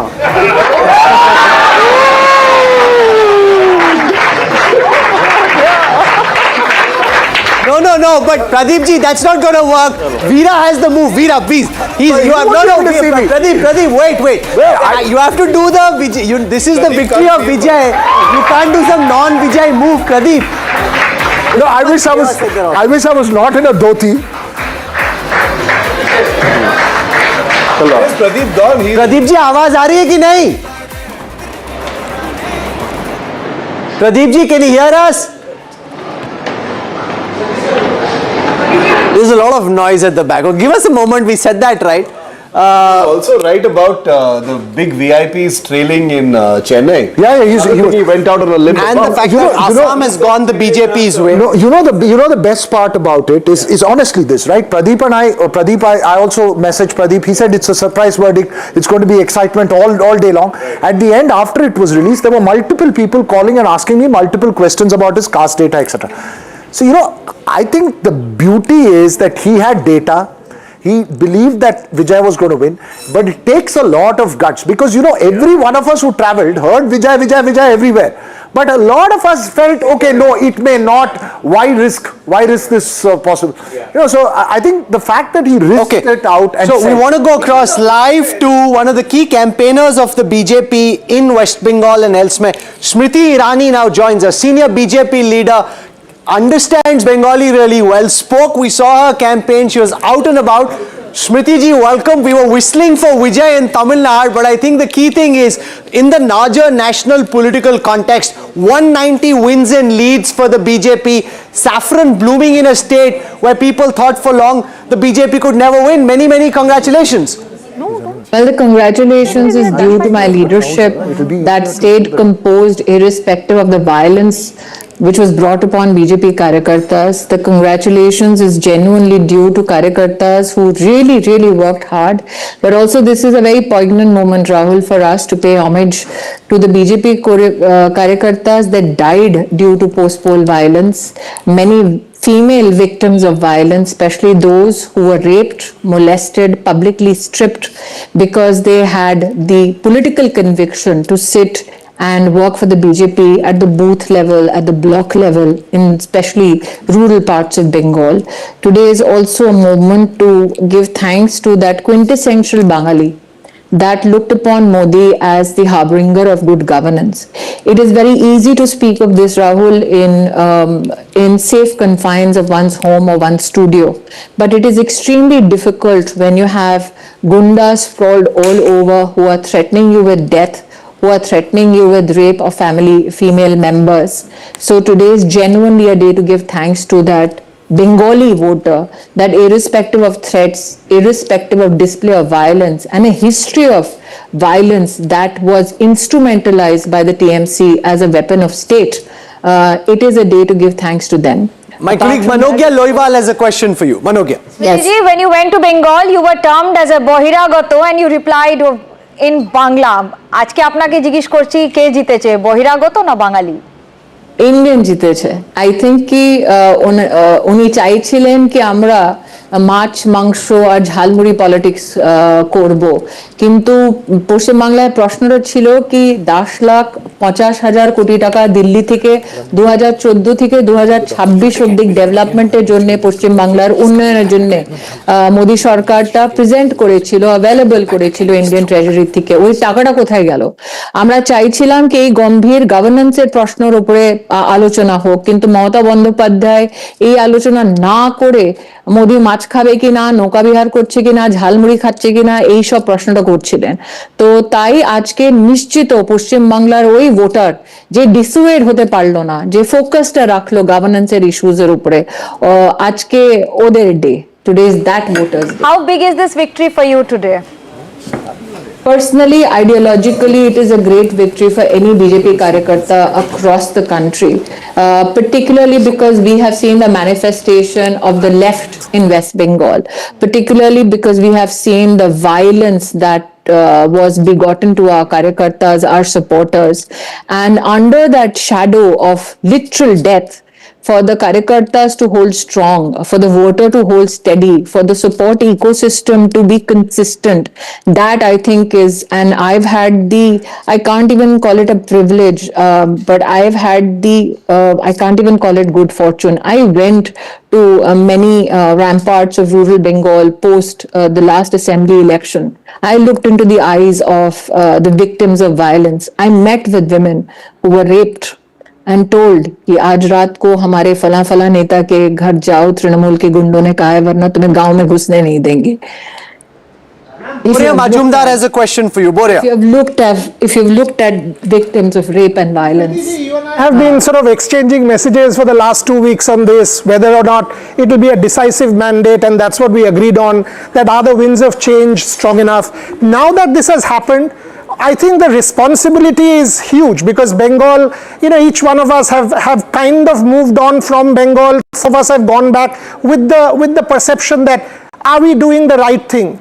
Can you reassure each one of us, Bengalis, that now, at least for the next 5 years, there will be change, constructive change, people will have opportunity, whether it's jobs, whether it's safety, whether it's anti-corruption, in every sphere. We've exchanged messages on sport, but that's for a different Mr. Majumdar, it is fascinating that you've never asked this guarantee of any other politician but a BJP politician. It is fascinating that we did not find voice of discontent shrieking through every news studio when women and men were being killed just for holding the BJP flag. I think more than anything else, it is the people of West Bengal today who have responded as to whether the BJP can be depended upon to deliver on issues of good governance. And if it anything else, it is the BJP's track record that has been evidenced under Prime Minister Modi's leadership, which today the Bengali voter is guaranteeing. That this is the man, this is the institution that will be the harbinger of change. I think the question before yours was how different and how difficult a day this is for us. Imagine that to be called Boiragoto for a political organization that has had one of its stalwarts emanating from the state of West Bengal, to have a leadership that was composed when people who support the party were getting killed. So if you want assurances, Mr. Majumdar, it is Prime Minister Modi who created Jan Dhan Yojana so that the money from the Indian Treasury can flow directly to the bank accounts of those who need it the most. And it is that promise of DBT, it is that promise of good governance that people have believed in, and that is what has delivered a historic, I think, mandate today. Smriti Irani, I was reading some of the comments once the trend started coming in, and one prominent commentator said, and this is how the dominoes fall. Another state has fallen victim to the rampaging communal machine of the BJP. This is the end of West Bengal, the place which was a melting pot of all cultures as we knew it. How would you respond? Padmaja, you cannot say raping of women is a part of anybody's culture. You cannot say that cut money is a part of anybody's culture. You cannot say support for illegal immigrants is anybody's culture. You cannot say heckling a rape victim's mother on the streets of Kolkata is anybody's culture. You cannot say women are raped, the Chief Minister of the state says why should women get out of their houses to begin with, is not anybody's culture. So these people who have these lofty opinions about culture need to answer as to why they held their piece, and why did they stay silent when people were being slaughtered only because they had a public and political opinion? Why did they keep quiet when in Falta you saw people coming out in hordes saying that they are being literally threatened with the rape of female members of their family? Where were these so-called people who today are opining online? It is their death knell which the Bengali voters has assured. When did these people speak up? When judicial officers were being held hostage in Malda. When did they speak up? When the money for flood victims was being usurped by TMC gundas. So instead of responding to their vile commentary, I think it is best that we focus on the Bengali voter today that has voted in the paksh of good governance. My compliments, Rahul, in your presence. I would like to compliment the effort that even Padmaja undertook. As a female professional, I think it is extremely joyful to see somebody who is so succinct and so hardworking, and especially traverses the entire landscape. Wow. Claps for Padmaja. Well done. That's amazing. Thank you very much. Thanks. Shiva, Padmaja, blushing now from one ear to the other, which is fine. No, I have to say on a small note though, it was, Bengal was some place where 5 years ago it saw widespread political violence, and in the last 5 years also it has seen the kind of violence, especially last year when the Murshidabad riots happened. So I think those people deserved a voice. Shiv has a question. I think you had Bhaipo threatening the Home Minister of India. That was a parakashtha of violent arrogance. That the Home Minister of India gets threatened, that the President of India gets heckled and is accorded disrespect, that judicial officers are held hostage, that paramilitary forces are heckled and they try to humiliate Election Commission of India. So it's not only the voter of Bengal that was humiliated and violence was wreaked upon them. Institution after institution was being eroded. The state government, TMC, used violence as a political weapon and institutionalized it. Shiv Arur has a quick final question before we let you go, ma'am. So, Smriti ji, congratulations. You've played a part in Bengal as well, and your party has performed incredibly well according to these numbers. The Trinamool has always been very contemptuous and dismissive of the BJP when it comes to the Mahila vote, to the women's vote. They've projected themselves as the custodians and the arbiters of the women's vote in Bengal. We saw you campaigning, ma'am, for the RG Kaur victim's mother as well. That was a telling moment. Do you believe that incident in some ways was a tipping point as far as how the Trinamool or the authorities in the state were perceived? I think that was not the only incidents. I went to places like Uluberia, like Para, Purulia, where you had people know every nuance of what had happened to every rape victim, every victim of violence, where people in villages spoke about how you could not do Padai, as they say in Bengali, Padai apni Jai Shri Ram bolte parchen na. If you say Jai Shri Ram, you will be bullied, you will be heckled, or you will be beaten.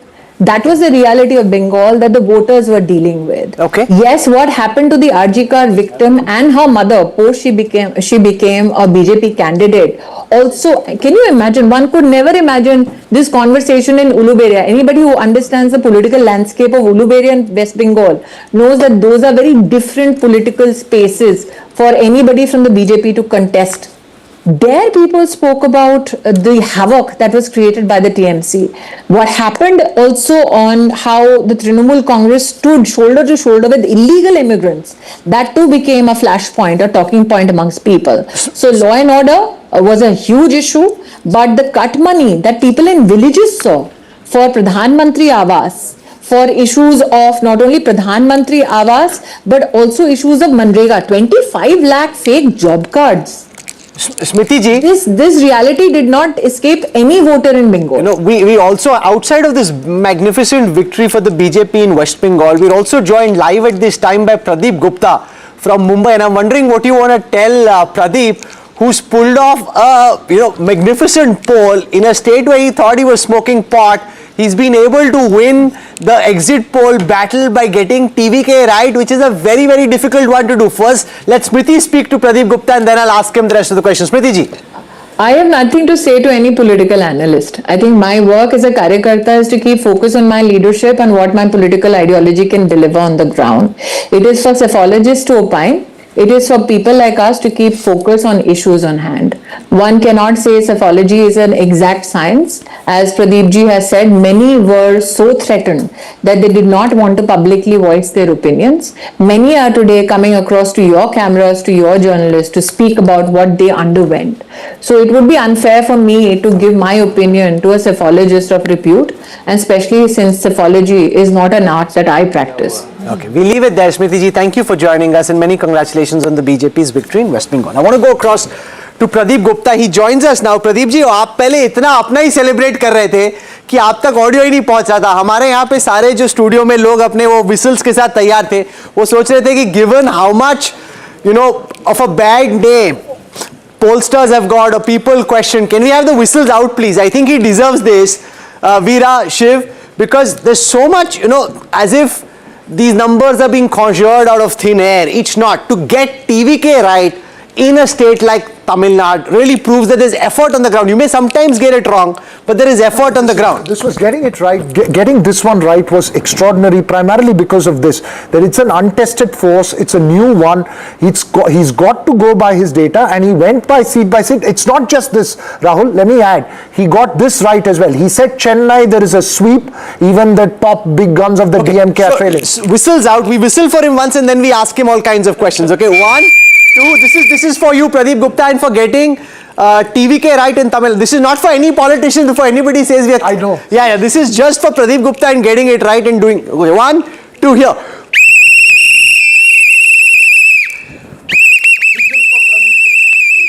Pradeep ji, आपके लिए सीटी बज रही है studio में. छा गए आप तो.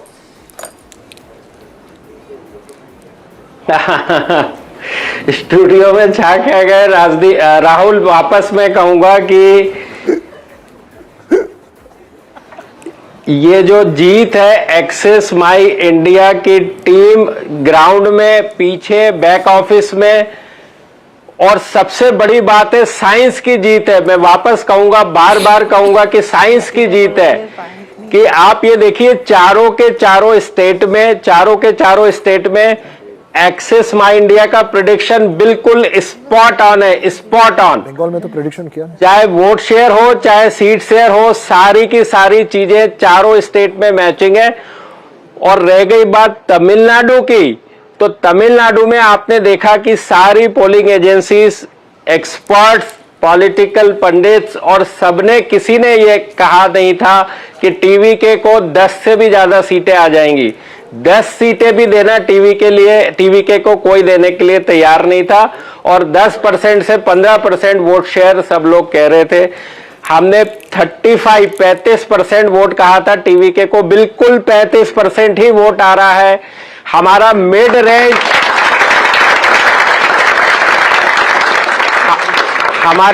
रेंज जो था, मिड रेंज टीवीके के लिए 109 सीटों का था. आप देखिए 109 सीटें ही मिल रही है, 98 से 120. दूसरी जो बात है कि डीएमके अलायंस को हमने कहा था 2 नंबर पे, वो बिल्कुल 2 नंबर पे ही 32% वोट शेयर के साथ है. सीटों में 1-2 सीट से आगे पीछे एआईडीएमके अलायंस है. और तीसरे नंबर पे एआईडीएमके कहा था, वही तीसरे नंबर पे है. मैं कहूंगा इससे अच्छा साइंस का दूसरा कोई एग्जाम्पल हो नहीं सकता, डेटा साइंस का. क्योंकि आपके पास हिस्टोरिकल डेटा कोई भी अवेलेबल नहीं है एज फार एज टीवीके गोस. लेकिन उसके बावजूद 35% वोट शेयर, बिल्कुल एग्जैक्ट प्रेडिक्ट करना, एग्जैक्ट सीट प्रेडिक्ट करना, ये प्योरली हार्डवर्क जो है एक्सेस माई इंडिया की टीम का. और साथ में साइंस, जो हम ग्राउंड के ऊपर एक्सेस माई इंडिया जाना जाता है, जो कि इसके पहले 90% से ज्यादा चुनाव में हमने एक्यूरेसी से के साथ कॉल किया है. इसके पहले 81 चुनाव में 74 इलेक्शंस पे एग्जैक्टली काउंट किया. अब ये हो गया 85 में से 78 इलेक्शंस हमने एक्यूरेटली काउंट किया है. Thank you so much. I want to show our viewers the Axis My India poll and then compare that with the numbers on your screen. So as they celebrate in Mumbai, and with good reason, look at the predictions made by Axis My India. While he sat out of the election in West Bengal, here is Tamil Nadu. TVK between 98 and 120, that was the prediction. At the moment they're at 109 seats, so that's bang in the middle of his range. He predicted 92 to 110 for the DMK. That hasn't quite happened. DMK much lesser than that, around 60. He predicted 22 out of 33 for the ADMK. Now again the actual tally on your screen is much more, it's 65. So Pradeep ji, ये भी थोड़ा explain कर दीजिए. TVK का तो आपका bang on है, center of the range, and hats off for that. पर DMK का number और ADM, you've got the winner right, but number 2 and number 3 तो काफी अलग है.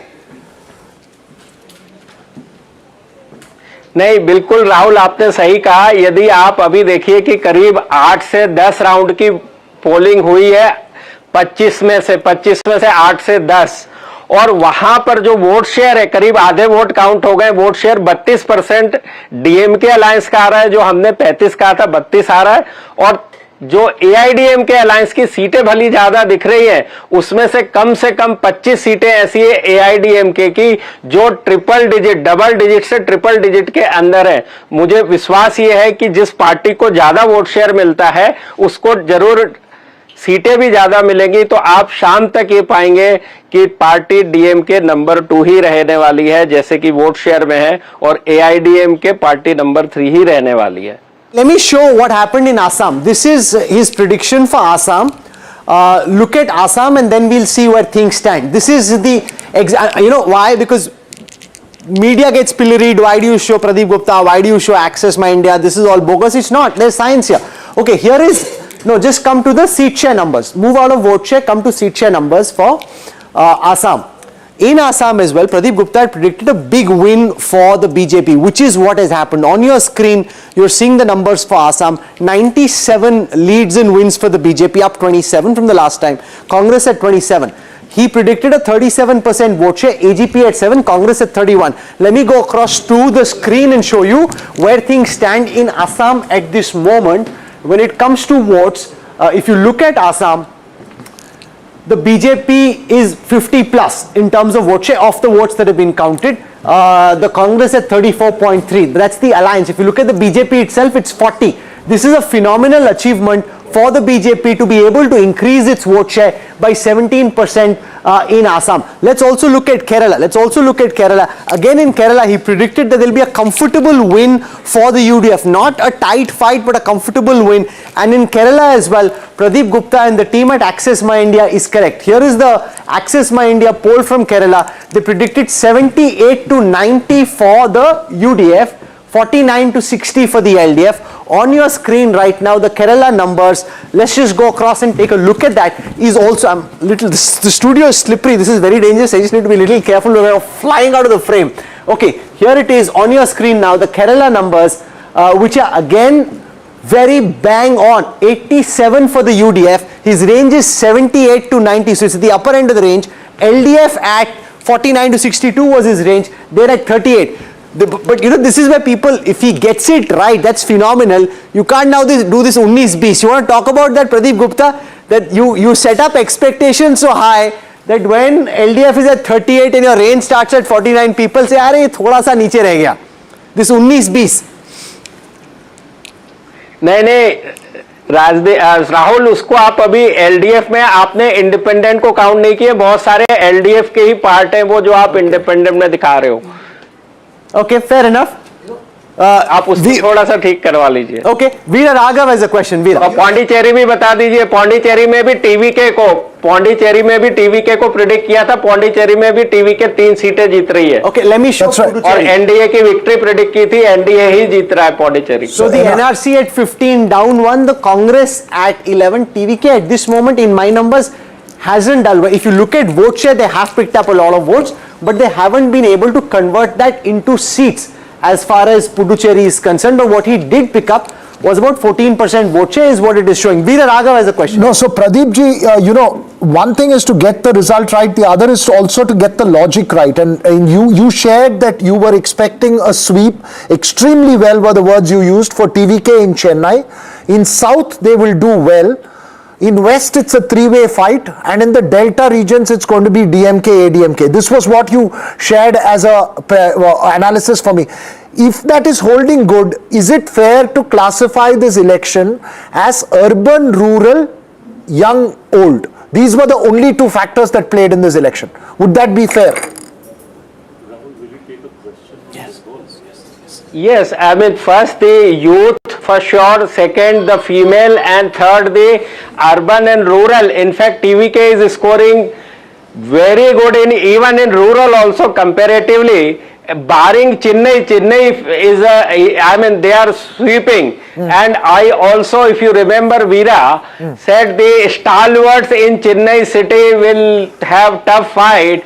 You can see that the sitting chief minister is trailing. That's and right. Also, long time Udaynidhi also was trailing for a very long time, and he's just ahead. Who were you mentioning? Pradeep, who were you mentioning when you said stalwarts were trailing and losing in Chennai? You told me this one stalwarts were not doing well. Who did you have in mind? Did you think of Stalin or Udaynidhi? No, definitely Chief Minister Stalin. Okay. Definitely, because we can't use the name, and we can't say that somebody is losing or winning in by name. It is not fair or ethical on our part. But that's what I said. The stalwart, the topmost stalwart of the DMK will have the tough time. Kanchan Gupta has a question for you about West Bengal. Kanchanda. Pradeep ji, congratulations for getting Kerala and Tamil Nadu and Assam right. But you finally abandoned the West Bengal poll. Now, what you said was that when you tried to speak to people during the first round of voting, they did not give you a clear response or a clear reply. Now, in hindsight, is it because, like 2011, this time it was a silent vote against the TMC, and people were not willing to admit it because of the fear they had of retribution? Would you look at it like that? Yes, definitely, Kanchan Dada, this is the case, and I kept on saying that BJP is doing extraordinarily good in West Bengal, but people, those who haven't spoken to our surveyors and to me also, I've been there, it seems two-third of the people belonging to BJP. But how do we know this until and unless they speak out? And it is purely the fear factor of the state government ruled TMC. They were very skeptical to talk about, even to say a word. Okay, Shiv Arur has a question for you. In fact, I kept on saying my six surveyors were sent to the Dum jail. And they spent about 24 days in Dum jail, and we finally got the bail from Calcutta High Court. No, Pradeep ji, Shiv Arur here. First of all, a huge congratulations to you on your projections in Tamil Nadu. I would hazard to say that this is actually one of your outlier successes as a pollster, even bigger than some of your previous projections in larger elections. So huge applause and congratulations to you. You deserve, and your team deserves, all the credit. My question to you is about Bengal, sir. I know you will not comment on a report that you did not release, but did this result align with what you found despite the non-disclosure or the non-answers that you received from the people there? Yes, it was there. That's the reason why, you guys were asking me, what is your gut feeling? Gut feeling, I kept on saying that BJP is doing phenomenally good. The only question, because of silent voter, whether it is crossing the target of 150 plus kind of a situation. So this was the only question, and it seems about two-thirds of the population, those who haven't spoken that time, is voted in favor of BJP. Veer Sanghvi has a question for you. Veer. When you made that prediction about Tamil Nadu, you knew you were going out on a limb. You were giving a candidate who nobody had given so much importance to, and you were pushing him as being the big winner.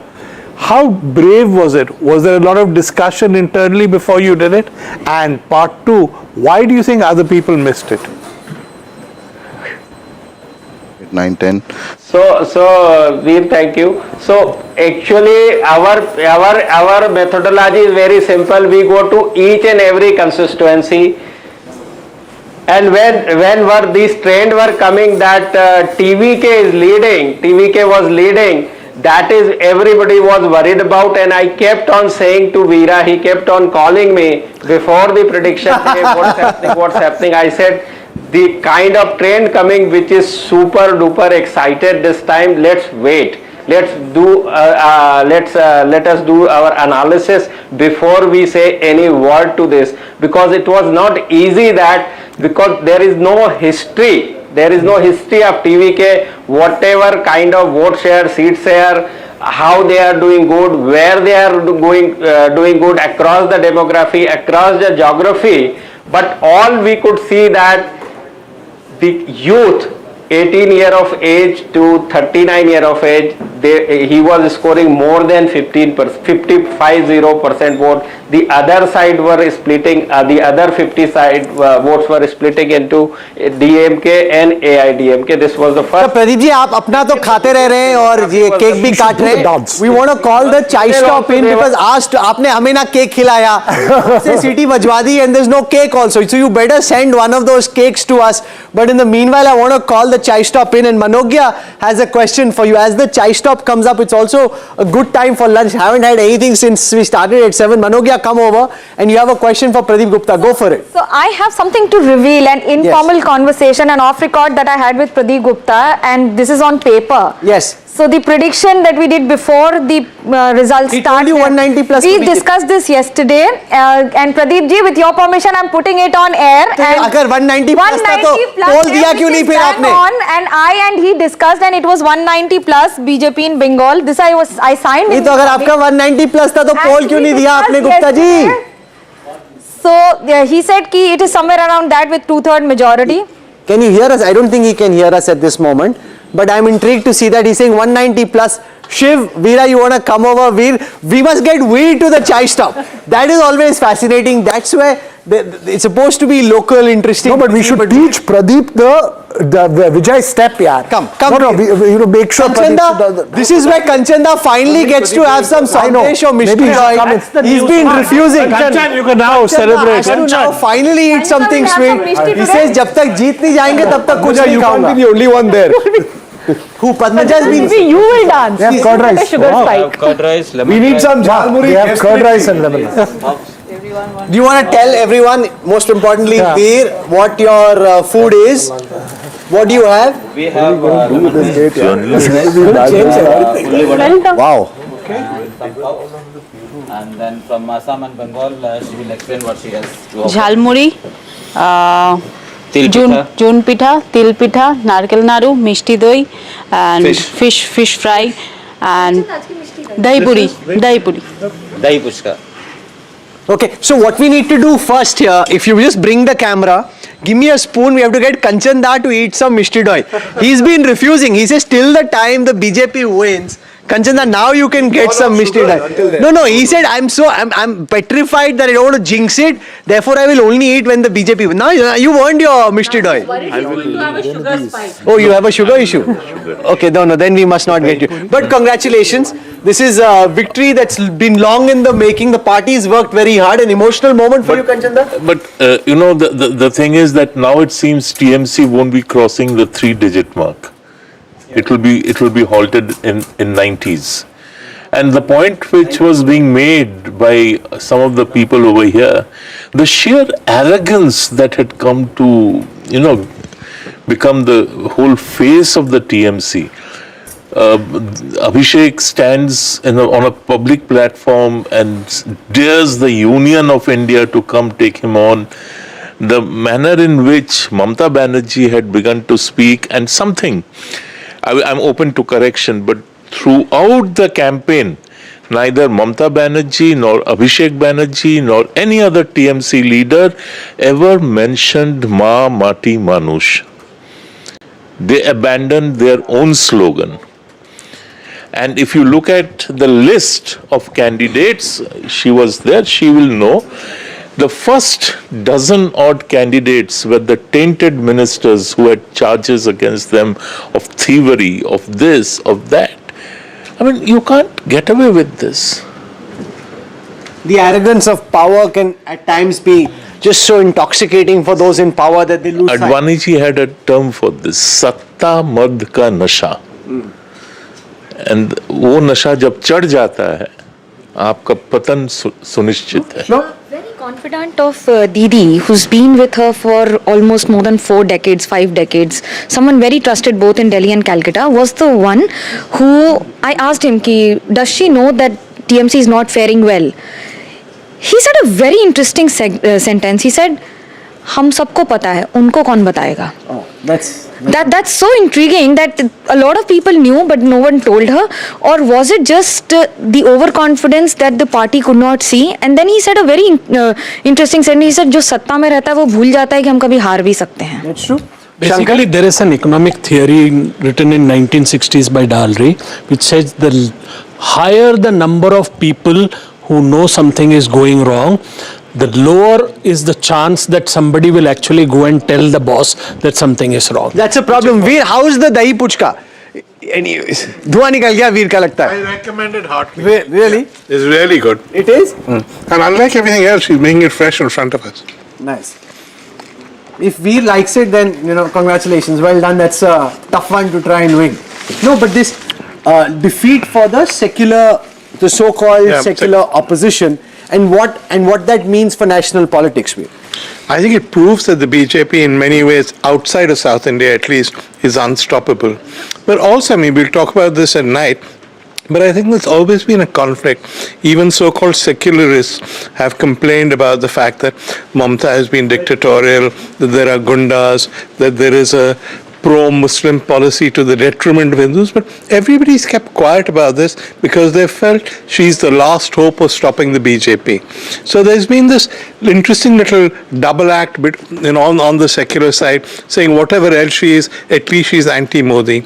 Now that she's lost, I think more of the truth will come out. And as you travel, Padmaja, through West Bengal, you need to share that. Padmaja is having the whole thing. Do hi bane itni der mein, Padmaja has grabbed both, okay? No, so we share, okay? He recommended it. How can I not try okay. it? I mean, it's but sharing is caring. That's very important. Sabka saath, sabka vikas. Okay. Now, as you travel through West Bengal, you also realize how impoverished the state is, relative even to a place like Bihar or Assam at this moment. Answer that, and one of them is mine. Thank you. And you're absolutely right, and which is why a lot of this derision towards states like Uttar Pradesh and Bihar, there is actually a lot that Bengal has in common. You just look at the GSDP figures. Again and again, this has been spoken of. The number of child marriages in West Bengal are at an all-time high. It's the highest in the country. It's the highest in the country. FIRs are not registered. And again, this was, I think, in my limited takeaway from Bengal, this was an emotional election. Everyone, and we spoke about it earlier, there was almost, the people when they spoke, it was an abhi nahi to kabhi nahi moment, where people had been suffering for a variety of reasons. Everyone had their own reason. For some, it was about crime increasing. For some, it was about the safety of women. For some, it was just the impoverished state that they were in. And I say this not just, because people are thinking this is a communal, polarized election. There were Muslims who said, what has been done? In Mothabadi, where that entire thing over SIR happened, more than SIR, people were saying, "Sadak क्यों नहीं बना रहे हो यहाँ पे? एक college बनने वाला था, कब बनेगा यहाँ पे?" And a TMC guy was taken on by a local Muslim who said कि तुम मेरे को बताओ, तुम यहाँ आकर के जो सारे TMC की पैरवी कर रहे हो, क्या किया है तुमने? 10 साल से तुम्हारा विधायक है यहाँ पे. And we see this reflected in the result. So everyone had their own trigger, but people this time voted simply because they had had enough. So this 1,500, 3,000, all of that perhaps was secondary, and the cherry on top, but this was an emotional election. Which of the food is from the south? Yeah, Veer, go on. You said this on Wednesday. To be fair, you said this on Wednesday before the results were out. Yeah. Yeah, I think you've pretty much vindicated. Yeah, and now or never. This was a feeling you heard again and again. We've had it. We've had it. I also have this view, and she agrees with me. The Muslim vote in Bengal was split 3 ways this time. the indigenous Bengali vote, Bengali Muslim vote, which is the so-called peasantry over there, went back to the Congress and the CPM. That's why you find them incremental increase in their voting percentage. The Bangladeshi immigrant or Rohingya Muslim voted for Trinamool Congress. And a lot of them actually voted for Humayun Kabir's outfit. He's leading in both his seats right now. And I mean, they may not have been able to cross the threshold of converting the votes into seats, but it happened that way. I think Ravi Shankar Prasad is joining. We're joined now by Ravi Shankar Prasad ji. Ravi Shankar ji, if you were in our studio, we would have given you some very nice sandesh and mishti doi, and I think in the way that the BJP and the Rasgulla as well. So from our studios, some mishti doi, some rasgulla coming your way. Many congratulations to the BJP for this historic victory in the state of West Bengal. Ravi Shankar ji. Well, Rahul, do I have your indulgence to begin on a lighter note? Of course you do. I am seeing your appetite for Bengali delicacies right from the day of your campaigning there. Whether it is kulfi with mango or whether it is roll there and whatsoever, I am very thrilled. But why you were so reluctant to have even one litti in Patna? अरे Bihar campaign. क्या बोल रहे हो आप? ऐसा नहीं है, इतनी तो लिट्टी Why खाई this थी double आपने। standard? Oh, Ravi Shankar ji, the litti and the mutton at your house was. This is a rank double standard. अरे हो, फंस गए, पूरी तरह से फंस गए। No. But that's not true. How much effort I have to make you eat even one litti, and here every restaurant you are enjoying all the varieties, the delicacies, including in your studio. Good, keep it up. Therefore, Biharis also make good delicacies. Keep it in mind. No, the delicacies were brilliant. I just want to clarify before you pick up the wrong message that when we'd gone to Ravi Shankar ji's house, we just had dinner before that. हम dinner खा के पहुंचे थे रवि शंकर जी से मिलने के लिए, और डबल डिनर से मैं बच रहा था. But yes, the mango kulfi and everything else we had was fantastic. So you've seen the BJP struggle in Bengal. Talk us through what this moment means for the Saffron Parivar. 194 leads at this moment. The lotus blooming in a state where it was thought impossible for the Rahul, BJP to win. Rahul, kindly give me just 2 minutes. Today is a very emotional day for us. Bengal is the birthplace, Karmbhumi of Shyama Prasad Mukherjee, our founder leader, who sacrificed his life for the sake of country's unity. He entered Kashmir without permit and told his young secretary, go and tell the people of India at the Jammu border when he was arrested, I have entered inside Jammu and Kashmir without a permit. His young secretary was Atal Bihari Vajpayee. And from there, BJP is having a decisive victory. Is a very emotional moment for us. The second thing I would like to flag today is, whether it is Bankim Chandra, whether Ramakrishna Paramhans or Vivekananda or Arvindo Ghosh or Bipin Chandra Pal, they in their own way resurrected the great spiritual tradition of Bengal, merging it with India's cultural nationalism, which I am sorry to say was completely lost sight of when India became free, except the brief period of Vidhan Chandra Roy. And the left mercilessly finished it, and Mamta ji surpassed even that. So therefore, I must name him. Samik Bhattacharya, the president of Bengal BJP, is a good friend. We have worked together for long in the Yuva Morcha of the party. He said, Ki hobe, Samik Babu. He said, it will be a rejection, not an election simplicita. And what you are saying is a rejection of all the misdeeds of Mamta ji. Ravi Shankar ji, Rahul Babu, be very clear about one thing with some experience of mine. Sorry, please complete what you were saying. देखो, अहंकार कभी नहीं चलता है. राजनीति में अहंकार नहीं चलता है. Arrogance, overpowering fear. Ravi ji, I am sorry, she fought a great battle against the left. And why she had even superseded their atrocity is something shocking and surprising. क्योंकि आपने अट्रॉसिटी की बात की और आपने इमोशनल मोमेंट की बात की. कई सारे ही स्टेट्स में चुनाव होते हैं. Every state sees election, but In West Bengal, we have seen that people actually lose lives, simply because they decide to follow a particular ideology. On this day, would you want to say something to the families of the 68 people who lost their lives in the post-poll violence in 2021 and subsequently in the 5 years that followed? Raviji.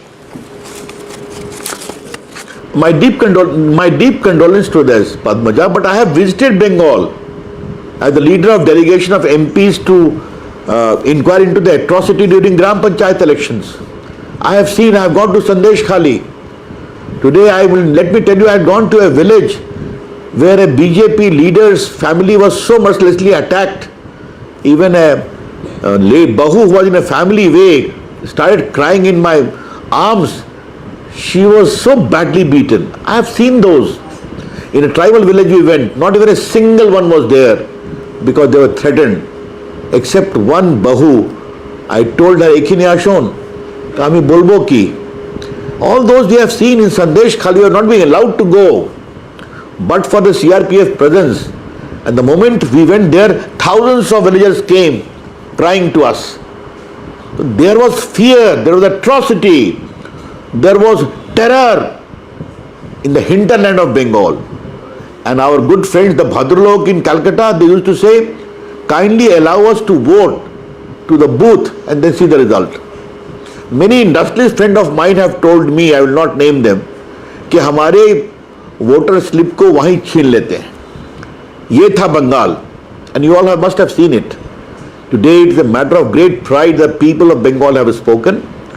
The PM, the trust on PM leadership, bharosa on Modi ji, an extraordinary management and assurance of courage given by Amit Shah ji to all the people. We are with you. And a trust, I think a test also of that. All this is combined together. Ravi Shankar ji, Shiv Arur here. First of all, a big congratulations to you and your party, sir. My question to you is about, the language that the Trinamool has often used about outsiders, about Biharis in particular. Disparaging terms have been used, like gutkha eaters have come to, defile the culture of Bengal. What would you say? You are from Bihar, sir. What would you say to those prominent faces in the Trinamool who used that kind of language today? What is the message to them? My reply is very simple. Who are talking about it? Who cry hoarse कि संविधान खतरे में है. An Indian constitution permits one citizenship and the constitutional fundamental right of the people to settle anywhere. They were talking about it. But why Bihari only? Have they spared the media? Have they spared the judiciary, by the way? How many judicial officers were gherawed and kept in bandak for 7 hours? But for strong language by the Supreme Court? To beat the media, beat the people, beat in some way the judiciary. What used to happen by Trinamool lawyers in Calcutta High Court? The Calcutta High Court used to say, sorry, we cannot hear this case. All these things are so well known. Therefore, it was fear everywhere. And a lady leader who has fought so aggressively against the fear of left surpassed even that. Ugly, terror. I'm very, Mamta ji was minister with us in the Vajpayee government, and she could dissent like this is a matter of great shock. But people have spoken, and it is a matter of great moment that Bengal today is going for a tectonic shift. We are very happy about it. Ravi Shankar Prasad sir, Veeraraghav here. Let's just go beyond West Bengal alone. Two major regional forces which have dominated the opposition, the TMC and the DMK, have been undone today. DMK, of course, undone by the Vijay factor in Tamil Nadu. What's the big national import? These are two regional parties which defined themselves as custodians of that regional identity and have said that the narrative that they had constantly used was that they were the barriers to the BJP from entering those states. What's the big national takeaway both for the opposition and for the regional versus national narrative that's been built in this country? Well, that's a very good question. It is again a reflection of the changing mood of India. Aspirational India is rising. Enough of regional sentiment. If you can't deliver good governance, tata bye-bye. If you can't give a good civil life of development, tata bye-bye. That is very important. And you know how I see India, I have been in charge of Tamil Nadu also, I worked in Bengal also. This great change which is happening, in which television has played a role, films have played a role, social media has played a role. People are realizing who we are. And people are realizing, हमें भी कुछ करना चाहिए. We are also aspirational. And if we are, the regional forces will try to kill the aspirational constructive instinct. You better hell with it. That is how I see it. It's a very healthy sign with the country. Okay, healthy signs. Before I hand the phone over to Manu. To stay, they are most welcome. Okay, before I hand the mic over to Manogya, quick question. Do you believe that the rise of Vijay means, since you've been in charge of Tamil Nadu, I'm asking, is that not great news for the BJP to regain itself in Tamil Nadu, build itself? Do you believe another force has taken over the regional space? Missed opportunity for the naughty BJP? Question. Okay, we will keep it for we will keep it for reply on some good cup of tea. Manogya. Ravishankar जी आपसे पूछना चाहूंगी कि just wanted to ask you on what is your take on the win that BJP has had vis-a-vis the loss of TMC. Why I'm asking this is perhaps historic, and what does this history making mean for you as a leader who's been multiple times to West Bengal in the past also? You know, Manogya, first of all, you must understand, you have followed Bengal politics quite closely, I know that, Manogya. You cannot discount the hard work which the BJP organization has done. The RSS people, the BJP worker, the suffering. I remember in North Bengal also I have visited. कितनी पिटाई की थी, मैं hospital में गया था. एक driver हमारा कार्यकर्ता था, उसकी पत्नी लिपट के रोने लगी. दीदी बोलती है चुनाव आयोग ने आपका साथ दिया इसलिए जीत हो गई. All those workers today.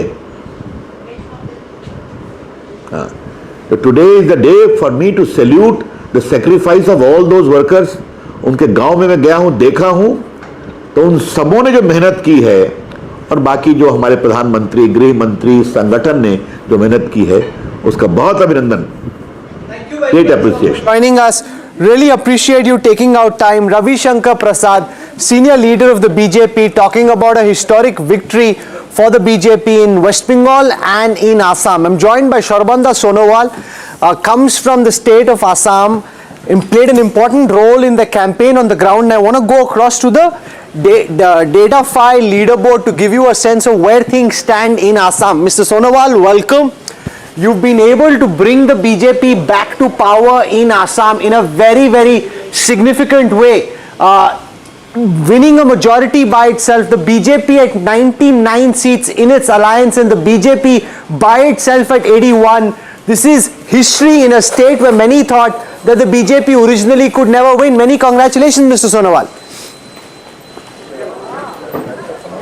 Thank you. And like particularly for this victory, we sincerely extend our heartfelt gratitude to the people of Assam because of their sympathy, support, because of kindness and blessing, and we could able to achieve that particular target. And I believe in the whatever in the last 11 years under the leadership of Honorable Prime Minister Narendra Modi ji, good work has been done in the state of Assam and also under the leadership in the state of Dr. Himanta Biswa Sarma as the Chief Minister. So people of Assam, every section of the people of Assam got justice, social justice and equal economic upliftment. And that is why they firmly believe that if BJP is there, peace is there, progress is there, prosperity is there, dignity is there, and particularly the people of Assam, their identity, land, the culture, their heritage, their language, and above all, their self-respect. Everything will be well protected, and with this firm belief, they have again brought BJP back to power. One of the highlights of the victory of the BJP in Assam is the complete decimation of the Congress in Upper Assam. The land which used to be the bastion of Tarun Gogoi, now the Congress winning only 2 seats over there, the BJP at 33. So much so that Gaurav Gogoi lost on his own seat. Gaurav Gogoi losing, what's the message? The man who led the campaign, you tried to make this happen in Jorhat in the Lok Sabha election. It didn't happen then. It's happened now. Hitendra Nath Goswami of the BJP winning against Gaurav Gogoi, the man who was leading the Congress's charge, Mr. Sonowal. Yeah, look, Congress is a lost credible force here. Because in the last 55 years of their regime, whatever misdeed they have committed to the people of Assam, and ultimately whatever corrupt practices, whatever wrongdoing they did, and ultimately which has resulted Assam to stay in the back foot. And because of their all kind of, misdeed, that is why the people of Assam will never excuse them, never forgive them. This particular blunder they have committed, they will have to face the penalty. And that is why this time also people of Assam have totally rejected them, their Congress and its allies. And they know that if Congress comes, again corruption will come. Congress comes, there will be unrest will come. Congress comes, it's broken of the law and order situation. And Congress comes means like a sense of insecurity to the life of the people. So that is why people of Assam, for the greater interest of the state and the country, denounced Congress and its allies and brought back BJP for the 3rd term, and it a massive mandate. And Padmaja Joshi has a question for you, Minister. Padmaja. Exemplary, Sonowal जी, ये बताइए कि आपको straight of Hormuz से ships निकालने में ज्यादा तकलीफ हुई या इस इलेक्शन को लड़ने में? कौन सा ज्यादा आपको मुश्किल लगा? What did you find more difficult? देखिए दोनों ही देश की जनता की हितों के लिए हमारे जो फर्ज बनते हैं वो फर्ज तो हमको निष्ठापूर्वक निभाना ही होगा। प्रधानमंत्री जी के नेतृत्व में हम लोगों ने एक टीम इंडिया की स्पिरिट से हम काम कर रहे हैं और काम करते जाएंगे। On a serious note, I want to ask you, Tarun Gogoi was the doyen of the Congress in Assam. The fact that Gaurav Gogoi loses in a place like Jorhat, what happens to the legacy of Mr. Gogoi and the Congress in Assam? Look,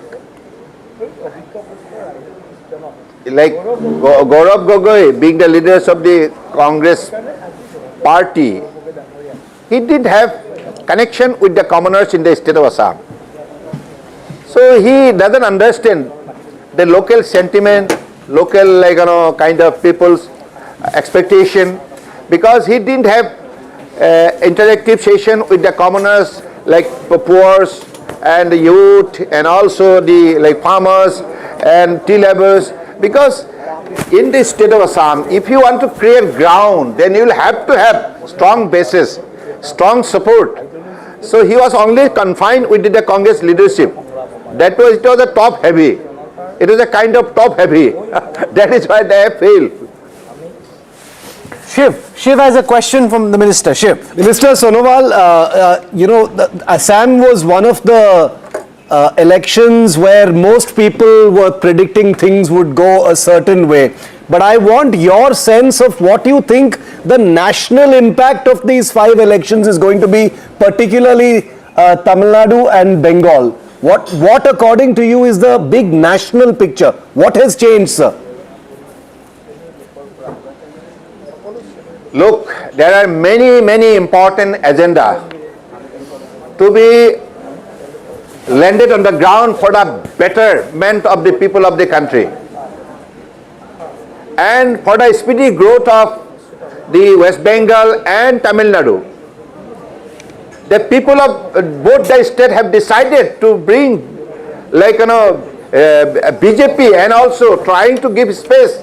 They understand that whatever exemplary initiative Honorable Prime Minister has taken in the last 11 years, it is always helping the poorest of poor, all sections of the society, in all part of the country. Sabka Saath, Sabka Vikas. Manogya has one last question for you. Manogya. Ultimately, The performance of AIUDF in the state raises worries for a lot of other political parties also, and of course Congress, the way they performed. What is your take on it for both Congress as well as the performance of AIUDF? Does it come to an end for the party?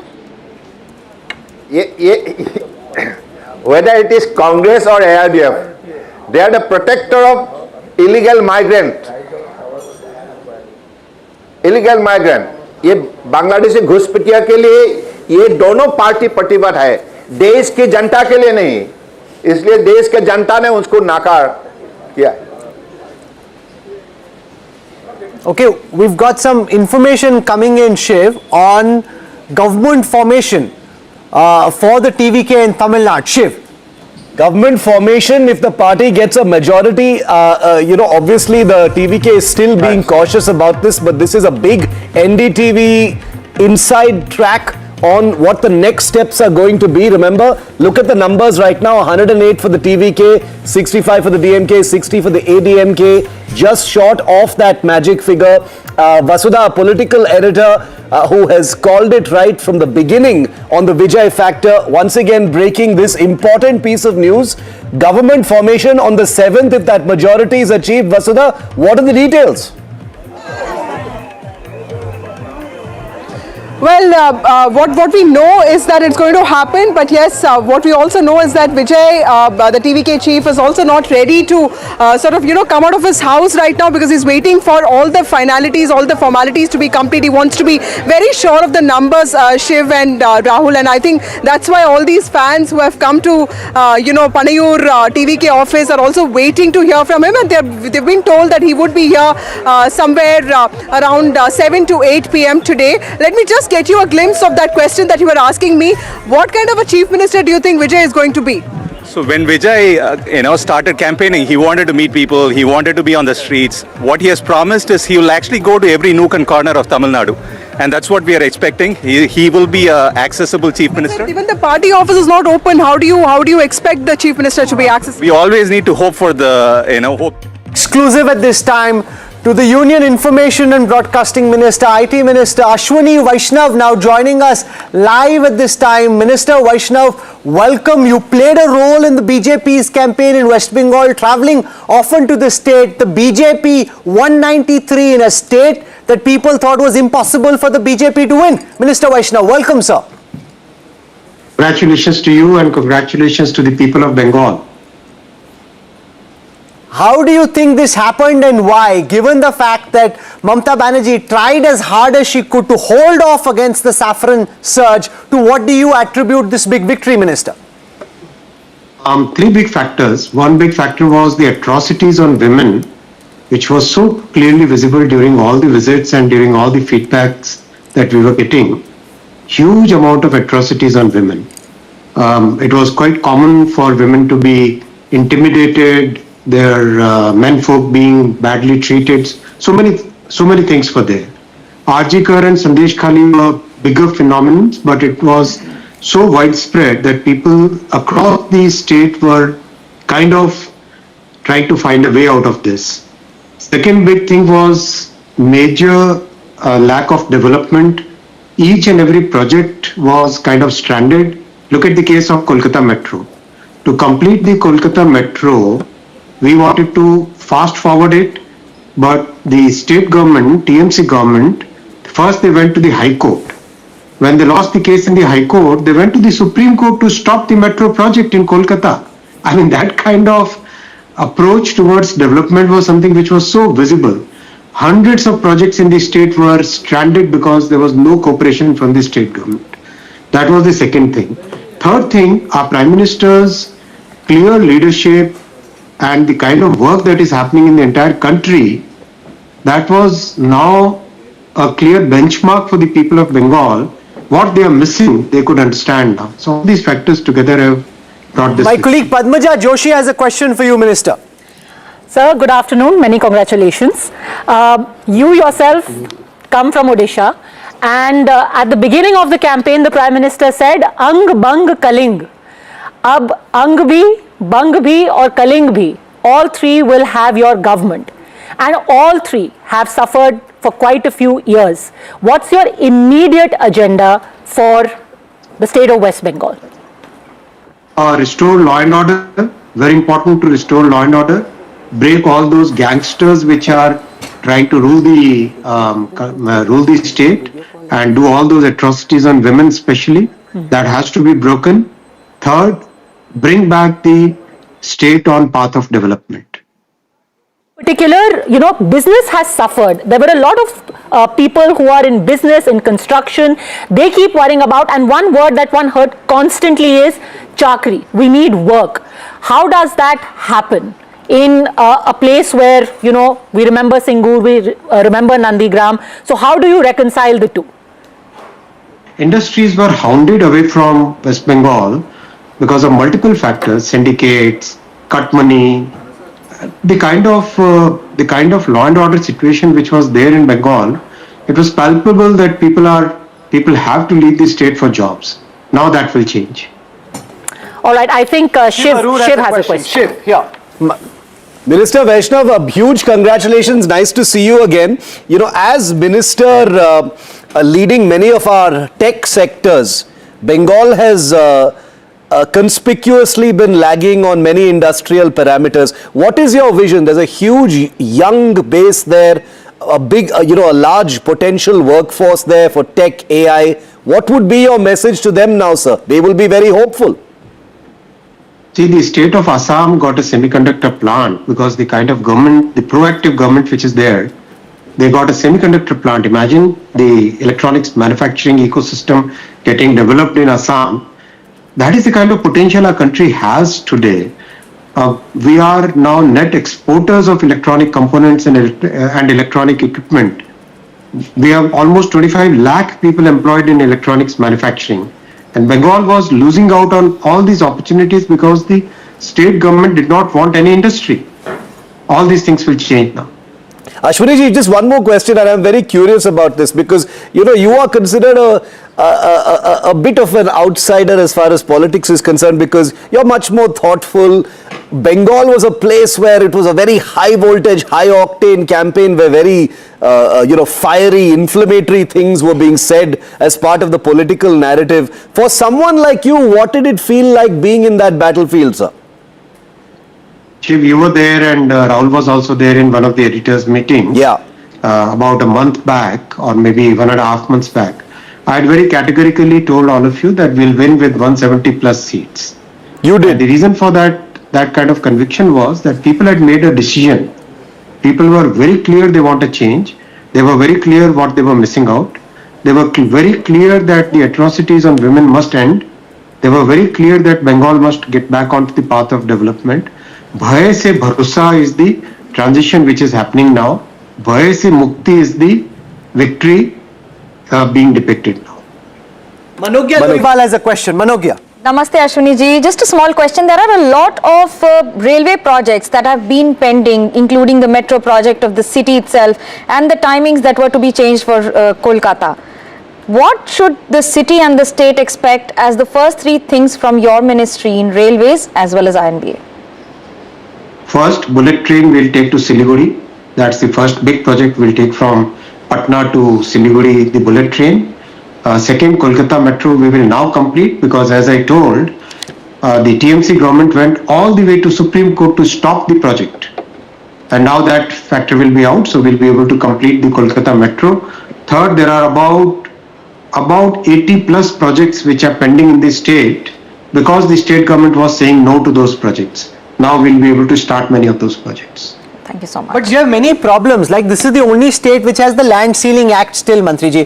This is also a state where incentives are given, then the incentives are taken back. So there's also a problem with very small fragmented land holdings and therefore the challenge with land acquisition. How does the BJP intend to deal with these structural issues when it comes to industrializing Bengal? Where there is a will, there is a way. It's possible to do things if the intent is right. If the will is there, then it's possible to do things. You have seen how Chenab could be built by Prime Minister Modi ji's government. You have seen the most complex projects which have been delivered in the last decade It's a question of willpower. It's a question of political will. Sir, what do you make of the results in Chennai?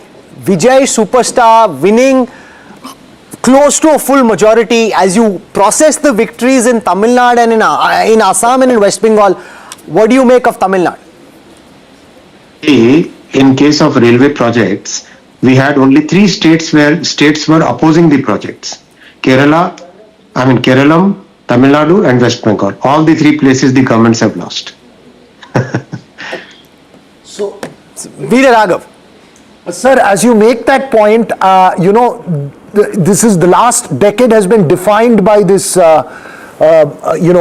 antagonistic battle between the state and the center, especially opposition states like Tamil Nadu, whether it's the language policy, etc. Do you believe that a new force would perhaps make a fresh start? What's your sense? Is it optimism or are you skeptical about the new force that's coming to power?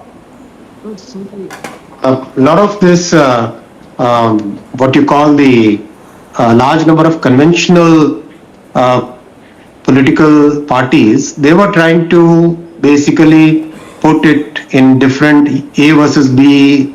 It was a kind of, that adversarial relation in politics was being created by conventional political parties. If you talk to the young people, there is a unanimous need for development. There is a unanimous consensus for taking India to the next level, growing our economy, creating more opportunities. That entire spirit, that aspirational India which is there among the youngsters, that is universal. I think that spirit which is winning now, and that old politics of putting one against the other is going away. Thanks, Rahul. Thank you so much. Thank you so much. Really appreciate you taking out time. Ashwini Vaishnavji, many congratulations on this big victory. And, the lotus blooming in a state, Kanchandava, where it was thought impossible, is a big victory. This is a significant day in the annals of the BJP's history.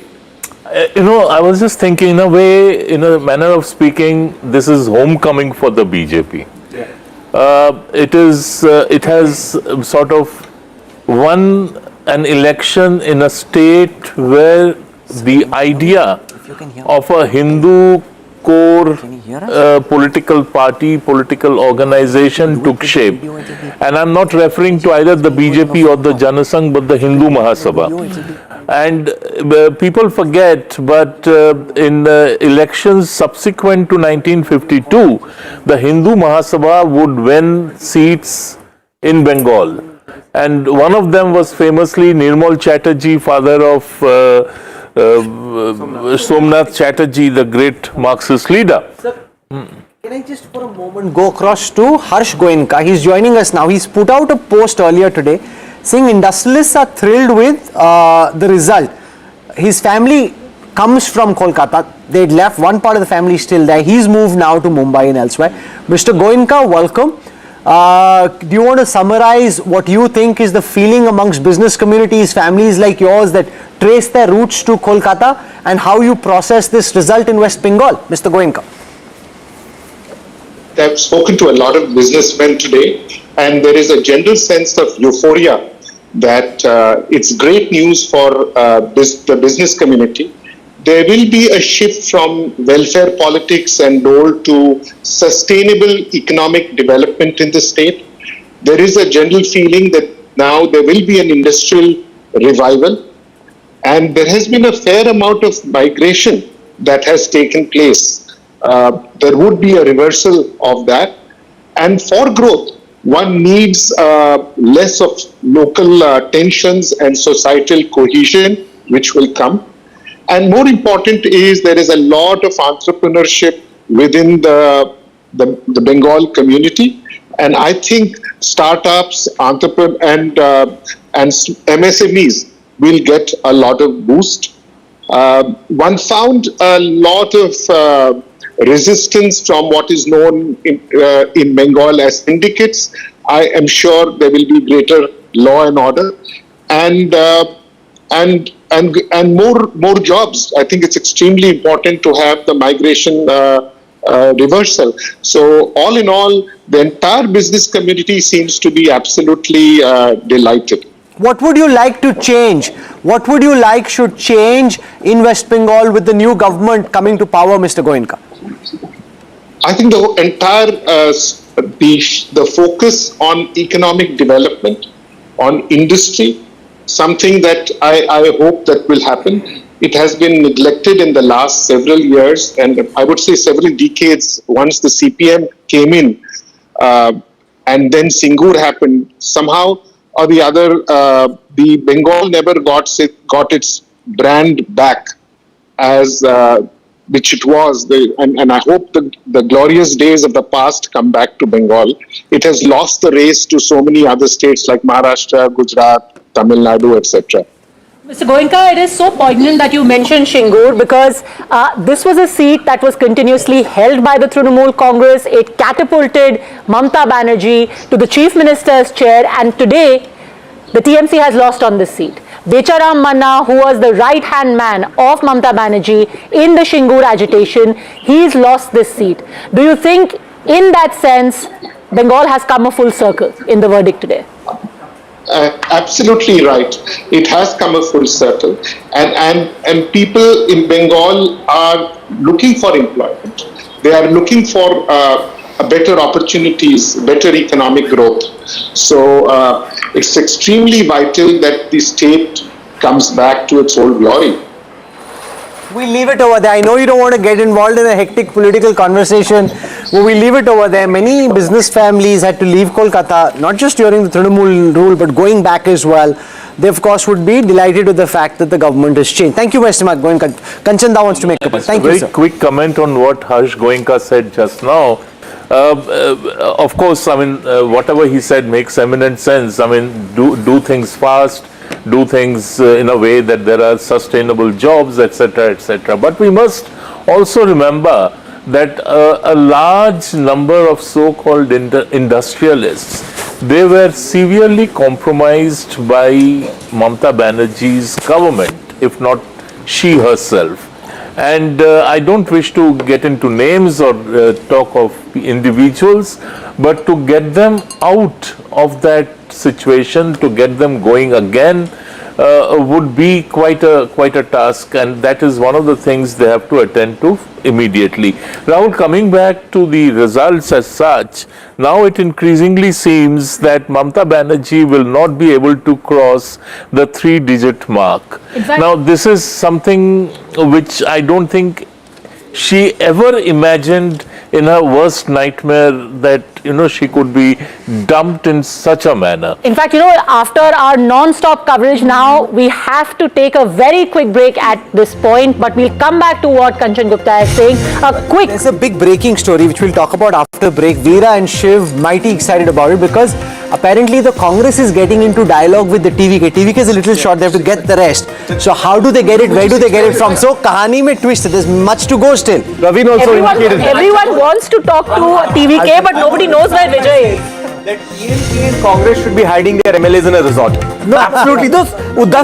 He needs 10 for a majority. He can take them away from the Congress. No, but I'm telling you. So we'll slip into a break. Lot to talk about. Can the Congress lose its MLAs? That's what Jeb is saying. Take a resort politics now. Okay, coming back on the other side of a quick break. Stay with us.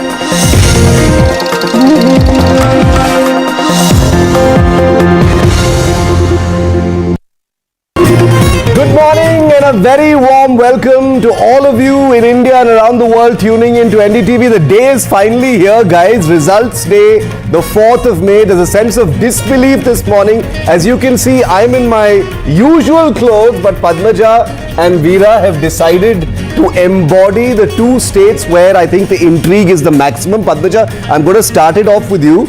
I don't think you've slept last night. I haven't. I actually haven't.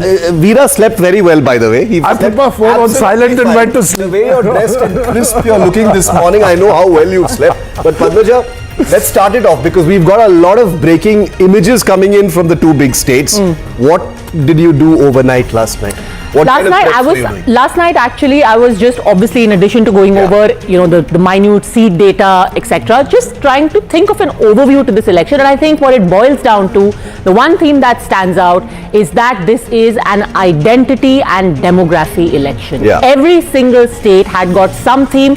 Barring Kerala, where obviously you've got the anti-incumbency and whether Pinarayi Vijayan can again buck the trend and get a third term running.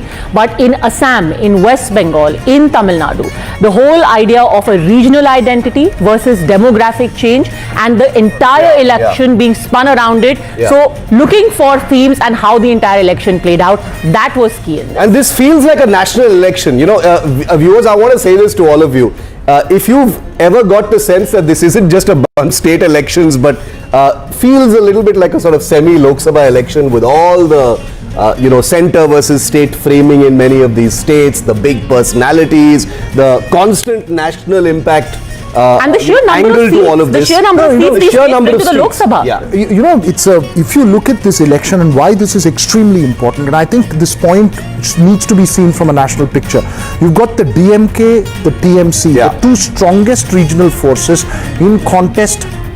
The TMC, of course, directly against the BJP.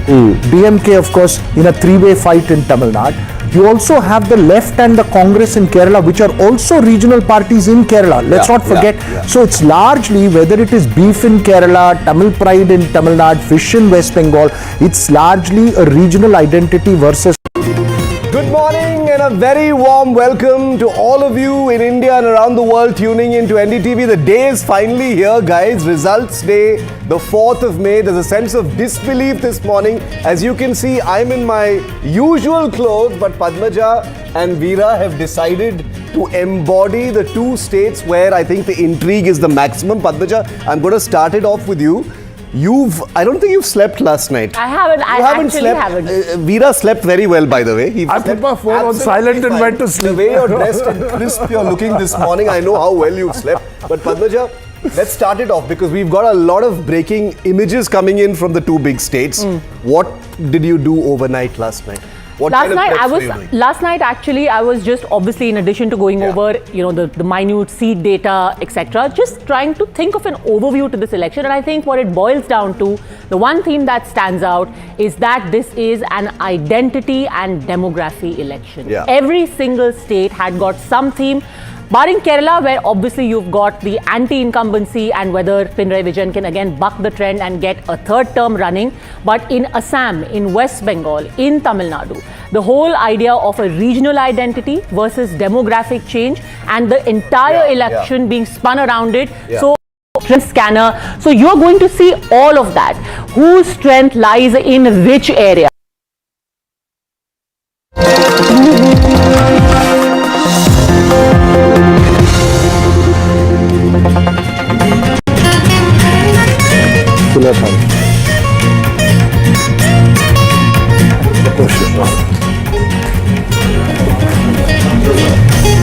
Good afternoon and welcome. It's been an absolutely incredible day. In case you're just tuning in, it seems that we are in for a colossal change in Indian politics. The fact that the BJP has breached Mamata Banerjee's fortress, the fact that the Trinamool Congress is unlikely to get to three figures, that is absolutely striking.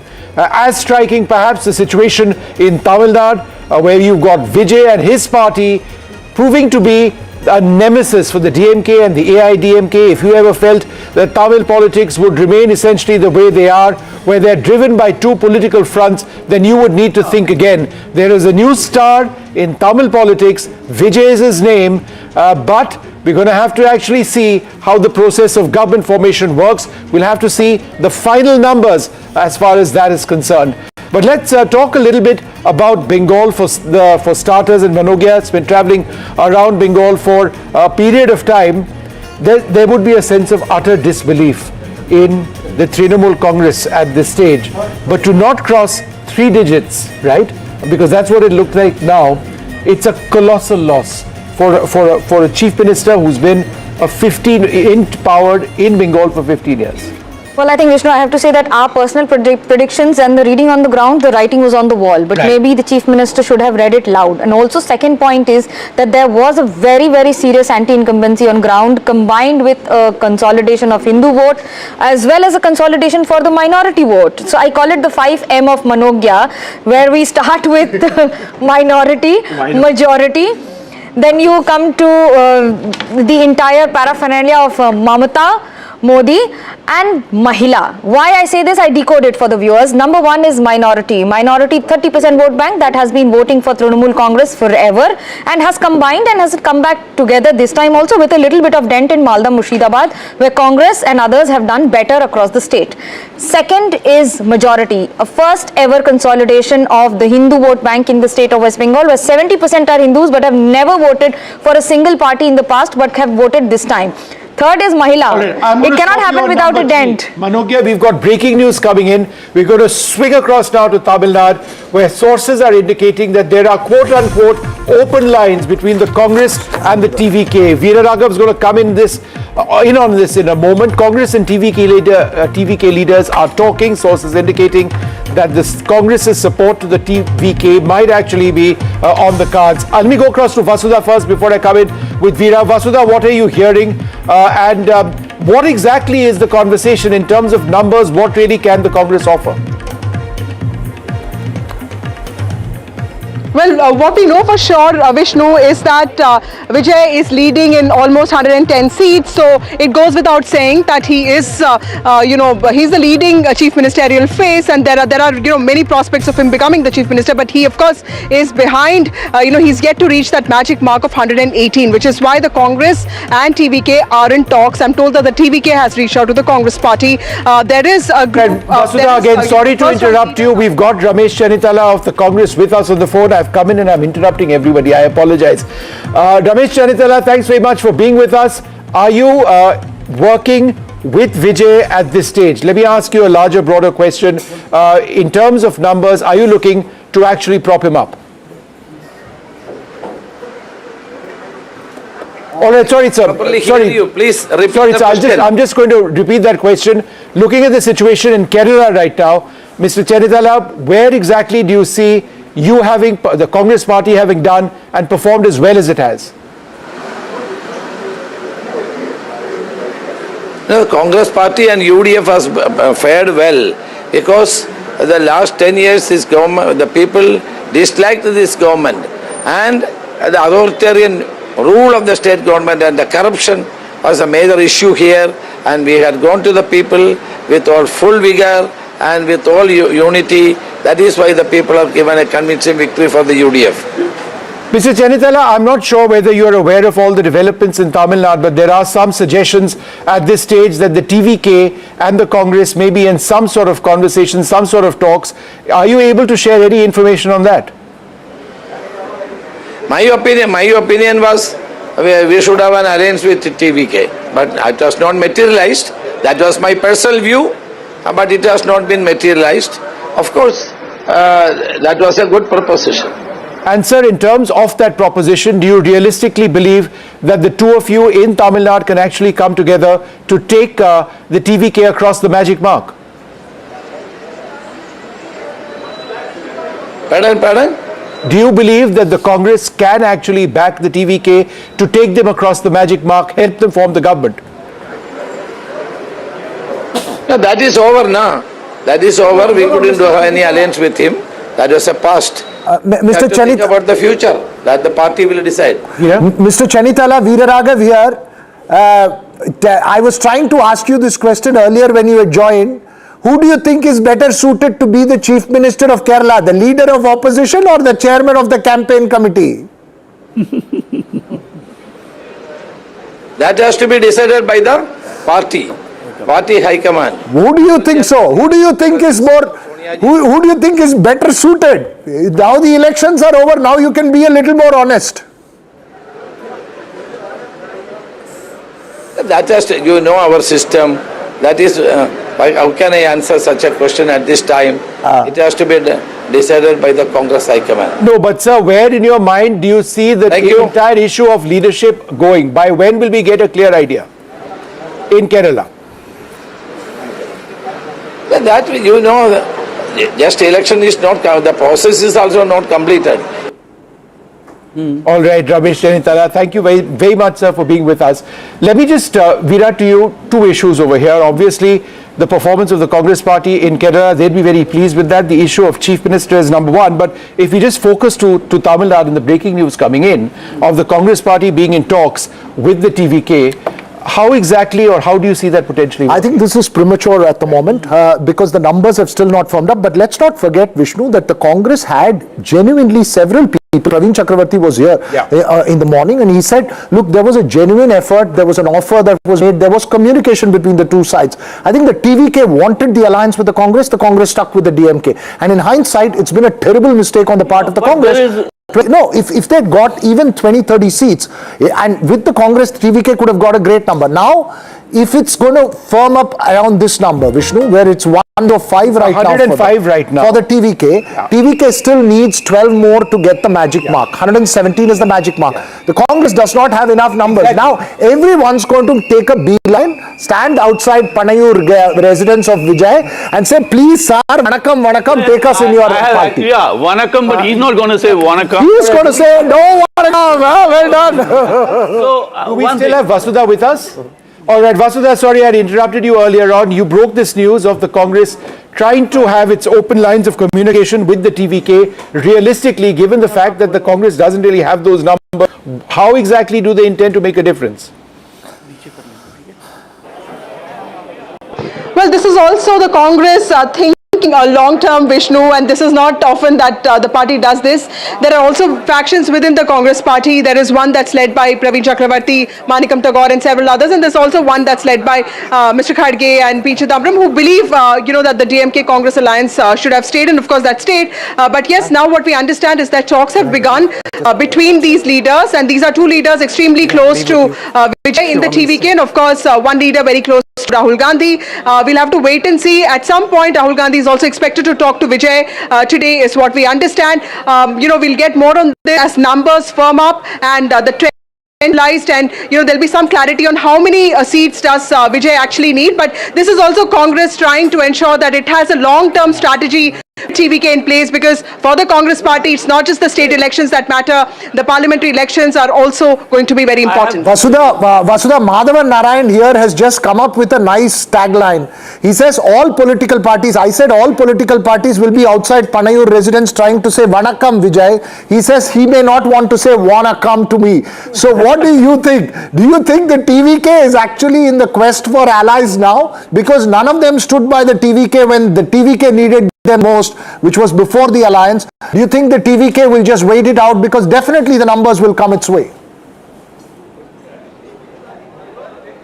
Absolutely, Veera. In fact, all these fans are just, practicing the, swearing in lines that he would be taking, the lines that he would utter, he would have to say during the oath-taking ceremony. For the fans and supporters of TVK, it does not matter that he has not really reached a majority mark, because at 105, they seem to have really, placed him as the Chief Minister of the state. But yes, technicalities are important, and he has to get that 117 to reach. I just wanted to come in and ask the Chief Minister of the state. Narayanji, how exactly is this going to work? Because it's more than just a technicality. There is one huge moral Rubicon has to be crossed. Congress can be talking to TVK with whatever in mind, but isn't it funny that it has actually won whatever seats it has, 5 or 7, in alliance with the DMK, and so it's like you're winning with the votes of DMK implicit in your constituencies and going and tying up with this. You can't do an NCP so easily, because at least in the case of NCP it was a formal split. In this case, it's so so it becomes a legal issue, right? If you're part of it. No, there's no legal issue. Congress party can go. Party contested on the hand ticket. Now, let's not forget, pre-poll alliances are different from a post-poll reality. The Congress was not given the number of seats that it wanted. It has taken 2 Rajya Sabha seats from the DMK, one now, one later. What was the promise? If we have the numbers later, you'll get it. So they're not getting the second Rajya Sabha, because the one that was already given, they can't get the second Rajya Sabha. Now it's perfectly fine. It's open, free for all. Anyone can go anywhere as a party. Only thing is that DMK guys cannot go, party, if you're part of a party, if you won in a symbol, then you can't support. But how is the Congress done? How is the Congress done? Congress is now at about 4 seats, Vishnu. So they're still short. No, they're very short. Look, you're talking of clearly short. So this is the moot point at this moment. Lines of communication are open. No, but Vishnu, when a star has 105 seats, it's within striking range. If the rest of I'm just saying that if any of the rest of the parties conspire and do not allow him to become CM, he will come back with 234 seats. Lakshman, how do you? I would like to say that is sort of the supply side. The demand side is what Vijay and his TVK want. Yeah. And for them, this is an opportunity to make a clean break with the so-called Dravidian politics mode. And so Congress is ideal. And of course, they'll have the ragtag of 1 + 2 + 3 + 4 seats added on. And so he'll have to push to get to that. I'd like to draw your attention to the ADMK tally of 58, which actually includes some of the other minor. AMMK, BJP. PMK particularly. PMK, AMMK and BJP. Yeah, so those leave BJP aside because technically Vijay is on record that he's supposed to be anti-Stalin and anti-Modi. Okay, all right, both of you hold on for... Look at those parties. We will do that. But for the moment, let's go straight across to my colleague Vedika Sood. She's been reporting from Kolkata. It is... it is absolutely shocking. There were many, including me, who felt that Mamata Banerjee being defeated in Bengal would be quite difficult, possibly unlikely. Vedika, what is the latest that you're getting? Just about an hour back, Mamata Banerjee issued a statement where she told her party workers... Vishnu, and this is the reason why. This is what victory looks outside the BJP office. The party was happening inside with loud music. Now they've got a tempo outside with bigger speakers, louder music, saffron gulal all over. You can see people are absolutely colored in gulal. The dance continues here. The jhalmuri distribution continues. The sandesh distribution continues. And we're told it'll continue all evening. These are the scenes we've been witnessing for the last 3 hours inside the BJP office on a historic day for a party that in 2016 had single digits in the assembly elections, then had double digits, and this time has had a sweeping victory. And the party will continue here. You have leaders, top leaders from the BJP streaming in. They're coming in absolute white kurtas. They're walking out in saffron tinges because of the gulal that is being thrown around. You can see the BJP flags all around. This is just outside the entrance to the BJP office. In fact, even the images of the Prime Minister inside that have been stuck on the gates have been put. He has gulal on his face there on those images. That's the level of celebration here outside the office of the BJP. Back to you. Vedika, we'll come back to you in a little while. Huge celebrations over there, and I'm sure there'll be a lot more. But we did speak to the man of the moment in Bengal, Shubhendu Adhikari. Here's what he said.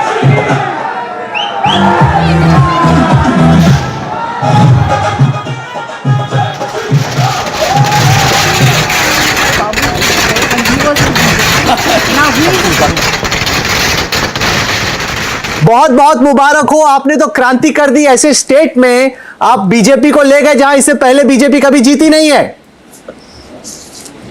देखिए, जनता को बधाई दे रहा हूं। Completely मिसरूल के खिलाफ जनता ने vote किया और पूरा अब हर ईवीएम हिंदू कंसोलिडेशन और 7% स्विंग हुआ। इस बार जितना गाली, जितना अत्याचार ममता बनर्जी हिंदू लोग को ऊपर दिया, हिंदू ने मुंह तोड़ जवाब ईवीएम में दे दिया। शुभेंदु दा, आप तो खुश होने चाहिए, ऐसे डांस करना चाहिए, एक्साइटेड होना चाहिए। आप तो इतना सीरियस टाइप का जवाब दे रहे हैं। आपने ऐसा किया जो श्यामा प्रसाद मुखर्जी के टाइम से बीजेपी वाले सोच रहे, ड्रीम कर रहे करने की, लेकिन आज तक कभी हो नहीं पाया। नहीं, हम हर कार्यकर्ता इसमें पार्टिसिपेट किया। हम लोग को जो मैं तो कुछ मेरा छोटा भूमिका था, लेकिन पूरा कार्यकर्ता खास करके 300 बीजेपी कार्यकर्ता आपने बलिदान दिया ना, उसका ये जीत उनका इसका है। 300 बीजेपी कार्यकर्ता बलिदान दिया। आपसे जब मुलाकात हुई, आपका जब इंटरव्यू हुआ, आप 170 बोल रहे थे, अभी तो 200 के पास चल रहा है। आपने तो दीदी को एकदम धो डाला। हाँ, धो तो डाला है। तो ये देखिए, यहाँ आध्यात्मिक कैपिटल है देश का, ये कल्चरल कैपिटल है देश का बंगाल। इसको ममता बनर्जी जिस तरीके से खत्म किया, और इसमें जनता का जीत है, मोदी जी का जीत है। मोदी जी ने खुद कैंपेन का लीड किया है, उन्होंने काफी मेहनत किया है। मैं जनता और मोदी जी को आभार प्रकट करता हूँ। आप नेक्स्ट चीफ मिनिस्टर हो गए वेस्ट बंगाल के, पार्टी ने बहुत हद तक क्लियर कर दिया। How does it feel to be the chief minister? I am not passing any comment. मेरा पास कोई कम्युनिकेशन नहीं है। मैं अभी पूरा प्रदेश में शांति ठीक रहे, कोई भी टीएमसी जिस तरीके से गुंडागर्दी करता था, जो भी भ्रष्टाचारी है, गुंडा है, वो जेल में जाएगा कानून के अंदर। लेकिन जितना 2021 में पोस्ट पोल वायलेंस हुआ, इस तरीके से कोई काम हम लोग करने नहीं दूंगा। पोल वायलेंस ना हो उसको कैसे इंश्योर करेंगे? पैरामिलिट्री फोर्सेस वहां रहेंगी सर। हम लोग का कंट्रोल है यार, आप लोग मान के चलिए ना, मैं इसमें कोई कम्युनल बात नहीं बता रहा हूँ। हिंदू लोग एरोगेंट नहीं होता। ये कंचन गुप्ता है, आप जानते हैं उनको? कल्चर में एरोगेंसी नहीं है। कंचन गुप्ता आपको कांग्रेचुलेट करना चाहते हैं और आपसे बात भी करना चाहते हैं। शुभेंदु दा, कंचन दा, let me just bring my laptop across. Suvendu Adhikari, yes, yes. Suvendu বাবু, নমস্কার। নমস্কার, কেমন আছেন? আমি আছি, আমি গণনা মনিটরিং করছি।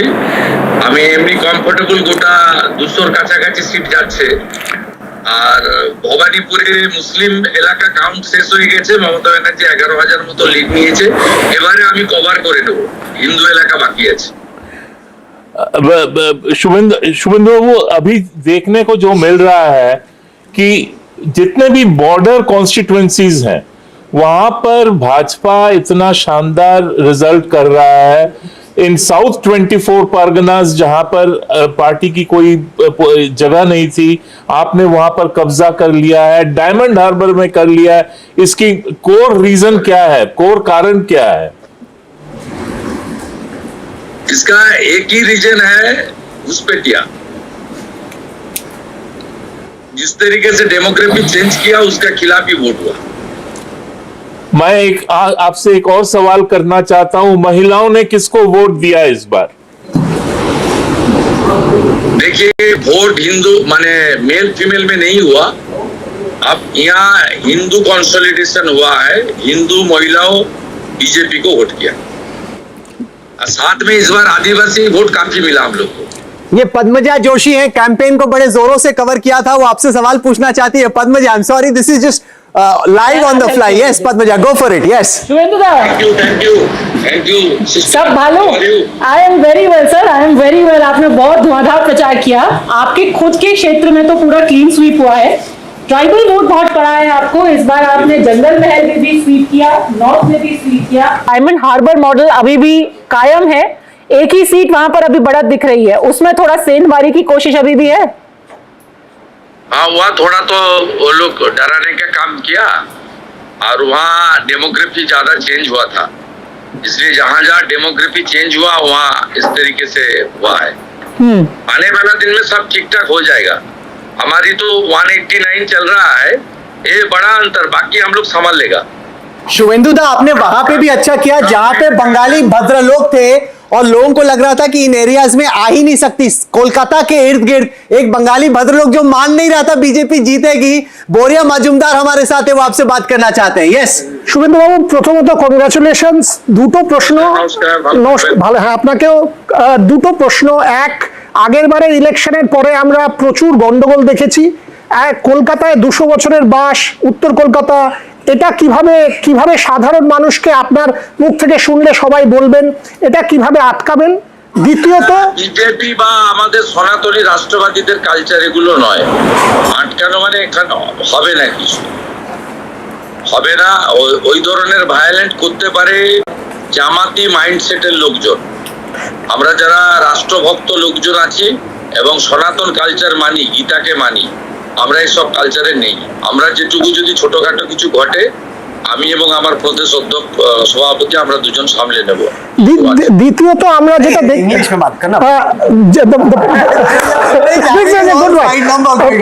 আমি ইংরেজিতে জিজ্ঞেস করছি।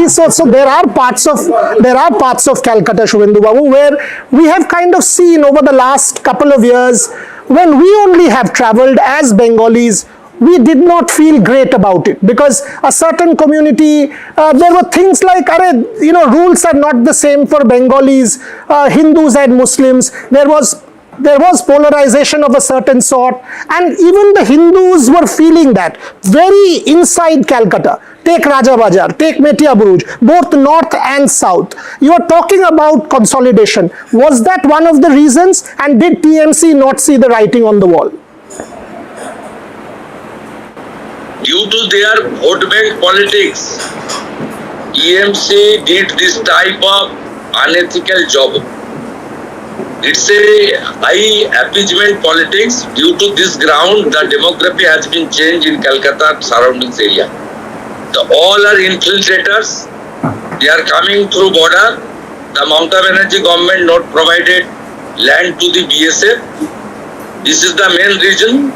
Further reason, the entire Bengali, Hindu and all other true patriotic people, they are united, they are casted their vote in favor of Lotus and the outcome is now coming. जाने माने journalist editor हैं वीर सांघवी, वो एक quickly आपसे सवाल पूछना चाहते हैं. यस वीर, शुभेंदु दादा. Shubhendu, just a basic question. What will you do apart from this Hindu-Muslim stuff which you've gone on and on about? What will you do in Bengal that will be very different? Please tell me again. You've talked about Hindu consolidation, people's concerns about infiltration, which is valid and probably accounts to your victory. But my question is, once you get away from that, once you come to power in Bengal, what will you do that is different? No. You saw in Assam, Tripura, after BJP came to the power, the infiltrators issue already overcome. The double engine Sarkar will perform properly and central state relation will sort out this problem. सवाल ये शिव अरूर हमारे managing editor है NDTV 24/7 के. शुभेंदु दा, जाने से पहले एक सवाल शिव अरूर आपसे करना चाहते हैं. Shiv. Shubhendu da, this entire election, previous election also was framed as, the BJP is a party of the Hindi heartland, Bengali identity samajhte nahi hai BJP wale. Do you think that has been disproved now?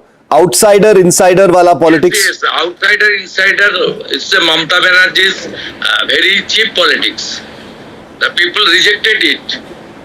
You know it very well. One Bengali Hindu, renowned, respected Hindu, Bharat Kesari Dr. Shama Prasad Mukherjee, formed this party. This party is functioning under the ideology of the Dr. Shama Prasad Mukherjee. The people rejected it. It's a Mamata Banerjee, very cheap politics. Shubhendu, one final question. At this moment in Bhawanipur, it's been going up and down. Mamata Banerjee is currently in the lead. Previously, she was trailing. How is it looking for you in Bhawanipur? You are still known as a giant slayer from Nandigram in the last time. I am hopeful because the Muslim area 63, 67, 77 ward already covered. My calculation inside was that she may lead 20,000, but now she is leading 16,000. The entire Mamata's vote bank area are now covered. ये पश्चिम बंगाल के दो जाने पहचाने journalist हैं, वो आपको congratulate करना चाहते हैं. खत्म करने से पहले जयंतो घोषाल आपको कांग्रेचुलेट करना चाहते हैं. শুভেন্দু, কনগ্রাচুলেশন. জয়ন্ত বলছি. কালকে রাতে বলেছেন দেখেছি. হ্যাঁ দেখেছেন, টুমরো আই সেড. না, আমার একটাই প্রশ্ন আছে. Thank you. Difference of analysis. Thank you. We spoke yesterday. Yes. না, শুভেন্দু একটা প্রশ্ন করব.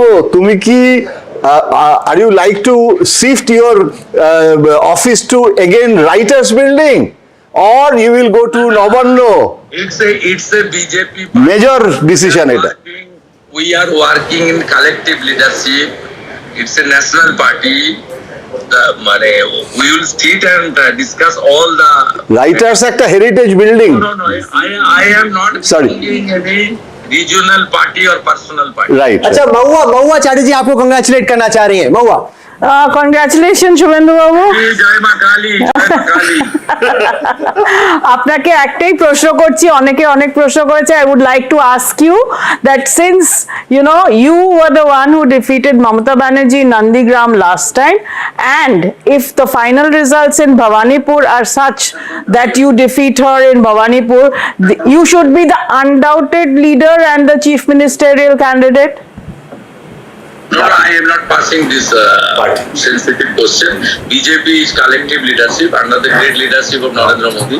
We fought this election and results are coming. No problem. अच्छा शुभिमन कृष्ण आपसे पूछना चाहते हैं Krishna With the consultation of the elected MLAs. Thank you. one last question জোড়া ইলিশ কবে আসছে Thank you. জোড়া ইলিশ কবে চিংড়ি মাছ হবে। জোড়া ইলিশ কবে আসছে okay we'll leave it there I really don't want to drag my luck on this I don't want to drag my luck on this, but that's the. अच्छा शुभेंदु दा मनोज्ञा लोईवाल आ रही है, वो आपसे बहुत कीन है पूछने के लिए, आप जाइए मत, एक मिनट रुकिए, वो काफी देर से आपके कैंपेन को ट्रैक कर रही है, भागते हुए आ रही है, हमारे हिंदी स्टूडियो से दौड़ते हुए आ रही, कह रही मुझे भी बात करनी है, मुझे भी बात करनी है। मनोज्ञा लोईवाल, शुभेंदु अधिकारी। दादा नमस्कार। गिरा मत देना मेरे लैपटॉप को। Go on। কালকে বলেছিলেন 190 প্লাস হবে। अच्छा आपको मैं आपका राहुल एक बड़ी Go on। कल हमारी जो बात हुई थी तो आपने कहा था कि जो आंकड़े हैं वही रहेंगे। क्या मैं भावी मुख्यमंत्री से बात कर रही हूँ शुभेंदु? वो नहीं, सवाल का जवाब नहीं दे रहे, और कुछ पूछो। और कुछ पूछे तो मुझे ये बताइए आज के की खाबेन झालमुड़ी ना माछेर झोल? You celebrate? All माछेर झोल with रसगुल्ला। ओ बाबा। ये थोड़ा रसगुल्ला हमको भी भेज देना after winning in this fashion. It's very important। चलिए now counting is going। खाली एक आखिरी सवाल, शिशिर बाबू से बात हुई, उन्होंने क्या बोला? शिशिर बाबू is his father। My father is always blessed me। ठीक है, ऑल द बेस्ट दादा, शाम को फिर बात होगी। Thank you very much and many congratulations। All right, Shubhendu Adhikari, very much the man of the moment. In case you're just tuning in now, here's the reason he is the man of the moment. These are absolutely staggering numbers. People who would have said or who have been saying that defeating Mamata Banerjee in Bengal is absolutely impossible. Take a look at this. The BJP at 190, the Trinamool down to under 3 digits at 98. The left, in a sense, staging a mini sort of comeback with 2. They hadn't done very much. The Congress, again, the left and the Congress, non-players in Bengal, both parties had once dominated this political sort of scenario in the state. But what would be interesting to actually do is to break it actually down and see where the BJP has gained most, where the Trinamool has actually lost out. So if we go through some of the regions, the Bardwan region first, it's the BJP, and this is the Bardwan region in the west of Bengal. The BJP at 37 in terms of leads over here, the Trinamool Congress at 17. So this is where the BJP has gained over the Trinamool Congress. But if you ask me, perhaps the most decisive area which has gone completely against the Trinamool Congress is Mednipur. The BJP at 53 in terms of leads over here, and the Trinamool Congress absolutely devastated. Joyantada, would you like to come in and sort of take a look at Mednipur itself? How is it that this difference is as stark as it is? Because if the Trinamool were to get close to the BJP, they would have had to have done phenomenally better in Midnapur. It's a very important point. Number one, rural Bengal was TMC's stronghold. Yeah. And now BJP is, has captured this area. And SIR effect, it is less in this area. Right. It's not border area. Right. So SIR impact on this result, that also will be oversimplification. So all right, hold on for half a second. I've got GVL Narasimha Rao of the BJP also joining me over here. Congratulations. Absolutely remarkable performance by the BJP. This entire conversation, GVL Narasimha Rao, of insider versus outsider has been decidedly thrown aside as far as Bengal is concerned. I'm looking at various regions, looking at Midnapur, where the gap between the BJP and the Trinamool Congress is whopping. The BJP at 53, the Trinamool at 3. Can you explain why or how the BJP did so well in South-West Bengal? Vishnu, good afternoon to you, all the guests in the studio, all the anchors in the studio. I think it's not just in one region, it's a sweep across Bengal.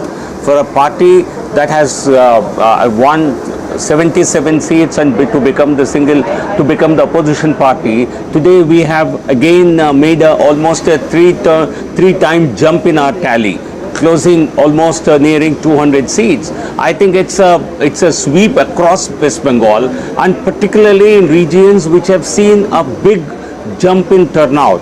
I think even seats which were considered to be a fortress, considered to be citadel for Trinamool Congress, the BJP has been able to win such seats because people of Bengal have decided that it's time for them to really throw out the present incumbent government out of power. And West Bengal, I think people certainly see the development, the kind of rapid strides in development that different states of the country have seen under the rule of the BJP. And therefore they feel it's always good to have a double engine government with a positive approach towards developing the state hand in hand with the central government. The Trinamool Congress, by becoming a hurdle in this development, in this process of development, people said, well, let's get rid of the TMC. But one point I'd like to make about the Tamil Nadu discussion that you were having. The Congress, I think there was a lot of discussion about how Congress could become a player. The Congress is insignificant in Tamil Nadu. The numbers that all that they have said is that their lines are open. It means nothing because, as you correctly said, the phone call is open, but nobody is dialing, or so they statistically don't have the numbers. So it's a they've kept the phone open. That's about it. So there's nothing more. But GVL Narasimha Rao, just hold on for half a second. I wanted to bring in Moa as well, because one of the areas in Bengal where the BJP has really consolidated is in Siliguri, Jalpaiguri, the Darjeeling Hill, the Dwards region. This region, Manogia, very close to me. I'm a St. Paul's Paulite. I studied over here for some time.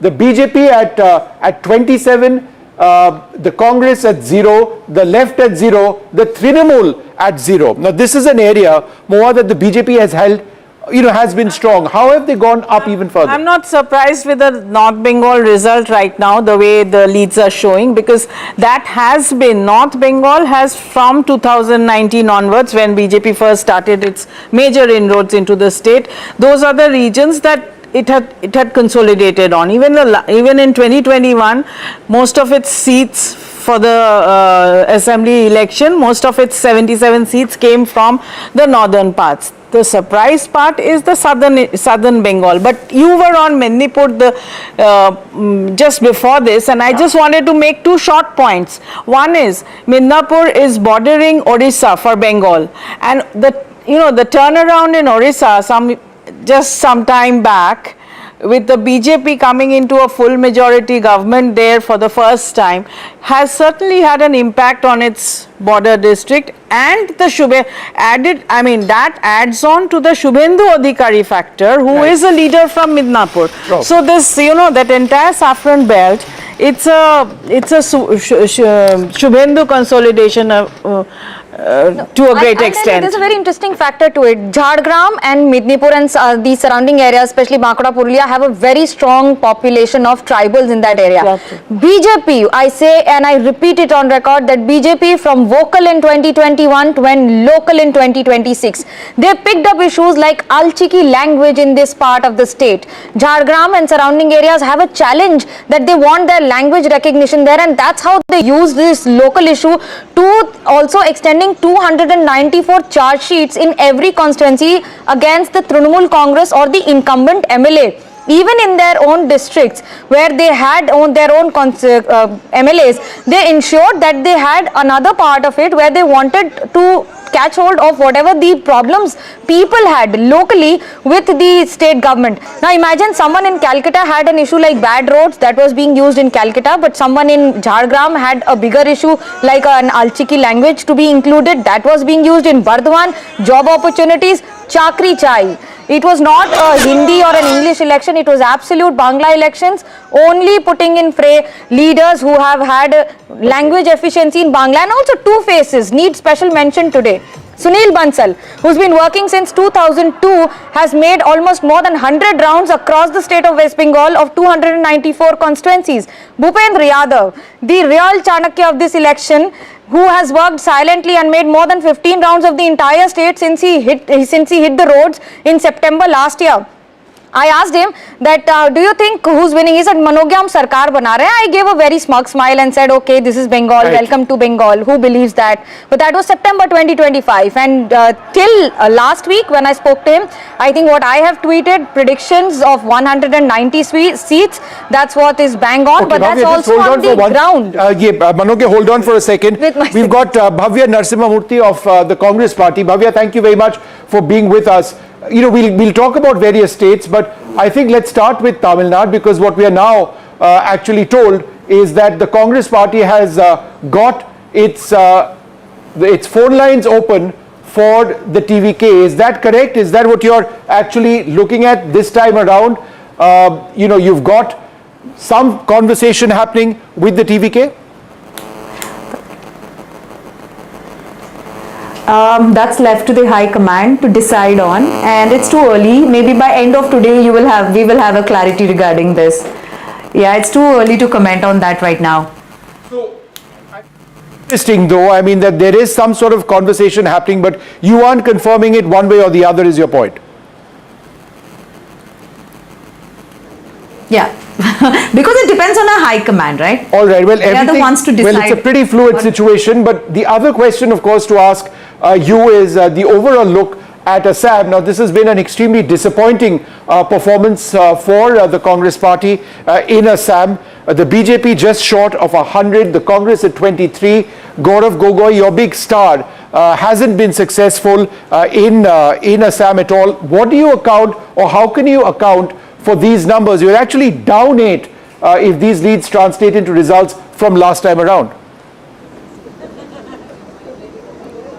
We definitely expected better, but it's not up to our expectation. We are definitely disappointed about this. And considering Himant Biswa Sarma, one of the most corrupt Chief Minister of India, it was really important for us to defeat him. And for his crass comments on our leaders or whatever, his corrupt administration, everything that needed to be taught a lesson. But sadly, this was below our expectation, but I'm really happy about our performance in Kerala. But one other question, Bhavya, before I ask my panelists also to jump in over here. The BJP says that there is a certain lack of connect between Gaurav Gogoi and the state and people in the state. How would you respond to that?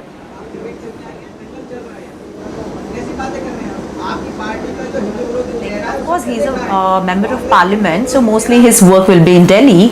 But during elections, he was there campaigning, he was there involved in every issue related to the state. And he was he was the face completely, who was opposing Himant Biswa Sarma head on. He took, head on against the incumbent chief minister. You had he was fully there in the state, although he was an MP. I think my question to you, Bhavya, is that whether it's Assam or Bengal, do you think there is room for introspection in Congress beyond slamming a leader who's already won? I mean, you may say anything about Himant Biswa Sarma, or for that matter, in Bengal also, BJP has won. Where do you think is the room for introspection in Congress, or is there any room at all? These images, meanwhile, are from Kolkata of Mamata Banerjee leaving. But Bhavya, go ahead. Yeah. We do not have many seats in Trinamool in West Bengal. No, we definitely have room for introspection, definitely. In Assam, we have not fared very well, and Bengal, Congress. All right, Bhavya, I'm sorry to interrupt you for half a second. We've got some live images now coming in from Kolkata. Mamata Banerjee has left her residence. My colleague Shreyashi is tracking the movements of Mamata Banerjee. It seems that the Trinamool Congress down and out. She will not be chief minister. Remarkable performance by the BJP. What is Mamata Banerjee saying? Shreyashi.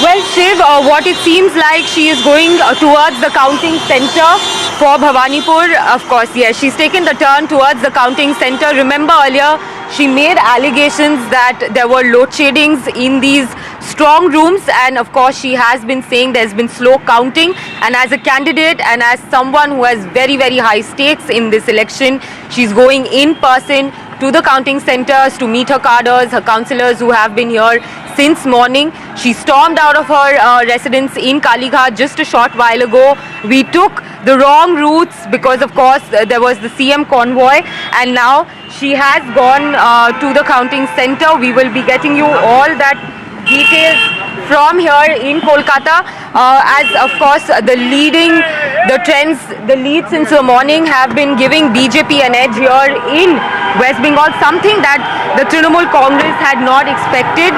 And you know, interestingly, right outside the counting center there is BJP celebrations as well. And now with the Chief Minister going to the counting center, we are going to be expecting her to speak to the media. She did not say much when she came out of her residence in Kalighat, which had an isolated look which we've not seen before here in West Bengal.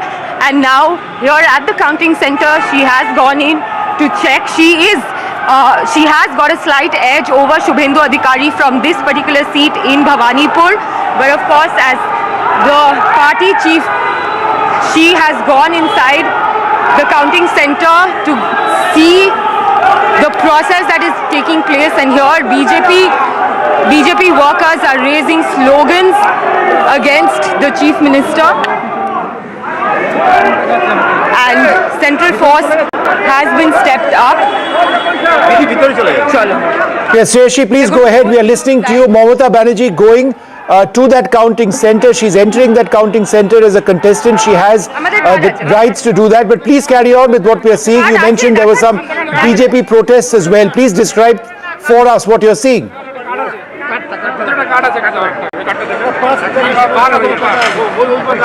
Okay, I think there's a bit of a police presence over there. We'll come back to her in a little while. Moa, I think it's interesting, about an hour and a half, 2 hours back, Mamata Banerjee issued a statement where she said that the true results would only become evident when the next rounds of counting take place. And she said that the Election Commission had slowed down or stopped counting in approximately 100 seats. Is there any logic in that, or is this somebody who's not willing to confront the truth of what faces Bengal? Maybe both, because one thing is for sure, for the last more than an hour or close to an hour, we are also watching the same figures on West Bengal on our screens here. It's been stuck at 194, 95. Yes, right. And that's been, I think, almost more than an hour now. So something definitely is, I mean, for some reason, counting must have been stalled, or they are not coming out, the results. Tamil Nadu, it's even down now. TVK is down to 101-2 now. But there's movement. But in the West Bengal panel, there is no movement for quite some time now. And I'm watching my ECI thing on the phone here. Same thing. It's been static. ECI will be even slower. Static for a while. But so, I mean, there might be something, since we are not there on the spot, but she's also something as sensational as it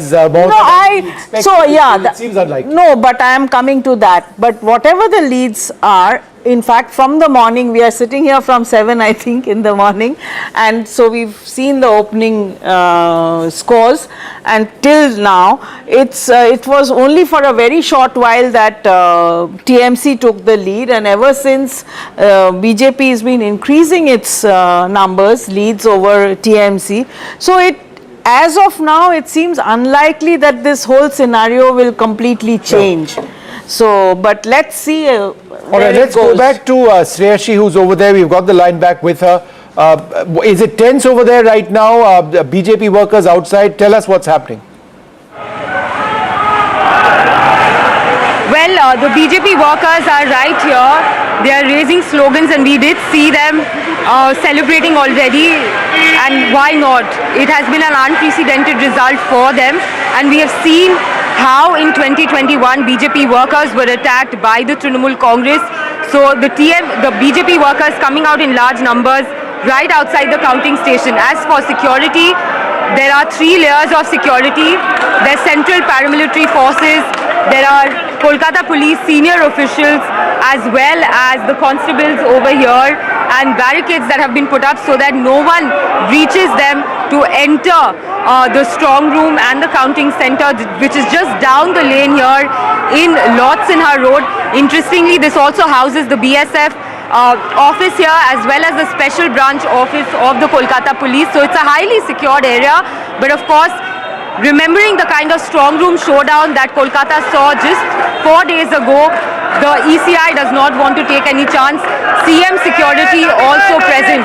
Now the Chief Minister has of course issued the videos on her social media page, but this is the first time that she has come out and gone to the counting center. This is something again, Shiv, that has not happened before here under her tenure.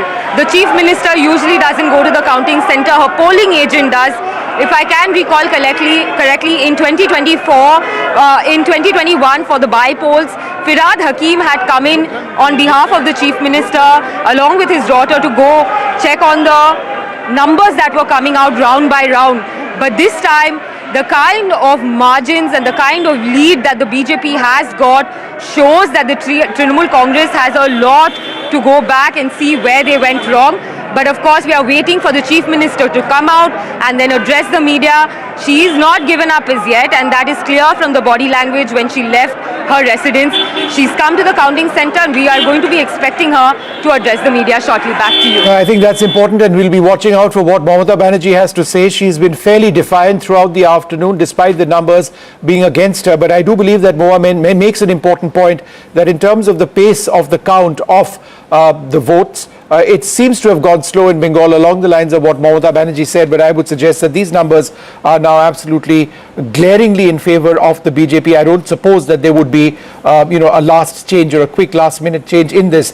What we can now bring you is shots of celebration as far as the BJP is concerned. BJP workers feasting on a meal of fish curry and rice, as trends clearly indicate a victory, a landslide one at that, for the party in state assembly elections. Can I suggest that this jhalmudi business has been overstated? As a Bengali, I can tell you, we have far better things to eat than jhalmudi. It's very easy for, and can I use the two words non-Bengalis, to be associating, jhalmudi with cuisine in Bengal. I can assure you it's not. If you want snacks, the puchka is way superior to jhalmudi. Leave it over there. We'll come back in half a second. It's a case of March. Sorry, you touched a nerve over there. March ado about nothing.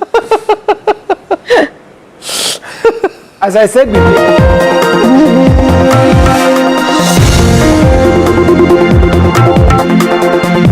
शुभेंदुदा, बहुत बहुत मुबारक हो, आपने तो क्रांति कर दी। ऐसे state में आप बीजेपी को ले गए जहां इससे पहले बीजेपी कभी जीती नहीं है। देखिए, जनता को बधाई दे रहा हूँ। कंप्लीटली मिसरूल के खिलाफ जनता ने वोट किया और पूरा आप हर ईवीएम में देखिए हिंदू कंसोलिडेशन और 7% स्विंग हुआ। इस बार जितना गाली, जितना अत्याचार ममता बनर्जी हिंदू लोग को ऊपर दिया, हिंदू ने मुंह तोड़ जवाब ईवीएम में दे दिया।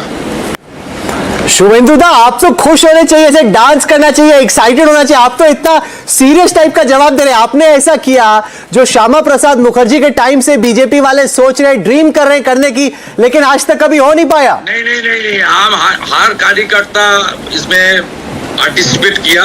हम लोग को मैं तो कुछ मेरा छोटा भूमिका था, लेकिन पूरा कार्यकर्ता, खास करके 300 बीजेपी कार्यकर्ता आपने बलिदान दिया ना, उसका ये जीत उनका इसका है।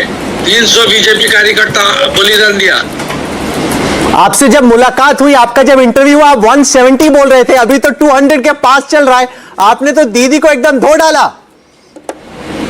हाँ, धो तो डाला है। तो ये देखिए, यहाँ आध्यात्मिक कैपिटल है देश का, ये कल्चरल कैपिटल है देश का बंगाल। इसको ममता बनर्जी जिस तरीके से खत्म किया, और इसमें जनता का जीत है, मोदी जी का जीत है। मोदी जी ने खुद कैंपेन का लीड किया है, उन्होंने काफी मेहनत किया है। मैं जनता और मोदी जी को आभार प्रकट करता हूँ। आप नेक्स्ट चीफ मिनिस्टर हो गए वेस्ट बंगाल के, पार्टी ने बहुत हद तक क्लियर कर दिया। How does it feel to be the chief minister? I am not passing any comment. मेरा पास कोई कम्युनिकेशन नहीं है। मैं अभी पूरा प्रदेश में शांति ठीक रहे, कोई भी टीएमसी जिस तरीके से गुंडागर्दी करता था, जो भी भ्रष्टाचारी है, गुंडा है, वो जेल में जाएगा कानून के अंदर। लेकिन जितना 2021 में पोस्ट पोल वायलेंस हुआ, इस तरीके से कोई काम हम लोग करने नहीं दूंगा। पोल वायलेंस ना हो उसको कैसे इंश्योर करेंगे? पैरामिलिट्री फोर्सेस वहां रहेंगी सर? हम लोग का कंट्रोल है यार, आप लोग मान के चलिए ना, मैं इसमें कोई कम्युनल बात नहीं बता रहा हूँ। हिंदू लोग एरोगेंट नहीं होता। ये कंचन गुप्ता है, आप जानते हो उनको? कल्चर में एरोगेंसी नहीं है। कंचन गुप्ता आपको कांग्रेचुलेट करना चाहते हैं और आपसे बात भी करना चाहते हैं। शुभेंदु दा, कंचन दा, let me just bring my laptop across. Suvendu Adhikari, yes, yes. Suvendu বাবু নমস্কার, নমস্কার। কেমন আছেন? আমি আছি, আমি গণনা মনিটরিং করছি। আমি এমনি কমফোর্টেবল, গোটা 200-র কাছাকাছি সিট যাচ্ছে। আর ভবানীপুরে মুসলিম এলাকা কাউন্ট শেষ হয়ে গেছে, মমতা ব্যানার্জি 11,000 মতো লিড নিয়েছে। এবারে আমি কভার করে নেব, হিন্দু এলাকা বাকি আছে। शुभेंदु बाबू, अभी देखने को जो मिल रहा है कि जितने भी बॉर्डर कॉन्स्टिट्यूएंसीज हैं वहां पर भाजपा इतना शानदार रिजल्ट कर रहा है। इन साउथ 24 परगनास जहां पर पार्टी की कोई जगह नहीं थी, आपने वहां पर कब्जा कर लिया है, डायमंड हार्बर में कर लिया है। इसकी कोर रीजन क्या है, कोर कारण क्या है?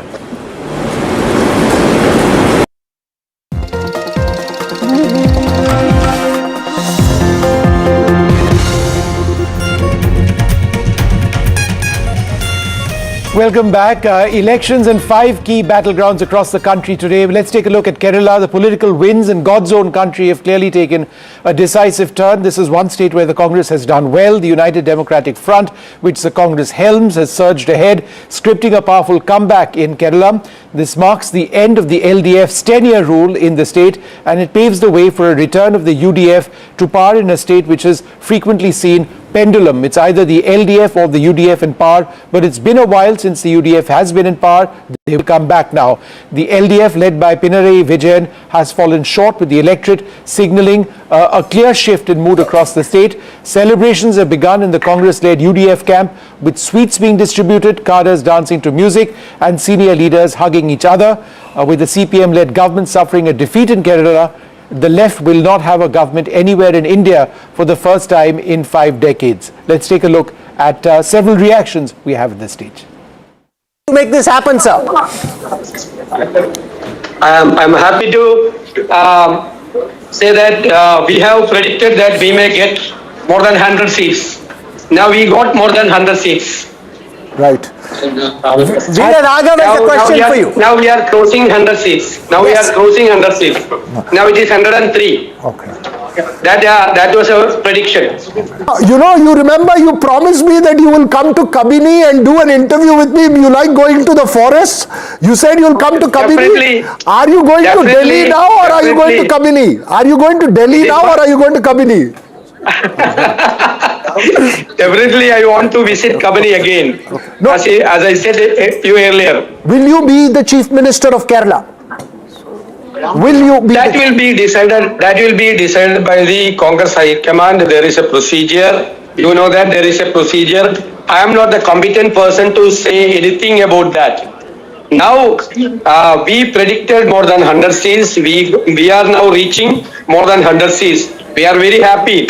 There was an anti-incumbency against the government, and we said to the people that we have been criticizing the government for a long time. At the same time, we said that we have alternatives.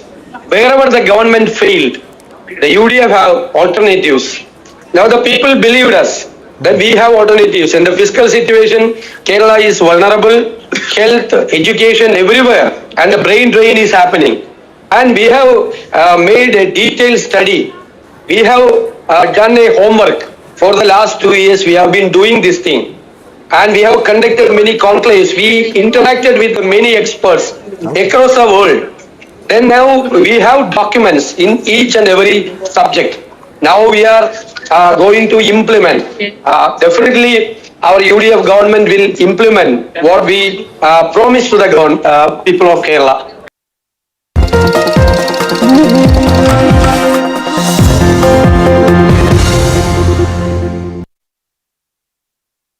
Suvendu दा, बहुत बहुत मुबारक हो, आपने तो क्रांति कर दी। ऐसे state में आप बीजेपी को ले गए जहां इससे पहले बीजेपी कभी जीती नहीं है। देखिए, जनता को बधाई दे रहा हूँ। कंप्लीटली मिसरूल के खिलाफ जनता ने वोट किया और पूरा आप हर ईवीएम में देखिए हिंदू कंसोलिडेशन और 7% स्विंग हुआ। इस बार जितना गाली, जितना अत्याचार ममता बनर्जी हिंदू लोग को ऊपर दिया, हिंदू ने मुंह तोड़ जवाब ईवीएम में दे दिया।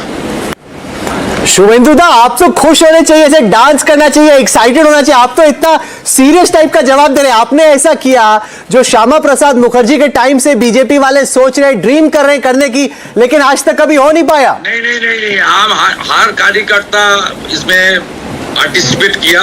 हम लोग को जो, मैं तो कुछ मेरा छोटा भूमिका था, लेकिन पूरा कार्यकर्ता, खास करके 300 बीजेपी कार्यकर्ता आपने बलिदान दिया ना, उसका ये जीत उनका इसका है। 300 बीजेपी कार्यकर्ता बलिदान दिया। आपसे जब मुलाकात हुई, आपका जब इंटरव्यू हुआ, आप 170 बोल रहे थे, अभी तो 200 के पास चल रहा है। आपने तो दीदी को एकदम धो डाला। हाँ, धो तो डाला है। तो ये देखिए, यहाँ आध्यात्मिक कैपिटल है देश का, ये कल्चरल कैपिटल है देश का बंगाल। इसको ममता बनर्जी जिस तरीके से खत्म किया, और इसमें जनता का जीत है, मोदी जी का जीत है। मोदी जी ने खुद कैंपेन का लीड किया है, उन्होंने काफी मेहनत किया है। मैं जनता और मोदी जी को आभार प्रकट करता हूँ। आप नेक्स्ट चीफ मिनिस्टर हो गए वेस्ट बंगाल के, पार्टी ने बहुत हद तक क्लियर कर दिया। How does it feel to be the chief minister? I am not passing any comment. अब मेरा पास कोई कम्युनिकेशन नहीं है। मैं अभी पूरा प्रदेश में शांति ठीक रहे। कोई भी टीएमसी जिस तरीके से गुंडागर्दी करता था, जो भी भ्रष्टाचारी है, गुंडा है, वो जेल में जाएगा कानून के अंदर। लेकिन जितना 2021 में पोस्ट पोल वायलेंस हुआ, इस तरीके से कोई काम हम लोग करने नहीं दूंगा। पोल वायलेंस ना हो, उसको कैसे इंश्योर करेंगे? पैरामिलिट्री फोर्सेस वहां रहेंगी सर। हम लोग का कंट्रोल है यार, आप लोग मान के चलिए ना। मैं इसमें कोई कॉम्युनल बात नहीं बता रहा हूँ। हिंदू लोग एरोगेंट नहीं होता। ये कंचन गुप्ता है, आप जानते हैं उनको? कल्चर में एरोगेंसी नहीं है। कंचन गुप्ता आपको कांग्रेचुलेट करना चाहते हैं और आपसे बात भी करना चाहते हैं। शुभेंदु दा, कंचन दा, let me just bring my laptop across. Suvendu Adhikari, yes. Suvendu বাবু, নমস্কার। কেমন আছেন? আমি আছি, আমি গণনা মনিটরিং করছি। আমি এমনি কমফোর্টেবল, গোটা 200-র কাছাকাছি সিট যাচ্ছে। আর ভবানীপুরে মুসলিম এলাকা কাউন্ট শেষ হয়ে গেছে। মমতা ব্যানার্জি 11,000 মতো লিড নিয়েছে। এবারে আমি কভার করে নেব, হিন্দু এলাকা বাকি আছে। शुभेंदु बाबू, अभी देखने को जो मिल रहा है कि जितने भी बॉर्डर कॉन्स्टिट्यूएंसीज हैं, वहां पर भाजपा इतना शानदार रिजल्ट कर रहा है। इन साउथ 24 परगनास, जहां पर पार्टी की कोई जगह नहीं थी, आपने वहां पर कब्जा कर लिया है। डायमंड हार्बर में कर लिया है। इसकी कोर रीजन क्या है, कोर कारण क्या है? इसका एक ही रीजन है, घुसपैठिया। जिस तरीके से डेमोग्राफी चेंज किया, उसका खिलाफ ही वोट हुआ। मैं आपसे एक और सवाल करना चाहता हूं। महिलाओं ने किसको वोट दिया इस बार?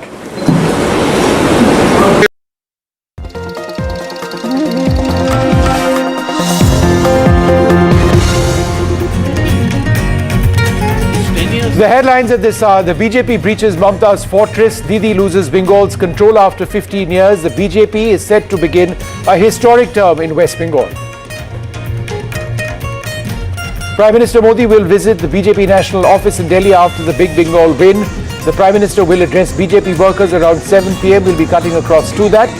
Massive victory celebrations are planned. Vijay's Tamil Nadu blockbuster. Vijay doing extremely well. They are on the cusp of forming a government. The DMK is a distant second, the ADMK at the third spot in the Tamil Nadu battle. The TVK asserts that they could form the government in Tamil Nadu on the 7th of May if they get a little bit of support. The Congress says that their lines are open, but the Congress may not have the numbers. The Congress-led UDF has swept Kerala, marking a major comeback after a decade. The Congress has been celebrating the alliance's return to power. The BJP secured another victory, this one in Assam, delivering a thumping win. The Congress has suffered a major setback in the state.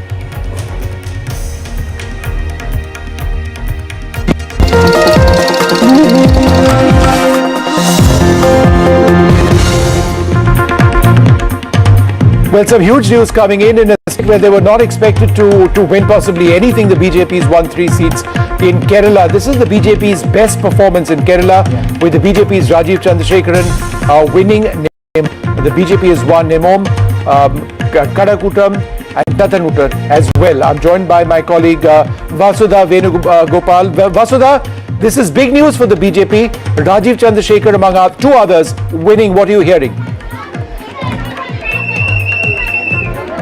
What I know so far is that Rajiv Chandrasekhar has won the constituency of Nemam, and Mr. V. Muralidharan, who was a former MOS Vishnu, he has won the constituency of Kayakutam, and both these constituencies are very close to Thiruvananthapuram. This is also a sign of the BJP increasing its footprint in the state of Kerala. It was expecting around 3 to 5 seats. It has gotten that 3 seats. This is also a sign that the LDF went down, Vishnu. That means a huge chunk of the Eva and the Nair population, mainly the Eva population, also shifted to the BJP. This is the BJP making its mark. This is for the first time that it has won 3 MLAs. In 2016 is when it won for the first time an MLA from Thiruvananthapuram or Rajagopal. In fact, Nemam was incidentally the seat that he won, and now Rajiv Chandrasekhar has gotten it back for the party. This is also a huge win for him, because just about a year ago he was made the president of Kerala BJP, and clearly that gamble seems to have worked for the party. Would you like to quickly come in on this, Jay? It's huge. Are in the Trivandrum region. Right. So the next one is in Attingal Lok Sabha, which is the next Lok Sabha. So based that, but the party gained substantially in central Kerala also, where it did not register wins. Palakkad, Trichur, they gained very well there. All right. All temple towns, please note. Right. That's very important. Well, we're going to come back to Kerala in a moment, but that news is fairly remarkable. The BJP doing well in 3 seats in Kerala, winning 3 likely. But moving away to Tamil Nadu, there's been a tectonic shift which is underway in Tamil Nadu, breaking over 50 years of duopoly of Dravidian politics. There's a new victor who has emerged. Thalapathy Vijay's TVK has swept the polls with leads in over 100 seats. While on one hand, TVK cadres were seen rejoicing in Kanchipuram even before the clock struck 10 a.m. Tents and chairs were being packed up at the DMK headquarters in Chennai. When tents, Moa, get packed up at 11 a.m. in the morning, then, it's like being very honest to yourself. Yes, yes. You have to give it to them. Stalin has been defeated. You may just want to verify. All right. So the unconfirmed reports, Jayamrik mentioning to us, is that Stalin might in fact have been defeated. We'll try and confirm that in just a moment. Vasudha, outside the headquarters of Vijay's party, the TVK, when we spoke last, Vasudha, you indicated that the Congress party was trying to reach out to them because they're just short of the magic mark, but the Congress itself doesn't really have numbers. So in terms of coming closer to forming a government, what is the TVK planning? Well, the question that you asked, Vishnu, is the crux of everything that's happening here. I'm right outside the Panayur headquarters of the TVK, and let me just tell you in a gist what all is happening right now. The TVK has numbers. It's leading in 107 constituencies, but it is also short of the majority mark, which is 118. Now it has 2 options. It can take the AIDMK support. I'm told that the AIDMK would also be willing to give that support, but does it want the AIDMK support remains to be seen, because that's a call that Vijay will have to take. It'll have a comfortable majority then. I'm also told that Vijay is inclined on taking the smaller parties on his side, which includes the Congress party. Congress party is leading on 4 seats. The communist parties are also there. They are leading in about 5 seats. And then there are other smaller parties like PMK and DMDK. So will we see an operation whistle in the state of Tamil Nadu remains to be seen. Vijay is here with me. Vijay, what exactly do you think TVK is expected to do in the coming hours? And remember that Kolattur counting is still going on. In fact, last 1 round is left. So a lot of TVK leaders are still in the counting center, which is why we are not able to, reach out to them. Their phones are all stuck. Vasudha, as we speak, so far with counting, TVK has gained more than 1.28 crore votes, which is very huge actually. So after 60 years of dominance from two Dravidian parties, the shift is completely happening. It is we can say it is a wave, TVK wave we can say. And as we speak, so far they are leading in 105 seats. So the majority mark here is 118 seats. So I think TVK is still under discussion. They have asked their party spokesperson leaders not to interact with media also. We don't have any clear picture as we speak, but here you see how supporters are here gathered here, and they are also waiting to see what would be the decision from TVK Chief Vijay. But TVK Chief Vijay himself had a meeting with candidates 2 days, 3 days before. He was very confident, and we spoke with many candidates who were part of that meeting. They said after winning the election, he asked all the candidates to visit party headquarters. So we can expect. Waiting for Vijay is expected in Panayur in some time from now, but Vishnu, the core of today's battle is what is Vijay going to do? Is he going to go with the smaller parties for that magic number, or is he going to ally with a bigger party? That remains to be seen. Discussions are still underway.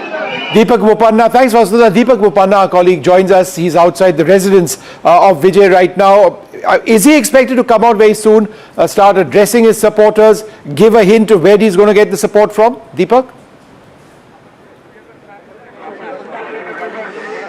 Well, Vishnu, that's the anticipation that's really building here. I'm just going to take you through firstly the scenes that I'm witnessing outside. The police presence has increased through the day.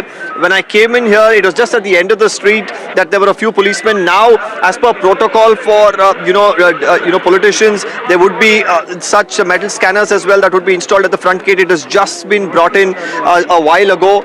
And the police, of course, are saying that somewhere around 5 or 5:30, he could, in fact, leave from here. Where is he going to go? Is he going to go to collect, his victory papers? And that, I'm told, there could be at Anna University, or he could go directly to the TVK headquarters. But some sources are already suggesting that back-channel conversations have begun. Like Vasudha was pointing out, the numbers for him are dwindling around the 107 to 110 mark. It's fluctuating quite a bit. He still needs about 10 to 12. Where is he going to get those numbers from is the question, because having a party like the AIDMK back him is a big load for him to carry, because he'll have to placate a lot of them. But the smaller parties, of course, will come at a better bargain for him. But right now the IUML has about 3. There's the Congress that has about 4. You put them together as well, you don't have the kind of numbers that he needs, which is about 10 to 12. So it really at about 6 o'clock this evening, where will the numbers really stand for him and how many he will need, will really go on to define how he'll really form this government. That's a key point. That's a key point that you mentioned, Deepak, because I think what we'd like to do is actually analyze the numbers that you're talking about. Jay, with us over here. Yeah. Remember, the magic mark in Tamil Nadu is 118, total 234 seats. 118 is what the TVK is targeting out here. You know that the Congress has opened the phone line and said, we are willing to talk right now. So assuming the Congress is on board, right, that pushes them at 111. They're still slightly short. The PMK for another one. This is the party had split. This is completely the Sons party, Anbone Ramdas party. Others, there is left over here, right? 5 are from the left front. 3 CPI, 2 CPM. So Congress left, so and PMK. 9 and 5, 14. And 106, 120. 14 more, 120. So they crossed the halfway mark. Over the majority mark. And then there are 2 more possible. One is from Manargudi, Sasikala's hometown, with the AMMK party. And one more is Prem Lata, the widow of Vijay DMDK. Yeah, but please remember, most of the people you mention are officially part of the DMK-led alliance. ADMK-led alliance. So, well, from a coalition point, but there's nothing illegal in them. They're not splitting a party. It's not illegal, but separating. So there are questions on. Some of them have won on DMK's symbols. No. So here we are on the specific symbols. These are on their own symbols. Okay. All the parties we are referring to are on their own Congress, symbols. the PMK and the left. They're on their own symbols. On their own symbols. They're part of the DMK front. So the anti-defection law does not apply. But it is politically a challenging thing for them to cross over. So procedurally, what would be done for Vijay? Because if he is seen to be somebody who doesn't need the ADMK support, let alone the DMK support, not that was ever happening, his independence as a leader is reinforced. right? He may prefer to have a slim majority than a gigantic one with the ADMK, but that would end up diluting his politics. I think there are two things that have to be looked at. One, even among the people that were said, one person contesting in the VCK ticket is not from the VCK party. He is from the erstwhile Congress, who has been given a ticket independently. He is the only person leading from the VCK. There is no loyalty attached to the VCK party or to the alliance. Similarly, with the CPI also, one was an independent who had already won. He is not part of the CPI. So he is just contesting for the first time in CPI. No, but technically, to give letters of support to the governor, you're elected on somebody's symbol, you belong to that party. Certainly. So what Madhavan ji is saying is absolutely right. Now, the good thing is we have filtered it out by the symboled parties. So these are all symbols. Left 5 symbol, Congress 5 symbol, PMK 4 symbol, makes it 120. You know, basically, but this looks all wonderful, and I think this analysis, Jay, is absolutely great. But I will also go with one more. Strikes me for the large benefit of a larger viewer. Absolutely. Let's do this one. Across the state, 2021, the DMK at 159. Yeah. 2026, there's something called the TVK which has emerged. It is unbelievable. This is a gigantic change in the politics of Tamil Nadu. You've had the ADMK, the DMK now. You've got a third player which is more dominant than the others. And that is massive, absolutely. The problem area is here, the entire great. Smriti Irani now joins us, senior BJP leader. The DMK had the biggest setback. 37 All right, breaking news, Stalin has lost. That's what we just confirmed. That's coming in, that Stalin has lost. We'll come out with those. Would you like to quickly react to that? A massive loss with Stalin going. Shift. A former chief minister after Jayalalitha has not lost the election in Tamil Nadu since 1996, 30 years later. And that shows the anti-incumbency that a sitting chief minister has lost, one. And two, it also shows the deterioration of the Dravidian politics. That merely one ideology that you're trying to sell to the people without development, without progress, without law and order, without social security, without progress cannot sustain. So that shows in this result one more demographic reason. I think DMK put a lot of eggs in that Chennai basket. I have to clarify. Everybody in Chennai has been defeated. I have 2 points to make. One is urban areas, TVK has taken over from DMK. In Madurai, for instance, former high-profile finance minister who was IT PTR, Palnivel Tyagarajan has lost. But more important, I would like to disagree slightly with Ramaswamy. TVK under Vijay also swears by the Dravida party ideology, including Periyar's leadership. But in terms of delivery and aspirations of a young, highly industrialized state's population, the DMK, in spite of a high-profile development agenda, doesn't seem to have delivered, or the people want even more, especially youngsters. Right now, I have a statistic saying 1.28 crore voters have voted for TVK, which is a huge number in a state which has 5.28 crore voters. So there is. So Kolathur is what we're looking at. Kolathur. Let's try and pull up Kolathur over here. And we just go and put K over here. We should get K it over here, and K-O. right here. Kolathur, Right. There you go. And this should have. Now this is now a result which has actually come in over here. MK Stalin losing in Kolathur. This is about 8,000 votes. The incumbent losing over there, and the margin of victory, assuming that this is what the final numbers are, it's going to be about 8,000. It's 8,000. 7,730. So I mean, it is quite huge over here. Quite huge. As per the election commission, it's 8,400 settling. So that's what it is like. So All right, we are now joined by Mr. Dharanidharan of the DMK. Thanks. I just noticed that you just sort of went in over there. Now, this is what we've got up on the screen with Mr. Stalin having lost, is what we are told. It's a huge setback. Could you perhaps tell us why this took place, in your opinion? I mean, what went wrong? I think it is a Gen Z wave towards Vijay. If it was other factor, they could have voted for ADMK/BJP, but it is a vote for the establishment. The youth are disillusioned with the existing establishment, and it is more like, I am angry with the existing status quo. It's a vote against the establishment. Yes, establishment. All parties together. So that is why Vijay knew this and was very smart not to ally with any of the established parties. He knew that because the moment he established the ADMK, we could have still won the election because he's part of the establishment. But if you just take a look at these numbers and the fact that there has been such a staggering wave in Tamil Nadu away from the DMK and the ADMK, it means that this is a state where both the major formations are completely out of touch with what people want. Right? Exactly. You are willing to accept that, you know, I mean, that it is a complete loss of connect with their core voters. How could a party which didn't exist in the last elections do so well? Is it just Gen Z? What else is it? No. Is it employment? Is it corruption? Tamil Nadu is much cleaner than so many other states in the country. No, even the entire notion of nationalism or patriotism, you know, in his avatar appears to be somewhat different, but it is a common theme. No, I think Tamil Nadu is a lot of other, is also distinct from other states because Tamil Nadu is also the place where there is very high internet penetration of 95% and also very high literacy and also because a state where people do not like a lot of a lot of inequality. Though there are a lot of inequalities across the country, Tamil Nadu minimal, but the whole point is it's because of the whole lot of justice, social justice movement where we have told people that you can question the status quo. So the whole essence of Justice Party and Dravidian movement is to question the status quo, and that has come to bite us. I'm not rejecting that. The DMK welcomes the TVK, right? You welcome the fact that there is a new party over there. See, the fact is the people did vote the DMK 3 times, 2 Lok Sabha elections, 1 Assembly election. So I do accept the people's mandate. So the people had given us 3 times, so they have given this time TVK, so nothing wrong about it. All right, let's just hold on for 1 second. I'll come back to you. Shiv Arur joins us as well. Shiv, go ahead.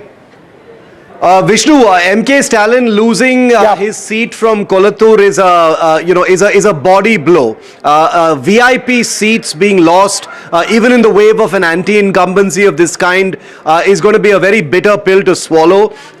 Yes, anti-incumbency will be used to explain this loss, but remember Pradeep Gupta, many of us here at NDTV had during the exit polls accepted what Axis My India had said when they said that some very high profile big ticket seats are going to be having a bad day on results day, and clearly as we spoke to Pradeep Gupta a short while ago, he said he literally meant MK Stalin. His son Udaynidhi Stalin is leading by a narrow margin from Chepauk Tiruvalikeni, but in Kolattur, MK Stalin, the incumbent chief minister, losing his seat is only a symptom of the Vijay wave. Chennai at large, the damage that Vijay's TVK has done in the Chennai metropolitan area and the seats there speaks for itself. And I think for the towering figure of the DMK who was front and center in this election, the man considered to be on the front line of what the DMK had hoped would be a history. All right, Shiv, just give me half a second as I pull up this map. Lost. And keep talking, Shiv. We've got Kolattur up over here. If these are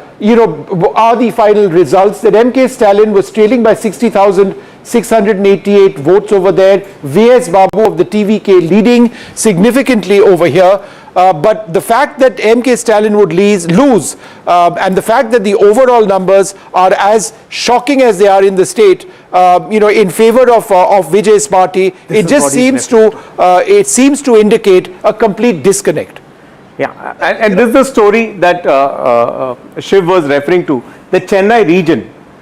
TVK 32, look at the rate, 32 on 37, it's practically taken over 85 to 90% of the Chennai region. It has polled 45% votes here vis-a-vis its state average of 34%. And this was the bastion of the DMK earlier. So I think the biggest hit to the DMK is its crucible, which was Chennai. Let's go across to Vasudha as well, who joins us outside the office of the TVK at this stage. Vasudha, what are we going to hear? Now, the TVK is just short, right? But I think, as Jay was pointing out a few moments back, along with the support of the smaller parties, it appears that getting to 118 will not necessarily be that difficult. What is the roadmap that you believe that Vijay would be looking at?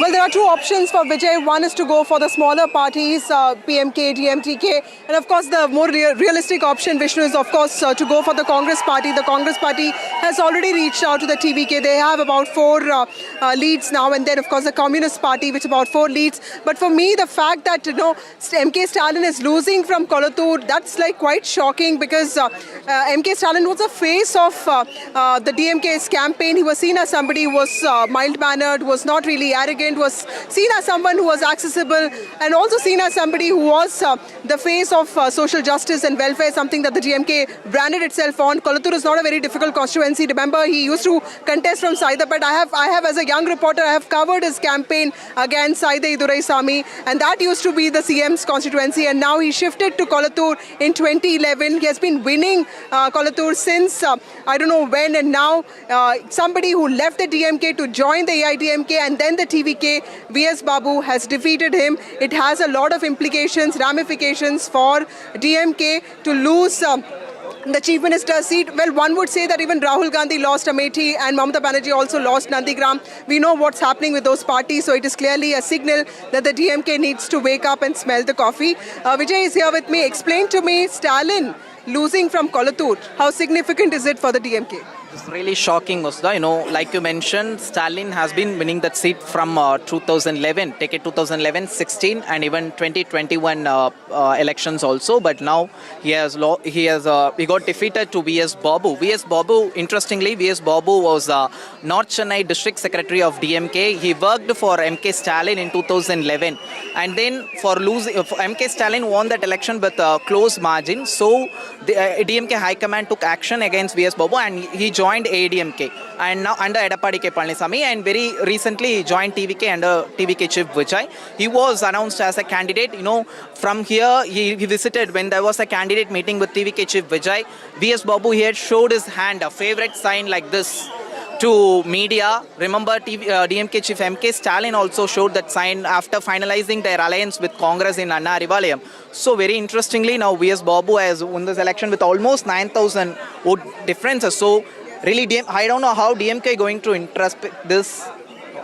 I know this will be a defeat that the DMK will find it very difficult to digest. So, Vishnu, as far as the TVK is concerned, celebrations have started. Firecrackers are already there. Everyone is waiting for Vijay to come here. We are told that he'll be going to Perambur first and then, of course, come here. But yes, TVK has 2 options: reach out to the smaller parties or reach out to the Congress and Communist parties. But yes, he has to get the magic number of 117, and he's at least 7 seats away from that. It's an interesting point that you mentioned, because Jeb and I were just taking a look at this. Remember, the magic mark is 118. At 109, they're 9 short of that. So where could the numbers come in? And what you were mentioning is that it's very easy for them to actually get the Congress, the PMK, and there are 5 of the left front parties. So 5 plus 4 is 9, 9 and 5 is 14, and then they are 108. So they make 122, it's above 180. Yeah, so they're over that mark. So this shouldn't be very complicated math at this stage. But some... and 10 out of the 20 on offer. But Vishnu... Positions, the speaker will take 1 seat. Vijay is contesting in 2, that will go 1. So they require only 1 less seat than what is normally required. So with 116 or 115, they should still be able to form government. No, but Mr. Dharan, I see you are sitting over here. We don't expect there to be anything but, that very serious look on your face today. It's not been good for your party right now. For a party which has been as dominant as the DMK, a party which has been efficient in so many levels, brought about economic growth at so many levels. You prided yourself in your notion of nationalism. It's bedrocked many of your politics. For there to be 77 in terms of a drop, something has gone down. And it's not just Gen Z voted for Vijay. It has to be more than that. Vishnu, what the most difficult thing in an election is to pinpoint the reason why a party has lost or reason why a party has won. Sometimes you may list some causes, but the correlation is never the causation. It's very difficult to find the causation on why a party wins and party loses. But one thing is very, very interesting in this election in Tamil Nadu. I think that's very interesting for the whole of the country is that none of the standard operating protocols for elections has been followed by TVK and they won. 1, money. Second, caste equation in constituencies. Yes. And third, grassroots. For example, in 1 year constituency, Vijay made a Gounder contest. In a Muslim constituency, a Brahmin had contested. In a hardcore non-Muslim minority constituency, Muslim had contested and won. So the caste equation, the religious equation is gone for toss. In most, for example, I'll tell you, one minister who contested in Alandur has never lost an election since 1989. Sorry, since 1996. Even he won in 2001, he won in 2011. But young guy, 26-year-old, TVK, 90% did not know his name. He has defeated this minister by at least 20,000 votes. That's an incredible trend. Two questions for... But just hold on for 1 second. I need to quickly move on to some breaking news. And the big breaking news is from West Bengal. And that is because the latest that we have, and this is going to be updated. The latest that we have, oh, it's come down. It touched 200 and it's come down to 199. So our breaking news has been broken slightly. But they were touching 199. Why don't you talk about this? No, it's actually, Bengal is pretty fascinating. If you compare 21 and 26, just look at the BJP has taken the max of all that it could have taken.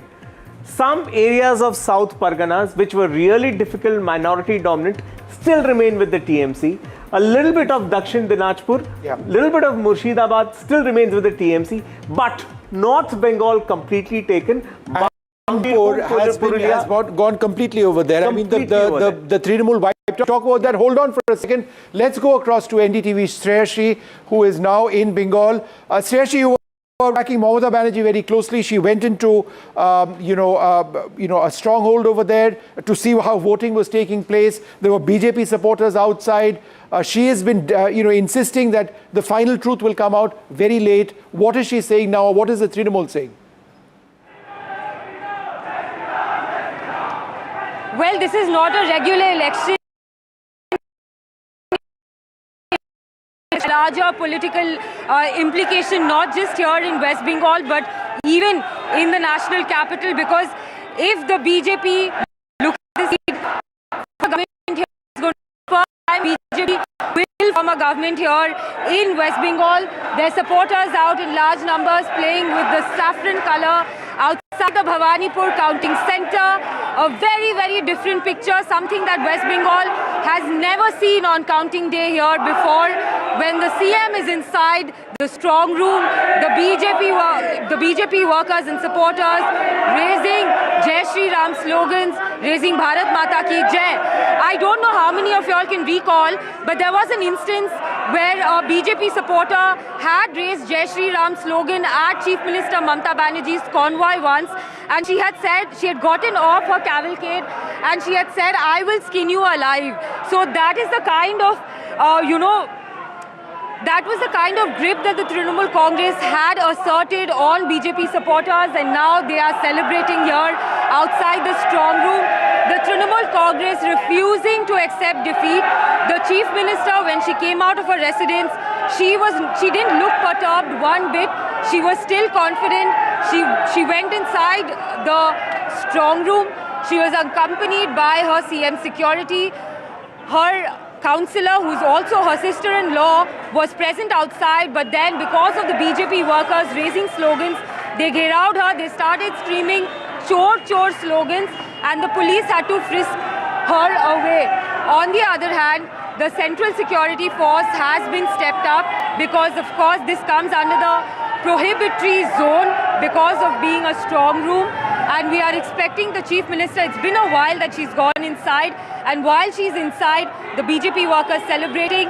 The results in West Bengal is going to have a long-term impact, not just for Chief Minister Mamata Banerjee, but also for Prime Minister Narendra Modi, who is looking at a pan-India picture. It's not only restricted to the Hindi heartland anymore. The BJP's footprint has expanded and come over here in West Bengal, the land of Shama Prasad Mukherjee, and the BJP's long-term planning from just 2 MLAs, 2 MPs to now looking at a sweeping majority here in West Bengal. Lots has changed, new factors coming in, but of course, a lot for the BJP workers to celebrate. We are waiting for a word from the Chief Minister once she comes out of the strong room. Back to you. All right, thanks very much. Lots of, excitement happening all around you over there. Perhaps some supporters of the Trinamool, but mostly of the BJP. What we'd like to do now is go back to Tamil Nadu, and Radhika Ramaswamy is with us at this stage. Radhika, give us an idea of where you are, what's happening around you.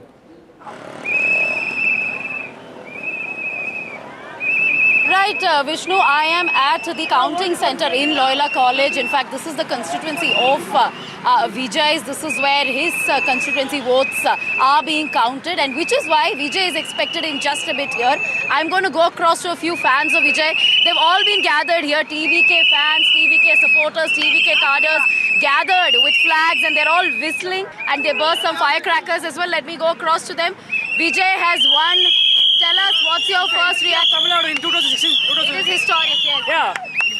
Which year you can say? If any year the single party they ever enter the election to own the CM, no. Like Temutika, like NTK, the DMK, like ADMK, anyone will say the first election they enter, no one can enter the CM election. Right, and Vijay may need some more seats, perhaps to seal the deal. Konja seats. We know currently 107 or 108 only they have won the seats, but we have 14 or 15 seats we have need to own. Whatever, you know that. But CM, Tamil Nadu, CM Talabadi Vijay only. So Vijay is going to be Tamil Nadu's chief minister, looks like. Yeah, obviously he's been winning across all the 234, states, and he'll be around 120 seats, okay? So always the victory. So whistle Satakekida, that's what we're just going to say it, okay? Right. All right, so those are the reactions coming in from a lot of Vijay fans. Enna solna? Yeah. Myself, Raja, Indian hockey player. I'm really proud for Talapati TVK. He's won the Tamil Nadu election. हम लोग को बहुत खुशी है. हम लोग बहुत इधर सेलिब्रेट करने के लिए सभी आया. Thank you. All right. So those are the reactions coming in from TVK, Vijay fans, cadres, admirers. I mean, this has obviously created a lot of traffic jam. We are in the center of Chennai. As you can see, there are a lot of firecrackers that had been burst since this afternoon. A lot of them celebrating here. And look at the security deployment. There are at least about 100 police officials in different gates of this particular college, because Vijay is expected to come here in just a bit to collect his certificate, and perhaps Vijay may give that media bite after that victory. When that will happen, that remains to be seen, and what kind of alliances he may form in order to win those perhaps those 5 to 10 seats that he may still have to get for that magic figure. All right, we'll just come to you in a moment, but we've got a quick reaction from Vijay's father as well. Let's take a look at that. Do you expect this kind of a performance? Yes. I expected more than 125. I have to see before evening 6 o'clock. He will face all the consequences and he will decide. He has some dreams to do the Tamil Nadu, Tamil people. Definitely he will do. First of all, he should get the majority. Then he will decide what to do further. Where do you think he'll get the support now? So how do you see No. He will come separate majority. Congress? Sir, if at all, Are you seeking an alliance with Congress, all secular parties? So do you think that now only... No, I am not deciding anything. I am not in the position. No, I am his father. As a father, I am proud. I am happy. My family is happy. That's all. இவ்வளவு பெரிய வெற்றியை கொடுத்த தமிழ்நாட்டு மக்களுக்கு என்னோட என்ன சொல்றதுன்னே தெரியல, பரிபூர்ணமான நன்றி. All right, Radhika Ramaswamy, let's come back to you at this stage. We expect that important statement from Vijay.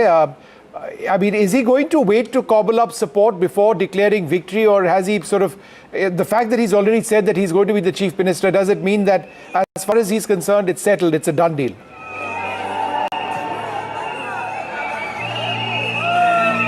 Vishnu, I'm not able to hear you, but let me show you more visuals coming in of sweets being distributed among Vijay supporters. Among Vijay supporters as well as TVK supporters here. These are all fans, admirers, young and old, women as well. In large numbers have gathered outside Loyola College distributing sweets, bursting firecrackers. Really happy. It is a joyous occasion for all of these TVK cadres and supporters since this morning. I mean, we've been witnessing early leads as far as TVK is concerned since morning, and at this point at least about 105 to 110 seats. Okay, let me go across to some of these Vijay fans. Yes, tell me, you're celebrating, you're distributing sweets. We are so happy that our Anna becomes CM. Bro, come on, bro. Bro, come on.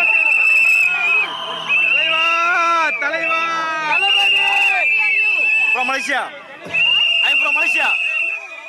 Guys from Malaysia. I would like to give this for Stalin, sir. You have to speak. I would like to give this for Stalin, sir. தளபதி வந்து ஒரு ரூபா கூட காசு கொடுக்காம ஜெயிச்சிருக்காரு. எல்லா கட்சிக்காரங்களும் இன்ன வர தமிழ்நாட்டுல காசு கொடுத்து ஜெயிச்சிருக்காங்க. ஆனா எங்க தளபதி தான் ஒரு ரூபா கூட கொடுக்காம ஜெயிச்சிருக்காரு. A lot of young women as well. Solunga, you're blowing the whistle which is of course a TVK symbol as